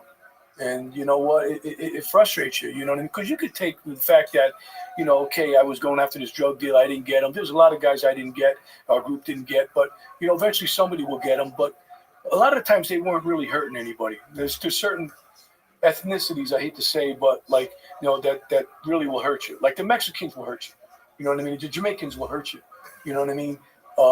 Italian guys, they that's business to them. These guys like Sammy the Bull, and I know he's out doing his shows now, and a lot of these guys, they were doing things to their own people. You know what I mean? And you got to expect that in the game of life. If you're going to hurt somebody that's a drug dealer, well, they're going to hurt you back. Is it fair? I don't know. I guess it is. But when you start hurting innocent people and kids and bullets start flying, that's when you got to draw the line. And like what happened with our agent, Hatcher. This guy, he was out of control, right? And he ended up killing him over what? Because he was high and he just wanted to do what he wanted to do. I mean, Faraci. And again, me and my partner Eric Stangby, we locked up the guys that Mario Gallo was one of them on that first case I did, and Jimmy Gallione. Now these guys were the ones responsible for killing Gus Faraci. They killed him, because of this. And when we locked him up on the drug charges, we also superseded with the murder on Faraci. So they did their time. They're out. And I think who knows where they are now. But that's the only guy. I mean, I'll say Mario Gallo was one of the guys, and it's just a name you guys don't know. But when we locked all these motherfuckers up, he was the only guy that basically said to me, "Go fuck myself." He's not cooperating. You know what I mean? And I shook his hand. I said, like, wow. All right, I'll leave you the fuck alone. You know what I mean? And he did his time. The other guys, no, they right away. I mean, I was moving one guy, and these guys are all over. They're all in these podcasts and these YouTube shows that they got these guys hosting these shows, and they're talking about mob related things and whatnot. And I know it's sexy and people like that, but the reality of it is, man, it's a dangerous game, and it's a shame that, like I said, when you're a young kid and you get involved, you're going to do 20, 25 years. You know what I mean? I don't, jail is fucking horrible. I started as a corrections officer. It's horrible to be in jail. You know what I mean? It sucks. Nothing like a man kicking your bed. Yeah. And telling you to get the fuck up, right? You don't know what that Or ready to eat. Let's go, motherfucker. What eat? They would kick the fucking bed until you get the fuck up and put the light on. And your first instinct is grab him by the neck. Yeah. You just got to sit there and go, what the fuck was that? Yeah. So that was enough for me. But I got to ask you something. Mhm. Listen, I don't know where I would have ended up. I love smoking pot, and then the 80s came along, and I'm not going to blame the death on my mom. I have a mind that I can make my own decisions. But I saw what drugs did. I saw people getting high and taking hits of mescaline and drinking. They were fine. And then there were the idiots. There was always a patch in North Bergen that did heroin, whatever. But all of a sudden I saw this community just get taken by cocaine. And that's, never mind West New York, Union City. Right. That was that's where they were cleaning it down there. It was just, so it's kind of weird how for fucking 50 years, right, 84, when was Reagan in? The early 80s, yeah. His wife went on, and we're going to fight the war on drugs. Yeah. What the fuck has happened? It happens quick, man. It gets out of control. Listen, again, it goes back to money. There's so much money to be made because there's a lot of people that are depressed out there. There's a lot of people that, are just in a bad way. And, for whatever reason, that might be their cup of tea, whether it's drinking, whether it's this. And, you're always gonna find it's never going to end. But somebody's got to be there. And I'll say like the DEA, NYPD, all other cops, someone's got to be there to make them know that there are repercussions and there is a risk, So you always got, you know what I mean? You just can't let, like a lot of people legalize this, legalize that. Nah, I understand the marijuana. I don't have a problem with that at all. I do at some stages. Yeah. We'll talk about that some other time. Yeah. Lee, what were you going to say? No, I was actually going to ask about that, because there are some cities that have completely the marijuana is decriminalized it. done. That's it. It's either legal. Who's got the nerve to take a joint off you when you're in a fucking rental car and bring in? Unless you act like an asshole or have alcohol in your breath. Right. Then anybody would bring in. But forget about the marijuana. Look at all the synthetic stuff they're bringing in. You got meth that's making a comeback. Meth is never gone. Yeah. Like my buddies, whatever, Yeah, I got in you. L.A., and he told me, he goes, during the pandemic, I sold a bunch of coke. When the pandemic ended, it became meth. Yeah. It was meth by the fucking ton. I couldn't even get it in on time. Because they're making meth also in the Midwest with a lot of things you can buy at the pharmacy. It's like hillbilly shit. You know what I mean? They actually, there's been so many times where they're cooking, and they're blowing themselves up. You know what I mean? All of a sudden, someone opens the door, and the whole meth lab explodes. I mean, it's nuts. It's nuts, man. It's just, you sit here now, 30 years, and listen, I was a consumer. I remember when Nancy Reagan said that, I'm like, man, you better start snorting coke. Yeah. Because of the war on drugs, you better get as much as you can. Yeah. Because it's real, cocksucker, and it never ended. Yeah. And then, listen, I really love smoking marijuana. I can't do it anymore. God bless you. I enjoyed it as a kid. Thinking back, it just took away that piece of anxiety. Yeah. Just did something. Yeah, whatever. It made you feel, you turned the button a little I bit didn't on like drinking. I loved that shit. I could fall asleep at night. Yeah. Did I think? I always thought buying marijuana is getting your check on Friday. Yeah, getting a bag. Stopping at the liquor store, and then stopping at Benny Blanco's house and getting an eighth for $90. Would you say Benny Blanco? Yeah. From the Bronx? Yeah, and putting it in your trunk. That was a good movie. And driving home in fear. Like that you might get pulled over. That was the whole thing. Now we walk into a store. Hi, how are you? Let me see your ID. Oh my God. Returning customer or first time? You know what? It's fucking funny you say that because I'm not going to get into names again, but for someone's 60th birthday party, the first time I ever went in as a DEA guy, I went to a town down the shore, and it's a big place. And long story short, again, I go there. I'm a little nervous. But it's like fucking legit. You can go in there. So, no, what does Myron do? He pulls in the parking lot. I'm surveilling the place. Is this legit? Who's going in there? You know what I mean? Okay. I walk in there. It's like you're at Best Buy. I go to the fucking counter. How are you? Where's your license? No problem. Now go through these other two doors. I go through these other two doors. Now I'm in a fucking assembly line. It's like the DMV. You know what I mean? And I'm behind a whole bunch of people. Then all of a sudden, guy goes like this. Over here. I go, Okay. I go, I'm looking to buy some, marijuana for a birthday present. You know what I mean? He goes, well, and I go, I don't know what the fuck you got. What do you think? I don't want to kill the guy and shit. He goes, well, I would try this. And I go, this is the first time I've done this. I says, I used to be a fucking DEA guy. And we used to like, he goes, DEA, you get 25% off. I go, holy shit. I says, nice, But it was like, I'll be honest with you, it was fucking funny because, like, wow, you know what I mean? What's that? Who would have thought? And the guy was like, it was almost like, hey, park closed, you know what I mean? Like Wally World. Remember that fucking show? That one thing, it was like the guy looked just like that. I was laughing. I went home, told my wife, I said, I took care of him. I got 25% off. Yeah. Plantopia has a drive-in. You go online, order it, and you go to the window, and you don't have to get out of your fucking car. Yeah, nice. Okay, and then you have to pay cash. That's the only thing they have. They don't have the ATM set up. Yeah, but cash is king. At 7 a.m. Yeah. For you fucking early birds. Wow. And for you insomniacs, they close at 11. Yeah. And then midnight or 1 on the weekends. Are you fucking kidding me? Holy shit, that's big business. That means 10:30, got nothing to do. All of a sudden, 11 o'clock, The Exorcist coming on. Fuck it, I'll take a run to ShopRite. Drive through the weed store. Ba, ba, da, ba. Yeah, I still can't watch that show. That scares the shit out of me. Which one? The Exorcist? Yeah, that's one. Meanwhile, you see a guy get hit in the head with a golf club and there's blood on the fucking Yeah, no, that don't bother me, but I'm telling you what. That don't bother me. No, The Exorcist one, that bothers me. As a kid, have you considered writing a book? I know you're retired now, and you can't sleep, and you won't go to that's yoga. the fucking problem. Did you ever think That's about writing a book? You need to start writing a book. Yeah, there's a You're lot of an interesting guy. Get yourself a little security job where you just watch a guy walk from point A to point B. Yeah. Listen, you're on your own. They start shooting, I don't know nothing. All right? Well, I got to say one thing. Besides the DEA, you know what I mean? And I know Johnny, I brought a friend over here, Johnny. He could tell you stories, man. We had the best times in our lives. We always had shore houses. He still had them up until last year. He just purchased a house. But, I mean, the shit we seen and the shit we did is... I mean, I could write a book about that. Never mind the fucking DEA.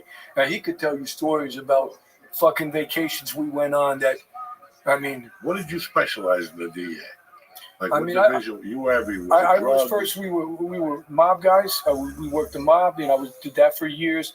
And then, it was just then like a knockaround kind of group where we did whatever, which turned out to be some mob guys too. And then I ran at the end of my career, my last 5 years, I ran asset forfeiture.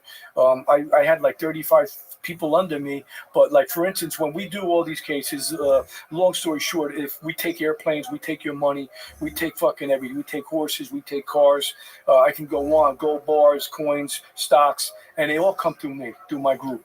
And we were going to Brinks once a week, and I kid you not, in the 5 years I was doing that, every week there'd be at least $2 million in cash that we would have to take to the Brinks, and we'd have to have 2 or 3 guys go, so nobody could, you never know, somebody might get a tip on us and, try to fucking steal the money. You know what I mean? So I ran asset forfeiture, which was a nice, it was a slowed down pace, but it got to be too crazy. And I said, let me pull up the stakes because of the things I said with the way just law enforcement was going. And I've been there over 30 years. So I think that was enough blood to give, you know what I mean? I could have done more, but, I was tired. Now I'm fucking tired and I can't sleep. So I might have to take you up on one of these fucking Slim Jim things you got. You'll be up for 2 days, happy as a pig and shit. I tell you what, as long as somebody wakes me up every 4 hours to eat, you know what I mean? I gotta fucking eat. Nah, we got one of those piss tubes that you take home. We'll just push onto the mattress. I like the piss tubes. I asked Johnny before. I had to take a squirt before. He had a can. Back in the day when we were on surveillance, man, we couldn't get out and piss, so we'd piss in, like bottles. I didn't piss in front of your place here if there's any cameras, but I did across the street. Right, dude? Myron, whenever you decide to write a book, let me know. All right. I'll hook you up with a girl that's really good. Oh, yeah? You got some good stories. Why fucking sit there like a baboosh? Guys like you can't fucking retire. You know what? I've been around you for 3 hours. I'm like, this motherfucker won't retire. You still got a lot of life left to you. Yeah, I know. You're not ready to go to South Carolina. No. And just sit there. Although I do like Charleston. It was nice. You know what? I like Hawaii too. Yeah. But that don't mean I'm flying there tomorrow to sit and look at a beach. I We're agree. not. I agree with you, We're man. not PI 100. Yeah. We're not gonna go to the beach and arrest people.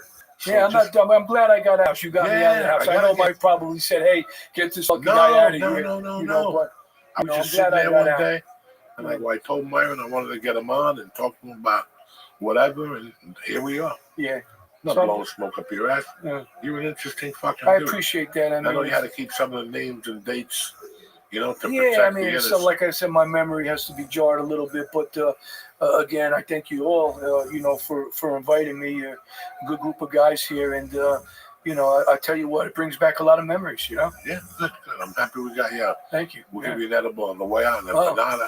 Good. You'll be Yeah. tip-top Nothing with fucking caffeine in it, bro. Listen, those There's nothing. Spanish people, they know how to cook. Oh, You absolutely. just pass the fuck out. They put Xanax Oh, or something. Mexican, the Cubans put something in there. yeah. You fall asleep eating the empanada. Klonopins and fucking right, the Valiums and No, they put something in their fucking food, the Cubans. Yeah. 1 minute you're home eating empanada, next minute you wake up before and Telemundo's on. You know what I'm saying? People are fucking going back and forth with maracas. You're like, what happened? I just wanted to give one little shout out. I mean, Yeah. because I was talking about a lot of these cases, and when we first started bringing the cases to Eastern District, the mob cases, it was AUSA over there by the name of Jim Walden, and Jim Walden's running for mayor now from New York as an independent, and he's a very good guy, very knowledgeable, and I wish him well, and I just wanted to throw his name out there. He's got his stuff together, and it might be a good change to get away from what New York normally elects. You know what I mean? I don't want to again get into politics, but This show is all felons, so forget it. oh, okay.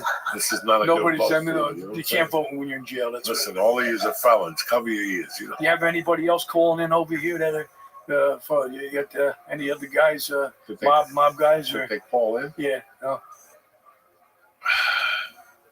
I don't like people calling in. okay. Just random people. Yeah, They're fucking crazy. yeah. They'll sit there on the phones and I the got you. next thing you know, they're banging on your window. I've been on the phone for an hour. Yeah. And you're like, no. They're probably gonna have some of his empanadas if they find out how good Yeah. that And they then, are and shit. listen, man, we saw, this is my world right now. Mm. We saw The Godfather. We saw Goodfellas. And then at the end of the day, Mm-hmm. no matter what the fuck you tell me, Yeah. we saw a TV series that swept America off their feet. You know, Miami. What Miami? I'm talking about the fucking Sopranos. Oh, the Sopranos. Oh, I thought you were going back to Miami. You I'm know, sorry, For brother. an example, Yeah. Miami Vice is Miami Vice. But it's like I tell people, in 97, I did a show and I had to send a resume. And the agent called me immediately. She's like, I got to talk to you. I'm like, what? She goes, you got to take North Bergen, New Jersey off your resume. Yeah. She goes, I don't really want people to see that. Really? Always go to New York City. I go, all right, put New York City down. She's going to give me a role. This is when Springsteen was out. You know, all these animals are out. The Sopranos came out. It was completely different to put New Jersey on your resume. Oh yeah, man. I love that show. I mean, I never missed an episode. That was amazing. And I'm at the point in my life right now, at least I am, that I think I've seen the best of it. Mm-hmm. When people approach me for Mafia scripts now, Yeah. if I see Gino or Vinny, Yeah. the second page goes back. I'm Yeah. not interested. Yeah. I don't blame. I'll be honest. I don't blame you. I'm not interested. Yeah. It's not interesting no more. Yeah. Give me the Mob 2025. You got 3 black dudes now. There ain't. You got a Dominican. Yeah. 80 years are in jail. The other ones are fat and old. Nobody gives a fuck. Nobody's kicking up to these guys. No. They're 80. You're done. That If don't you work. can't shoot nobody, you ain't good to me. There's Get the nobody fuck there. out. You know, I mean, give me something like that that's real. Yeah. So I just can't. What were we talking about? These animals are kicking The in. Sopranos. No, you were talking about the Sopranos and how The Sopranos were so yeah, good yeah. that what's gonna match Replace that now? nothing. What story are you gonna come at me? As a matter of fact, your boy just became councilman in the town next. I know who he is. Okay? John. Yeah. You saw all the Yeah. news. No, I know. He's I- all I- over the I know. news. People, I Yeah, go he to- was legit too. I mean, he was. No, a bad, he's you the know, real deal. You know who he was with, right? Yeah, I go to the weed store. People are like, do you know John? He went to me. I don't know fucking John.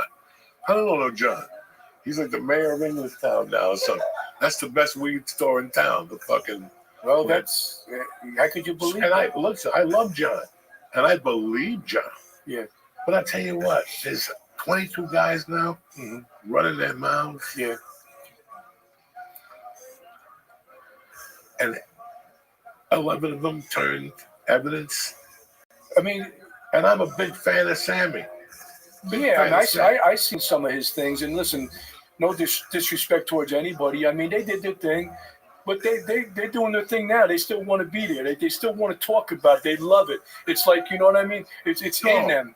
I stop by Sammy on Instagram every other day. Yeah.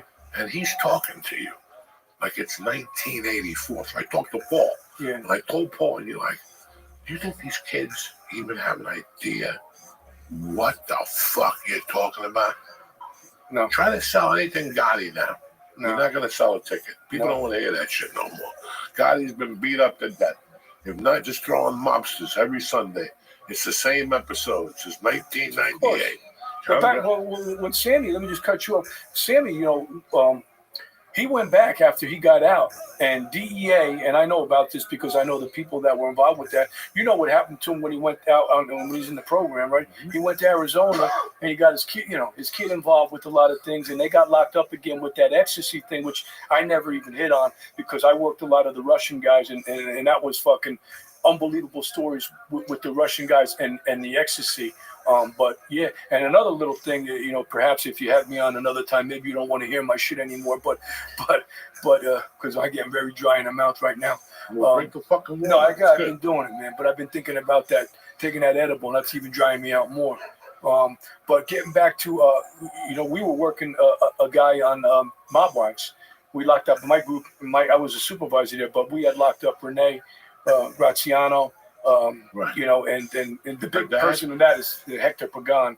I mean, I don't know Rabbi, if you look him up. I mean, yeah, but he was with us when he was on the show. If you catch my drift, you understand? But he did his own. Then he come out, and I think Graziano Anthony, he testified against her father, who was a big weed guy over in Brooklyn. So that was very interesting. That's crazy. Yeah, and you could see his shit there. A couple of YouTubers did a nice little thing on him. You know what I mean? That I saw recently. It was pretty interesting because I didn't realize all the shit he did. You know, he was actually pretty well liked, and he was with like big guys. T.G. Graziano. No, I'm talking about Hector Pagan. You know, he was good friends with Joe Massimino, who was you know, very big, and you know.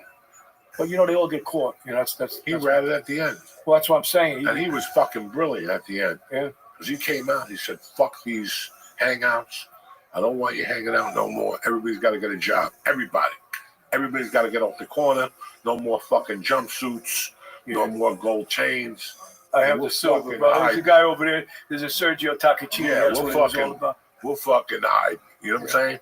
And he shut it down for a while, but you're always going to make big fucking mistakes with cash. Always. The accountants came in. The FBI forensic accountants came in. You just might as well get the fucking noose ready. When them motherfuckers come, those are the people that killed Jesus. When they show up, you know, 4 of those motherfuckers show up. You might as well just go, put the cuffs on. Don't even bother. Don't even bother. I'll tell you on the way there. You know what I'm saying?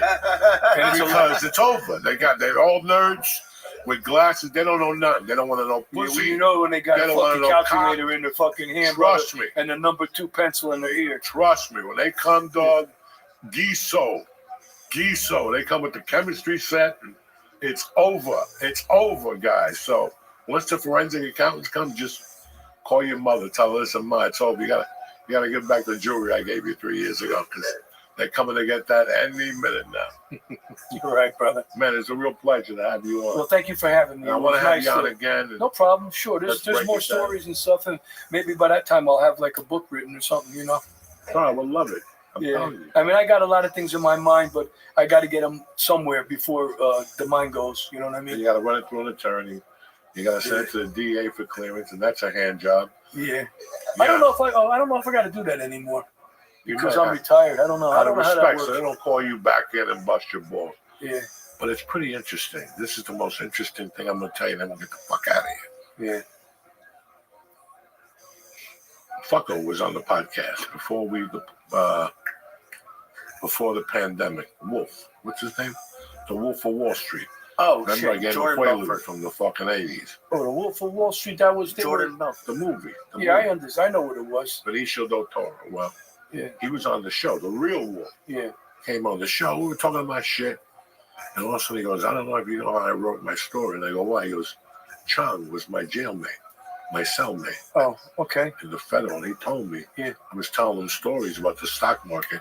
Yeah, because all the mob guys were that's what they were doing. Yeah, that's what they were doing. There was a couple of names, but what they were doing, you know what they do? Yeah, they push the certain penny stocks, stock and these guys don't even have licenses, and then they close it down and they short it, and that was, we were looking into a lot of those guys too. But I mean, yeah, he talked him into writing a fucking book. Yeah. And it became a fucking movie. Yeah. That's my point. And it was a That's good what I'm saying movie. to you. You're sitting there bored. Write a fucking movie. Yeah. Just to give you a heads up, he is going to take 10 points just for as the manager.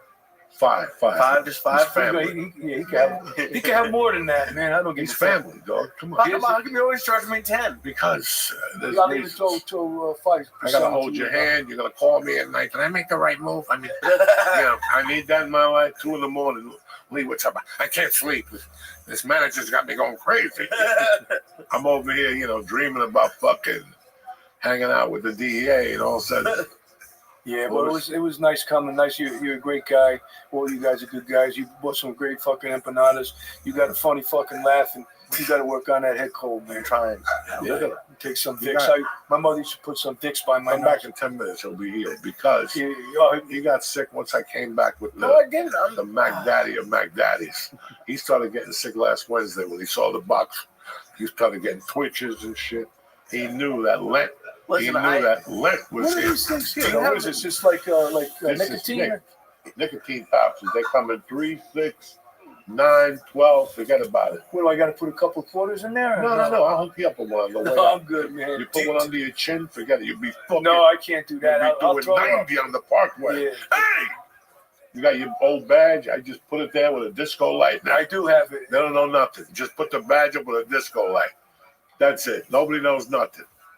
Nobody will even stop you. That's the fucking funny thing. Johnny, you got anything to say, brother? Oh, God. Don't get him started. Don't get him started. We got to get the fuck out of The here. goat bar, but holy fuck, don't tell No, that. we'll get the fuck out of here. Next time we'll talk about the goat The goat bar. bar is Now in it's Bronx. 10 to 8. I'm already hungry. You know what I'm saying? Yeah. I'm already All right, thinking man. about shit. We out. We out like cutting. fucking whatever. Finito. Lee, where you at this weekend? March 29th, Broadway Comedy Club, 5:30 p.m. Look at them. wow. Don't forget to be there. Austin, Moon Tower is officially sold out, but you got May 18th at the Parks motherfucking Casino. Yeah. Right? Or August. May. We're working on May here and come out, and that's it, and that's that. I'll keep you posted. Lee, that's all you got? That's all. I got Josh Wolf at Stanford Comedy Club in 2 You weeks. gonna Make Stanford? something up, brother. When are you going to Stanford? Stanford, New York Comedy Club in 2 Oh, weeks. Stanford, New York. Okay. Stanford, Connecticut. I think you're going to the old Stanford. The guy had the wig. That's a complete other story. I love you, savages. See you next week. Have a great week and get ready for April.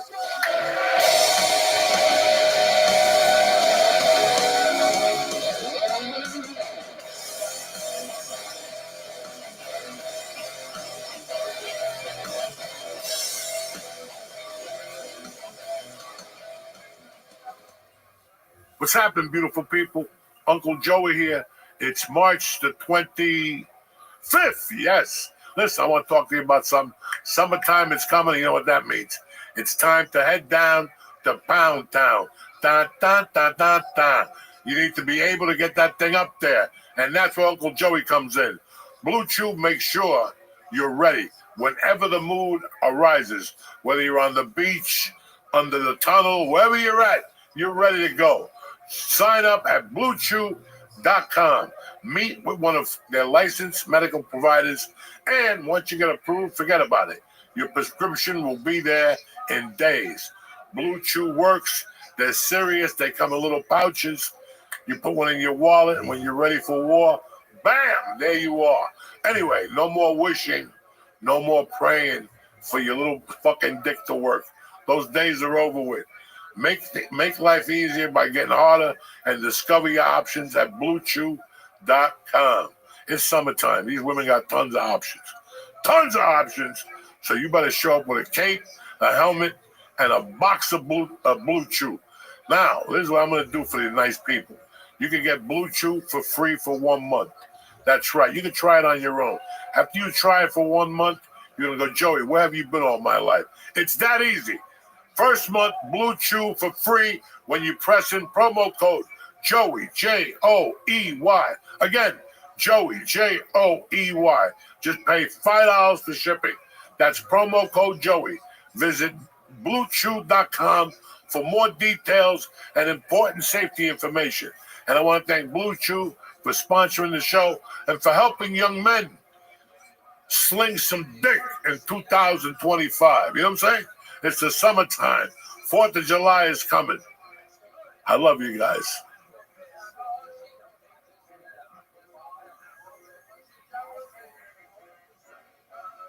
What's happening, you savages? Happy belated St. Patty's Day. It's a beautiful day to be alive. Tuesday, the 18th of March, the church, New Testament, is here. What's up, beautiful people? Uncle Joey here. If you want the maximum out of your sex life, you need Blue Chew Max. It combines the active ingredients like Viagra and Cialis into one chewable tablet. Bam! This baby's going to get the job done for you quickly. It acts fast, and it seriously lasts. And if that's not enough, Blue Chew's online service sends your ED meds right to your door. Nobody knows nothing. You talk to the doctor. He approves it in 2 days. And listen, in 3 days, you'll be jumping up and down with a new margarita. You know what I'm talking about? Getting started is easy and totally online. You chat with a licensed medical provider, and if you're approved, you'll get your prescription in just days, guys. And listen, whether you don't have ED or you do have ED, no matter what, you're showing up with 3 guns. You follow me? She's not going to want it. She's going to call you the next day. What'd you hit me with, Papa? Anyway, make life easier by getting harder and discover your options at BlueChew.com. And there's a special deal for the Church New Testament family. You're going to get 1 month of Blue Chew for free. That's what I'm talking about, okay? It's March. What is it? March, April? Forget it. You start now in March. By July, you'll be a savage. You understand me? So do yourself a favor. Go to Blue Chew and press in promo code Joey, Joey, and just pay $5 for shipping to get that party started. You understand me? That girl will be fucking jumping up and down when you get through with that Blue Chew pill. That's promo code Joey. Visit BlueChew.com for more details and important safety information. Like, don't eat 10 of them. You know what I'm saying? 'Cause then you'll really fucking knock people out. And I want to thank Blue Chew for sponsoring the show. Welcome back to show.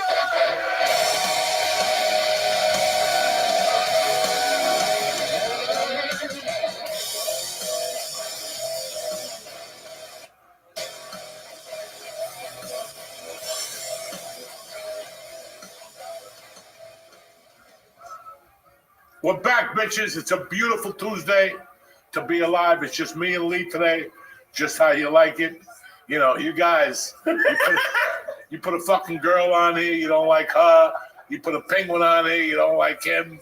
You know, you guys don't like nobody. Who's the penguin? Huh? Who is the penguin? I don't fucking know. You know, I get emails. Why'd you put the girl on? What the fuck? How many boys can you put on here? How much dick can you smell? You know what I'm saying? You gotta bring a woman in here to give it that fucking touch from time to time. I love having women in here because, hey, listen, I learned from them. She was great last week. Yeah. So was the Italian princess came in here and enlightened us. You guys are, why does there have to be a girl on the show? Well, it's better than looking at a fucking guy all night, right? What the fuck is wrong with you people? But anyway, the co-host tonight is the man himself.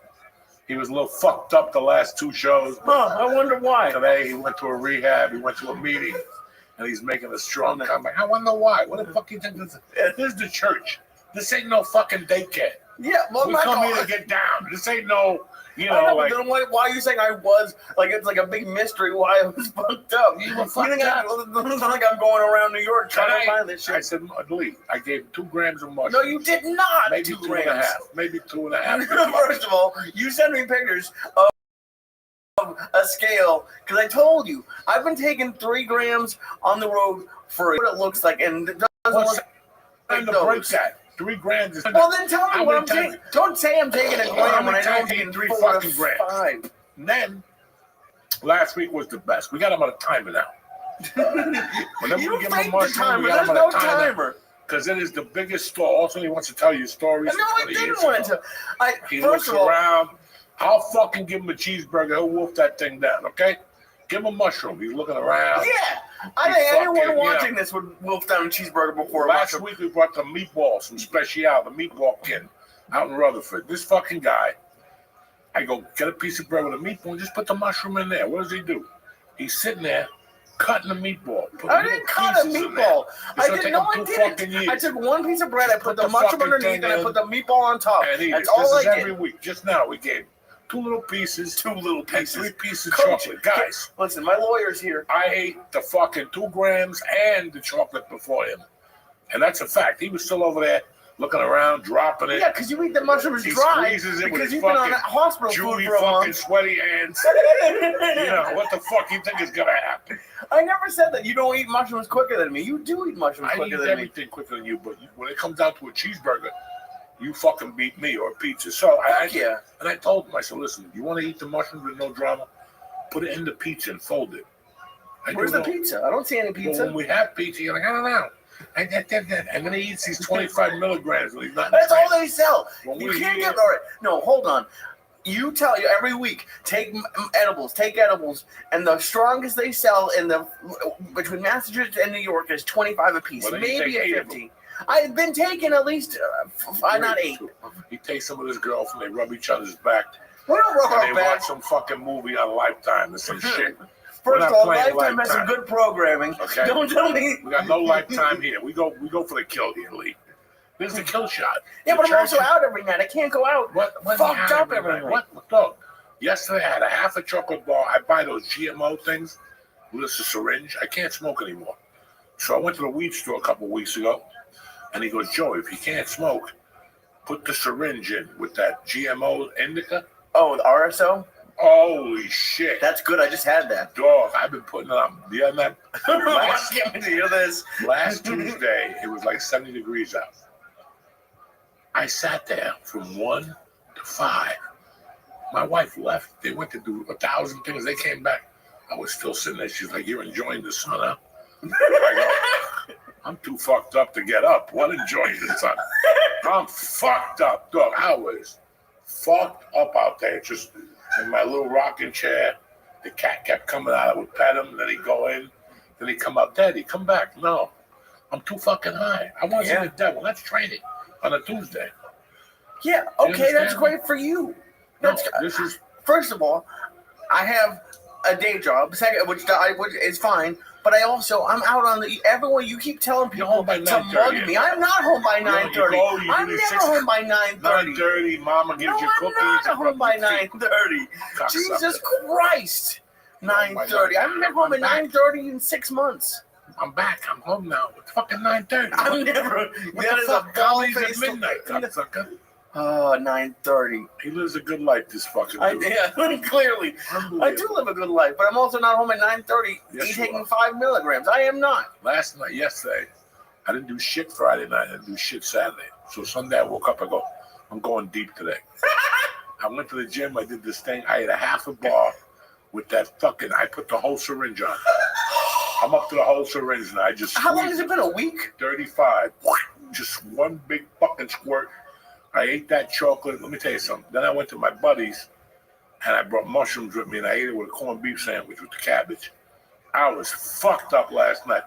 I woke up this morning. I couldn't even talk. I was so fucked up. Yeah.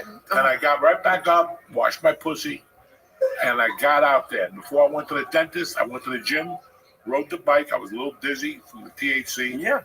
When I got to the dentist, even my friend said to me, Joe, you look a little out of it today. And I told him, I grew up with it, so I don't have to lie to him. Because I got fucked up last night. First of all, What? this is for everyone who doesn't know. This is what they give cancer patients. And how long is that tube supposed to last? 2 days. No, it is not 2 days. Whatever. Second of all, They this don't is give why those you to- have such a high tolerance. They don't give those to cancer patients. Yes, they do give. That's exactly No, they what it's don't. for. This is why medical marijuana exists. At Because least I won't get cancer. You know what I'm saying? I'm way ahead of the fucking game. Okay, so you got to beat the cancer. So why let it get to you? Then you got to start doing it too. Beat it now. Oh, this is not to beat cancer. Well, what do you bring cancer up for? Because it's You're the kiss of fucking death. Oh, so now you're gonna blame me if you get it? No, but I'm just saying, who brought cancer up? You did, cocksucker. That is true. I'm very sorry. Unfucking believable. Just eat the fucking mushroom. And they've been gone for half an hour. You know, we might eat some more just to show people how slow it takes. That's what we'll do it. He wanted to do a video tonight of me doing a reaction to some black guy eating a rat. I'm not doing it. Okay? It really wasn't going to be that. Okay, I'm not doing it. I'm also not. We're going to do a video tonight after this of how long it takes Lee to eat. I'm not eating more mushrooms. Why not? It's one more little tiny fucking rat. One more little tiny Watch how long it takes him. It takes me a while. I don't like that. On it and salt. First of all, it's honey, which you never bring. See, I brought honey last week. I knew you were going to say this. You brought mushroom honey. Yeah. You're the only person in the world who gets high on edibles and then is like, I have the munchies. Oh, let me eat some more edibles. No, I don't. Then you don't. What do you look? It's fucked up. We're in training, Lee. You can't keep saying that. For we're what? In training, dog. 8, 9, 10 years because we're in training. You don't know what's going to happen. You don't know what's going to happen. What if? Well, any day now, Russia's just going to kill Ukraine. They're running out of money. That's almost over. And I'm not over there. Enough with this Ukraine shit. It's big bank, eat little bank. We've been doing it for 2,000 years. Yeah. You know what I'm saying? Well, how much? Well, let's say if they get Ukraine. Right. They're going to come up to the fucking Jews next. What if they catch you? You want to be trained. What if they start get all the way over here? What if they start shoving you with edibles? Listen, when Russia reaches the U.S. borders, I'll take as many mushrooms as you want. All right. Well, don't come crying to me. Because they're going to be giving me mushrooms. I don't feel nothing. I'm like Netanyahu. You can keep fucking sticking it to me, cocksucker. But you're going to be there, wait, I need a cheese cracker. I need a half a meatball. No, there's no fucking meatballs in Gaza. Okay? Because they don't have pork in Gaza. Oh, Jesus Christ. So they got to live with. Anyway. I'm so sorry. On a positive note, you're so sorry. Then on a positive note. You're training. Training means we're Marines. We're not in the Navy. We're not in the Coast Guard. We're not in the Army. We're fucking Marines. We go in there first. So that's the deal. We're the ones that go in there and get blown up and lit on fire. Oh, so I'm pre-lighting myself on fire? Sure, why not? You're Jewish, You gotta be prepared. You gotta be prepared for the unexpected. You gotta be prepared for the unexpected. Look at all the Jewry going on in the world right now. You don't know. You might be walking down the street, one of these. You keep saying that. One guy keeps messaging me. You get mugged yet? You get mugged yet? You get mugged yet? You get mugged yet? You're gonna get hit in the head. I don't want to get hit in the head. One of those college students from Columbia that hates Jews all of a sudden. All of a sudden he's gonna have 3 beers with him. He's gonna clock you in the head with 3 of his little faggy friends. And don't come crying to me the next day. That's what I'm saying. I apologize. I don't know if you people have been paying attention. I've been paying attention to this because it's a fucking great question to ask yourself. Today, basically, the 14th was 5 years since the pandemic started. Today was official. They shut everything down. 5 years ago, New Yorkers were going crazy. St. Patty's Day. You're done with it. Go drink at home. You know what I'm saying? Go drink and puke at fucking home. Same difference. But it's crazy. That's been 5 years ago. Now, I'm not here to talk about Fauci or the pandemic or the fucking shot. I don't give a fuck. But it's so weird. Like, I want you guys to think about 5 years ago, how much your life has changed since then. It's crazy. Like, it's take the pandemic out of it. Crazy. Yeah. My life is completely, like, if you had asked me, if you told me this is what my life would be, I wouldn't have believed you. It's completely different. There's almost, the only thing that's the same is this. And everything else is different. And it's, I'm not going to say not everything's better, but at least for me, I'm very, like, luckily, it's like 1,000 times better than I would have imagined. What were you going through when they said everything shut down? We were living in LA. I have no idea really what I was, but I was close to 300 pounds, if not over it. Over it. Well, the thing is, I don't think so, because by December of that year, it was 336. So between March and December, so probably close. Yeah, the pandemic killed us. But I was single. I wasn't very happy. But the weird thing is, like, I thought I was. I didn't think I was unhappy. There were parts of my life that I wasn't happy with, but I didn't think like this is probably the happiest I've been that I can remember in my adult life, which is crazy. But like new comedy I was having a blast at comedy, but honestly, I wasn't tired of it, but it was just I was really only doing open mics, and that can get a little bit old. And I was single and living in LA, and it's my whole life has done like a complete 180. How has your mind changed since then? Well, it's kind of hard. I have like two different minds. I have like a stand-up mind and like a personal mind. My personal mind, I feel like I've gotten stronger. I've had some good and bad shit happen that like I feel like I'm definitely stronger. But we were talking before the podcast started about experience, and it's just until you experience certain things, you don't know how you're going to deal with it or who you're going to be. And like moving, like this move that I did over the last 6 months has been like a lot of good and a lot of bad and a lot of like just not easy. Like it's not that my life was easy in LA, but it was a lot more comfortable. Really? Yeah. I mean, yeah, we did the podcast twice a week.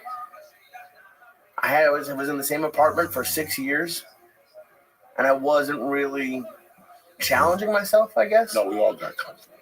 Yeah. And I like, the weight loss, you can say. I joined a gym 2 weeks ago, which I would have never. You begged me for years to do that, and I never would. You went to a class looking. I went to 2 classes. I went to a yoga class, which I thought was going to be easy. Turns out yoga is not fucking easy. No, and then I went to a class the next day that made yoga look really fucking easy. I can't tell you, to take comedy out of it, how happy I am. Like, I don't know if anyone else watching this can relate to it, and it doesn't have to be New York, but for me, it's New York. For me, New York has like always been the place I want it to be. And so for me, I was waiting at the train station yesterday before a set, and like there was a band playing in the train, and you're gonna make fun of me, but like I teared up a little bit.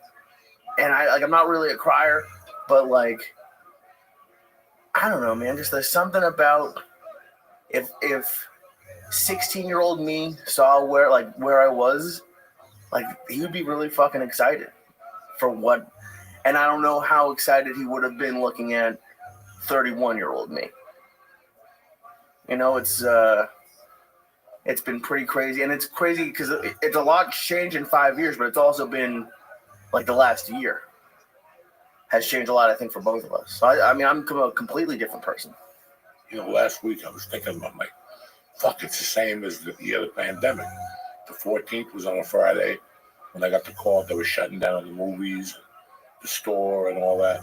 And then Monday was official. And I remember when, you guys are going to think I'm fucking crazy. I was doing 4 theaters a weekend, right? 2 podcasts, 4 fucking planes. I was trying to raise a daughter, and I was fucked up 3/4 of the day.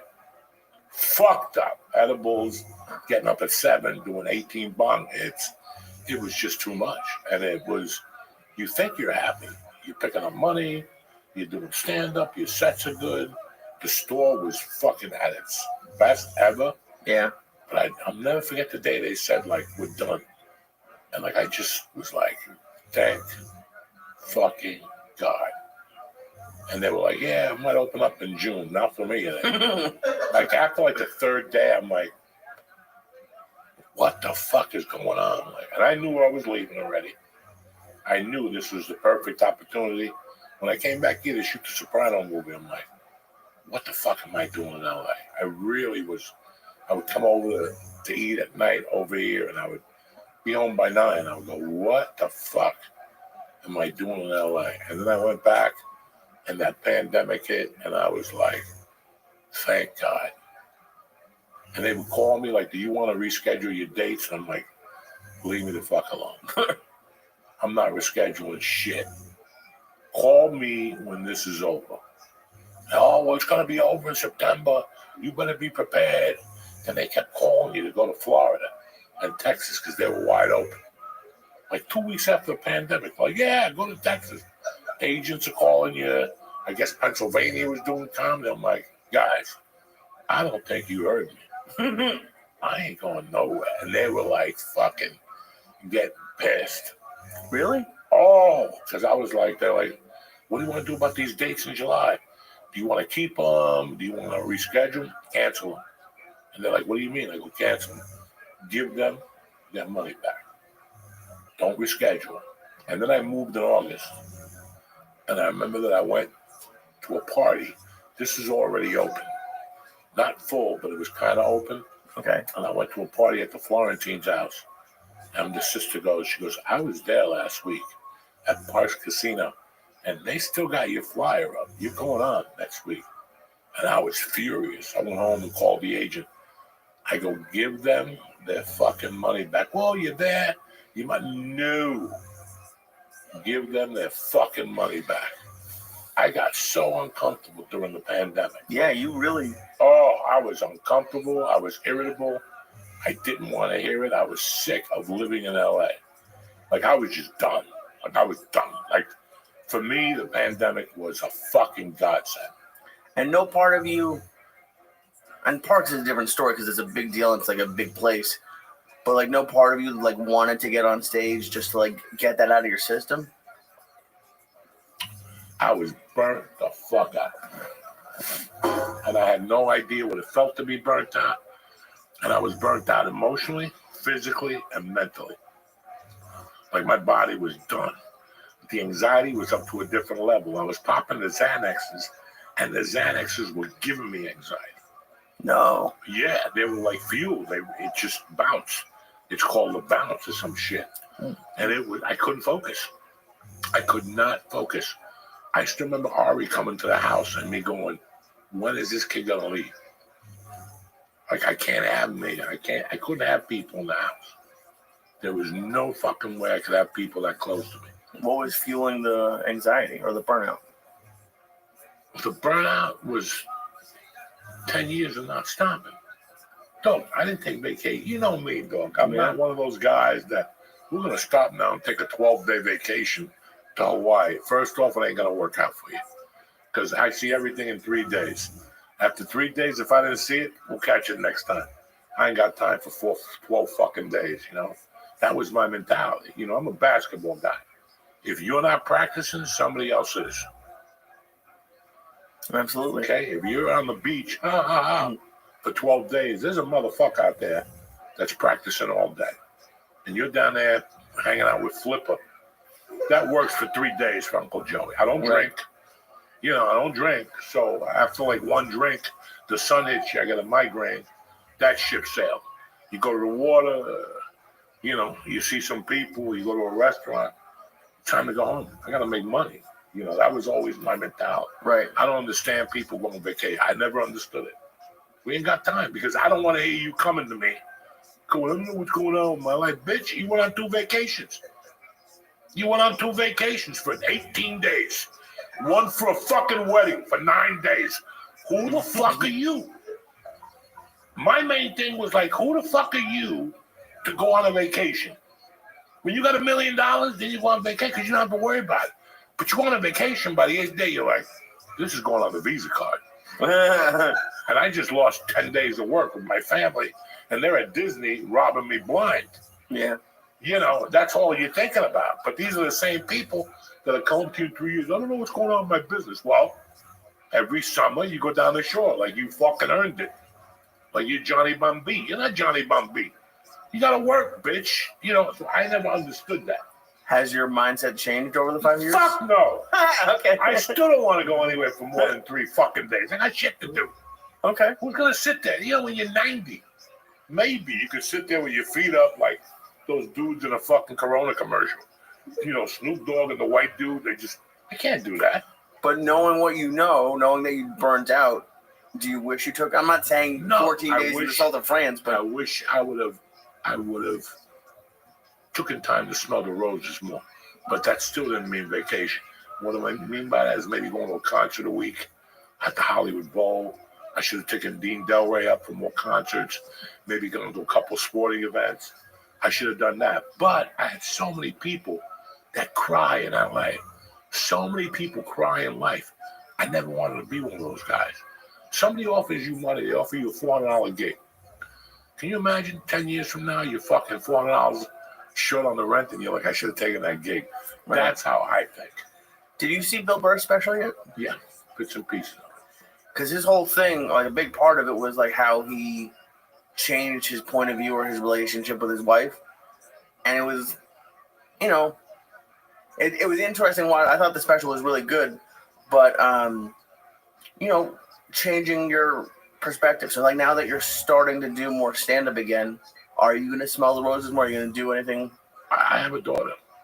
That's my rose. That's my rose. Where am I going to fucking go? Like, you know, you have to be around them when they're young. Mm-hmm. You got to be there. If not, they grow up like everybody else. Fucking half retarded. I don't know what my daddy is. You know, I don't want to live through that shit. That's my biggest fear. Right. For how to have daddy issues. I lived in LA for 23 years. Everybody I met had daddy issues, and you could fucking see it. So that's my rose. Yeah, spend time with her. But at the same time, you know I was spending time with her before LA. Of course. You know, I was always there during the week. On the weekends, I was gone. And she told me. She told me when she was 7, you got to stop. And I said, you're right. You're right. I got like right now, I got shit people offering me. I ain't missing a softball game. Why would I? I don't want to miss a fucking softball game. Whatever you got to offer me, because every time I'm at a softball game on a Saturday or Sunday, I always ask myself to check myself. Where would I rather be right now? And you put yourself through scenarios. I'd rather be in a Chinese orgy, doing fucking, shooting up morphine and just sitting there with my mouth open. That sounds like fun. That does sound like fun. I'd rather be here. Okay. So that's how I feel. Like, I can't sit in a hotel room all day on a Saturday ever again. Like, ever again. Well, I did it for 30 fucking years. I did it for 30 years to wake up on a Saturday, have a great breakfast, take a walk around the town, and now it's 1 o'clock. And your show's at 8 o'clock, and you got to sit in your hotel room, or maybe go to a movie, and then you call home, and my wife's out with the girls, and they're jumping up and down, and the kids are yelling, and you got to sit in your lonely hotel room listening to these kids having a good time. Right. You know? So that was my smell the roses. Ever since they put me in a fucking hospital a month ago, 2 months ago, 3 months ago, I looked at my wife and I go, this is completely different. So I changed my perspective. This is completely different now. You know, I always loved my wife. I mean, you know, I like to strangle her sometimes. But I love my wife. Right. 25 years. But yeah, you have to look at things a lot differently. But that shit I was doing in LA, like I told you, I would take a boxing class or whatever, kickboxing. I get 16 calls in 45 minutes. I have to get up and go out and and for nothing. Nothing. You could tell me this shit later. Nothing. Once I realized it, I'm like, I'm not picking up these phone calls no more. Let them fucking call 80 times. I'm not picking it up no more. 16, 17 phone calls in 45 fucking minutes. Hi, you have a gig in 2 months? You want to know what music you want? Listen, go fuck you. They bother you. They fucking, and then the agents putting desperation in you. Oh, we got a gig for you. You got to take it. Got to take this gig. And I'm like, no. It just was something that I just fell apart. That's what really happened. Like during the pandemic, I just fucking fell apart. I was like, I remember still getting on stage here. It was an outdoor show. I didn't know you did one of those. I went out there and I see bats flying around and shit. There's a fucking something moving in the weeds. And I'm like, I got up there and I had to look around the whole time. You could see mosquitoes were biting me and shit. I'm like, I'm not doing this. I ain't doing stand-up for a while. I didn't do it for a long fucking time. And then after I got back on stage, guess what? What? Still didn't want to do it. That's crazy. Couldn't even break through like a barrier of, couldn't even break through. Couldn't think of material. couldn't be funny, didn't even care. Then I stopped again for like another 11 months. I'm like, I'm not getting on fucking stage. I was done, guys. And I'm done now. Like people offer me shit all the time. Movies, and I'm like, fucking, I gotta go all the way up there and do that and listen to that nonsense. And if it's like a high-end fucking movie that I'm like the shit in the movie, yeah, because I'm learning something. But for me to do a movie for fucking people I don't know and go away for 4 days, I'm not doing that no more. I just don't, you know? If it's something exciting like Tom Cruise, I'm pushing him off a plane or something. Right. Fuck, I would love to Tom Cruise push that motherfucker off a plane. Oh, yeah. And I love him. I'm just saying that You that's wanna what be I that want guy, to yeah. do. I don't want to do no fucking, they want me to go to Vegas to be a mobster. I'm not doing that the second week of July. It's 140 degrees. You know, and I got to shoot. Fuck you. I'm not doing that shit. I'd rather not have insurance. Jesus Christ. I'd rather not have insurance. I'd rather pay the money than have to put up with that. I want to do something that's cool. Right. You know? Stand up, same thing. If you think I'm leaving for a Thursday to Saturday, you got rocks in your fucking head. I'll tell you, but I'm going to leave Thursday night after the show. Jesus. I'll know that once I start thinking about it, I'm like, I'm not staying here Friday and Saturday. I'm catching the first flight out of here in the morning right now. And that's right, because I know me. Right. But at least you do. That's what changed me after the podcast. I got a little bit more patience. I wanted to be around my family a lot more. I want to be, you know, I was out there in the wild for 23 years with those savages. And there was a lot of people that I really had a good time with in LA. And there was a lot of people who meant the world to me in LA. But there was a lot of motherfuckers I didn't like. A lot more than what I liked. You know what I'm saying? Oh, yeah, of course. Like, I liked a certain amount of people. I feel more comfortable now that I'm in Jersey, you know. Okay. And this is the comfort I needed. There was no way I was going to pick up after LA and move to another state. That was not going to happen. I was not going to leave LA.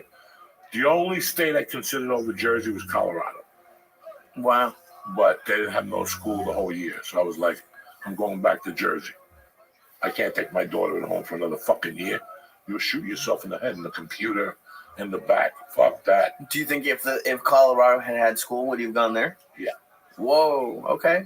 But I think I would have been here by now. Yeah. Would have been too much? I think I wasn't ready to go and be a stranger again. Mm-hmm. I didn't want to be a fucking stranger in a land and start from scratch. No, I'm 60. What am I, you know? I'm not going, and I love that I live here now. Where I live is a little on the boring side, but that's how I like it. You know, the other night I heard something outside, and there was a deer that crashed into my house. I'm like, what the fuck is outside the yard, you know? And I enjoy that about it. And I enjoy my life now. I don't have much going on down there, which was a hard transition from Studio City, right, to just moving down there. It was rough. And I figured it out. And like, ever since the first of the year, I haven't even been going out at night. I used to always take a ride. Now I'm not smoking dope, so I don't even take that ride anymore. If somebody calls me from LA and I got shit going on, I'll go, you know what? I'll leave here at 7, and that's 4 in LA, and I can still talk to them about whatever they call me. That's the only time I'll take a ride. But I don't really want to hang out at bars anymore. I don't want to do anything.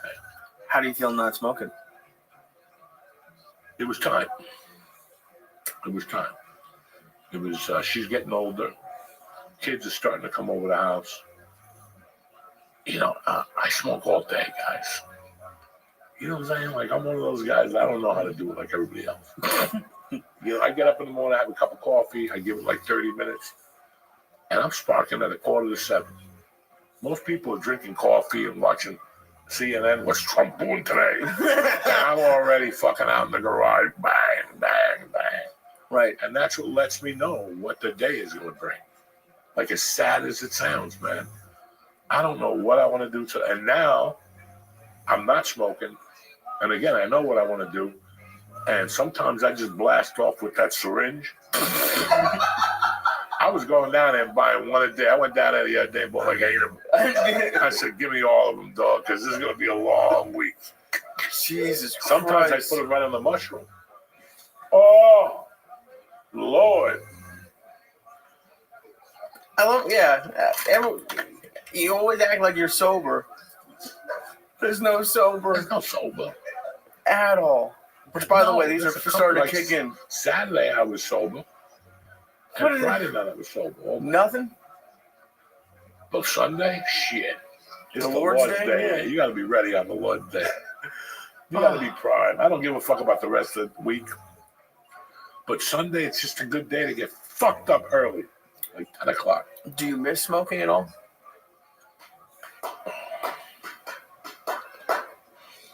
Yes and no. Because I'm addicted to this. Mm-hmm. You know, the fucking getting the bong and playing with your weed. You know, going to get it. It's good. 38%. You fucking dry it. You know, I have systems in my house. I have like the drawer when it's wet. Then I dry it in here. Then it gets promoted to the top shelf over here. And then I'll smoke it. And I have like 4 kinds up here. But I have 3 kinds down there. So I have like this little game going. Yeah, of course. Now that the little game is over with.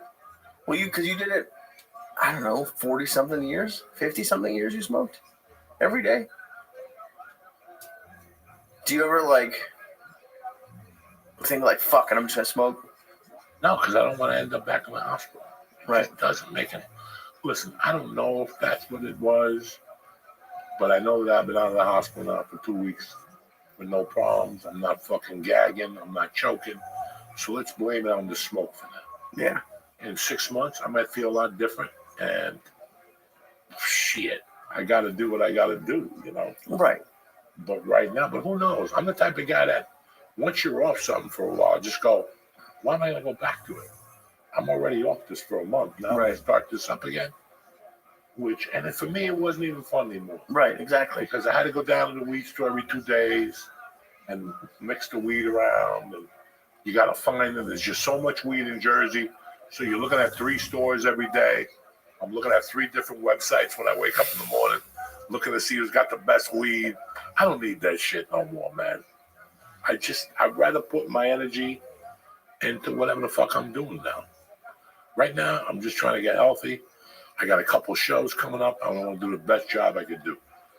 That's it. I have nothing else on my agenda. Everybody else could suck my dick.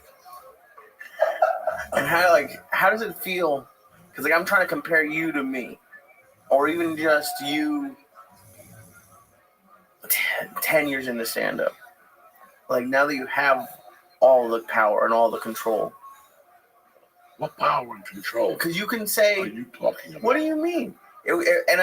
Maybe not, but to me, in my head, you could call any club in the world and be like, I want to come in, boom, boom, boom. I want to come in tonight. And you would never bump anybody. No. But at least for stand-up, the world is open to you. That's the way I look at it. I'm sure there's some clubs that might not like you or whatever. But I don't like that. Exactly. But to have that control and to be able to say no, to say no to some things that I'm sure you 10 years in, what the fuck are you saying no to this for? Here's the secret to this. Here's the secret to this. You really got to think about this. We've always had the control. We just never wanted to impose it. How? And like I told you, I had a rule after the 3rd year of comedy. I don't mind coming into your club and showcasing.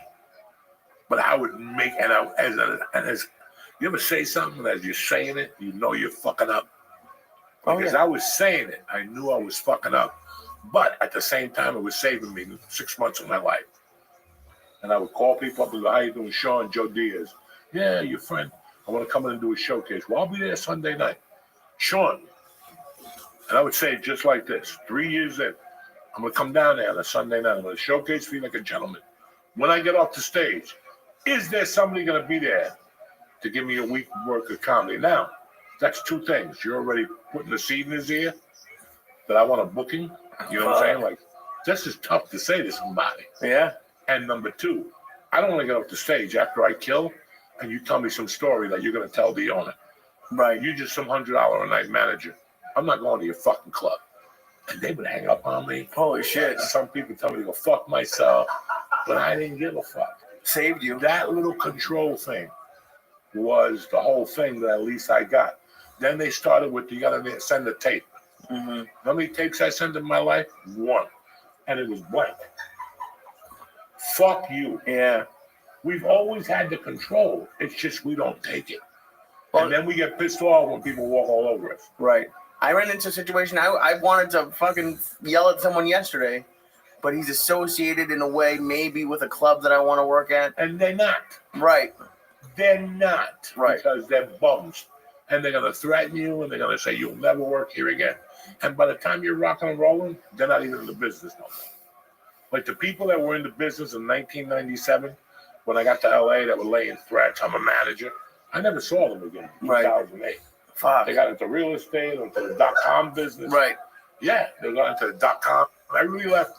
In 99, everybody got into that business. Not .com, whatever. Yeah, tech. A lot of those people left. So these people are the ones that pull like, oh, I don't like when you come to the club and do that. That's control. Anybody who knows a comedian knows you don't tell me what the fuck to say. Because whatever you tell me not to say, I'm going to go up there and say it first. That's why you don't put no boundaries on a comedian at all. So when I'm walking into your club and you're like, oh, excuse me, I don't want no fart jokes and no poopy jokes. Bitch, I'm going to open up with a fart joke just to piss you fucking off. Yeah. Okay, I saw this guy, Kevin Fitzgerald. Kevin Fitzgerald, you two guys are all young except for George. Kevin Fitzgerald had a show on the Animal Planet. He was a vet with white hair. I don't know, you guys remember. Old dude. That dude looks old. That dude will fucking take your throat out. He was in Vietnam. He's one of those crazy motherfuckers in Vietnam. Then he came back on the GI Bill and became a veterinarian. And then somewhere along the line, he became a comic. But before that veterinarian shit, he was the Stones bodyguard. He was on tour with the Stones when that shit happened. They got stabbed and Altamont and all that shit. Kevin Fitzgerald, you look at him, he looks a little weird, but that motherfucker got stories, and that motherfucker's dangerous. So in 1993, he was at the Comedy Works, and he did a joke about this is your brain, and this is your brain on drugs. Remember, there used to be the egg? Mm-hmm. And when he got off stage, some big guy came up to him, and he goes, Bill Hicks is here, and you're opening for him. Mr. Hicks said not to do that joke. Next time he opened, he went back, thought about it, and he goes, fuck Bill Hicks. He went up there and did the joke. The muscle guy came up to him again, and Kevin goes, I would have taken his fucking throat out. But Bill Hicks came up to him and said, hey, we told you not to do that joke, and you did it. You're on tour with me. Fuck, I would have done the joke. Guys, you have to somewhere as a comic say this is what I'm gonna do, and if you don't like it, I'm moving the fuck on. But that's why when they tell you like we can't say this at my club, well, you called me, number one. And number two, I'm saying what I'm fucking saying. And if you don't want to hire me after this, that's fine.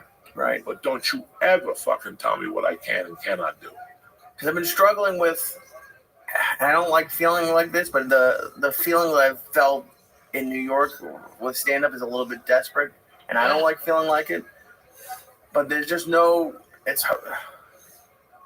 you're just kind of out there. You're out there, bro. And with like, it feels like the Titanic, like when the Titanic sank and everyone's in the water. Well, that's where I am, right? Oh, well, yeah, right now for sure. But I'm just talking, like, just even comedy-wise, you're just waiting for someone to help you do something. And, like, if someone told me I don't want to hear this joke or that, I'd be like, okay, whatever. You know, feel desperate, but always have your fucking boundaries. I don't like feeling desperate. You are a man, and you have your own boundaries. Right. You know, it's like when I stopped doing coke. I was a complete different comic and a complete different individual because I didn't want to ruffle any feathers. God forbid I can't get my package tonight. Right. You follow me? So never mind the club or whatever. I was always concerned about that. Once I took that out of my life, it was completely different for me. And that's when my career really started because I started telling people, like, this is what I'm doing. Fuck. Yeah, but you got to work Sunday. Now, if you know any of the stories about me, I didn't work Sundays when I was featured. That's I crazy. told them to go fuck themselves. I'm not working. Tell your mother. Would you call your mother? That's the attitude. You got to tell people. I talk to you for a second. It's Sunday. Would you make your mother come in here on a Sunday? No. Then why are you making me come in here on a Sunday? Call your mother next time to work on Sunday. And they'll look at you like, it's the truth. It's like when an agent called and said, I got an audition for you at 5:30 downtown LA. Again, would you send your mother down there at 5:30? No, I wouldn't. Then why are you sending me? Call them and get me a decent time. And they'll either say no or they'll call and get you a decent time. Right. But like that's where I was going with it, because they'll give you a decent time because they like you or they want you. And if you're just a nobody at the beginning, they're like, fuck you. If you don't want to come at 5:30, then fuck off. When I started the store, they used to give me 1 a.m. Right. But it was the store. Of course. Okay, it wasn't Phil's Auto Garage. You know, Right. at midnight with a bunch of fucking, what do you call those little white kids from Brooklyn? The hipsters, yeah. Hipsters, whatever the fuck they call them. Little fags, whatever, sitting there with the little fucking raccoon eyes, whatever. Right, the fuck but they yeah, look. yeah. It's completely different. Of course. But I still remember doing open mics at 2 a.m. and one day I decided I wasn't going to fucking do it no more. And then I started doing those early ones you do, and they're fucking worse. Hamburger Harry's at 4:30.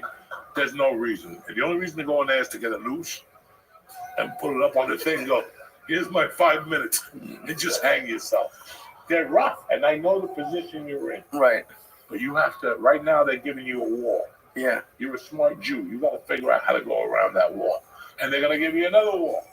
Right. And you have to figure out how to go around that wall. And that's what we're discussing in the beginning. When we got here tonight, we're talking about how important basics is. Like I was talking about, I could take lead among the league. Fuck my wife. Fuck Mercy. I'm going on the road with you. We're doing every weekend. And I'll take him to 3,000 seat theaters. We'll do 2 shows a weekend. And after 5 years, Lee'll be a great comic. Until he has to do a show in front of 20 people. He's going to lose it. Lose it. Your legs are going to start twitching because that you didn't cover the bases. And it's like that old commercial. Remember Pennzoil, George? You can either pay me now or you can pay me later. Yeah. But you're going to pay me, motherfucker. So get it over with now. Instead of, right now, Right. You're a new man in LA, in New York. Mm-hmm. They're not going to open the doors for you and give you the red carpet. No. You're intelligent. You already know that. You got to get there. Now, I'm going to be as honest as I can with you. I couldn't figure out New York. That's why I got the fuck out of here. Because I didn't know 4 people to bring to the show. Right. Well, George, and he would disappear. I would pay him $10. I'll be right back. Pay him. I went to get a lighter. Whatever the fuck. So you can't do bringer shows. Right. Bring fucking animals. I got so lucky yesterday with people. And then the spots. So 2 in the morning. Mm-hmm. Every once in a while, the New York Comedy Club would give me a spot. Mm-hmm. But I would stop at 181st Street to get coke and do the coke before I had my spot, and I had to cancel my spot. Right. So it was always a fucking nightmare for me. So I chose to develop in Colorado. Right. But you're doing a great job here considering. Now, like I said to you, I would love to walk in with you to the New York Comedy Club. Mm-hmm. And go, I'm doing 20, we'll give Lee 10. What's that going to do for you? Nothing. And Now you're forcing my hand. Right. And I've never asked you for that. No, I wouldn't. But I wouldn't do it. Right. Because I know where it would end off. Mm-hmm. If we did it in 10 different clubs, 9 of them would hate you, and 1 of them would go, I like the fucking kid. Right. Dude, one of my, and it's, I don't know if this is something to be proud of or not, but like one of the things I was most proud of in LA was that like I never had to call my parents and ask for money. That was one thing that I just took pride in. And, you know, I'm sure there's a lot of people listening who don't, whatever they think about me being a stand-up, I know that I'm working really hard at it, and it's what I want. And I don't want to look back in 10 years and be like, oh, I only got in because Joey called X, Y, and Z. I'm having, as much as I'd love to be in at all the clubs right now, and I'd say yes if they called, I'm having fun, doing the bar. The only place that'll have me right now is barbershops. I do barbershops every fucking month. Someone invites. I feel like it's like they're fucking. They bring me to a barbershop, and the shows are great. But I've done like 8 barbershops. That's okay. And it's like, what the fuck? I'm the only guy with no hair in a barbershop. But I love it. It's been, dude. New York is, and I did. It was a weird. Because yesterday I did, I think, 3 mics. 2 of the mics would have got canceled, And what I use mics for now is I really only use them to just say the words. Johnny Rock in LA gave me great advice of just like, you can't go there looking for a response. You just go there to practice. And like, that's what I'm using them for now, is just as a, because if I hadn't have done those mics, my set last night wouldn't have gone as well, because I changed. I'm not at a place yet where I can look at my notebook and like see if things are gonna work or see if the order's right. I have to do it, and then I'm like, oh, okay, then that. So for me, that's what I'm using that stuff for New York, because I have nowhere close to figuring out New York, but I'm further along today than I was in January when I really started. Like, even when I got here in September, I was gone every week. I was here in town for 2 days a week, maybe. I was watching something the other day where, what's his name? Schultz. Andrew was on Club Shay Shay. Mm-hmm. And he was talking about Rogan. And he goes, Rogan has made a lot of millionaires, And I thought about it. I was sitting there going, what the fuck? Rogan didn't make millionaires. He opened up the door for people. Mm-hmm. And people still had to do the work. Yeah. I know 10 guys that Rogan was helping they're still feature acts. I know comics that Rogan got with Dave Sussman. They're still feature acts, I still remember getting the longest shot and somebody going, must be nice for Rogan to call Adam Sandler. I'm like, fuck off. Do you really think that's how they do shit? So I know the feeling of people thinking right that they made a call for you. No, they didn't make a call. They said something on a podcast, and I had to deliver the goods every fucking night. Right. I still had to write the comedy. I still had to go down there. There's people, look at Last Comic Standing. Open up the door for 10 comics. Where are they today? Teaching comedy classes. On Zoom. These guys had opportunities. They just didn't know what to follow. Mm-hmm. I always thought about this. People always want to get on Rogan. When I started, it was always Letterman. It was always Johnny Cash, Johnny Carson. Right. Well, that's the one thing. It's what you do after you get that. Mm-hmm. That's going to rock it. It's not getting that. I got my job. All right, now what? You got the job. Now what the fuck are you going to do with it? Mm-hmm. That's what you're always planning. Like, I'm always planning not what's in front of me. I'm already planning exactly how this goes down without moving a finger. I let things do it for me. I'll give you an example. I'm doing the garden next week. Fuck yeah, dude. Okay? No, but don't nothing me. Everybody knows this. I'm opening up for Tom. I'm doing 20 minutes. No big. I didn't earn it. He called me and said, to earn it. do you want it? And I took it. Now, the picture that somebody's going to take of me and post, I don't have to do the work. There's 18,000 people there. Let's pretend 100 of them take a picture and put it up at the post the next day. The next day, just people see that and they go, I'm going to go see where I could buy a ticket. But I know that. I'm using it as a workout. I'm using the garden as a 20-minute fucking workout. I got no material to do. Yes, you do. I'm using it as a fucking workout. But I already know where it's going to take me. Like, I'm already thinking like that. You're not going to get that from just starting comedy today. You're going to get that from over time and doing it. And you start learning different fucking things, and that's what I like about what you're doing right now. Don't worry about where you're at. You're doing it. That's the most important thing. I know 20 people at home right now going, I want to stand up. I'm going to stay home and watch the Knicks tonight because the Knicks are going to be in the play. Okay. The Knicks are more important to you than anything else. I know 100 people. Like I said, we could put a fucking sign out tomorrow, put a building in New Brunswick by Rutgers and go, be the next Joe Rogan, learn how to podcast. I could quit doing comedy. Yeah. I have a sucker in there every fucking 20 minutes. I want to be like Rogan. I shaved my head. I got tattoos. I want, it's crazy. People think, yeah, put the work in. Mm-hmm. It's nice. I mean, it's nice to be a bartender. Remember, George, when we were kids? Yeah, Bruce Willis was a bartender. And somebody went in there and put him on Miami Vice. Yeah, like you bought that fucking line. No, you had to go to acting class. We didn't know a bunch of shit. Like when he got Miami Vice, he was involved in 20 things already. When he was shooting Miami Vice, he got the show on ABC. But growing up, they said, oh, he was bartending. Some guy went in there and saw him bartending. Unless he's sucking dick behind the bar, doing this shit, poor Bruce Willis. Now you don't remember. You know what I'm saying? Now you don't remember. Right. That's, we all think that things are going to happen from fucking influencers, these girls that are hot. And they're like, oh, if I do one profile, somebody will put me in a movie. They're going to put you in a movie, but they're going to fuck the shit out of you first. You're going to have sperm coming out of everywhere like a Harvey Weinstein milkshake.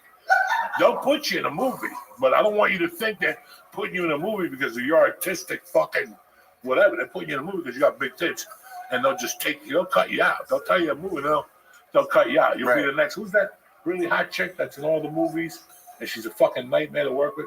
I just saw her acting in a movie. First off, it was the worst movie I ever saw in my life. The Expendables. Okay. God, that's terrible. But the Fox girl, that's her name? It's Megan Fox. She was in that. And I'm like, this is what she's going to do the rest of her life. Mm-hmm. Somebody fucked her. She's hot. And this is it. But there's no fucking great roles for her. There's no fucking pretty women for her or, whatever the fuck those roles are. Well, let's take that out, though. So, like, because you did it in acting, too. You did the $100 a day. If someone called you for The Longest Yard when you were just in LA and you had only done a couple of things, would you have like been ready or like what? Well, I would have got ready, bitch. Sometimes you got to get ready. So for me, listen, I have two trains of thought here. The one train of thought is you could just read a book so much. We have it as Americans. I want to be a writer. Let me go to fucking the place and buy 20 books on writing. Mm-hmm. You just killed yourself for 5 years reading. Right. The only way to get good at writing is to write. Even if you start with, I'm going to the zoo today. It improves. Over the week, I'm going to the zoo. It's going to be a sunny day.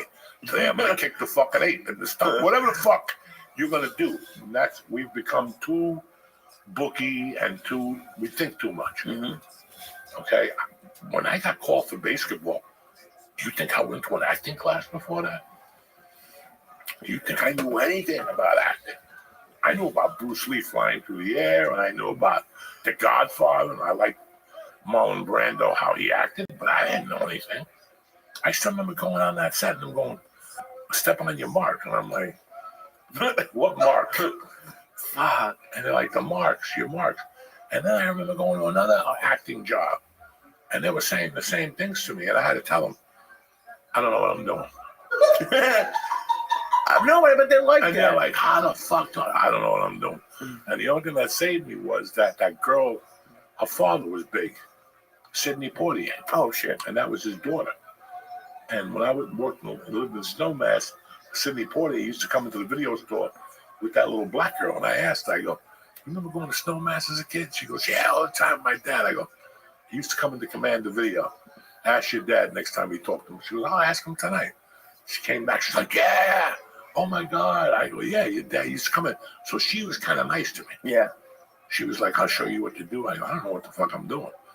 Bro, as soon as that movie ended, as soon as that TV show ended, I borrowed money from Josh Wolf and I got into an acting class. Right. Do you follow me? Because now it was getting serious.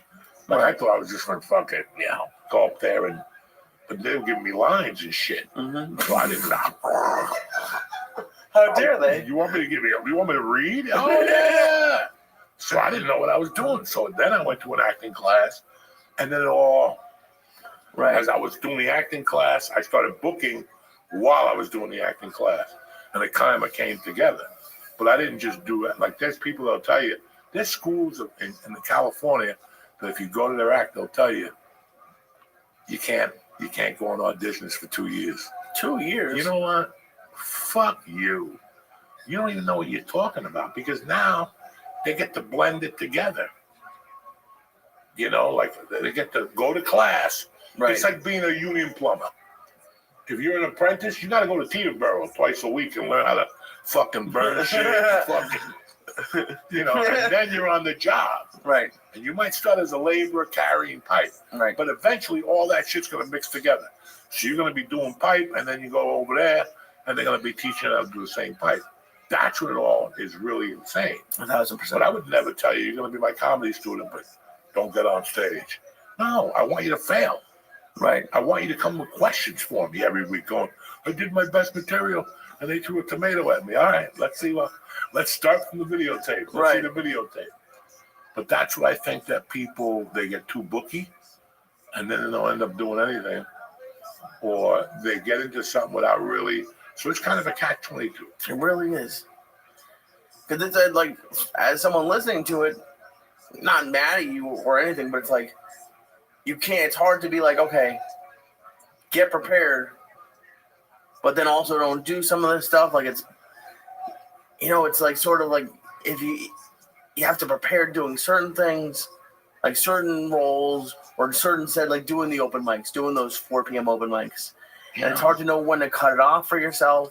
You cut it off when you think it's time to. Listen, you know what the difference between a professional and an amateur is with anything? A mindset. If you really fucking think about it. But there's a lot of people who are really I hire you as a laborer to come a day and bang nails and shit, but you'll feel like a laborer until one day you look me in the eye and go, well, what do you think? You the only guy can paint? Right. You know what I can do? I can do this too. I'm a fucking painter. And I want $15 more than what you're paying me. It's your decision. An amateur and a professional, it's you. It's not somebody else holding you back.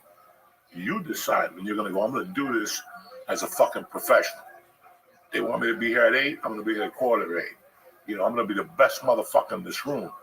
That's the difference between an amateur and a professional. It's not, Right, but then also, and going to all these open mics and these shows, I see it. There's people who have that mentality that you have, but don't have the skill.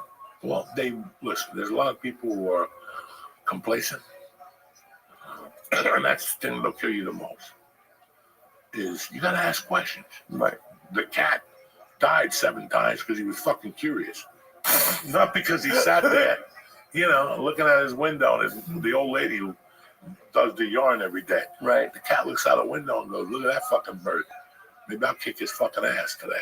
And then he goes after the bird, fucks him up. He comes in, has a cat or tuna, and then you follow me? It's the same shit. Mm-hmm. You all right, though? I'm great, but because there's definitely people, and people could be listening, asking if it's me, but they're like, yeah, I know you've seen it. Comics who just aren't funny, and like to make the decision, like if they're listening right now, and they're like, okay, I got to do this. I'm not doing it, but then maybe they're not doing what they're supposed to be doing, what's right for them. Isn't it kind of weird? Let me go pee. All right, and then we'll talk about it. I gotta talk to these people about DraftKings and better help. Perfect. And then I'll come back, give you time to relax. I can see that. Yeah, everything's moving right now. Yeah, so everything's moving. I'm really trying to keep it cool, to be honest with you. We'll be back in 30 seconds. What's happening, you beautiful people? Uncle Joey here to talk to you about March. When it comes to college basketball, nothing is for certain. You'll watch upsets, buzzer beaters, top picks going home early. Get it on full action with DraftKings Sportsbook. You understand me? Whether it's the live betting, exclusive content, promos, parlays, it's the thing to do this March. The birds are chirping, the sun is out. We need some more action, okay? Now, if you haven't put a bet in with DraftKings before, first time, here's something special for you. Ready? New DraftKings customers, new customers only. You're going to bet $5 and you're going to get 200 in bonus bets like that. Viva la France. Bet the unexpected with DraftKings Sportsbook. Download the DraftKings Sportsbook app right now. Use code Joey, Joey. That's code Joey for new customers only to get 200 in bonus bets when you just bet $5. A fin to get in. Who's better than you? Only at DraftKings, where the crown is yours. Gambling problem? Call 1-800-GAMBLER. In New York, call 877-8-HOPE-NY or text HOPE-NY 467-369. In Connecticut, help is available for problem gambling. Call 888-789-7777 or visit ccpg.org. Please play responsibly. On behalf of Boot Hill Casino and Resort in Kansas, 21 and over. Age and eligibility varies by jurisdiction. Void in Ontario. New customers only. Bonus bets expire 168 hours after issuance. For additional terms and responsible gaming resources, see dkng.co/audio. This episode is also brought to you by BetterHelp, one of my favorite sponsors in the world. Why? Traditional in-person therapy can cost you anywhere from $100 to $250 a session to $400. With BetterHelp's online therapy, you can save an average up to 50% per session. Listen, the summer's coming. It's that time of the year. Mental health is just as important as physical health. So it's time to give that brain a checkup. Listen, I was with BetterHelp for like 9-10 months. They helped me out a lot with anxiety. They gave me a couple tools to work for. What's the color of the wall? Blue. Okay. With over 30,000 therapists, BetterHelp is the world's largest online therapy platform. They've served over 5 million people globally. One of them has been me. If you want to switch therapists, you want to, it's done.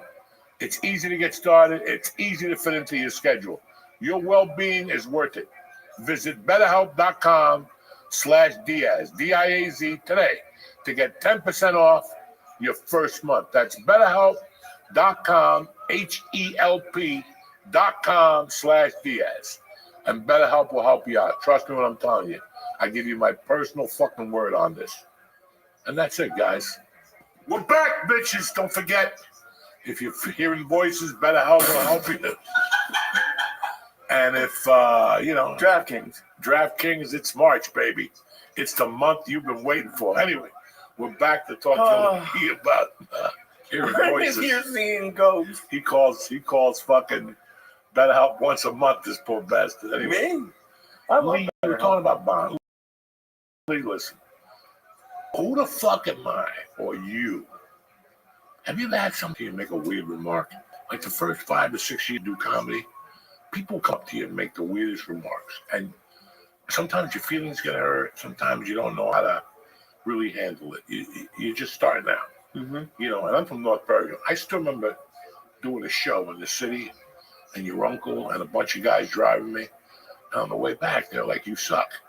Right in the car. They're like, "Dude, you suck." Like, that guy was funny, not you. You're not funny. And that's how we were raised. We weren't raised with, "Oh my God, that was so brave." Nah. My friends will look at you and go, "You know what? You suck tonight. That was god awful."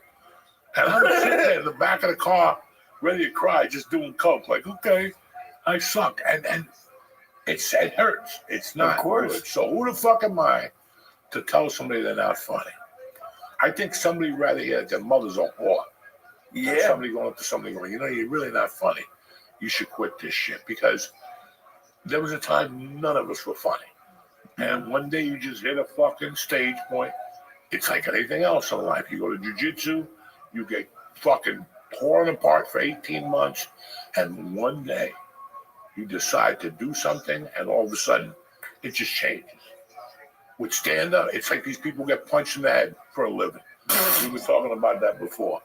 They can be retarded after one punch, or they can be retarded after 5,000 punches. You just don't know what punch is going to make them a fucking retard.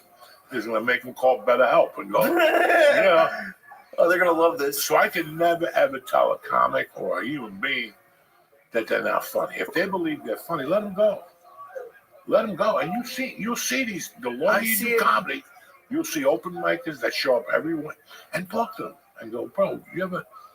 Nah, I come down here, I do this, I go home, I hear voices, I live in my grandmother's basement. They'll tell you what they are. Right. And then 8 years from now, you'll hear they killed themselves.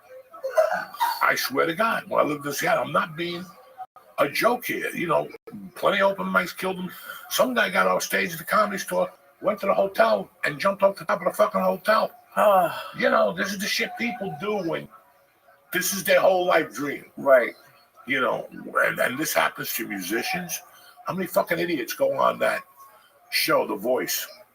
Do you think about that? How many people? Your mom's like with one eye, she got diabetes. You sing good in the shower. I'll go down to The Voice. Okay. And you go down there and do Dolly Parton. It sounds like Joey Diaz. And they tell you, "Come back. That was great. That was great. We'll call you." How many times can you hear that? Yeah. So I can never tell somebody they suck. They have a dream, and then let them go out there and pursue it. But have you? And it's tough because that's not obviously not a stand-up. Now, from the other side of that, let me just tell you something. about 10 days ago. Okay. I'm not gonna lie to you. I saw a name from LA that I'd forgotten about, and the first thing in my mind was that I said this to myself. I go, she didn't shoot herself yet, because 20 years she's been trying this. Right. 25 years. So in the back of my, I mean, she got there. She was there 5 years before I was there, and she's still doing this. So I forgot about her. I've been out of LA for 5 fucking years, so obviously I forgot. And I go, she didn't shoot herself yet. That was my first reaction. So I get it. There's like right now, what I know, I would have left LA in 2013. Wow. I wasted my time for 8 years. I could have done whatever I was doing anywhere else, because all it is now, you just rotate. You're doing the goddamn Jam, the Improv, the Laugh Factory, the Comedy Store. And you're just a revolving thing. And if you do get something out of that, it's like, why am I going to go see him? He's going to be at the Comedy Store tomorrow night. You're just a revolving door. You're wasting your time. Right, but for stand-up specifically, you don't think being like at the store once a week helped? Not as of 10 years ago. Wow. It helps you. But if you're already established at the store, right, and you're established at the Improv, and you're established at the Laugh Factory, why are you still there if you're not acting? You're just going around every night. I got another show. I'm at the whatever. It's just a rotating door. Right, but you said you would have left in 2013, and I'm not talking about career. career. Knew what I knew now. I'm not even take career out of it. I'm talking about you, because you know when you're funny, and you know when your jokes are where they're supposed to be. Do you think you would have been as funny if you left LA? At that point, at 2013, I was doing comedy, 20-something fucking years already? I mean, 2015. I thought I saw a mouse. I thought I'd seen a lot of things. It was a little leaf. But 2015, listen, one thing about me and my comedy career, I don't base it on anything. Anybody ever want to fucking say anything to me, I just say one word. Comedy Store from 2016 to the pandemic hit. Mm-hmm. That's it, bitch. You want to say something about me? Come on now, Tuesday and Thursday. Look at those lineups, and what do you want to say? What the fuck do you can't say a word to me. Can't say a word to me, because those lineups will never happen again. When you're following Bill Burr and bringing up fucking Rogan, or bringing up Ali Wong, or bringing up Whitney Cummings, you saw those lineups. Yeah. You saw those rooms in the main room. Forget Netflix special and all that faggotry that they got, the Howard, the Mark Twain Award for comedy. Right. Mark Twain can suck my dick. The only thing that counts in my world for me was those nights at the store. Right. If you ever had any fucking doubt, come on down, motherfucker, and try it. Give it a whirl. Give it a whirl. But you did. But you're somewhere else trying to fucking lay claim. Don't even, for me, it wasn't anything else. It was those 4 years. When you walked in there on Tuesday, most people would faint. Because I know I felt like fucking fainting. When I would come around that liquor store, you get all Laurel Canyon, I'd go like, why am I going down there? I'm going down there to destroy my career. I'm going to the ABCC, whatever the fuck that is. If I have a bad set down here, it's going to get around. Mm-hmm. So when I would hit that fucking stage, I made sure. Like I just heard Judd Apatow went back to the store. That's because Papa's not there. Because Papa jagged him so bad, he had to go. When you're not that funny, then you go to another club called, what's that club? Largo. That's where they call it alternative comedy. Oh my God, that's so brilliant. That's where you go. But on Tuesdays and Thursdays, that kind of comedy didn't work. That comedy was never designed for the Comedy Store. Right. Like if you go into the club in the city, I'll take you to a club in the city now, that shit wouldn't work at the Comedy Store. Would not work. She engraved Marines. That's what she wanted. Marines. People who jump out of a plane, land, and instead of it exploding, they make you laugh. That's what Mitzi Shore trained. Mm-hmm. And I was a part of that. So everybody, all these, these people that you see on these comedy award shows, like Steve Martin with an arrow in his head, he could suck my dick. So like, I know we're. And I'm not saying nothing disrespectful to nobody. I'm just telling you how I feel. And if you have a problem with that, come on down. Right, but you also said at the beginning, they said if you knew what you knew now, you would have left I would have before left. that. I would have left. But that is something that sticks out in my mind. I'm happy I didn't. Okay. Because I was part of those fucking lineups. And you weren't just part of them, dude. You were fucking... A lot of people wouldn't make those lineups today. A lot of people would walk in, look at that lineup and go, my mother's in bad shape. I gotta run home, you know. Yeah. And I saw it. I saw it. For years, you couldn't be an okie doke comic and walk into the store. It was not going to work for you. No. And now, over the years, it's gotten softer. And oh my God, I love your hair. That shit did not work. God damn it. It was someone I just was watching a really great comic talking about competition. And he was saying that it wasn't, maybe it was Bill Murray, I don't know. But it was Bill Murray. But it wasn't so much Bill like Murray? Bill Murray. You know, I'm not in the stand-up sense, but in an acting sense. He's like, okay. And that's what the store felt like then, and I wasn't part of it, but it was all the best in the world being the best. So if you were even a step below, it would have been noticeable. It would have been noticeable, I think. Very noticeable. And I think, it was that's. I'm glad you stayed for that too, because dude, I don't know, and I just going to shows back then, and having people whether it was the 20 minutes of the store or the hour, it was just a crazy. I've never experienced stand-up like that. No, it was hard-headed. All those people that wear hats, that take pictures of themselves smoking a cigarette, that think they're cool, they disappeared from there. Anybody with scarves, guys that wear scarves to be cool on a Tuesday night, they disappeared from there. Tattoos and piercings, that shit didn't go over. It was a stage and a microphone. And you better bring it. Just like life. You come with all disguises you want. The piercing, yeah. Mm-hmm.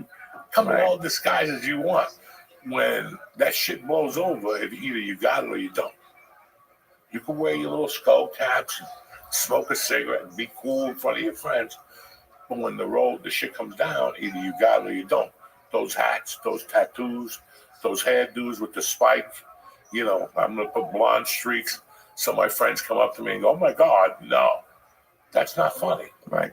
And that's what happened. That's why you go to some comedy clubs, people up there with a suit with sneakers on. Go fuck yourself. Go fuck yourself. This ain't a costume party. Yeah, there's a lot of that. This ain't a costume party. And that's why I always respected the store, and I respected coming out of the store. Because I saw a fucking dude play the piano one night at the store, and Eddie Griffin went up there and he goes, this ain't the music store, motherfucker. This is the comedy store, bitch. Oh, no. And we fucking died. The guy would kill. Yeah. The guy would kill with his piano. He's a black guy. La, la, la, la. This ain't the music store, motherfucker. The Guitar Center's down the corner. Mm-hmm. You go down there, play all the guitars you want, drums and pianos. It's not fucking comedy. And now what they've done, I'm not even going to get to the subject there, because I have people banding up a fucking... a thing, abandoning shit. But, right now you're in a spot, Lee, that you have to make it. You have to be funny and figure it out on your own. That's it. You have to figure this out on your own.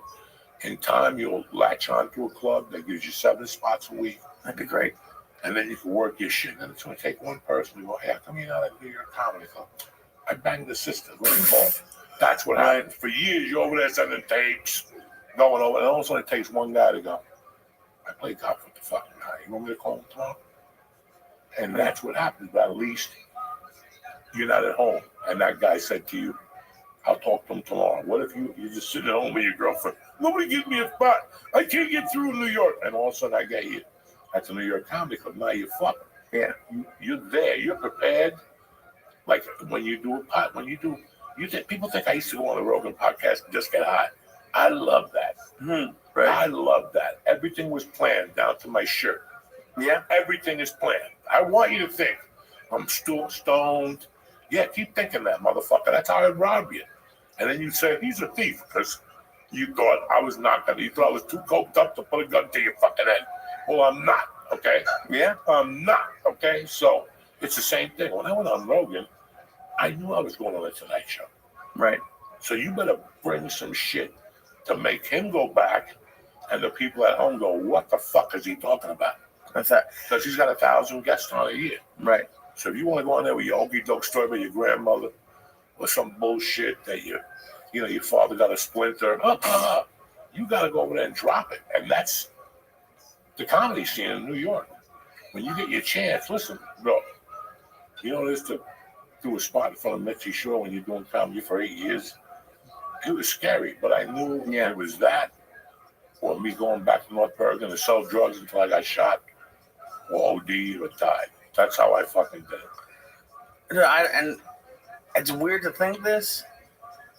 This is the first thing I've been confident in probably my entire life. What, comedy? Yeah. Yeah. It's confidence is not something I feel a lot. And I thought I did. Like I liked editing when I went to college for it. And I was okay at it. But this comedy, being confident in comedy, I'm not saying for where I am. Like the last 2-3 months, I feel very confident that I didn't. Why before. do you feel confident? Because you're prepared. Okay. Okay. Nobody likes surprises because they're not prepared. Right. Right. Yeah. You're prepared, motherfucker. And getting on stage every night, and I know. Listen, man. 5, 6, 7 years of comedy, it sucks. It sucks. You're trying to give up your job. You're trying to quit your day job. You're trying to make enough money every month to keep that. There's always a club that doesn't want to talk to you. There's always, there's always an obstacle. But there's obstacles in life. Right. So the first obstacle you have now is getting rid of this fucking job next year. That's one obstacle. Now you got to make enough money to pay the bills and all that shit. And that stress alone will kill you. And that's why you don't go on vacation. Right. Because the first you become like, I always tell people, I've loved working on commissions since I'm a kid. You know why? Because on the first, you and me are even. There's no, Joey Diaz's been doing comedy for 30 years. There's none of that. We're even on the first. And that gets my dick hard. I never wanted why, well, I'm working for this. Well, you have a ceiling over your head now. Mm-hmm. So go for it, motherfucker. If you're on commission, you got to tell mama, we're not going to Parakeet Islands this year, and stick to it. I don't give a fuck, dump me. I'm not fucking doing it. I don't have time to lose. When I'm 60, then I'll fucking go to Parakeet Islands or whatever idea your family has or all this shit. If you want something, you got to go for it, man. Yeah. And that's it. You're in New York. You're in the fucking major leagues. So you better go home and think about how do you belong in the major leagues. I know I belong. Maybe you're looking at this differently. I want you to look at it like, what am I going to do to belong in the major leagues? It took me 7 years to realize I was in the major leagues. And I stopped snorting coke and I go, I'm in the major leagues, motherfucker. What the fuck am I doing with my life? You're in the major leagues, not as major as LA. Right. But you're right there. So you have to switch your thinking and get, how am I going to get noticed? Because that's pretty much it. Mm-hmm. You have to get mentioned before you get noticed. So somebody's going to have to go, man, have you seen this little fucking Julius I had? He was on fire the other night at this place, Yeah. And it's such a fucking catch-22. And you guys think like, look, I'm going to go into LA. You can't get an agent. Well, why can't I get an agent? Because you got to have something. Well, the only way I can book a movie is if I have an agent. Well, figure it the fuck out. Right. And you walk out of the office, come on, what am I going to do? Okay. I got to go down to the fucking thing every Wednesday. George, remember? Every Thursday, I used to buy that stupid magazine that they used to sell at all the newsstands in New York. Well, they sell those in LA too. And you got to go in there and open up the paper and go, oh, I'm going to go do a college film that shoots at night with 3 Chinese kids that don't know how to shoot a film. They're going to shoot my film. And that's what I did for 2 years. I just applied for all those, and I would get it on Wednesday. So the envelopes went out on Thursday, and I would hear back by Friday. There was no like, oh, well, and I would do that while I was coked out. When I get home from the comedy store, I fucking do those envelopes and write out with your hand instead of typing, so they know You put the time into it. It's fucking A to Z. It's not just, it's A to Z. And that's what a lot of people don't understand. And that's why people become magicians. Because they don't want to put the work in. They don't want to put the fucking work in, Lee. So you got the world by the balls. You're young. You got money put away. You know, it's time to really sit down and write your goals and not overthink shit. Mm-hmm. You know, you're the type of guy that you have a plan and then mid in war you change it. Yeah. Stick to that motherfucking plan. You haven't even really executed it, but stick to it.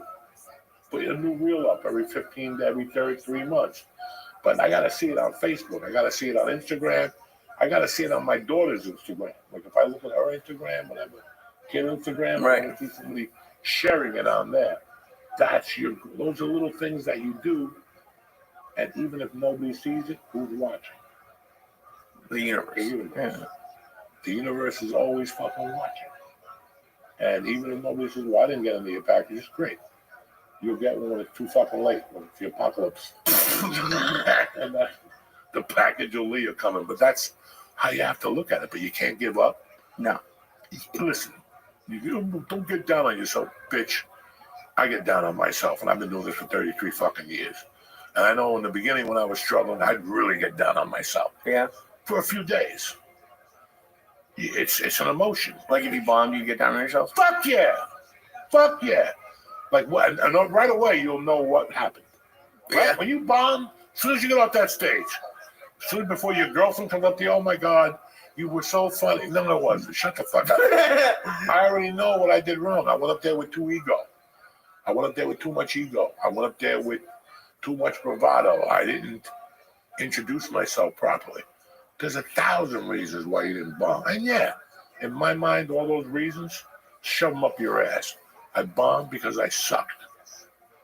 And you could give yourself, oh, the wind. You know, there's comics and the microphone system. Keep telling yourself that. Right. Keep telling yourself that stupid excuse. You bombed because you sucked. Go home, have a roast beef sandwich, and come back tomorrow. And let's try this motherfucker again. It's the same thing when the Haitian kid beats you up. You're not going to stay in. You're going to have a roast beef sandwich. Go out there and go, let's go, Rudy the Haitian. Let's get another round. And if you beat up, it's the same shit. You go home, have another roast beef sandwich, and go out there on Wednesday. And eventually, you're going to get a punch in it, and eventually, you're going to knock the motherfucker out. Right. And I'm definitely feeling that, man. I think I can see right now you're feeling You that. know exactly what I'm feeling. Fucking the only place in the world. Let's take all these mushrooms and then have a normal conversation. Mushrooms? What Stop do you mean? 1 gram. Unbelievable. First of all, you sent pictures of 2 different mushrooms. There are 1/8. Also, you get here, a Ziploc bag, 26 different mushrooms in there. I gave the mushrooms. No, you did not. I sweated my daughter. Oh. I weighed the mushrooms. And even if you did, that's still 3 bag. grams of mushrooms. I'm fucked up. Who gives a fuck, Lee? What do you mean, who gives a fuck? I don't care. I'm not. Did I complain one podcast? I'm just fucking. I hate mushrooms every week with Josh Wilson. Let it go, Lee. Stop it. You're not in training. You do that pussy shit during the week, those 25 milligrams, and you play high. And then you come here and look what happens to you. I was fine. You can either pay me now or I've been paying. I didn't say one weird thing. I've been laying out of space in a long fucking time. Why are you getting all upset? Because you keep saying. Because you dilly-dally. No one's dilly-dally.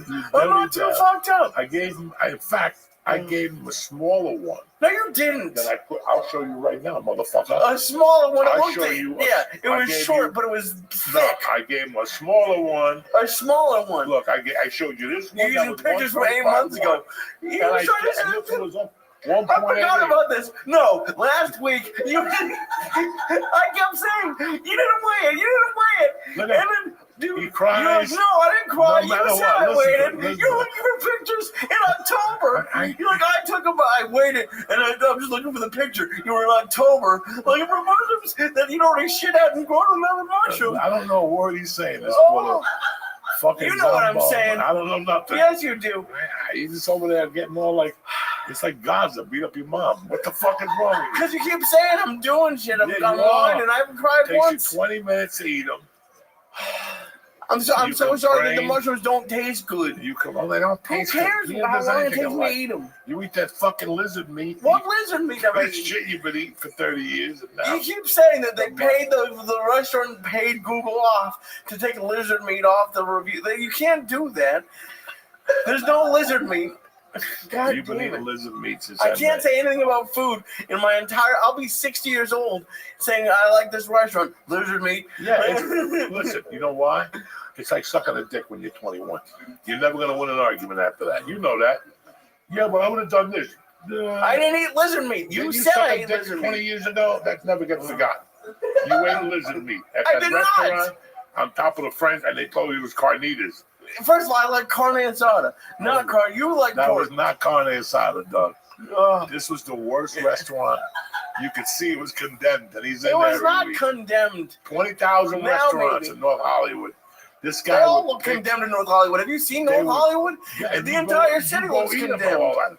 One night I gave him and his girlfriend a gift certificate to a fucking fine dining Morton's. establishment, Morton's, and these guys still didn't take it.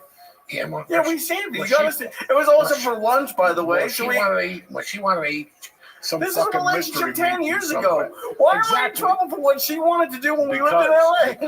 Because this falls on you. No, it doesn't. Okay, I It gave didn't you follow me in $100 2025. gift certificate for Morton's, and instead you went and got mystery meat somewhere because she wanted to get mystery meat, and so did you. Okay, maybe I did. A fine I don't know. A restaurant. taco sounds good So now sometimes. you're gonna fucking tell me you never So ate the lizard first meat. day you get the gift card, I have to use the gift card? Exactly, immediately. It's like if I'm going to Burger King Right? and somebody gives me a fucking card to Maestro to get a steak, there's no double thinking, Lee. I wasn't double thinking. Dude, I don't know. You I don't didn't end remember up what at the happened last steakhouse, week. did you not? What? You didn't end up at the steakhouse. Probably not. No. So that means But you what eat does this have lizard to do meat. with today? What are you With talking that- about? because- The steak I didn't get right away. Look at him. In 2016. Listen, Look look at at me. Look at him. Look at him. He's You're losing just his saying mind. this He's like like it's a a battered normal woman. Look at him. conversation. He won't stop. Oh, you won't stop. No, he's This red. is in 2016. I haven't seen him that upset since fucking, You're bringing up fucking a relationship that was 2 relationships ago. That's like I said to you. Once you suck a dick, it'll never get forgotten. Once What you dick eat did I lizard suck? meat, once you eat I lizard didn't meat, eat lizard meat though. yes, you did. You kept eating it over. We used to go to a place, delicious breakfast place. Best bacon you ever had. It was good bacon. Ask him how many times he went there. I went a They would go bunch. to they would go to Denny's to eat We that. would not go to Denny's. No. Yes, they You're would. lying. They would go to Fucking fake news. To get I did that. not go to Denny's. The thing that you get upset about is that I would get it to go. I lived 2 blocks away, Yeah, and why yes, would you you get it to wanted go? to get. Yeah, but I didn't go to Denny's that had fucking You went to aged Denny's bacon. too. You You went to went. I've Denny's been to Denny's with you. No, you When that place was open, we would go to. You're like, I like the How upset he milkshake gets, thin. people. Look, he's been eating the meat I haven't. on French fries. Come and in shit. where I eat, motherfucker. You'll Long see it's not. Beach. Yeah, Now- carne asada fries is good. Listen, I know carne asada fries, but the problem was there was no carne asada on those fries. It was lizard meat or pigeon, because you love those restaurants. Well, the Don't pigeon tastes try. good, motherfucker. I don't know what That's the fuck right. you're talking and now about. You want to say that with your little Jew feet. You want to say that. You don't know nothing. Oh. Anyway, guys, it was a great show. This poor bastard. Oh, fine. 2 Get me hours. fired up. You're talking about We're gonna start 2016. documenting how long it is to eat 1.5. I'm still not done with the All mushroom. right, let's say Let's say the mushroom was 1.5 grams. It still took him 22 minutes. He Who looks timed at it. someone? He looks at it. And if I gave him a fucking egg roll, it would be done Yeah, because it's a in much 3 more seconds. enjoyable It could be experience. 2 days old, and he would eat it in 3 Uh-huh. seconds. The mushroom, but they don't taste good. What about the lizard meat he ate? I didn't eat lizard meat. Yes, And you if I did. did eat, it was good. Yeah, because they creamed it up. Thank God. They put cream on it, or they came on it, whatever the fuck you ate. Oh, now they're coming on it? Yeah, because you like it. Anything but fucking straight up. Anyway, I hope you enjoyed the show today. Sorry about this fucking mutaj. What did I do? Never ate the mushroom. Never wants to be in training. I'm in. We're soldiers here. Look at the shape. Last week, he looked like he was doing coke. Every time you called him Lee. What? What? That wasn't me. But anyway, Yeah. Lee, where you at this weekend? This weekend, I'm at Off Cabot, Friday and Saturday. The 29th, I'm at Broadway Comedy Club. That's next week. I know. I didn't ask you about next week. I told you. I asked you about this week. I know, and I told you where it was. All right, but don't mention next week. All right. This week, we're at the dojo on Wednesday night. That's it. Doing a couple sets. I owe you people a shot. It's just before the hospital stays. And that's it, motherfuckers. I love you. Tip Top Magoo. I want to thank DraftKings. I want to thank BetterHelp, Lee's people, and Blue Chew. And I want to thank you guys for watching. Stay black. Have a great week, cocksuckers.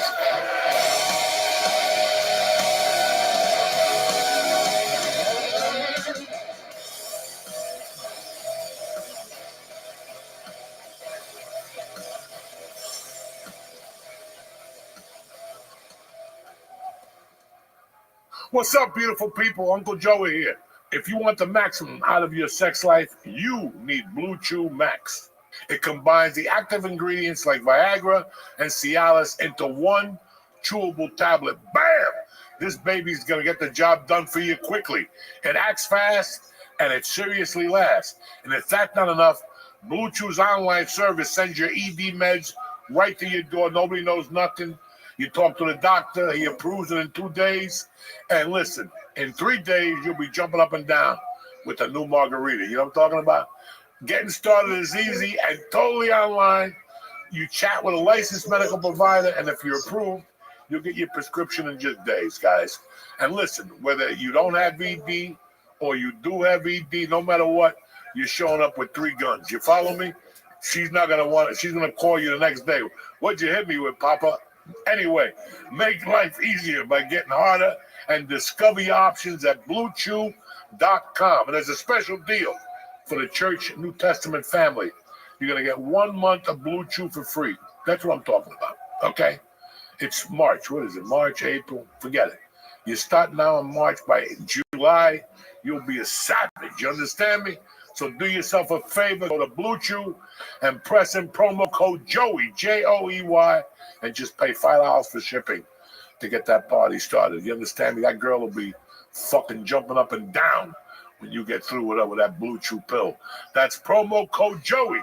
Visit BlueChew.com for more details and important safety information. Like, don't eat 10 of them. You know what I'm saying? Because then you really fucking knock people out. And I want to thank Blue Chew for sponsoring the show.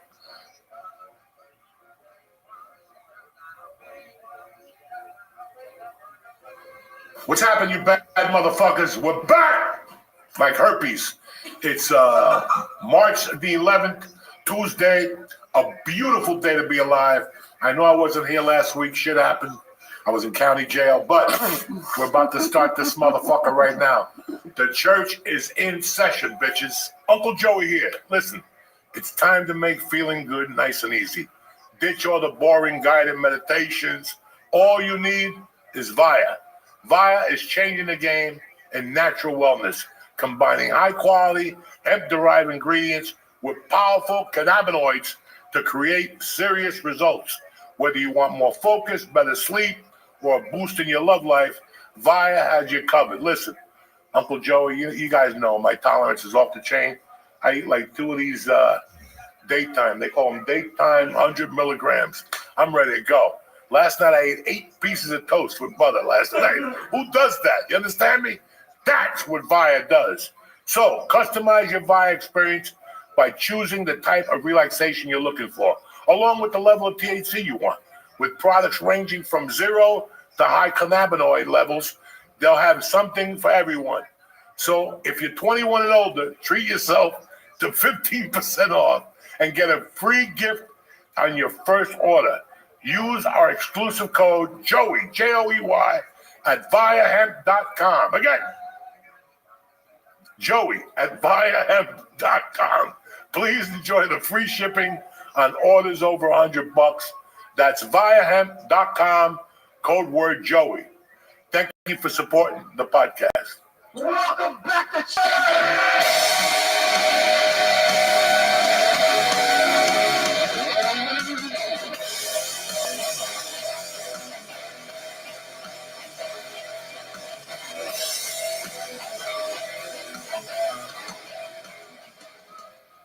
What's up, dog?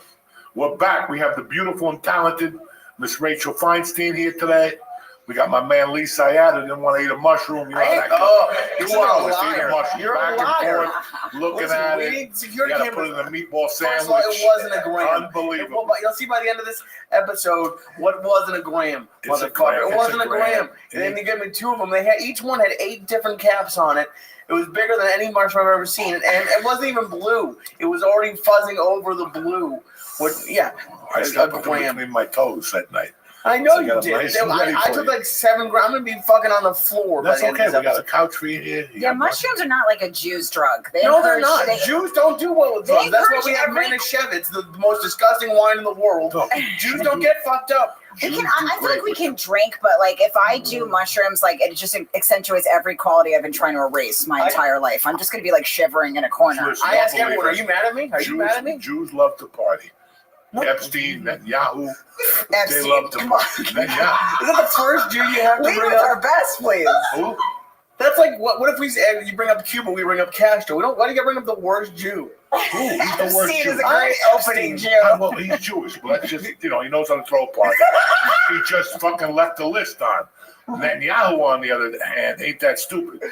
When he fucks you, he kills you afterward. You ain't telling no stories. There's no list. There's no plane manifest. There's nothing. That's a real fucking Jew. You understand? Anyway, how's it going? Welcome to Rachel? the podcast, Rachel. Oh my God, I don't know. I'm dressed like a district attorney. I realize for this. I should announce that I really overdressed today. No, you look fantastic. Thanks, You got guys. class. Not like these fucking Shit. wenches. I just. They come in here with a titty sticking out, trying to get fucking spots at the Comedy Cellar. Dirty bitches. You know what I'm saying? So You came, you held your own like a woman. Fuck yeah. thank you. My Colombian friend, gay friend, did my makeup and Pete goes. I was like, hey, do you think I look okay? And Pete goes, yeah, that Colombian did a good job on you. So she did your makeup or something? You look great. He's like, yeah, the Colombians did a good job on you. That was his way of phoning in a compliment. That was like the best he was gonna do. Is he gay too? Yes. Oh boy. Gay Spaniards are the best, aren't they? Oh yeah. Anybody could be gay. Meet a Latino guy, that's a fucking They faggot. run a fucking Those motherfuckers are old school fags. They get the training in the Bronx from the bodegas. You ever see the movie Crooklyn? No, Brooklyn. Crooklyn. Crooklyn. It's a Spike Lee Spike movie. Lee Yes, movie. I saw that. Yeah, a long time ago. The best scene in that movie is when the kid goes into the bodega and the Puerto Rican tranny's in there with a wig tipped over. He got like a black eye from the night before. I grew up around those guys in the Bronx. Right. Like when I used to go to my mother's dry cleaner, I always saw a Puerto Rican tranny and they push it. This is way before, this is 40 years ago. They were the heels, the fucking makeup, the wig was always tight. What was it called? I The feel like Cuban ones?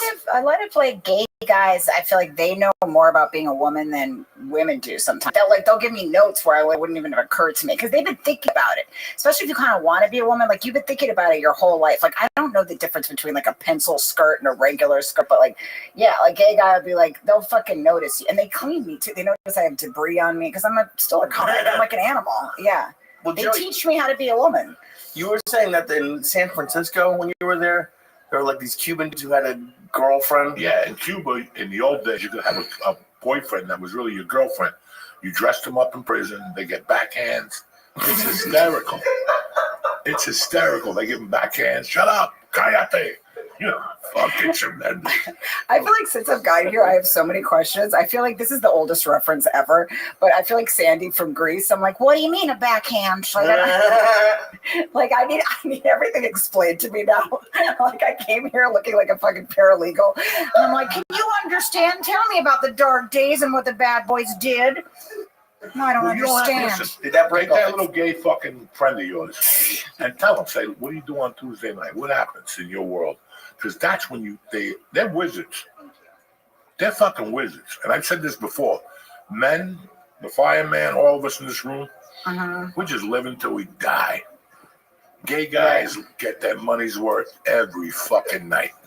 And it's all the dirty shit we dreamed of as men. We just don't have the balls to do it. But gay guys, like we said, that in LA on Tuesdays, it was a place that had a tent in it. Right. Our friend was gay at the Comedy Store. Still is. And he still is. That's great. And he said he would walk in the tent and you had to fuck somebody or suck his dick.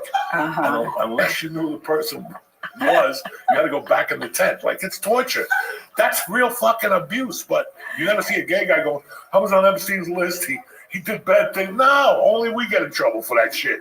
Straight guys. So wait, you're saying that the list, I mean, I think we could establish that, we could probably establish that Epstein is not a good guy. Like I'd like to distance myself. Epstein? Yeah. Yeah, no, it was just a joke, but. No, I'm being absurd. He's not a good guy at all. No, he's not a class act, but no, I'm just being an asshole. Gay guys are class acts, but they do dirty things.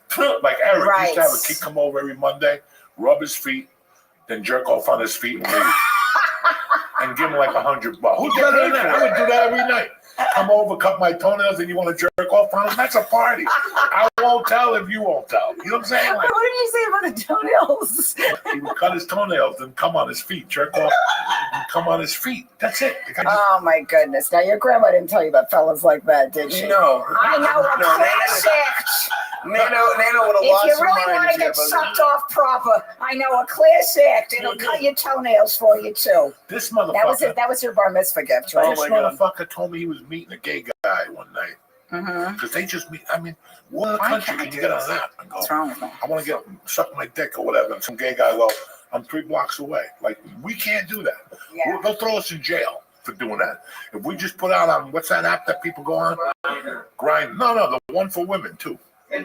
Tinder. You go on Tinder. I'm just looking for somebody to suck my dick. Some chick isn't gonna raise her hand. I'm in Cliffside. Come over.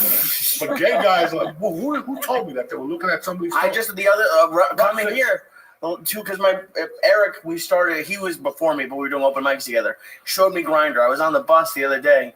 Coming here, this dude had Grindr open on the bus, which is crazy. And the message said, "I can't make it, but my boyfriend will be home in an hour and a half if you can make it here before then." Oh my! They live like doctors. Oh my God! I just started sounding like the lady from Greece again. I'm like, oh my stars! I've never heard of someone getting sucked off that briskly. That is also like one of my other friends. Another, I can't remember who it was. It was a comic, but he was telling me that like they have like a Planet Fitness that they meet in like Midtown, and like they write on the back of the guy's ass. Like there's just an ass waiting, like just in some sort of Planet Fitness bathroom. Also, you got a lot of time off if you have like 8 hours to get spent getting slammed into Planet Fitness, and they just write like a line, you know what I mean? Like each person that fucks them gets like a Sharpie or something. They just write another. Yeah. And motherfuckers are crazy. You go to jail for that. Yeah. But they get away with it. They leave there happy. They just put a little tip on like some website, just like, I don't know if it's Grindr or something, the next level of filth website. I don't know if they're just like, there's a waiting ass in the Planet Fitness. But that's the thing about like, it's not a big deal to them. Like Eric used to do it between open mics. Wait, what would he do exactly? What do they do? No, not they. I mean, not all gay men collectively, but Eric. Eric was my favorite. He used to call it taking a walk with his Grindr.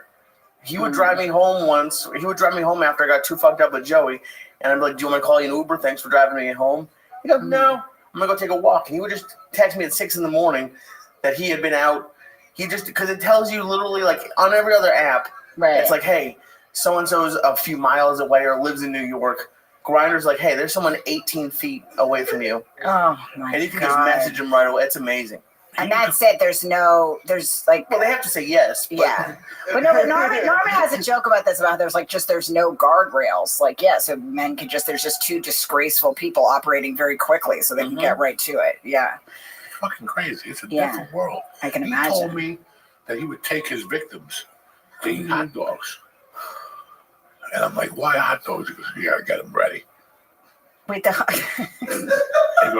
don't even call them victims though. Subconsciously, you gotta get them ready. They're sucking on a dog, and then you. So the hot dogs are like prepping them for the dick. That's hilarious. After that, I'm like, I wish I was. No one would ever come up with it. No one would ever be like, I take them to have hamantaschen first. Nah. Then they can go down on me. Right, yeah, no one would ever. I'm taking all my dates to hot dog stands. Now I'm distracted trying to think of what would be the prep food for Jewish food? No, for going down for pussy. A nice brisket would be nice before. Brisket, Yeah, brisket will get them in the movie. If you're black and they see that brown meat, you know. Oh, I keep wanting to do my grandma's voice again. Whenever I would want a man to eat me out, I would say, go have a taco first so we'd get used to the shape. All right, I'm going to stop being so Lee, disgusting. you're looking nervous over there. Well, yeah, it's already fucking kicking in. I'm looking nervous. I'm looking fucked up. You're not getting nothing. Wait, are you really fucked up right Yeah, now? it's about to. Yeah. It's about to is amazing. I could barely form that sentence. It's about to. It's great. That's pretty much, yeah. I'm feeling fine right now, but it's definitely kicking in. All right, I'm relax. ran my ass. Lay back, relax. Lay back. It's going to be all right. Everything's going to be fine. How long you been doing stand-up now? I think you're going to be a star in show business. How long you been doing stand-up? Oh my God, at least 20 years, 20-something years. Yeah, forever. And you started in the city. I moved to New York, like right after I graduated high school, and I started stand-up pretty soon after. I moved with this guy in his band called Dick Sister, and then Dick Sister dumped me. I was like the Yoko Ono to Dick Sister. They really didn't want me around. I was on tour with them, which consisted of like 2 dive bars in Michigan or something. And he was like, "Yeah, you're bringing the band down. You got to beat it, kid." Yeah. So I think I was just cock blocking him. He knew he could get a wider stream of puss, so he kind of shed me. But then I was in New York, so I was like, and I never went to college or anything. So I was like, I'm going to try stand up. I moved from Bethesda, Maryland. Oh, yeah. Shit. So you're from Maryland. Yeah, Maryland. I'm surprised you didn't bump into Ari down there. Oh, yeah. Ari's from Maryland. I always forget that. Yeah. I used to do comedy in Bethesda. What's that? You did? Yeah. Where did you do comedy in Tyson's Bethesda? Corner. Oh, yeah. I know Tyson's Corner. We used to go to the mall there when I was a kid. Well, there was a comic from New York that moved there and ran a room on the weekends. Mm-hmm. For years. I forget what his name was. They finally closed it down. It was a hotel. Right. And then after we do the set there on Fridays, we would shoot headliners. Was it a Holiday Inn? I feel like I might have heard about that. That was the Holiday Inn. Yes, I think it was one of the first times I ever did. Just bombed in front of my entire family. Yeah, that's the place. When all my aunts was there. Like, when you accidentally make eye contact with one of your parents when you're bombing, and it's just so horrifying. And they're looking at you like, Jesus, you should have stuck with the piano. It's even worse because like my parents are really open. So then if I do something sexual in front of them, it's particularly humiliating because it's like they're so encouraging. Like I think I was doing some joke about like a mediocre hand job and I accidentally made eye contact with my father and he was like, "So very good. Do you really?" It almost rather is disgusted that he's gently encouraging my terrible hand job joke. Hand jobs are never good anyway. Yeah. After you're 10, who wants a hand job? Nobody needs that. You're right. It's unnecessary. It's unnecessary. Some guy was telling me he's like old. He goes, I still go to this massage place. They give great massages. It's a knock and tuck or whatever. I'm like, that's disgusting. They come up with that sticky hand, with that little stick, that little Chinese hand. You have no idea. That's disgusting. Handies, whatever your thing. Well, they tried to give me a hand job in 1995, and I ran out of this place in Michigan. Who was they? They did the switch. I went to Michigan, and my shoulder was hurt, so I saw massage. Go in there. The chick at the door was fucking tripping. Yeah, $60. Okay, 1 hour. Okay, I go in there, and all of a sudden they throw the D team. This chick looked like she got shot in Vietnam and fucking hit with a missile. It was fucking not good. And she came in like, hand job, $40. Why would I give you another 40 on top of this? So first of all, I didn't have it. I didn't really have the $40, so I started arguing with her. $2, $3. But no, I just didn't want a hand job. Yeah. I'm not move for a fucking hand job. Do your thing. Yeah, it does seem like an unnecessary step. Yeah, I mean, just to either go all the way or what's the point of that kind of? It's a fool's errand. Who wants a fucking hand job when you're 30? You want it all, bitch. It's like going to a strip club. That's why I don't go to strip clubs. Yeah, because they stop at one point. You go to Toronto, those fucking strippers are crazy. And then there's other places you could go to, but usually the girls that do that, you don't want them. It's like going to a nude beach. Right. You go to a nude beach, nobody's there that you want to see naked. Yeah, there's a real supply and demand issue with the tits at a nude beach. And they're like, look at me, I'm at a nude beach. Well, nobody wants to see it. Yeah, they're never the ones you're searching for at all. The guys are skinny, they got no muscles, their ass is dragging. Sure. Why would you take your pants off? I wouldn't take my pants off anywhere. I know what my little Cuban ass looks like.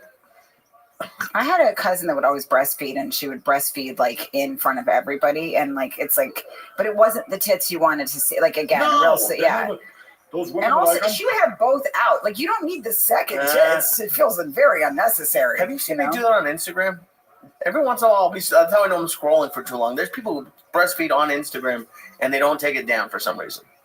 No, it's disgusting. I mean, at least one little. But why does the nipple have to be out on Instagram? Oh, those chicks are hookers. They're showing you your tits. Yeah, if you go on the back pages, they're always milking some of them, but they got pretty nice titties. You can't argue that. But who wants, listen, we got a lot of people like pregnant women. People love that shit. Really? Yeah. With another guy's baby inside? A lot of guys have a thing for pregnant women. I don't fucking know. That is disgusting. Listen, I'll tell you what, when you see a woman who's pregnant, she's a lot fucking prettier. Oh, she's beautiful. It does. Cleans your skin up real nice, like, ladies. Yeah. It's true. Fucking ankles are a little thick. That's okay. You know what I'm saying? I ain't perfect. I was covering it the entire time. Like I was dressing like B. Arthur the whole time I was pregnant, and then just trying not to dress it on stage. But then everybody knew when I told them. Yeah, it was like kind of the last. But I always felt like, I don't know. It's weird to do stand-up when pregnant. You know what I mean? It's a strange feeling because people just are distracted, and you can't be as much of an animal as usual. It's just a weird thing. I liked Ali Wong's special. The first she was brilliant. Yeah. She was really good on the first one. We've done a bunch of women. I do feel like Ali was incredible and Rosebud, because they addressed it head on. Rosebud's special was really, really funny. I feel like they addressed it head on. And I think at the time it had been uncharted territory for me. So I really didn't know how to, Well, I've never seen a special. Ali's was brilliant. Now I kind of wish I could go back and not hide it, because I'm like, oh, now that they cracked it open, why not? Why did you feel like you had to hide it? Well, at the time I had a pilot, and they told me that they were going to be shooting the pilot. They basically had like a verbal agreement to buy the pilot, and they were like, we're going to shoot. And then of course I got pregnant as soon as we sold the pilot. So I didn't think they were going to want to shoot me pregnant. And so I tried to hide it and just I just wore a lot of loose kind of menopausal capes, and it was ridiculous. And then I told them, and they were like, oh no, we'll shoot. We don't want to shoot you when you're pregnant, but we'll still buy it. I had a script deal, but I didn't have the pilot. They're like, we'll still buy the pilot. We'll just buy it after you have the baby, because we don't want to shoot you holding a groceries or whatever, a box of laundry or something. And then COVID happened. And so then the pilot never happened. Was it for a network? It was for Fox. Yeah. Wow. Yeah. But I was as the moment I sold it, I just like went into, it was like in the Fox build or whatever. And I just went to the bathroom and I was like, I'm telling you, I'm pregnant. But we had just gone to like we went to a fertility person to see if I could get it. They just said I couldn't. So the doctor said something like, oh, a lot of women, when they really want to be pregnant, they can sometimes imagine that they're, I'm like, no, I'm pregnant. Like, because I'd already had a miscarriage at that point. So I knew what it felt like. And I was like, no, I'm pregnant. But he just kept being like, oh, wouldn't that be nice, sugar tits? It's not an option for you. You're a little too old for that. But I could tell I was, yeah. It's so crazy when you first start comedy, you hear people get deals and they come up with a sitcom, and you say to yourself, maybe that'll happen for me. Then it does. And then you realize what a pain in the ass it is, and how the stars really have to be aligned. Yeah. Like if not, it's not going nowhere. Yeah. No, it's not. Dog, I had 2 of those fucking deals. True. And one we're almost ready, and they're like, well, nah. Everything has to be aligned, because then they make you get a show creator. And everybody's got to like each other. Yeah. Usually they give you a deal for a year. You got to find the writer. That alone is 6 months. That alone took 5 months. You got to talk to different people, and you got to see what the fuck they've written. And you don't want to. If you're a dirty comic, I don't want to get it written by, what's a good show on? I don't know, some fag show on CBS or something.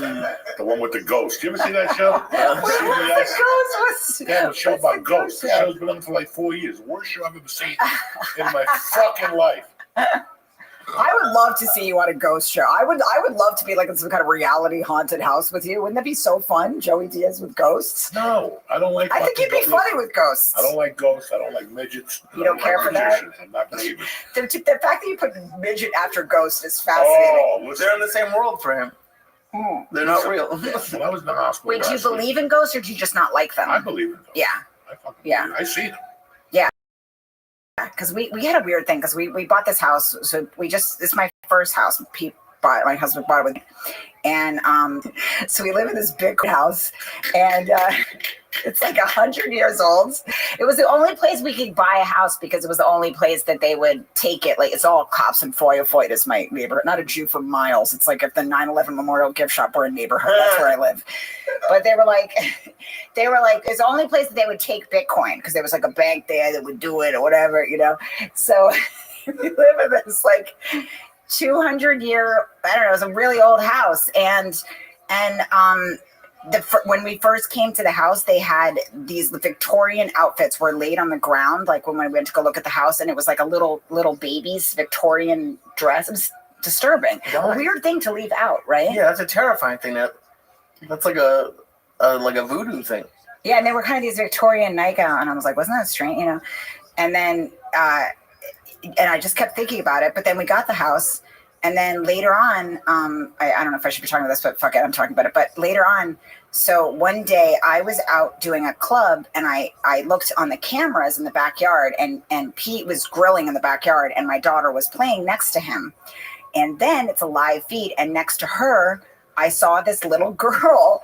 I don't want to sound like insane, but I saw a little girl with long braids who were like really pale. And so I called Pete and I'm like, but I didn't see it like, oh, I saw a vision. I just saw it clear as day.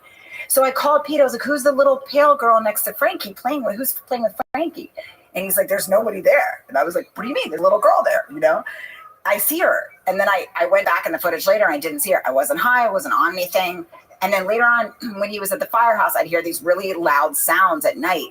And the lady that owned the house told me, if you ever hear anything weird, call me, you know? So I called her and I was like, oh, I hear these loud sounds. And she was like, I was thinking you were going to call. It was like an old horror movie. You know? She's like, my brother died on the way back to the house and he was hit by a car. And ever since then, he used to play with his dog in the kitchen and there would be loud banging sounds. And then she said her sister also who passed in the house, but I guess after a certain period of time, you don't have to tell anybody, you know, it's like a certain amount of time goes by. What's that? How many years do you have to hold it a secret that somebody died in your basement? I think there's like. Why is there a statute of limitations on this? I want to know. What is it? Listen, Shroomy boy, relax. He doesn't know anything. He has no idea what planet he's on. He's just rocking.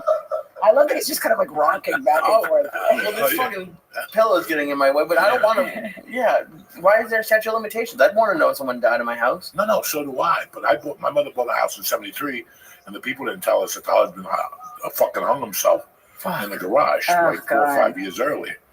So it was the same shit. I used to hear that motherfucker come up the stairs at night. It was terrifying me because he'd be at the firehouse and I could hear things on the stairs. And like in the 6th grade, I moved out of my house. I told my mother, I'm not living with these fucking spirits. What would your mom do with the spirits? Did she try to clean them out? Because I was like, they burn sage and stuff. Fuck, they live there.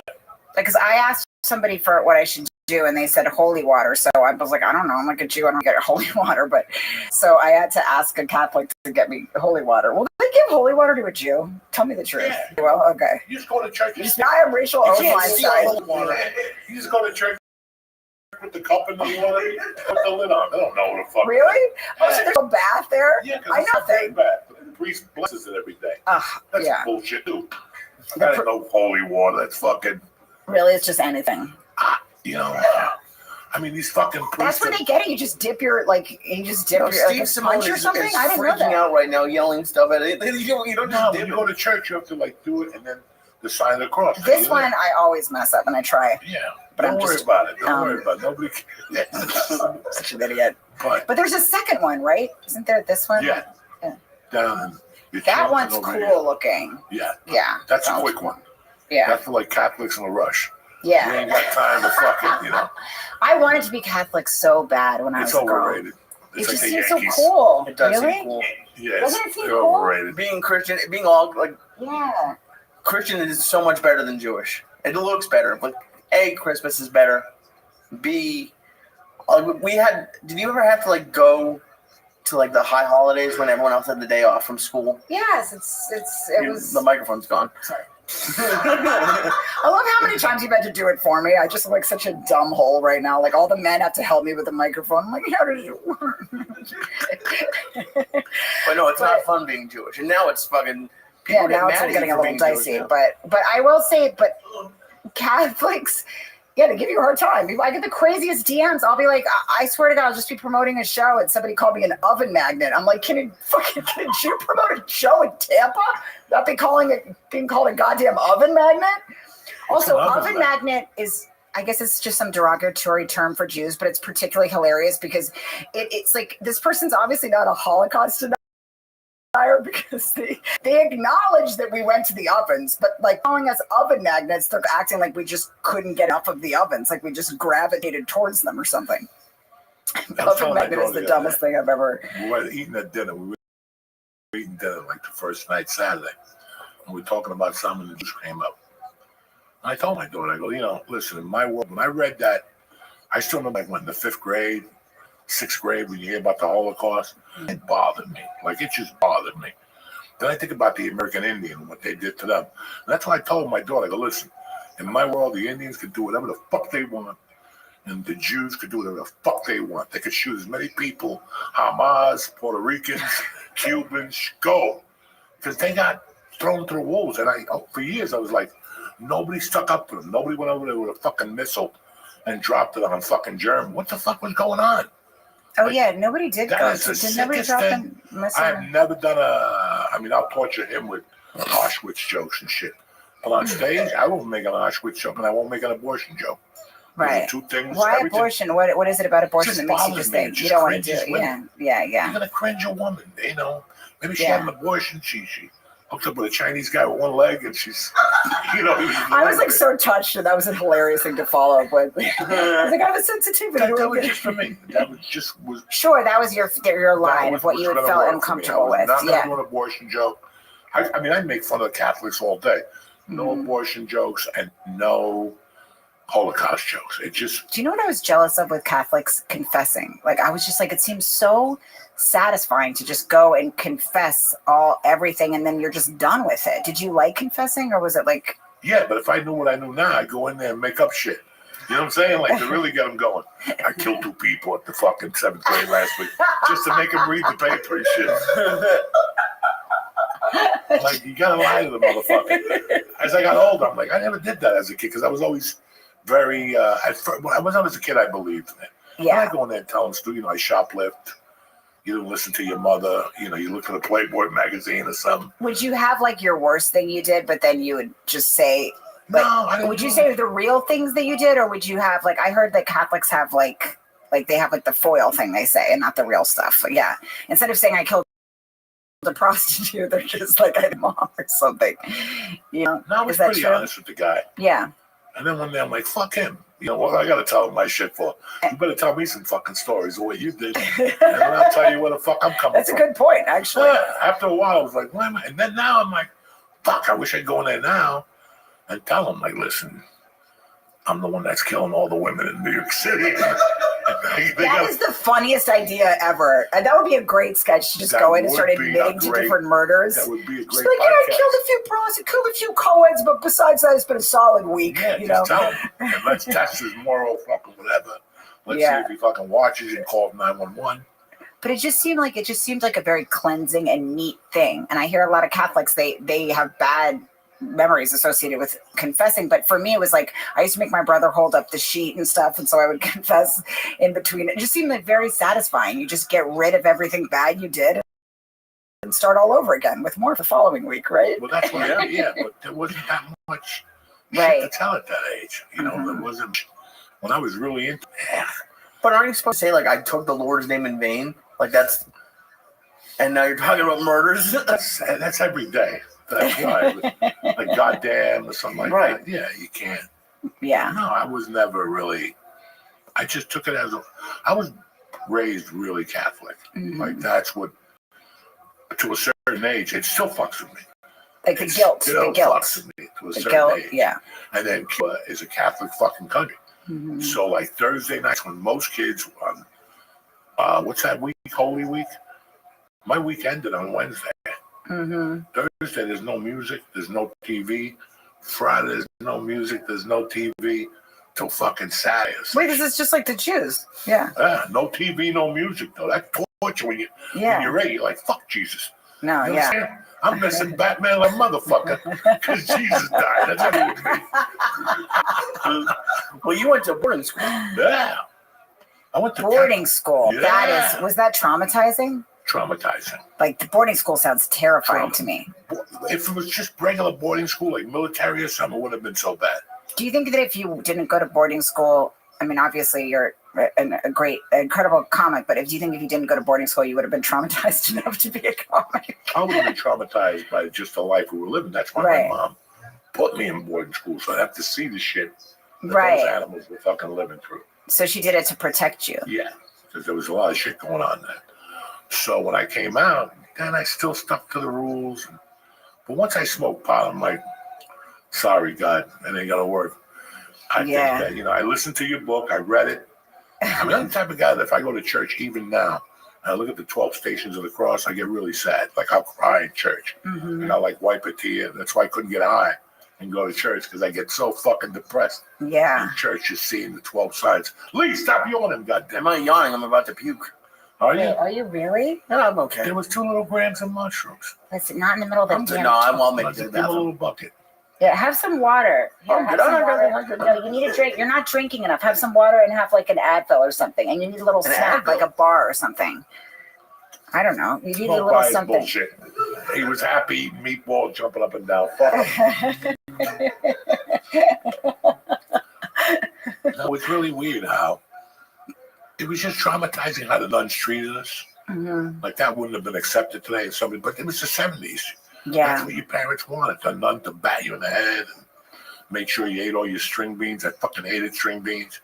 So they would beat me for that, for not eating string beans. Like, what the fuck? Can you imagine? Like, I what mean, the what fuck? level of heightened twat do you have to be to beat a kid for not eating string And they beans? fucking turn that ring around and give you backhands and shit. Oh my So God. yeah, it was not fucking. Now I go to church and it's like, it ain't even the same church that I grew up in. They got a Mhm. gay singer. What the fuck? Do you 8 in the morning with a scarf around his neck. when you The fuck is he doing singing? what are the wait, you don't want the gay guy to sing? I don't mind if he sings, but what's he doing here at 7 in the morning? He should be somewhere stitching up his asshole from the night before. If he's a real gay guy, he should be there with the St. Bernard. He's with the real, fucking it's amazing. bandages. But what are the stations? I know I should know these things, but what are the Of stations? cross are like, it's like what happened on Thursday. They came to get him, and then they take him, and Pontius judged him. Oh, I thought it was like levels of sin. How No, dumb is that? I that's thought it was okay. like, oh, if you get a hand job, that's like the first station. Well, they don't tell us. Like I Oh. was telling Joey last week, it was what's the before Easter with the on the forehead? Palm Sunday. yeah, or the Ash Wednesday. Ash Wednesday. I grew up in Massachusetts Catholics, but they didn't take off from school to do it. And I'm Jewish. I went to school in Boston. I was 19 years old before I was walking around being like, why does everyone have dirty stuff on their head? I would think that too. I didn't know. I mean, one time I got a babysitter and she was very religious and she was like, oh, do you mind if I give your kid she was going to bring my kid to church and it was Ash Wednesday. And I was like, oh, and then she smeared my kid. I call her smears. She put the schmutz on my girl. Yeah. Yeah. She was like, I didn't, but also I kind of feel like that's the second question. I was like, sure, you could bring her to church, but she didn't ask if she could put schmutz on her. But she did, but it's okay because I That's like my whole Catholics. fucking deal. Yeah. I believed. I really do. And today I really believe, because who else would give me a fucking baby at 50 years old? Right. Like, you know what I'm saying? Like, just to get everything out. Like, when I sit there and look at it, I go, what the fuck? Yeah. This just didn't come from Well, somebody knew I was hurting. yeah. So, boom. And then did you feel like you started over when you had the baby? Like your life? No, started I over? go to church now and I'm like, I ain't doing this shit. Fuck you. Look at me, Because that Diane bothers me Sawyer too. over here with my dumb question. what that And bothers- did you feel like that was a turning over? Like, shut up. Nancy, like, I didn't go to college and look at me interviewing him. Like, But and you was know that what? your This- pivotal? there's so many things that bother me about churches because it's not even real. Yeah. And my wife said something. She goes, one day your daughter got sick at church. Nobody turned to help her. And I'm like, fuck that place. I'm not going back there again. Yeah, no, that's But she even tried her religion, that country shit. You know, they stand around. I don't know how to fucking know. And she was like, those people are fucking weird too. It's not Wait, the same. like Quaker? What country shit? Nah, Oh, like you know, Baptist they as fucking seven, the talking in tongues and all this that. lady gets a heart attack, like, you know. Yeah. Whatever. No, that is hilarious. The talking in tongues stuff is ridiculous. really That's crazy. Do you think that when people are doing that, like that they're fully experiencing it, like that, or they think they are, or do you think people go in there and just like fake it to get people off their backs? They fake it. It's like Right. when you see people healed, and all of a sudden the guy's playing the drums. He's been in all 20 years in a coma, and all of a sudden this fucking charlatan comes over, hits him with the Bible, and the guy gets up, and he sings dance tunes and shit. It also just seems like exhausting. Like it's exhausting enough to have to get up and sit down. I don't know if that's true in church and temple, right? We always have to stand up and sit down. That enough is annoying enough. Imagine if you had to just go around like, you know, chirping and screaming and all manner of nonsense. What Jesus would want a fucking fat nun to smack a kid? Yeah, Like I started thinking like that. Like, what Jesus? Jesus told you could smack me, you little fat fucking. No, that's insane. Is your wife religious? She was. Also, I feel like there's a difference between church and religion. Like, I feel like there is, you know, I mean, I do think a lot of the evil shit happens. I was a little turned off at the church, and I got to be honest with you. I was like, you know what am I going to do? And I go, you know what? I don't know if you know this. You're Catholic, right? If you don't go to church on Sundays, it's a mortal sin. And if you kill your wife, it's a mortal sin. And I'm even like, there were so many gaps in it that I didn't like. Like, we got to rewrite this motherfucker. Yeah, and it's the same level of sin as missing church and killing your wife. This motherfucker. Like, now the church says you don't have to eat fish on Friday. I don't give a shit up for Lent because I don't know how I'm going to feel tomorrow. Yeah. But I won't eat fish the whole Lent. How that? We'll make a deal. I'll eat fish on Fridays. I'll make sure I'll just eat fish on Fridays. That's the most I can give you. But for me to say, I'm giving up chocolate, I'm giving up espresso martinis. Nah. I don't even drink espresso martinis. I was going to say. You want to keep your options open. Yeah, you want to keep your options open, you know. But like that's crazy that it's the same. We're going to fuck during Trump. Good. Let's see how that works out for you, fucking. Nobody ever wanted to fuck you anyway. Now you just make it easier for yourself now. It is funny when a woman will take herself off the table and everyone's like, we were set. Yeah. You know, it's just, religion is great to a degree. And then you have to ask the people, what the fuck are we doing here? Yeah. So religion is me coming in here and giving you half of my salary? What fucking religion is that? Right. You're supposed to give me something. I know you want me to keep the light turned on. I agree to that with you. But meanwhile, you're driving a Cadillac or a BMW. No, that's why I don't donate to causes. I'd rather give somebody the cash. Directly, so you actually know where it's going. I give it to American Heart Association. The two people are driving fucking cigarettes, whatever. You know, the two presidents are driving Bentleys, and everybody else gets. When you donate, if you read the fine print, they're only supposed to get like 17%. And the rest is what do they call it? Administrative. Well, fuck, how many administrators you got? Yeah, I'm a little suspicious about that too. Phil donated $20. Bah. It's all that. That's the shit that pissed me off. So something happens, like with the fires. Let me tell you something. They've had so many benefits for these LA fires, and the best is with 3 comics that don't draw, and the proceeds go to the fucking fire. Listen, they're never going to build the house if you keep doing shows. Well, also, I don't understand why they don't go. I feel like people should put them right to the victims and their GoFundMe's in there. But then, like, some stuff where they're like, oh, we've got free skincare. I'm like, they need a fucking house, bitch. They don't need powder. Yeah, like they'll be like, oh, free spray cans for anyone that was affected by the fires. And prove me wrong. New Orleans, Katrina, that mayor went to jail for 10 fucking years for dipping into all that money. It's just, guys, they steal everything. You can always tell by like how pretentious somebody is by what they decided to give during the fires. The worst is when people have like a benefit to come over their homes, like to support. Get the fuck out of here. Get the fuck out of here. My wife said that to me one time. You should do it. No, get them out of here. Wait, like in a home? Yeah, like what do those people do? Not presentations. when they come over and Sell Tupperware? no, that stupid shit. Like even the mayor of this shit. The fucking guy wants 2,000 to go to his party. Like who the fuck are you? 2,000? Come on. 2,000? Do you know what 5 Chinese women will do to me with a sticky hand? Do you have any idea what I could do for 5,000 for $2,000? I don't. I want you to explain it. Well, it's a nice time. Trust me. How many hand jobs can you get for $5,000, Papa? I don't want a hand job. And we take a You'd break. be great giving bedtime story, just like. I'm dying to do, but I love all that shit. I love all that shit. Let's take a minute here. Lee has to pee or throw up. We're gonna talk to you about. I know he is unwell. Yeah, look at that. Do you have any idea what state you're in right now? You should have had Maryland. We want to talk to you about a few sponsors. We'll be right back, cocksmokers. What's happening, beautiful people? The church is brought to you by Nicotine Pouches. They've taken nicotine pouches to a whole new level. They use the best ingredients, none of that cheap stuff. Do you know what I'm saying? These pouches are made with natural coconut fiber instead of wood pulp. So you're getting a smoother experience that won't hurt your gums. Thank God for that. I love this strawberry watermelon. Just do me a favor, Nick. Make it a little bigger over here so I can see what flavors I got. Every week I got to look into these things. Nick, this gigantic thing. I love the strawberry watermelon. You can hit the sweet spot, whether it's 3 milligrams, 6 milligrams, or 12 milligrams. If you want to see the devil, go with 12. With a range of flavored and unflavored options, you can choose your own adventure. You know what I'm saying? It's time to upgrade to nicotine pouches, just like your Uncle Joey. Right now, church listeners get 35% off when you order through our exclusive URL. That's nickpouches.com/church. CHURCH. If you're not Chinese, you didn't win the spelling bee contest, so I'm going to have time with that.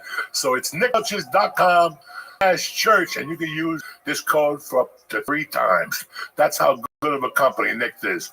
Don't wait. Get 35% off now. nickpouches.com/church, and check out the church bundle with my favorite flavors, all right? Nick products are only for adults at legal age, and every order is age verified. Don't even think about it, you little sneaky bastard. This product contains nicotine, and nicotine is a very addictive chemical. 2025 is off to a busy start. You don't have time to worry about nutrition. You need Factor. Factor makes mealtime simple with fresh, fully prepared meals that you just heat and eat up like a savage. Whether you want to pop them in the microwave for 2 minutes or heat them up on a skillet, you're saving tons of time. I love the ravioli, and then they have this one with 4 chicken legs that have like broccoli cream on them.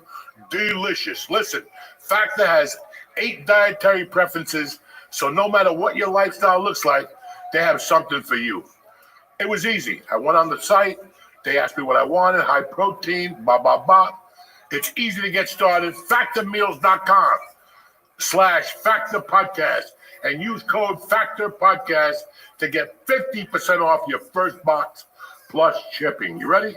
That's code Factor Podcast at factormeals.com/Factor Podcast to get 50% off plus free shipping on your first box. I ain't saying Flash Podcast no more. Enough. I don't know. Factor Podcast. What's going on here? Anyway. I feel good when I eat the food. The chicken legs are tremendous, and you'll enjoy them too. So, back to the show. Thank you for supporting the church, New Testament. What's happening, beautiful people? We're back. A little bathroom break. Now we're back with the beautiful Rachel Feinstein. What else? Thank you. What else Thank you for having me. Absolutely, always. Oh God, it's good to be here. I bombed so bad once near here. In the middle of my show, this guy stood up. I think it was at a high school. I don't remember the name. This guy stood up. I was wearing it, and he just goes, "Get off the stage, Super Mario Bros." I threw those overalls in a trash after. You know, you're just like, ugh. You were talking about it in your special. Someone threw a piece of pizza at you. Yes, I've had snacks thrown at me. I've had bottles. Somebody threw me a note that told me to go back to the kitchen. I feel like at that time, if they had seen me in the kitchen, they wouldn't have wanted me to return there. But yeah, I've had a lot of things hurled at me on stage. Someone threw a pepperoni at me once, and that's really? about it. Yeah. On stage? Pepperoni? Yeah, it was at the dojo in LA. I made a bad joke about her being transgender. But she was, if you know the LA comedy scene at the time, she's the one, she's beautiful. She came to all the comedy, to every Kill Was Tony. she really a woman or was she was a No, originally she was born a man, but she was hot. And I made it, the other comics were fucking with her. I was like a year in a stand-up, and I said, like, you ladies are fucking up. The hottest girl in here has a dick. And the audience loved it. She didn't think it was that funny. She threw a piece of pepperoni. Yeah. She threw pepperoni. Yeah, she called me, I was about 100 plus pounds heavier too, so she called me, what's the guy from Always Sunny? Somebody threw a soft taco at me. Yeah, Danny DeVito. It was a taco, though. It wasn't pizza. It was a soft taco. But oh, okay, that's not bad. There's kind of a sadness to the way a taco sort of falls off your tittage, though. It's sort of a dumb moment. But I definitely had a lot of things hurled at me before. I can't believe that people would throw shit at a woman on stage. I can't believe that shit. You know, that, and since I started comedy, I thought women were funny. I've always thought women were funny. I mean, I grew up on Lucille fucking Ball.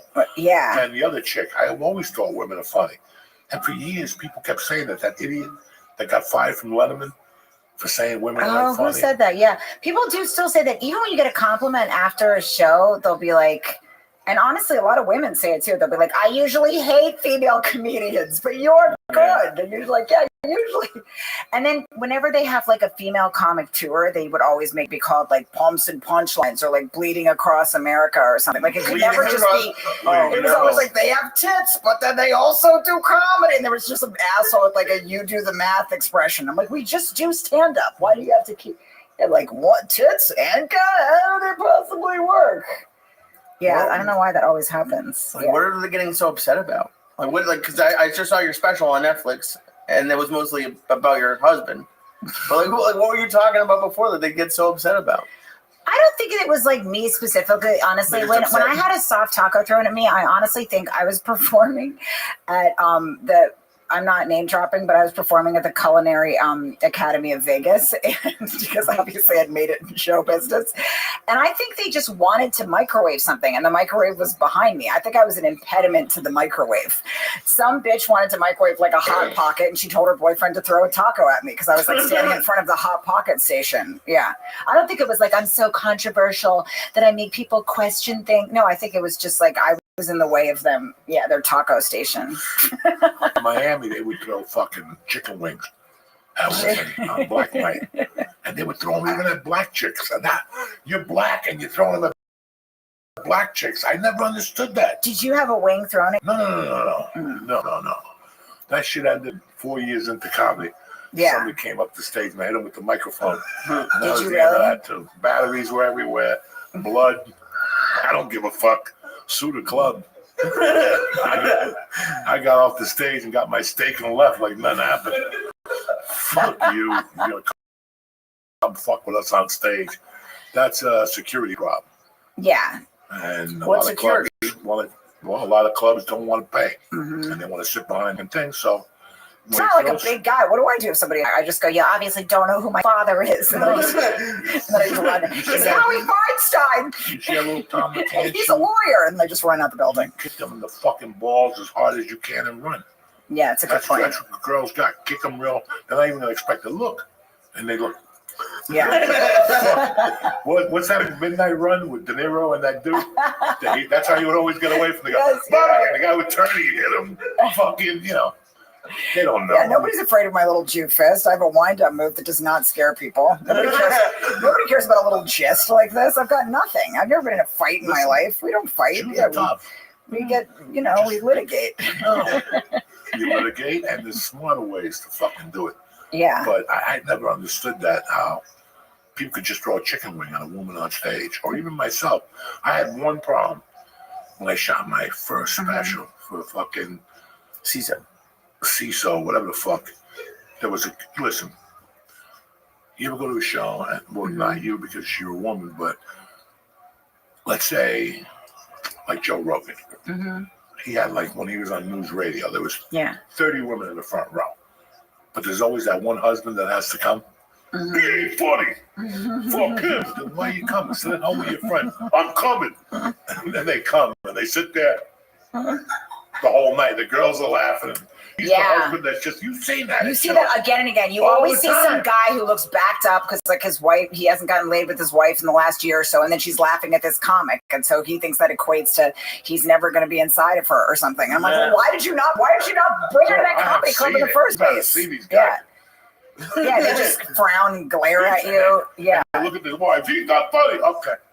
Okay. Whereas I feel like a female comedian does the opposite for man. We're like a cock assist. We do the opposite of cock block because there's not like no guys like if I could just get better female comics. So I feel like we make your wife look nicer. Like I feel like there's a lot of couples that walk away from my shows and they're like, you know what? I got a good lady at home. You know, That's funny. They're like, I don't rub her knee enough. They just see me, just this loud ass bitch, you know, just yammering about God knows what. I mean, yeah, my husband clearly, he's a chief now. He should have married like an esthetician or a nurse. I'm just out here talking out of turn. He doesn't need this hassle in his life. Pretty soon they'll play this tape and they'll have left me for some nurse named Gina, which is what he should have done in the first place. I love funny women. Like I've never been that uptight on stage. I had a friend once. There used to be a comic in LA. She was a female Sam Kennison. She was fucking funny. Yeah. I mean, she was at the store for years. She didn't travel. She had 4 kids. Yeah. But I saw a lot of people struggle behind that. And guys' egos. Yeah. Were not. And I had 2 instances. I saw her blow away Nick DiPaolo. Wow. Nick DiPaolo. Because Nick crushes. We used to crush. Yeah. Fucking take it. Did he lie? Did he get angry? Took her hand when she brought him up and pushed her hand. And oh my God. that's the last time he performed at the store. Because Mitchie was in the room. But another time she was in La Jolla. Yeah. And I was doing something in San Diego. So that day I went to the club and I saw the feature act. He was a good guy. Mm-hmm. And then I'm going for Chinese food. And I go, so who's closing tonight? He's like, me. And I go, dog, you better be careful with this fucking chick. You better be real. Even me would say, you better be careful because Saturday night is date night. Yeah, let's throw it around a little bit. Let's flip it. Let's think about your common sense. Do you really want to go up there? If she gets a good win going as a feature act, you're done. Yeah. Why don't you just end it? Go up there, do your 30, get in the car and go home and let her just, no. So that's what happened. Early show Friday. She destroyed. The rest of the weekend, she had a feature. And he was not happy about it. I remember seeing him that day. I was, fuck up. Then they started making excuses. She was dirty. I opened for this guy once and I had like a really good set before him. I don't even know who he was because it was like a road guy from years and years ago. And after he got off, he goes, you don't have to say all those things. And he gave me like a soft face rake. He was like, shh, you don't have to say all that, sweetheart. I'm like, don't tuck me in because I fucking killed before you. Fucking killed. But yeah. When a woman starts killing, because you got to think, Saturday night is date night. Yeah. You want to play that ego thing? I just want them to watch a good show. Right. Listen, for years, I always brought a women feature. No, you are always really nice to me because I only met you once, but many, many years ago, I auditioned for Mitzi, and you were really sweet to me afterwards. Like, I didn't know anybody in LA. I was staying at my elderly aunt's house, who was like an hour and a half away. I was still a full-time nanny, and I was just so nervous about my audition for Mitzi. And she passed me, but I just didn't really have the money to go back to LA and keep, playing there. And I think I didn't really know what it meant, like I didn't understand the whole system. And yeah, I would go around with like, and I would just, it was so embarrassing. I would just go around with like I didn't know any better. I'd go around with like a business card and like hand it to people, and people were just like, no one needs this. But you were like, I was like, what does that mean? You were like, it's good. She likes you. You did something interesting. And yeah, you were very kind to me. I love that fucking store on Sunday nights. Yeah. And the women, when they go up there, and Kevin, there was women there, again, trying to fucking be movie stars. But sure. Because she looked at comics. Yeah. Mitchie didn't look at you as a pretty chick. She looked at you for being funny. That's why you saw women from all shapes and sizes up there. But when I was in LA, I always felt like insane just because I'm just such an East Coast person. And I would get extra nervous there. And people could smell it on you when you're from New York and LA. Like, I would just go into a store and try to do the smallest thing. Like, I remember going into like ordering like cheese at like a deli type place, and they were just like, oh, you're from the East Coast. Like, they could just hear it right away because I just have that. I'm a lot, and I don't realize I'm a lot, And they were like, okay. Like, they're just like, yeah, you know, I'm like, I don't have that like kind of conversation before the conversation. In my mind, like immediacy is politeness. So I just come in and I'm like, can I have that? Like, and they're just like, whoa, settle the fuck down. Yeah, like this guy's just been napping on the beach all afternoon. He's like, bitch, fucking, yeah, take some mushrooms. Why are you in a rush? But so there's that feeling when I see somebody that's from the East Coast in New York. It's like, in LA. Like it's like handlebars. I'm like, hey, you were nice to me, and you're like, I get you, you know, like, and you were sweet. Sunday nights, I would watch all the auditions. That's why I took that job. Because I could talk to her. I could sit next to her. I'm like, I didn't know you, but I could sit next to her. So when she was watching you, somebody can come over and go, hi, and interrupt her. Oh, so you act out. That's cool. So I sat next to her, so nobody. If a friend of mine was showcasing, they would get 100% attention from her. The same thing for me. When I showcase, Eddie Griffin sat down next to her. And he told me, he goes, I didn't want no motherfuckers in here. I don't know why you were on stage. Because that's what you do. You sit next to her. And when people come over, hi, Mitzi, get the fuck out of here. Yeah, I remember being in like, I remember I got like close to getting, I don't know, what was that show?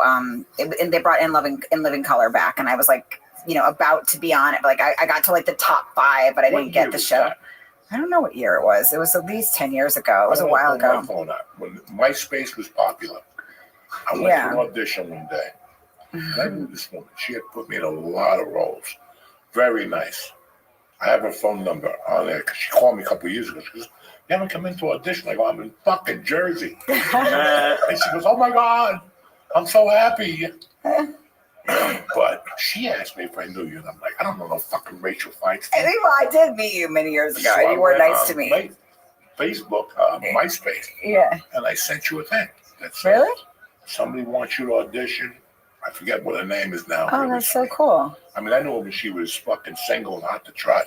Now she's got like 4 daughters. That's how long I was out there. Yeah. So she asked me, and I would always, you know, she would always like ask me what I thought. What do you think about this girl? So she came to you. I'm like, I don't know, fucking Rachel Feinstein. Yeah. And she at the store, and they're like, nah, it's New York. And MySpace, I never heard back. Really? I definitely didn't see that message because that was a Christmas morning for me. I would have been so excited.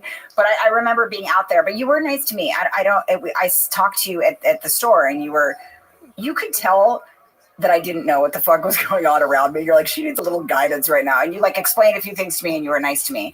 And I think earlier that day, I had done some audition out there, and I was really nervous for it. And like in LA, like they have these auditions that are like, their office is also kind of like their living room, like everything blended together. In New York, everything's separate. It's like you have your fucking office and you have your house. Like, I just didn't understand what the fuck was going on. I was like, there's a bunch of bitches on couches. I mean, it's like California. They're like cozying up. There's a fucking dog in my audition, you know, like I'm like, I practiced this audition for like a month. Like, I was so nervous about it. I was teaching myself how to like weep on camera. It was an emotional scene. I'm auditioning, and the dog just starts sniffing my dumb crotch. And I'm like, this is my moment, bitch. You know, and she's like, don't worry about Zoe. This just means she likes you. It's like, yeah, your dog can't just like, eat me out during the audition. I have to get through this. Yeah.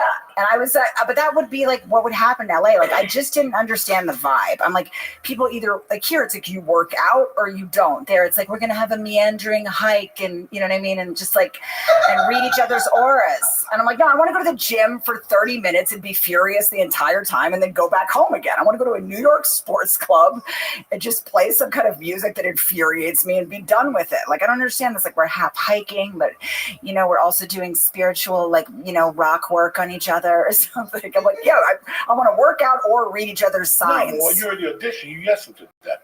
Really?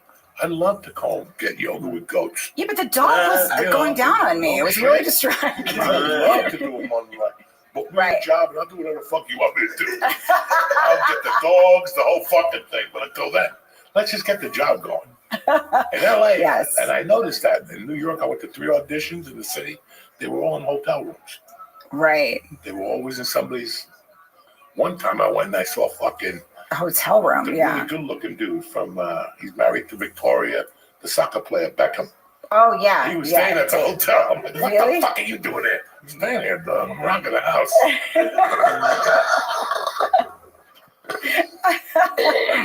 I went to an audition once where they asked me, when I got to the audition, they asked me, it was for some like independent film network or something. And I was just doing that, just bullshitting. I didn't know shit about independent film. I knew nothing. I was a deep moron. And I feel like also I get credit for having more information because I'm like sarcastic and Jewish, but I'm like, I didn't go to college. Like, I don't know I don't know your like art film. So we're in the middle of the audition. And a lady was like, well, why don't you tell me some of the film? But I was being funny. So I was kind of getting close to getting it. Like they liked me. And then she's like, why don't you tell me the films that most inspired you? Like the indie films that really changed the course of your life. And I was like, you can't say like, I couldn't be like Caddyshack, you know? So I was like, that's what I did. I went to Emerson and it sucked. Because everyone was like, oh, my favorite film is, it was that French one. I can't, it doesn't matter. It was in French. And I like Anchorman. Like, I feel like all those art films, there's like The Boy in the Red Balloon or some shit. And I was like, Coming to America? Yeah. You know, like, I don't know. So I said, I remember that there was an actor, there was a movie with Diane Lane. And it was like, I don't even know if it was an independent film, but it was a movie where I think she has an affair on her husband, and I think it's Unfaithful or something. Yeah, yes. Richard Gere. Right. Richard Gere played the husband.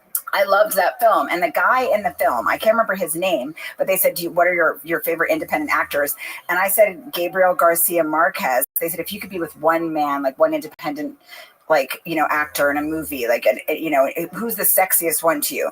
I didn't remember the guy's name in Unfaithful, so I said Gabriel Garcia Marquez, who apparently is like some elder author that wrote like 100 Years of Solitude. He was like 96 or something. And they just looked at me like, this girl doesn't know what the fuck she's talking about right now. I was like, oh, you know who, if I could have 24 hours, no questions asked, you know, who could really punish me?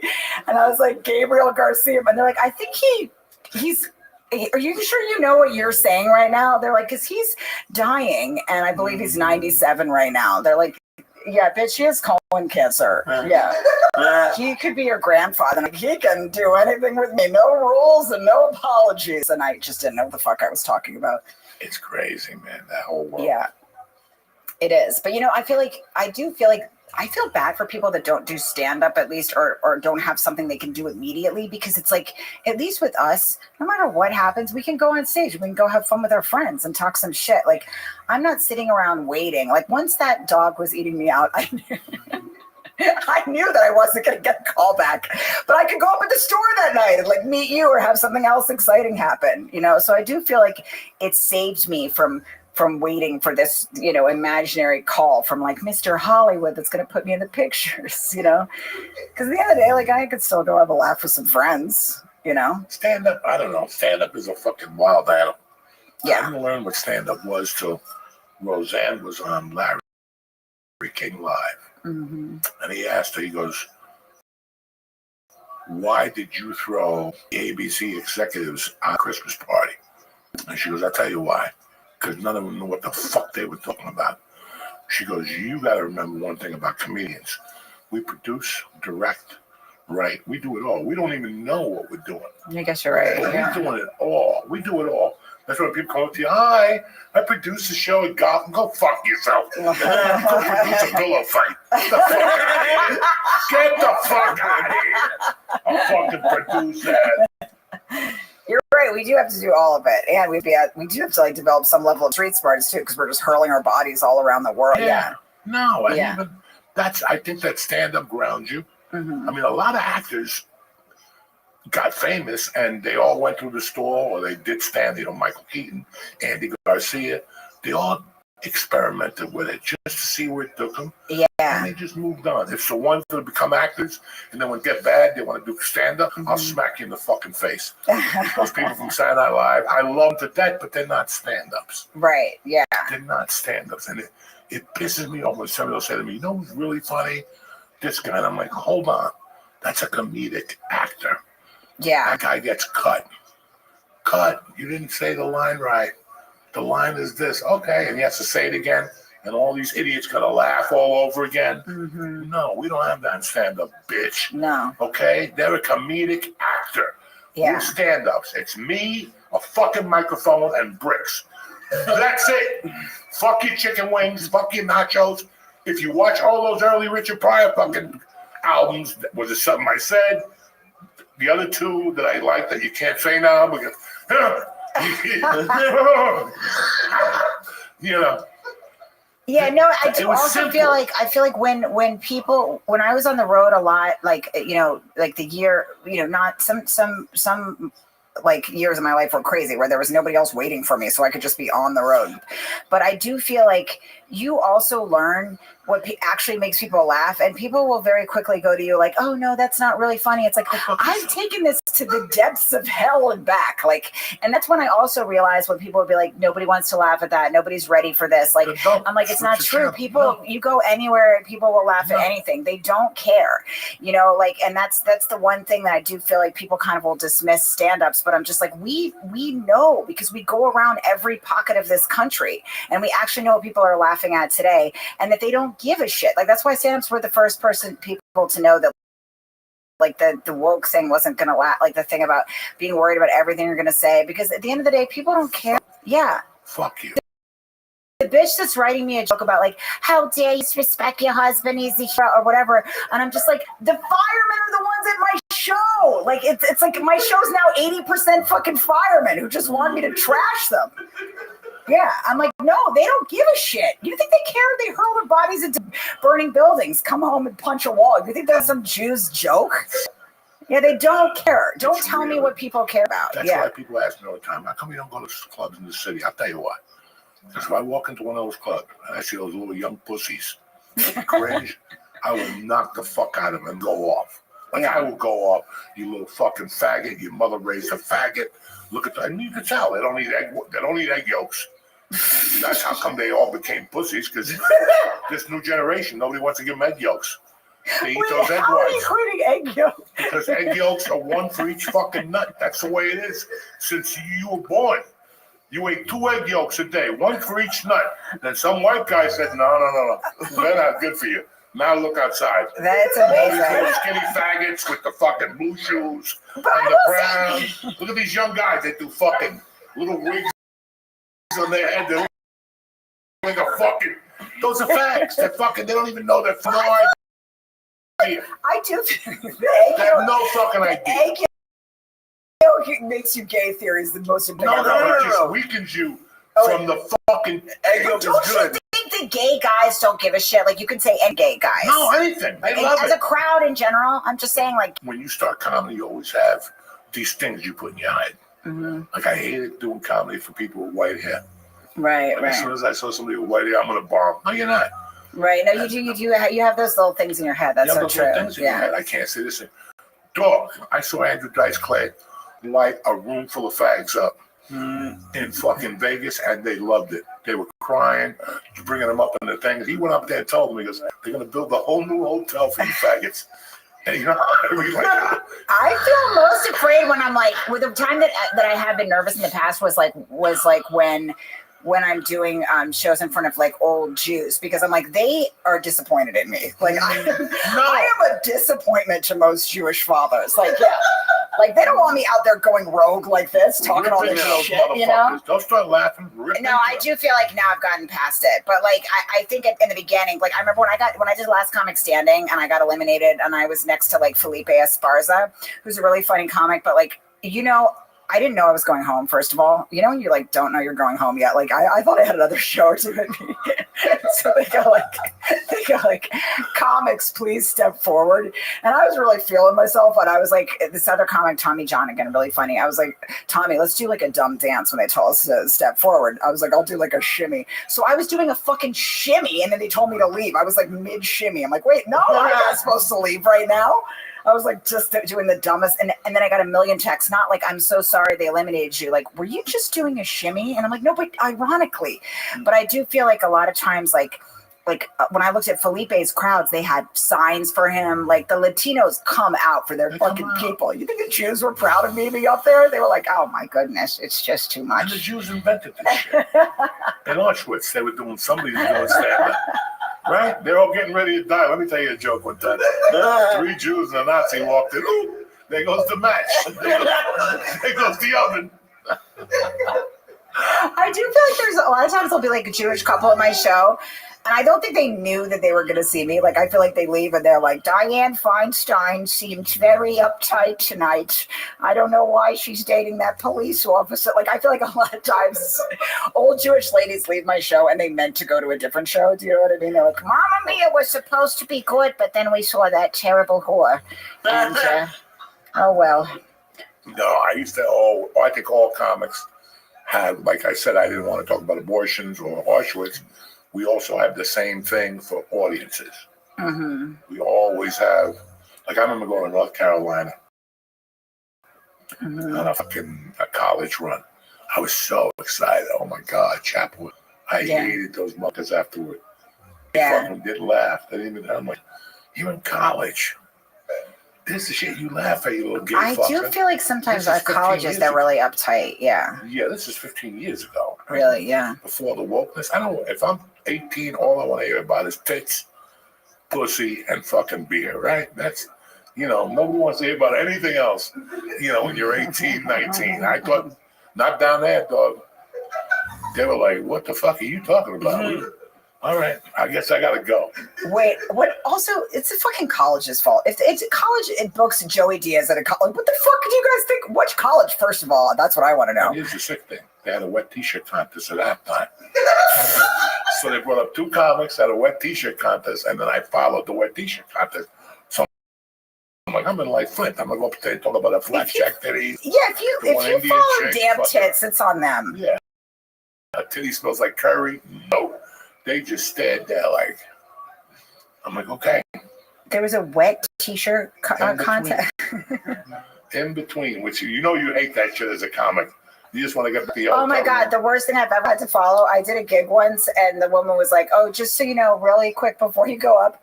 I swear to God, Joey, she's like, it was just an offhanded thing. She goes, "Oh, so they're all ready for you, and they're just one quick thing, and then you go up." And I go, "Oh, what's that?" She goes, "Just a special needs choir sing the Star Spangled Banner." I would argue. She said it offhandedly. Oh, nothing. Just a special needs choir singing the Star Spangled fucking banner. And then you. I would argue that it's better to follow. I'd rather follow Hitler because I can trash Hitler. I can't trash. I'm not going to make fun of a special needs choir. I would much rather follow Hitler than follow a special needs choir. Night. Where was this? Do you remember where this was? It was like at a temple in I think in Jersey.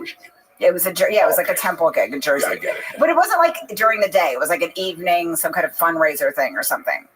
And everybody there on a Friday night did not want to see a bunch of little retards fucking. I think some of them were their parents, so they were like emotional and weeping. Well, and then they're like, and now keep it going for this trash pig. Yeah, everyone got it sold to them as the special needs choir. Yeah, and by the way, the special needs choir was jumping up and down afterwards and hugging each other. Like they didn't think they could make it through it. So I can't go up. I mean, you can't acknowledge it. Don't you think it's so much better to follow Hitler than a special needs choir? It's somebody because Hitler can make fun of him, It's always in the Midwest. The Midwest have the goofy things. Yeah. The Midwest always have the fucking people. Before the show, we're going to give a special shout out to all the fucking Army people in the area. Well, if you have more than 2 fucking kids that join the Army, this ain't a good fucking town. You know what I'm saying? Like, yeah. No,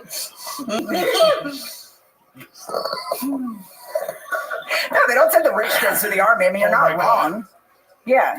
When you work the Midwest, you always have those people. Let's keep it going for the armed servant. Listen, they don't want to hear that shit. Yeah. Just tell me the material. I know. And you always get the one mom in the back. My son's in Kuwait getting beat up as we speak, or whatever the fuck. You're right. They don't think about that. Putting towels on his head. I just, after a while, you just got to be honest. I'm not coming beer no more. You're not going to what? Like, what do you mean? I don't care how much money they make me or how bad I need it. I'm not coming to Iowa to do comedy no more. There's just a couple states that I know. You learned right off the bat. I did a show in Chicago once. It wasn't even Chicago. They told me it was all, whatever that's. What's Chicago called? The state? Illinois. What the fuck it is. It was at the edge of, it was like the capital of meth. Yeah.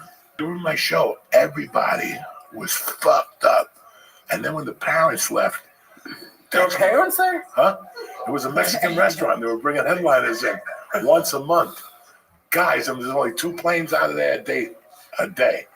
This is bringing up gigs I've done because Oh my God. yeah, the thing that at a certain point it's almost like abuse. Like it's like I've detached. I've gone to some of the darkest places in the world, and you just detach. You're like a child going to a meadow where it's safe while your uncle's abusing you. Like I'm like, this is bringing up memories for me. I play, and it was like one time I remember it was my fucking birthday, and I was on stage freshly dumped by some guy. Lost my suitcase. I was like in a fucking some university sweatshirt or some bitch that owned the club. Then she's like, just so you know, we don't have a sign outside. We lost our sign rights. Like that's how poor this town was. I'm like, well, how are they going to find the club? I don't know. She's like, I'm sorry, Shelly, but they need a sign outside, you know? No idea. On stage, like 10, 9, 8. Like, how did I not just hang myself? Like, that's when it's like, how did I not just walk into the ocean and drown? It's so You're in Iowa. and the crazy thing is that as a comic, you want to do comedy, but this ain't what you signed up for. No one told me any of this. Yeah. I didn't sign up for that. I thought stardom was something different. Yeah. Stardom, whatever the fuck it is. I don't know. human decency. You know, human decency. No, it's true. There's none of it. No, But why would they? I played in a laundromat, you guys. People were doing their laundry. Oh yeah, I've done laundromats. You had done laundry, yeah. That's the longest And the yard. name of the show didn't even have a ring to it. It was like Suds and Laughs or something. And there was just like a few lonely people doing their laundry and me following them around the laundromat, just bothering them with my dumb act. And then you go home after that. And somehow I didn't kill myself. Yeah, I don't know how. It's anyone's guess. I used to go home and cry and do coke. What the fuck am I doing with my life, man? I love when the door's on stage, so they have to come in through you. Oh God, that's the dumbest thing. That's always my favorite. I did a gig in Amsterdam where the guy kept like they open up the show and they act like the guy could barely make it in. Like he goes through the kitchen like, oh, he's like skinning on stage looking at his watch like, hey. And then they bring me on stage. I actually had a pretty good set in Amsterdam. The next comic goes up after me. He was bombing so bad, but we were dying laughing because it could have been me. It was just like an order thing, you know. He was bombing so bad they didn't have anything to cut to. They just cut to some fucking Austrian bitch drinking an empty glass. Like she was Oh, they were filming it. Oh no! she was just like, ah. Yeah, I mean, you know, there was many moments on stage where I was just like, I wish, but I had no backup plan. That was the thing with me. Neither. Yeah, I said to myself, if this fails, I'm just going to kill people and sell drugs until there was a club in New York, the old Triple N. Do you remember that? I do. The open mic started at 11. I was in there one night with a suit on, thinking, you know, I'm like a fucking idiot. Like, I'm going to make it. I'm in New York City, and I'm doing comedy for 9 people. But I see the chick's hand going up and down. It was a client.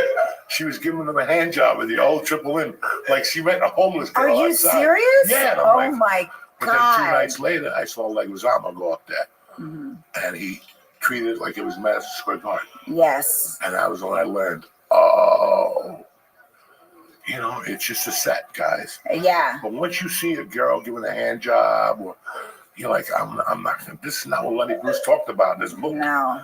Lenny Bruce did not talk about this, and nobody does. We forget, but then when people bring it up, that But I hand will jobs. say, like, at least with you guys, like, you go off stage and you, as comedians on the road, you get laid. Like, do you know what it is to be a female comic on the road? Like, you might die. Somebody could kill you. The club a lot of times tells they think it's like a good thing to tell the audience where you're staying. They're like, and all our comics stay at the Holiday Inn. It's great for the guys. They're like, here's where you can come blow me after the show. But for us, I'm like, oh yeah, stop by and make a suit out of my skin after my fucking 10 o'clock show. And I'm already gonna kill myself. I'm in Idaho. Yeah, like, so I do feel like there's another level of like active danger, but I do, you know, you have, I guess it was some combination of not having any other skills for me, and also just like, you know, I loved the high I got. I loved it. Yeah. There was no backup plan, and you know, when you say that it's easier for comics, they go, yeah, we fuck girls, but those girls are a nightmare. Right. Okay. Yeah. Wait, why was that the moment? Are you? No, because they are. I think about it now. Were you thinking about some old lady you had 20 years ago? No, I think about it now. Like, right. All those girls are mentally challenged or something. because they would come to a show ready to fuck the comic. Right. Well, again, you're in small towns. Well, the opposite happens to us. Like, guys will come up to me after a show and like give me a pound. They'd be like, "Good shit." Talk to you like you're a man or something. You know, like, not that I would have wanted to hook up with a stranger. I was, you know, but it just like just to have somebody like, oh, maybe they'll ask me on a date or something. Nobody's gonna ask the comic that, yeah, this doesn't happen. Yeah, you're just throbbing and lonely. Really hot, and they'll stay away from her. Never, ever, and they ever. just assume things in their mind. They assume that she's married or whatever, but don't think it's a fucking. I have 1,000 stories about those crazy women. Really? That came to your room and you're like, why did I let them in my room? Yeah. Why? Now I wish they could fucking just leave, you know? But and then they don't leave. So you've had to, You just learn and you're like, that's it. Nobody else should come in my room no more. I'm going outside and get a blowjob or the weeds or something like that. I remember, I think Jimmy once shipped Florentine. We were talking about him before. I can't remember if it was on this now because now at this point I'm kind of drunk. But Jimmy would, you know, help me when I first started. And I remember sometimes like he would do a thing. I think it was that he would, when he was trying to get laid, he would take all the, that's what he would do. He would take all the furniture out of his hotel room and put it in his features room so there was nowhere else for the girl to sit but the bed. Can you imagine Jimmy just moving a coffee table like down the hall at some La Quinta just so that You do some creepy fucking things out there, though. Yeah. No, it's weird on the road. I will say that. Like yeah. that. I hope nobody ever. And you know what? Nobody's ever. Even today, I'm like, that chick from fucking Beaumont, Texas, better not call now and say she remembers what happened. But none of them. No pop-up kids, no surprise kids. Nothing. Yeah. It's just the weirdest thing that I learned so many things about women at the comedy store. Mm-hmm. Like a woman on a fucking date would come and then blow a comic in the bathroom while she was on a date and go back to the table like nothing happened. God damn it. He probably was a hack too. If I could, I'd be the Robin Hood of pussy and take it away from some of these hacks and give it to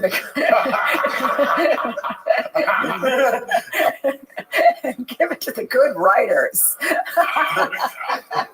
It's a really weird. Listen, you got to be crazy to do stand-up. You have to be insane. Obviously, I'm unwell, but also I also feel like a lot of times, like I would be opening for a guy. I don't know if you ever had this experience, or like some guy would be featuring, and I would be like, the guy would be the biggest hack, but then he'd be the loveliest, nicest person you've ever met in your life. So you do meet these people that are just mentions. They've been on the road forever. I remember I was like selling my album after my show, and this guy was opening for me, and he was selling stickers that said Beaver Hunter Catch and Release Program. And let me tell you, they were like flying off like hotcakes. Like he sold every last sticker, you know? Well, that's what they're there for. Like they'll talk, because I'm featuring right now. That's what I do. Mm-hmm. And they'll talk, they'll be like, I sold out of every shirt, and they made $1,600 in shirts, and they do. Yeah. That's gross. Who would want to? I wouldn't want to have to do that joke to sell that shirt. And sometimes it'll be the sweetest guy too. Like, you know, and you could see the fatigue in his eyes when he was saying it. He's like, I'm a beaver hunter, catch and release program. Come on, ladies, just $5. Just at the end, you could just see, like, again, like he was just gonna go back to his room and like do a line and finalize his divorce. Like he was just trying to make money. You know, like I love the road. Yeah. And then it just, once I stopped doing drugs, I'm like, I don't want to go on the road no more. Yeah. Because I would go on the road, for my wife wouldn't know. And I was like, fuck it. Once I got clean, I'm like, I don't want to go on the road no more. I don't know if you've covered the story or if you don't want to talk about it, but what was like the last thing where you were like, I can't do drugs anymore? Like, what was the thing where you stopped? Listen, I was trying to quit for like 3 fucking years. Mm-hmm. You know?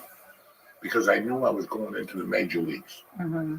You know, you're going into the major leagues. You can't bring this shit into you. Right. You're in the fucking major leagues. I did that movie for Adam, and I really got motivated to quit. And then it was just a thing that happened 3 days. My friend got cancer, and she was in the hospital for a long time. Real dirty comic. Comedy store regular. Mitzi loved her. And I went to see her at her house, and she was talking to me, and she goes, you know, God wants me to not do dirty jokes no more. She goes, if I live from this, I'm never going to do a dirty joke again. In the middle of all that, she stopped and she goes, you got to stop doing dope. Mm.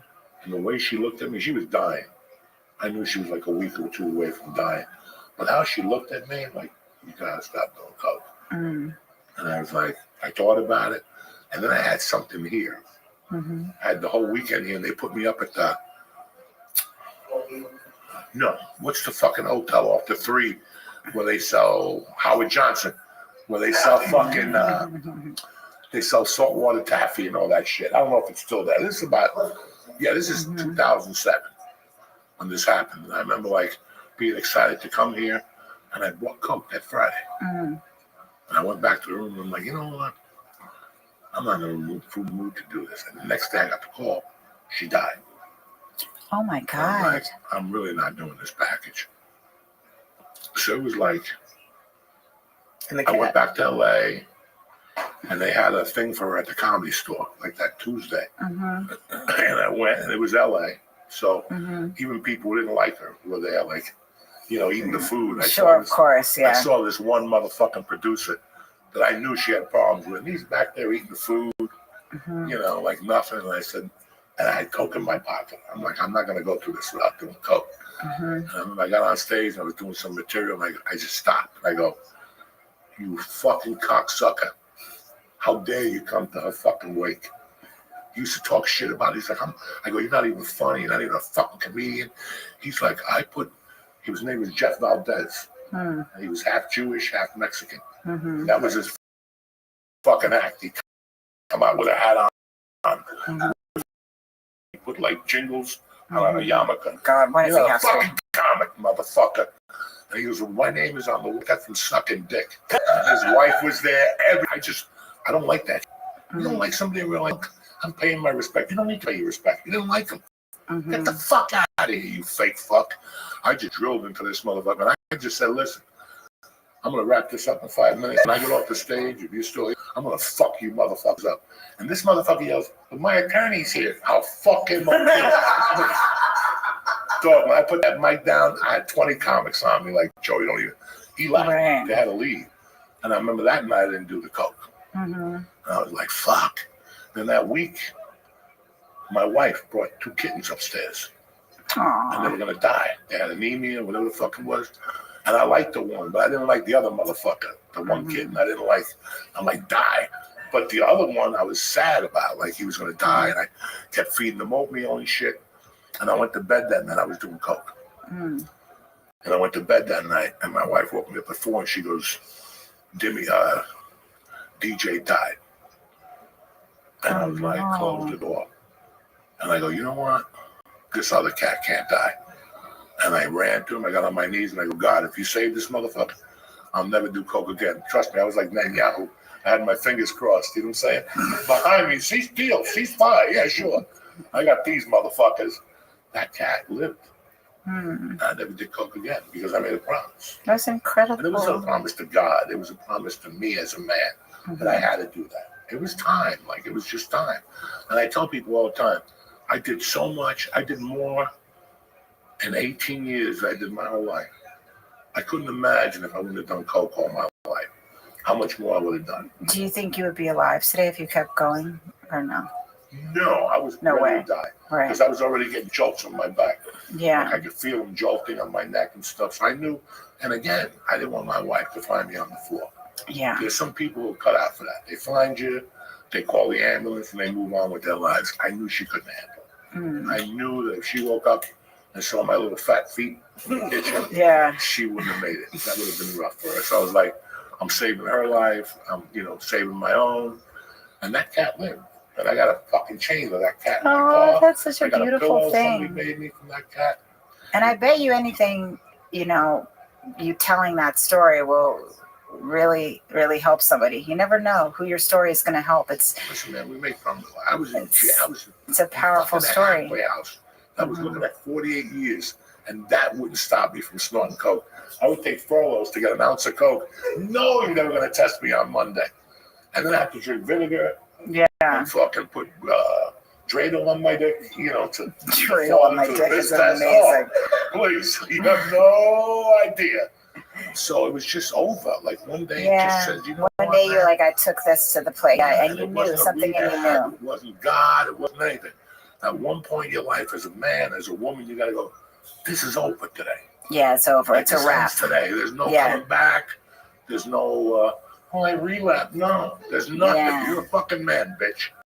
You know, and now you got these people, I'm clean for 90 days, drinking water, I'll smack you. You weren't even supposed to do drugs. Why Yeah. are you so fucking proud of yourself, Lee? You all right? I'm fine. Okay. Lee does not know where he is right I've now. been here the whole time. Every hour it's almost jarring because I'm like, oh wait, he is here. Is he okay? I'm fine. It's just really weird the shit you got to put up with people now, the stories and the fucking, No. and you're like, it's that easy. Either you want it or you don't, bitch. Yeah. What you gonna be? What you gonna be? Yeah. It's that easy. But people, want to do 9 rehabs. If you're not ready to stop, you're not gonna stop. You go to Something in God, you knows, how many yeah. people- Look at these idiots go to jail. And what happened in jail? They all get the Bible. Oh, the Lord. Fucking 2 feet off that fence. That Bible goes up in the air. Yeah. Once their homies come to pick them up and they smell At the end of the day, you're ready or you're not. Get Whether the it's your fuck outta dreidel here. dick theory or a fun-loving kitten, you're gonna fucking be ready when you're ready. No, it's true. I feel like sometimes just something, but also I feel like that lady, you loved her and she changed the course of your life and you knew that she really loved you. I do think that kind of, look, don't play soft piano music under my monologue, but I know nothing. But I'm just saying, like, I do feel like sometimes that kind of drug use, and I say this as somebody who has loved alcoholics my whole life, I do feel like it comes from a sense of, self-loathing. And if you know somebody loves you, and if you really see it, it can change the course of your life. Just really believing them in that moment. It's like when you have that fucking peanut butter. The jar won't open, you give it to your uncle. He's got muscles, steroid Louis, but then your grandma takes one look. It just takes that one. It takes like that one And person. maybe I don't know, it was just weird the way she said it to me. She said, God wants you to stop smoking coke.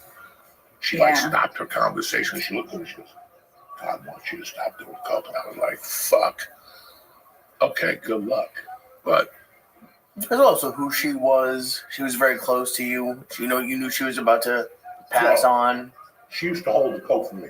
Right. When I was selling coke at the comedy store, I would give it to her at night to hold. To her and her husband. And I would go over the next day and get it. Or Right. I would go knock on that door at 5. I need that. But she had that insight probably towards the end of her husband life. was a gang leader. Yeah. Her husband was a Crip. She was Mexican. Her husband was black as could be, tough and nail Crip. A coke is, I mean, like, He ran his own set, and one day he comes up to me at the comedy store. He was like, "Can I talk to you, brother?" I gave him, man, I gotta get in on this Adam Sandler movie. That's my favorite motherfucker in the world. I'm like, you're a Crip. You're like Adam Sandler's dog. I'll kill for Adam Sandler. So I had to bring him on the show. I told everybody he was my probation officer. And Burt Reynolds got hold of him for like 8 hours. It's like, I became friends with Burt Reynolds. I got his motherfucking number and shit. that's amazing. Yeah, I like it. You know, my probation officer wants to come to that. Like, we didn't even know you're on probation. Yeah, I got problems, Adam. I do feel like coke also, like, I did coke for a few times when I was like in my early 20s. I loved it. I don't really have as much an addictive personality really, but I was like, even I knew, I was like, this is delightful. Like, and you know, when you find your drug, I was like, this is my drug, but I'm so vain that I look like shit the next day. Like, you look jacked up. I wouldn't look in the mirror. No, it was mangling me. I would never look in the mirror. Yeah, and I was like, I'm 20. Like, I can't do this to myself. I was like 20, 21. Yeah. And I stopped. But also, I feel like people lie on coke to such a degree that it's like, that is one thing that helped me to decide that I wasn't going to do it again, was just like watching other people on blow, because nothing makes you look more ludicrous than when you're not on blow talking to somebody who is. I remember I was dating this guy and he's like, I'm not doing it. I know you want to fight right now, but I'm not on it. He was just like a wild alcoholic. And I'm like, there's blow all over your nose. He's like, I'm not taking the bait. I know you'd like to pretend I'm high right now, but I'm not. Yeah, he was fucked up out of his mind, just drunk and high. And then he just sort of slowly fell into the carpet, like right after he said that. He's like, I'm not doing it, bitch. You want to fight with me? You can go ahead and fight, but I don't get high. And But just, that's about the road. You meet those coke fiends on the road. You can put coke in their asshole, on their pussy, on their titties. You know, it's. I didn't have that shared experience I'm a with you. fucking savage. I didn't put as I never put titties, coke on You no put some ice cubes titties. in there. You put a fucking ice cube, or you put those rock candies. You know what I love is that you respected me enough to think that I might have had that story. Like, I'm like, Right. oh yeah, the good old days when I was headlining and fucking smothered some bitch's cans with blow. I wasn't even headlining. I was featuring for Joe. Really? All those motherfuckers. What happened to Joey Diaz? That's why Joe called me the breeze. Oh, No because you'd be goodbye, gone. no nothing. I would go right to the office, give me an advance. Yeah. We gotta check with Joe. Listen, give me the fucking advance. Just give me the fucking 100. I would take the $100 bill and I would buy. And could you find it anywhere? Yeah, that's the waiter. The waiter. I guess everybody has it. Yeah. And whoever they tell me, like, stay away from that girl. That's the girl. That's the girl. Right. Girl Right. that you bring home and she does 2 bumps and she's like on the chair. You're like, oh my God. She's crying in the fucking chair on blow. You can do it. I can light candles in her asshole. This is gonna be great. And then I would just go to Miami. Right. I would go to that improv down there in Coconut Grove. Mm-hmm. They would book the features for 2 weeks in a row. Ooh, I would leave there fucking. Would you have any money left? Would you be able to just blow it all? Once you started, you didn't stop. I would leave Miami owing them $250 for the next time. And then I just forgot. I got the owner's credit card. All right, I got the general manager's Joe's dog. These motherfuckers forget I'm from New York City. I got he gave it to me once. I said, I'm going to Montreal. I need it. And he just took his American Express card, the improv, and put it on the table. God. Yeah, just tell him, you can pay me out of your check. Shit. I was booking flights everywhere on that fucking credit card. Oh my For like a God. year, I was booking flights on that bitch. And then Joel, you know Joel, the guy from fucking Tempe? Like, I don't know if you ever met him. No. He's the owner. Mm-hmm. He's one of the owners. I was there the first night he got on. Mm-hmm. December, like 30th, 1999, 98. Mm-hmm. He was just a fucking assistant manager. And he was so green that he would turn and count the money at the end of the night, but this way. And he would look at the safe. I would go in there and take 100 right off the top, right in front of him. I go, Joe, let me get another 100 in advance. What are you talking about? Give me another 100. He's like, you don't have no money left. Go, call fucking Joe. Because Joe was the boss there. Wow. Call Joe and wake him up. I got whatever I fucking want here. He didn't even know I already had 100 that I stole from him from top of the thing. That's where the Butts boys robbed the safe. Wild. They took $19,000 on a Friday night. Dog, Miami Improv. That's why they made my check now. Was the Were you shit. on the road with him like during these No. days? No, I know I don't have hair. I'm 36. We're fine. But no, I swear to Wow, that's insane. What's that? And did they just that like stealing from the safe of the owner, like that is like that's wild. If you're that stupid, I gotta rob you. Yeah. If you're gonna leave money out and look somewhere else at the TV show, I'm gonna rob you. I'm that stupid. And I'll take like just 100. I'm not greedy. I'm like I'm 100 so get me ADD. started. I'm like a perfect person to steal from. I'm shedding debit cards I was like some dumb sack that's wide open like a fool. I was buck wild on the road. Yeah. We're not making any money, so Yeah, so I used you to go to had Kmart. to. I'd be Yeah. on the road driving. I go into Kmart and take something expensive and walk around. I wouldn't even walk out. I walk right up to the counter. My aunt gave me this coffee maker. I already have it. Really? All right, Richard, do you have a receipt? No, I lost it. It was a holiday. Do you want check or cash? That's a tough one. You know, because they're like, Right, you don't right. want fucking cash. Give me the cash. Then they give you the tax, the plus tax. Mm-hmm. So you were even getting the tax back. No fucking idea. Did you ever feel like, were you ever afraid? Like, it seems like you never were, you would get caught. Who taught you? Jersey. Jersey, just like This is growing Hudson up in County Jersey. balls. That's the thing Steal here. it. It's like I grew up in Bethesda, Maryland. Like, yeah, the most like naughty thing we did was like steal stickers from like the mall or something. Yeah. And you just get better at it. Like you Yeah. just know the fucking body moves and the body language of people, and they don't, they have no fucking idea. But I've Yeah. always said, if you're gonna let me rob you, I'm gonna rob you, even if I'm a Catholic, Mm. just to show you that you're a dumb. Can fuck. somebody knit that for me, please? I'd like that on a sampler. If you're gonna rob me, I'm gonna fucking rob. Like that. Also, you have to know you have to be ready at any moment. Doesn't that make you anxious when you're robbing people like that? Like, aren't you always thinking you're about to get clocked? Like, do you have to sit in a diner like next to the wall or something? Does anybody know what I'm trying to say right now? Can you help me? Like, you know, when you have to sit by a wall because you know somebody always wants to yeah. I don't think you'd stick around for that long. Look, I charged the guy $2,000 to join the mafia in Colorado. I got him an application, okay? If you're that stupid, and he gave me, and you know, he still calls me. I never heard from those people. Yeah. You understand what I'm trying to say? These dogs. I'm an old school fucking piece. How do you say that you want to have that conversation? You have no idea. Don't even start. We could sit here for days, not even hours. That'd be amazing if he was like he was in a pancake house applying to be the general manager, and he's like, "I got a better offer for you, kid." I still know the casting directors. Oh my God! I have a pound a week. Oh my God! I was with a certain agency, and they're like this casting director, and I would get her a pound of weed, and I would take like half out and do the boulder trick. I would spray it with a bottle so it would be heavier. Oh my God! Next day you take that home. That weed is dry. That motherfucker's half gone, and she would call me back. I don't know what happened. Oh yeah, we're fucking. And then I just got to the point if you didn't give it to me, I was just gonna take it. Mm-hmm. And that's when you're complete. But I had no parents. I had nobody to say I'm ashamed of you for being in jail. I was like, fuck it, let's have some fun. If you're gonna.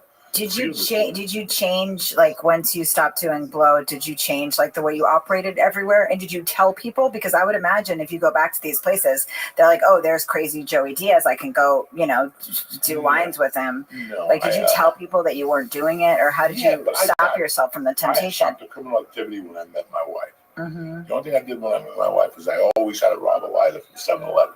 Mm-hmm. That just was always, if you're going to put the lighters right there, sure. I got to rob. So that kept my powder dry. Right. Years, just stealing those lighters. Every once in a while, you know, I did something like on a movie set. I fucking take the roller skates from the first movie I was on. I just started stealing roller skates. By the time the movie ended, there wasn't a roller skate over size 8. Everybody was walking around with ingrown toenails. Yeah. Basketball. That was my first movie. Really? I didn't give a fuck, you know. But how did you stop? Like, how did you have a time where you, like, comedy? Yeah. Comedy. And then there was times I would go up to the comedy store. And once you knew, you just knew you hit the end of the road, so that there wasn't really as powerful a temptation because you're like, I've done that. I've done every possible. I see people do it all the time. Yeah. They get help. They get steady 6 months, and then they do something that's so stupid. Mm-hmm. It doesn't even make sense. And I remember still going up to the comedy store in '97, flat broke, living with a stripper, fucking. And I'll never, because the checks came out at like 4. We would go up there early and work, and come on, you gotta give me the check. It's like $130 check. That's how poor we were. Yeah. And I still remember going up there on a Friday and seeing like 3 bottles of Jack Daniels for the weekend, and whiskey, and 8 cases of beer. And I could have took those motherfuckers, you know. A case of Jack Daniels, you're not gonna hold that for a long time. That's gonna go, you know. And I remember going like, if I even fuck around up here, it's gonna ruin my fucking comedy career. Right. And that's the old saying, don't let your character ruin your destiny. That's a beautiful saying. I never heard that. Yeah. It's very simple. Yeah. You know, if you like to suck dick, don't mix it in with what you love. Yeah. You know, and that was my problem. And then I just kept to the coke. And I kept it on my own. And I never did it with people. I would do one line at the comedy store and leave. Just to get the little fucking wing going. Today I was thinking about that. I would go to towards the end because we were talking about how high my tolerance is. When I quit coke, I go over there and buy a half 8 ball, $125 at about midnight. Wow. And I couldn't wait to get to the light. The light, I'd snort fucking half of it. That's a half an 8 ball. The whole thing. And by the time I got to my garage and got upstairs, I was a little high, and then I'd have to get another half 8 ball. I could snort a half 8 ball in one shot. Yeah. And that's pretty fucking sad. Yeah. Like, that's pretty fucking sad. Like, so I just didn't want to mix my personal life with the comedy store. And it worked. It worked. You know, it fucking worked. Yeah, we did stupid shit up there, but not enough to ruin my career. And I never got banned. I never got banned out of that. what they used to call that? Band, yeah. Like nobody ever said they wouldn't have you back, even after you robbed their safe. That's when you got a good personality, I gotta say. You know what's crazy? Rogan was banned. Really? After the Carlos Mencia thing.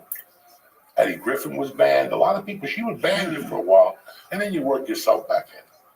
But yeah, she used to come up to me, don't take it out no more. You know, in the beginning. Don't take it out. It scares people. Never. The fact that she just had to say that again and again, just like exhausted this poor woman. She's like, for the love of God. She was great to me. Like she knew who I was. Like, yeah. The second night I was a regular, I threw fists up there, and she loved it. And did you have other people that were like after that, your friend that passed that cared that much to say that to you?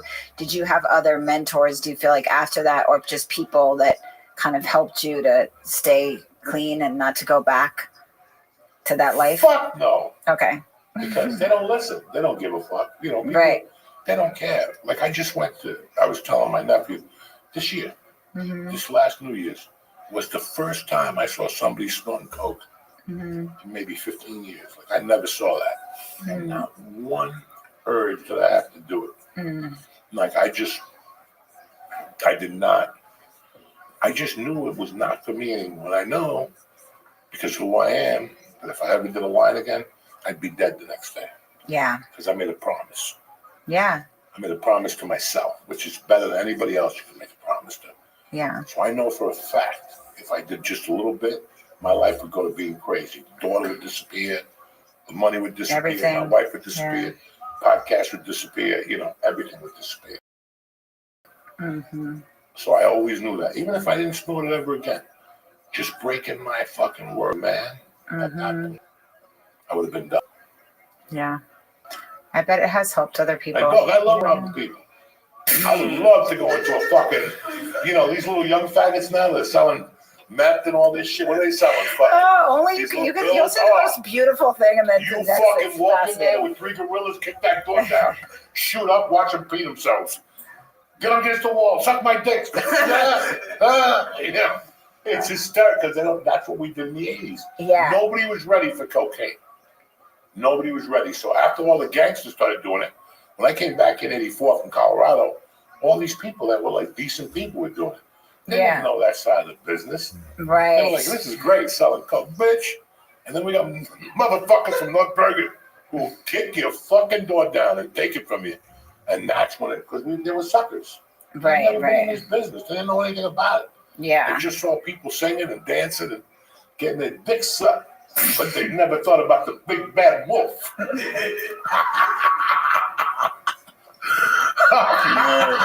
They never thought about the big bad wolf. And it was crazy. I had a protector when I lived in New Jersey all those years. I had 2 protectors. I had a cop and I had a buddy of mine, Mike Runny.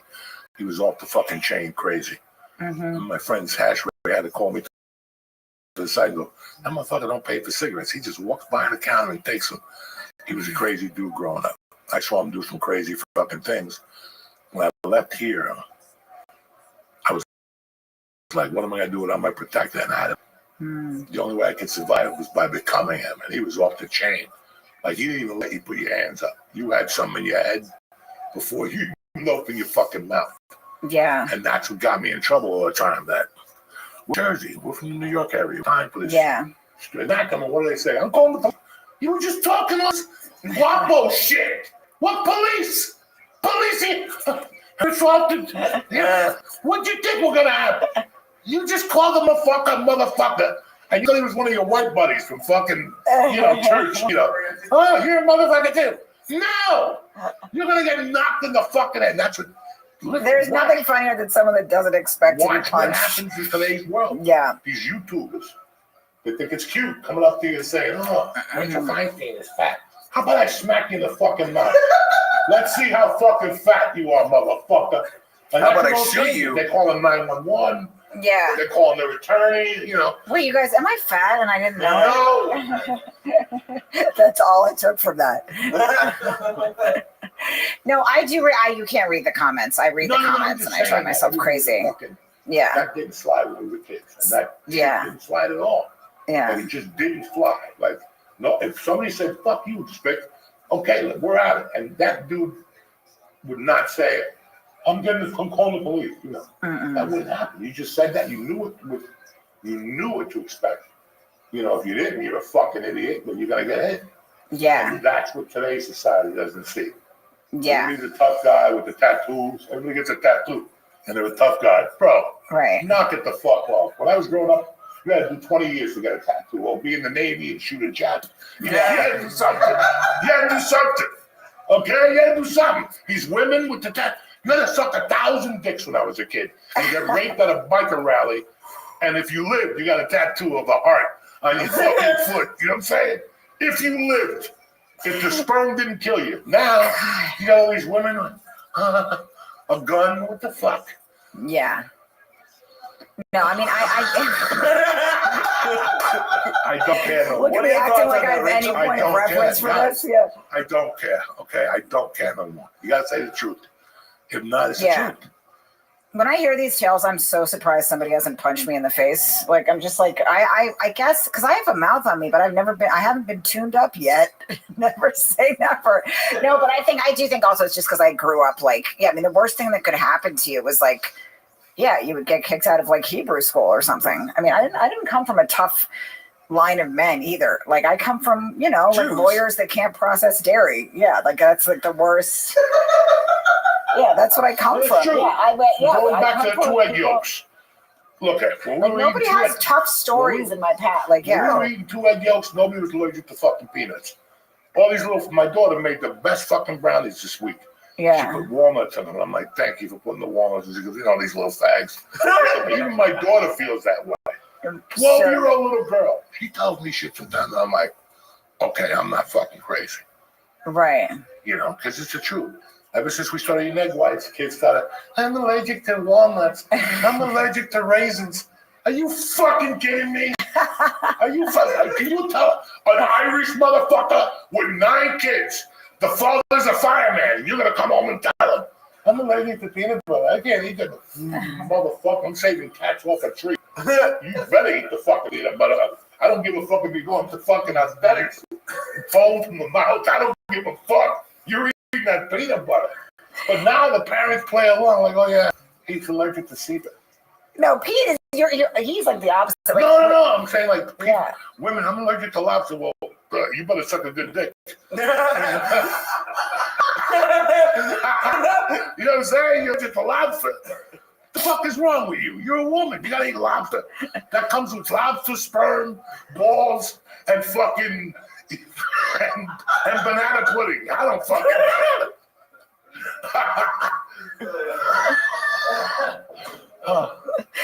like he doesn't remember when Frankie was, my daughter was like 6 months, but he's the opposite. I feel like firemen are way the opposite, where they don't give a shit about anything. You have to be on fire for them to give a flying fuck. But like, I was like, she can't eat carrots yet, like she was trying to give her a carrot. She's like 6 months. I'm like, she can't eat that. He's like, I wouldn't worry about it. I know infant CPR. I'm like, you're not supposed to test it out on your own kid. He's like, don't sweat it, sugar. I know infant CPR. Like, how about just don't feed her carrots? Yeah. But no, I mean, I didn't, these stories are fascinating to me. I literally have no point of reference. Like, I'm like, also, I played some of these clubs. I'm like, this was going on? Well, I had no idea. I thought the biggest scandal was whether they didn't that they didn't give me my bonus on the Late Show. Like, I had no idea this was happening. How many come in Kansas City? You remember the owner had a wig? I heard about this Kansas City one. Yes. The steam would break the wig, the glue, he'd be all cooked out. Also, I think I came in a little after, like, people were doing this level of blow. That was 2003. The first time I did it was like 2001. That fucking guy, Roger Paul, booked me. Oh, yeah. He had to come back to call me. In 2000, I was shooting SU, and he goes, can you do that? I can't do Tuesday, Wednesday. Okay. Let me tell you something. I get to the fucking airport. The plane lands like at 10:30. And I'm waiting. All of a sudden, I'm looking at the wall in this cup. And I'm like, fuck. What did I do that? I don't know, And I look, and the manager runs. He's like, you got your lights on that. He goes, I tell him, like, you're driving. Because I'm too fucked up. I'm like, what? All right. And I get the luggage, and we walk out. He's like, he's driving. Okay. I need a creepy girlfriend in the back, and they start snorting coke, and I'm like, Oh my God. I hope you can save me something. The guy's like, no, we're gonna do it all. I go, I'll stop this fucking car and get that fucking cop. Don't play with me. It's 9:45 at night, bitch. Okay, we just found the gram in my pocket. Fucking. Oh, some of these clubs are fucking, they were hysterical. Yeah. That's a complete different podcast because you're still on the road. I don't want you to get tortured. I don't want you to get fucking. There was club managers. I remember. Fucking cops. Oh yeah, there's a lot of insane. The agent at Gersh when I was coming up, there was an agent, real good looking to the waist down. She was one of those flubby ladies that I don't know. She never did yoga, not like her ass nothing. She was banging all the black acts. Right. She banged so many of them, they moved her into literary.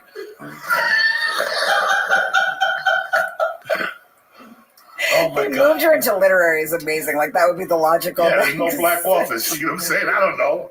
I don't fucking know why they moved to the literary.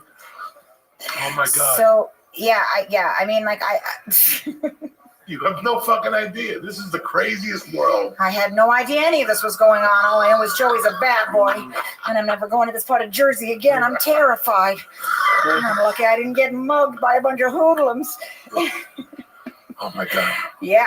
I mean, I didn't. Yeah, like I said, I've been litigated. I'm sweating like a faggot eating a corn dog in this motherfucker. You're right next to a heater.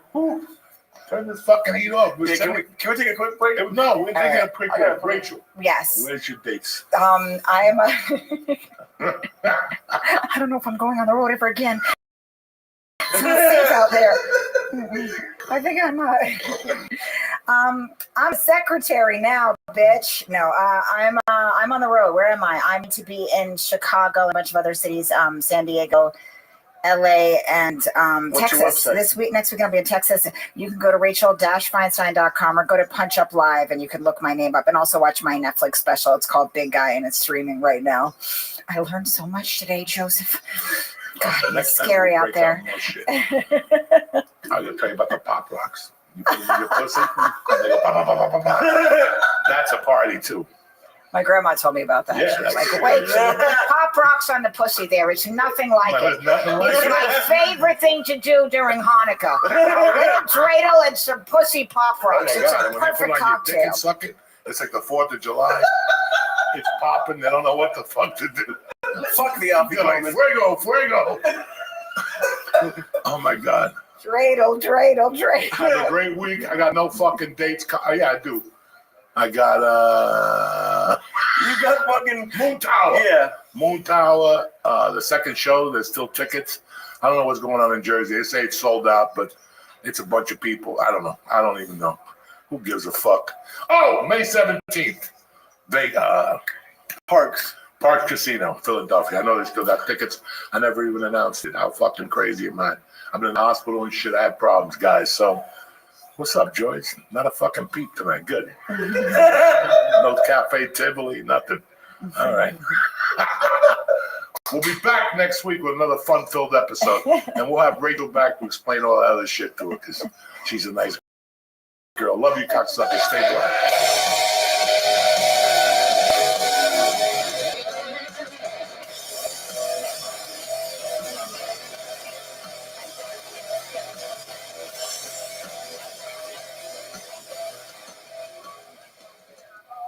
Uncle Joey here. Listen, it's time to make feeling good nice and easy. Ditch all the boring guided meditations. All you need is Via. Via is changing the game in natural wellness, combining high-quality hemp-derived ingredients with powerful cannabinoids to create serious results. Whether you want more focus, better sleep, or a boost in your love life, Via has you covered. Listen, Uncle Joey, you guys know my tolerance is off the chain. I eat like 2 of these daytime. They call them daytime 100 milligrams. I'm ready to go. Last night I ate 8 pieces of toast with butter last night. Who does that? You understand me?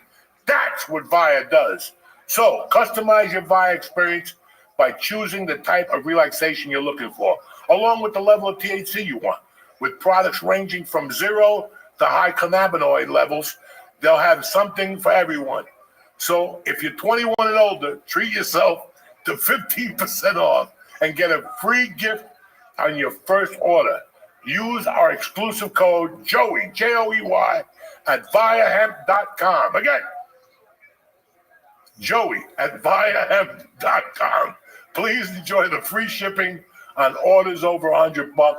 That's viahemp.com, code word Joey. Thank you for supporting the podcast.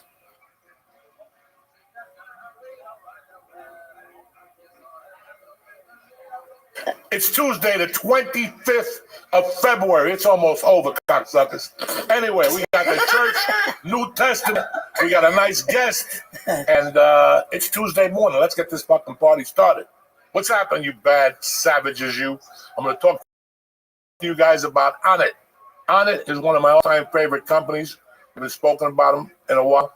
You know, I go on my little alpha brain cycles from time to time. Now they've improved alpha brain. They got alpha brain powder. They got alpha brain everywhere. And it's tremendous. The new mood is still intact. I love everything from Onnit. You know, the kettlebells, the club bells, the whole thing. But I can only help you with supplements. Go on there. Start your year off on the right foot.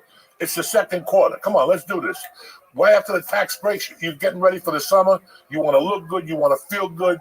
Everything's beautiful, right? Go to Onnit.com right now. Press in code CHURCH. I'm going to get you started with 10% off and great service and a great quality product. That's what I meant to say. Product. So go to Onnit.com right now. Press in CHURCH. Look at the supplements. There's a list of them, and they're all good. And tell them Uncle Joey sent you. Church, get 10% off your first order.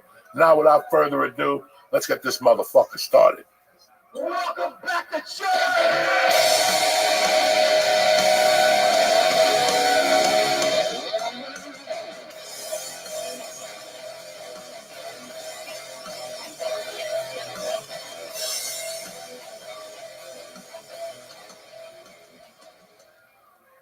We're back, bitches.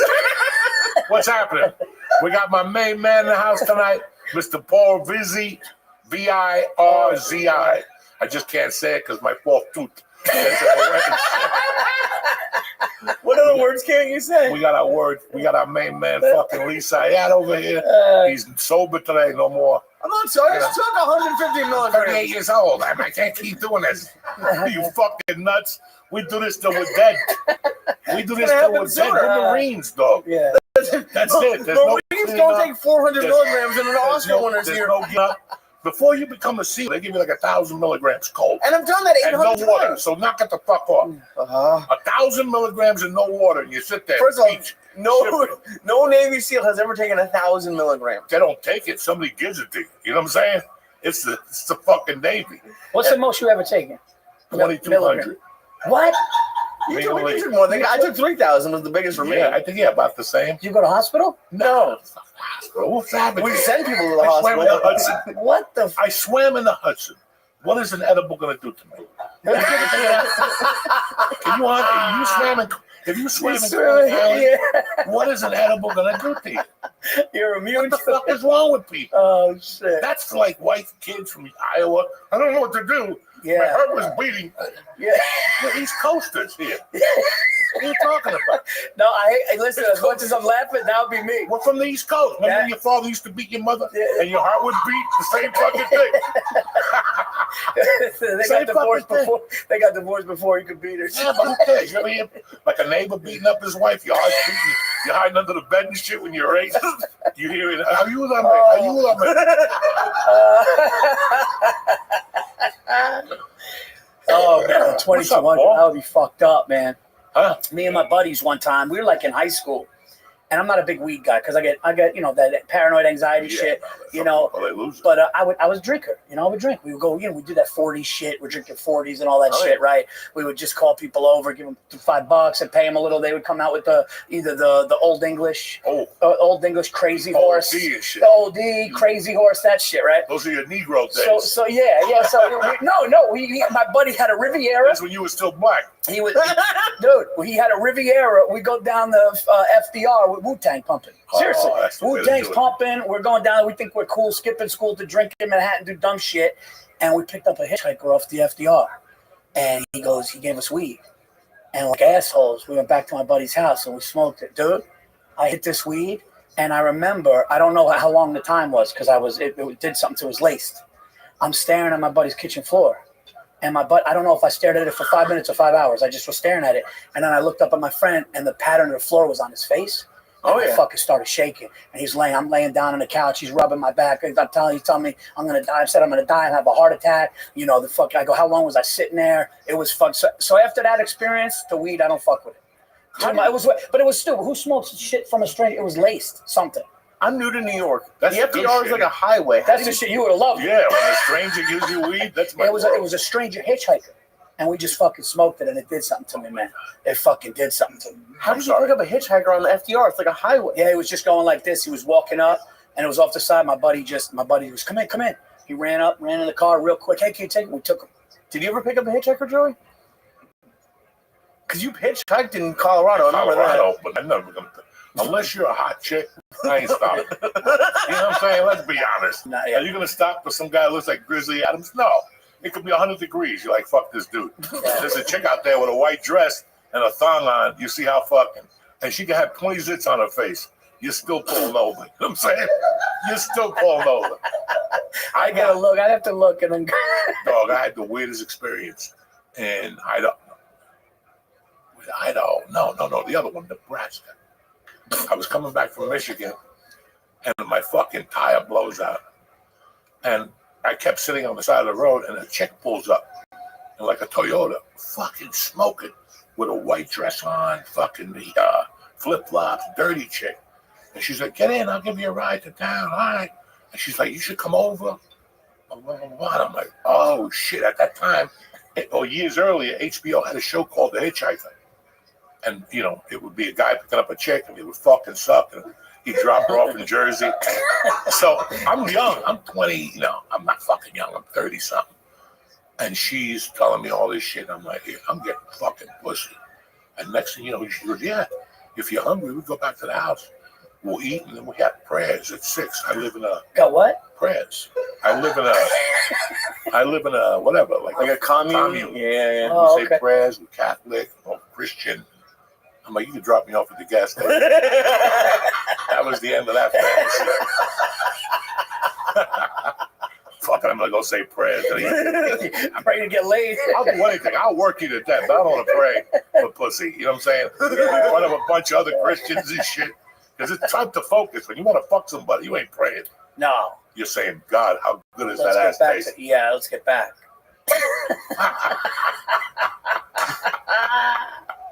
Oh, it's good to see you. Good to see you, brothers.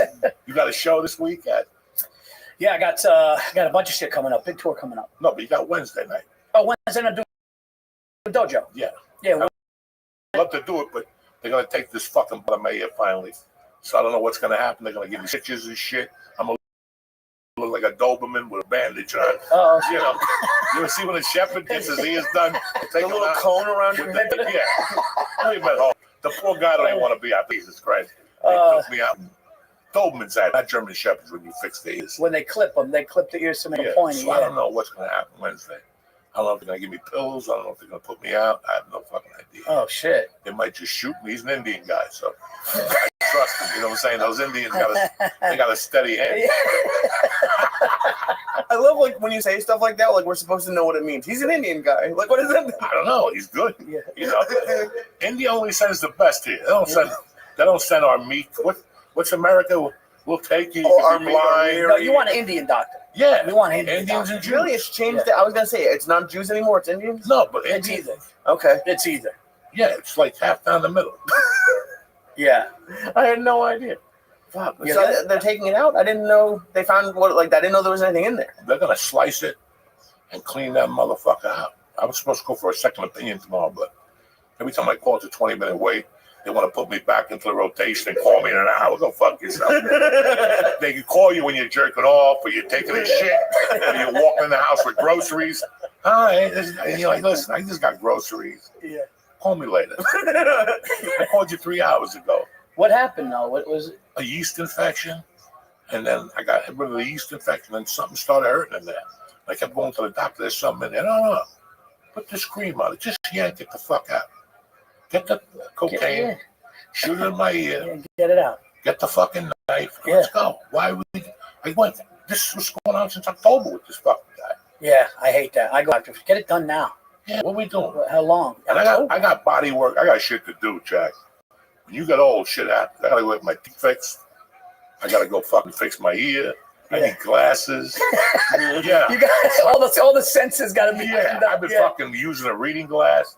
I've had these reading glasses from CVS's. These things are like you can step on them, light them on fire.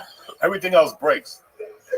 Do you even like do the test with those glasses to see which one helps? I feel like you just go pick one, and it might not even be the right one. No, they have numbers on them. Right. 2.75, 3.0. Oh, okay.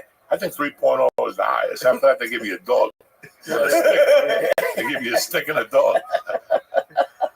I'm excited to get that fixed. It's been hurting for a while. What? Your ear. Oh, some days I have a headache on this side and the ear banging on this side. And every morning I got to open this up and let the fucking shit draw. Oof. Is the hearing fucked up? Dog. I hear what I want to hear. I got selective hearing. Yeah. I want you to do a gig for $50. What? Get bucks off. No hablo inglés. My ear's fucked up. My ear's fucked up. Get that number up. I'll fucking hear you Get better. the number up. I hear you better. Yeah.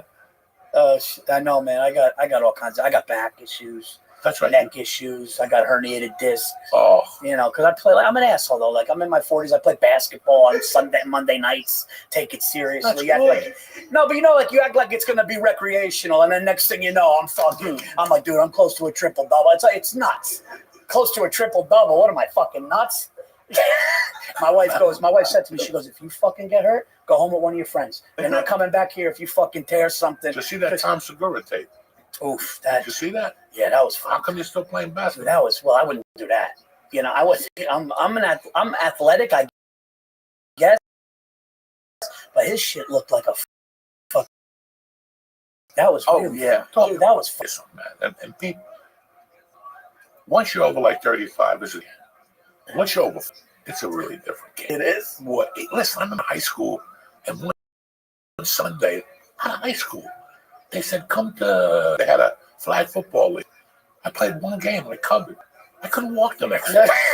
Flag football, I'm lifting weights, I'm fucking drinking, smoking coke, I'm the best of my life. And I go play flag football, I can't get out of bed on fucking Monday. Yeah. I was 21. What the fuck? Yeah. You know, it's all changing, but once you get over 40, man, all that shit gets It's funny you say that because that's what they said. They said the most injuries for dudes over that is basketball. They had their knees. It's fucked up, man. Jiu-jitsu, basketball. Dog, I do anything I can to lose weight. So in LA, during the pandemic, I picked up bike riding, and that was okay.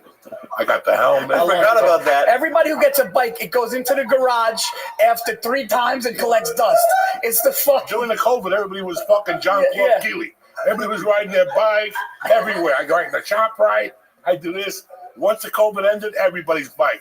That's what happened to other people. The one that you bought.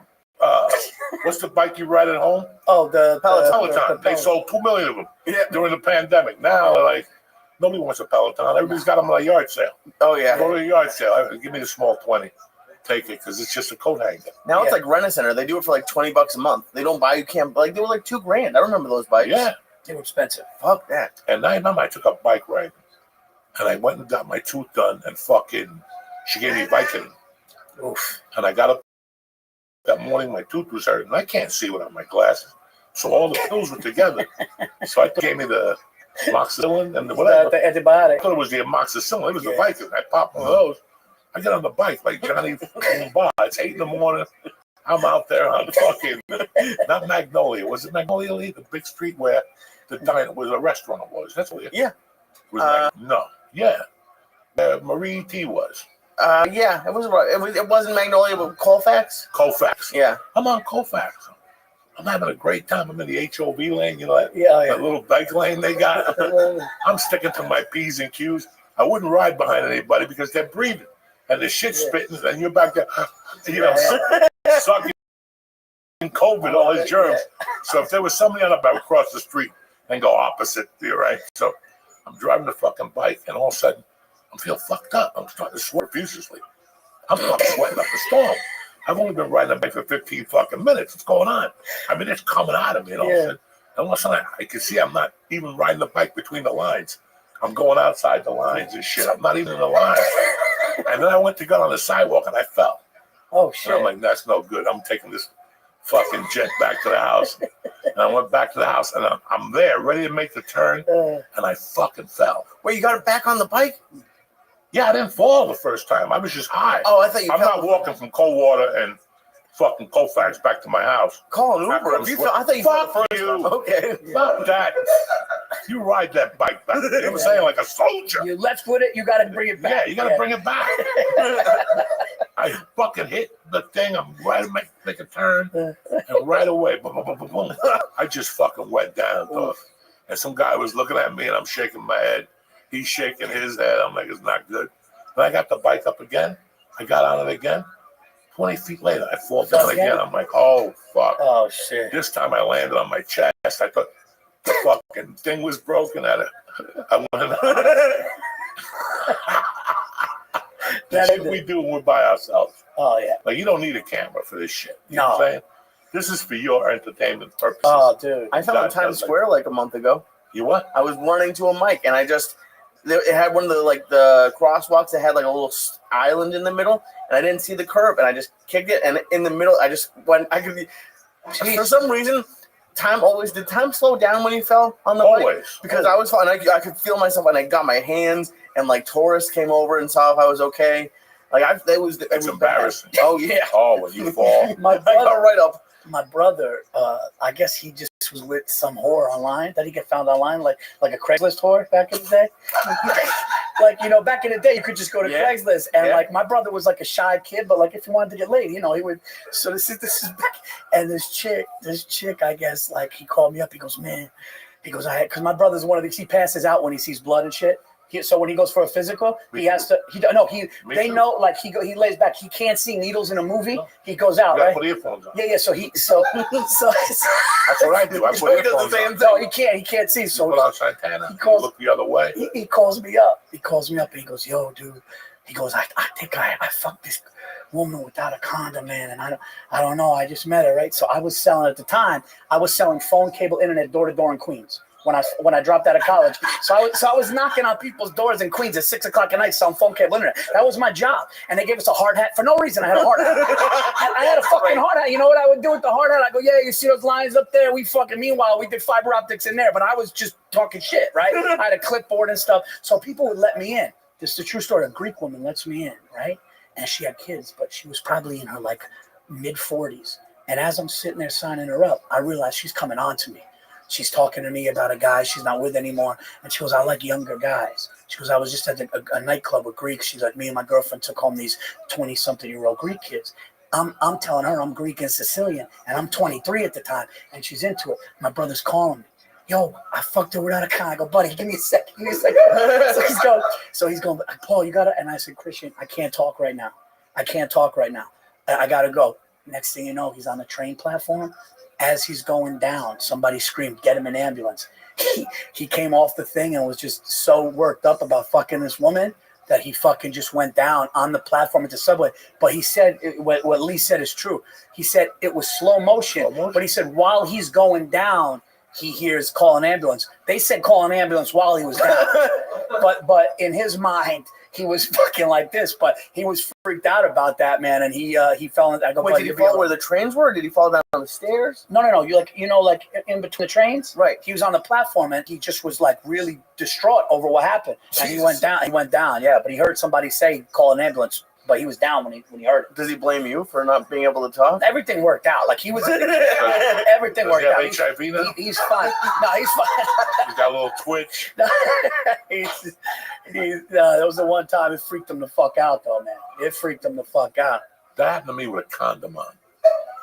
What? At the 1040 Club, I was 17, and these animals went over there, and I didn't have my own car, and I got stuck with them, and they paid for me to go in the back. and I had a condom on, and she jumped on top of me, and she was fucking just grinding. And I'm like, this is disgusting.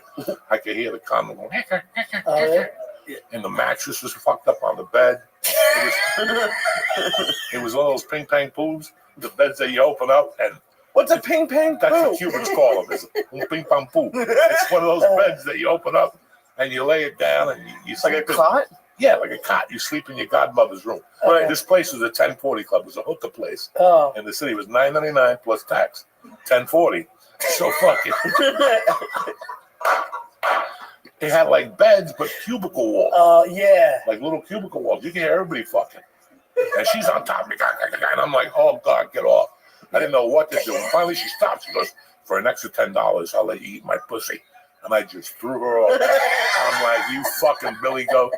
I'm not licking that greasy thing. Remember those shitty futons with the wood that would break? Remember the futons? I broke a couple of them. You know what I mean, right? Yeah. The thin wood. Yeah, the Jap people weigh 100 pounds. You're going to put a Cuban on there that weighs 200. Ralphie May had a futon. No, when he first moved to fucking rest his soul. Los Angeles, that motherfucker had a futon at Joy Medina's house. And I went over to see him, and he was laying down one day. And when I walked in, he goes, Coco. And he got up, and you're... You know what a futon is, right? Yeah. Oh, dude, it was... Nothing was worse, though. Nothing's worse than when you were going to hook up and the bed situation was shitty, like a shitty mattress in the corner. Who needed a bed? No fucking... When I was young, there was no bed in the corner. What do you mean there's no bed? What do you mean, no bed? No, you got up against the corner. You don't give a fuck, right? When you're in the heat of passion, she's like, ouch, ouch. You're trying to pull her hamstring, pull her leg back while you eat a pussy in the car. You were in the car. Remember that fucking in the car? How disgusting was that? And you had to push the seat up and... No, that was the worst. Your legs had to fucking stick out the window, and yeah, I had a Toyota. I tried the '69. I almost died in a fucking car in the back with a chick in Michigan, Dearborn, Michigan. She was a little Arab chick. Where you almost died? Yeah, because I couldn't breathe. She dropped on me in the back seat. She just dropped that hip on Papa, huh? She sat on your face? Oh fuck yeah! I had my nose in her asshole deep. I could smell falafels, fucking.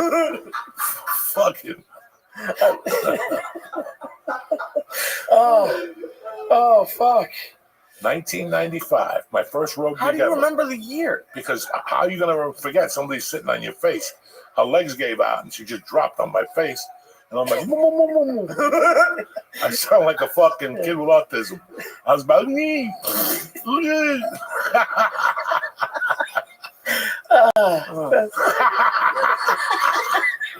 this is not good tonight. You know what I'm saying? We're going to get canceled for this one. I don't give a fuck. I'm 62. I got nothing to lose.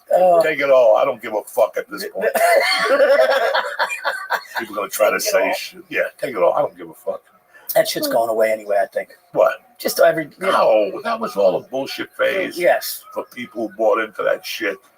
There's some people who made it back, and there's some people, who just didn't. They let it happen. Yeah. Don't let it happen. Stick up for yourself. Yeah. Say, this is why I did it. If you don't like it, go fuck yourself. And then, you're not going to have a job. You're not going to have a sponsor for a while. So you got to start from scratch. And in 6 months, it's forgotten. But you're right. If you're honest about it, and you go, that's the way. Like, it's funny, too, because you're breaking balls with friends back in the day. It was never malicious. I never used a slang word against a group that was malicious against a group. It's just what you called your friends. You would joke with your friends. You talk shit with your friends. Then when you did it on a podcast or you did it on stage, these people were able to like go at you, and you're going, you don't know me. You don't know the person. They went after me for a podcast where I told a story about 1997. The podcast was done in 2009, and they came after me in 2020, and I refused. I was like, you bitches can suck my dick. All of it. In fact, I put a story about going down on a one-legged woman in Boulder. I delivered Chinese food to her. Ended up beating her ass and shit, yeah. But it was also your parole officer. Yeah, she was my parole officer. It wasn't just a woman. No, she was originally my parole officer. Then I got off parole and things happened. Now, can I ask a question about that? When you say one leg, is it like half or like the top? No, she had like a limp. So in my mind, I always thought that this leg was off. She got shot in Vietnam. She was good looking. So when I went to take her pants off, I took the pants off the good leg because I didn't want to know about the bad leg. I didn't want it to get in the way. You got a nut, and all of a sudden she's gonna tell you she stepped on a grenade. Yeah, I don't want to hear that. I'm ready to fucking eat some ass. Yeah. Also, I gotta hear a fucking Vietnam story or whatever war she went. I don't know what happened to her. Very good looking, very good, tall. And then I just put it out. I said, "Fuck it. If you like that story, wait till you listen to this one." Bam. Yeah. And then it was your brother who called me and said, "Listen, they wanna fucking wave a white flag. They don't want to do this no more because fucking my people from the podcast went at those bitches." Oh, okay. Yeah. It was classic. Well, it's weird because, like, I think one of the reasons podcasts are so big is because people feel like they connect with the host. When they and can talk. it's honest. Because we're talking the way we normally talk. They're not seeing us on stage doing a bit, telling a story. They're seeing us shooting the shit here, having fun, and it brings them into our personal world, is what it is. Listen, when I do a podcast, I don't want to feel censored. Right. I don't want people to say this because don't. This is what people do, and this is how we speak. If this is not what you want to do, go watch fucking a clean podcast. Yeah. Go do whatever suits you. That's the right we have as Americans. Yep. But the right that we don't have as Americans is me going, I don't like what Paul Verzi said. Right. I'm going to fucking show the video and cancel it. Yeah. That's not a right. There's two people who could do that. A man by the name of G.O.D. and a judge, a good fucking judge in New York City. That's right. Like an old Jew judge that looks at you and sentences you, and you take it like a man. That's who could judge me. How specific that as that was going by. No, a nice old Jew that don't take no shit. He's got like fucking a bad foot or something hurt. He's in a bad mood. Amazon stock went down. You know. Oh, that's a rough day. You know, and that's who could judge me. That's who could sentence me. But 3 white chicks, 4 white dudes, because it's always a dude too. When it comes to sex, it's 2 chicks and a dude. I like to grab that dude by the neck and go, come here. Yeah. You mean to tell me you can get your dick sucked in the back of a restaurant? Well, what? Yeah. You die for that. Yeah. You lying sack of shit. And you want to know something? You lying sack of shit. No, he's right. And a lot of times these people that call out people for saying things, when you go to their past, it's worse. It's almost like a cover. Everybody's got their Nobody's got the right to go into your past. Yeah. If you want to go into my Twitter from 2016, go ahead. You're not going to like what you see. You're not going to like what you see. Yeah. But I don't give a fuck. I could have gone back then and erased it all. I don't care. Right. What's done is done. You cannot judge. The one that destroyed me was when they went after the fucking white dude, the judge, because he grabbed the girl's mouth during a sorority party. 20 years ago. The white guy. Yeah, the Supreme Court guy. Remember, he covered a girl's mouth in a party. What would you rather do? Cover the mouth or put a dick in there? Let's get that off the bat. If he covered the mouth, that's one thing. Could you imagine him spitting that dick in there? Then that's another. But you're going to try to cancel him about something he did? Dog, I saw a thing they were trying to cancel Sinatra, Dean Martin, and the Rat Pack. People went after Vegas, dog.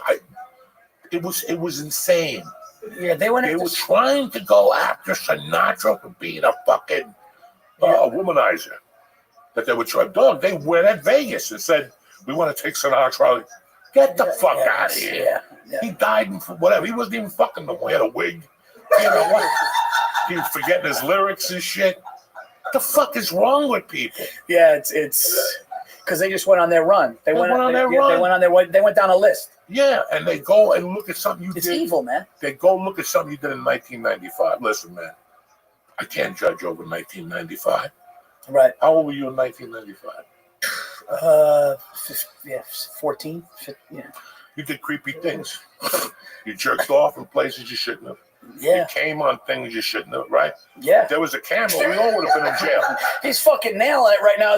I'm like, yo, you know something? But You're 12 and 13. You do the creepiest. I did some shit that I'm not proud of.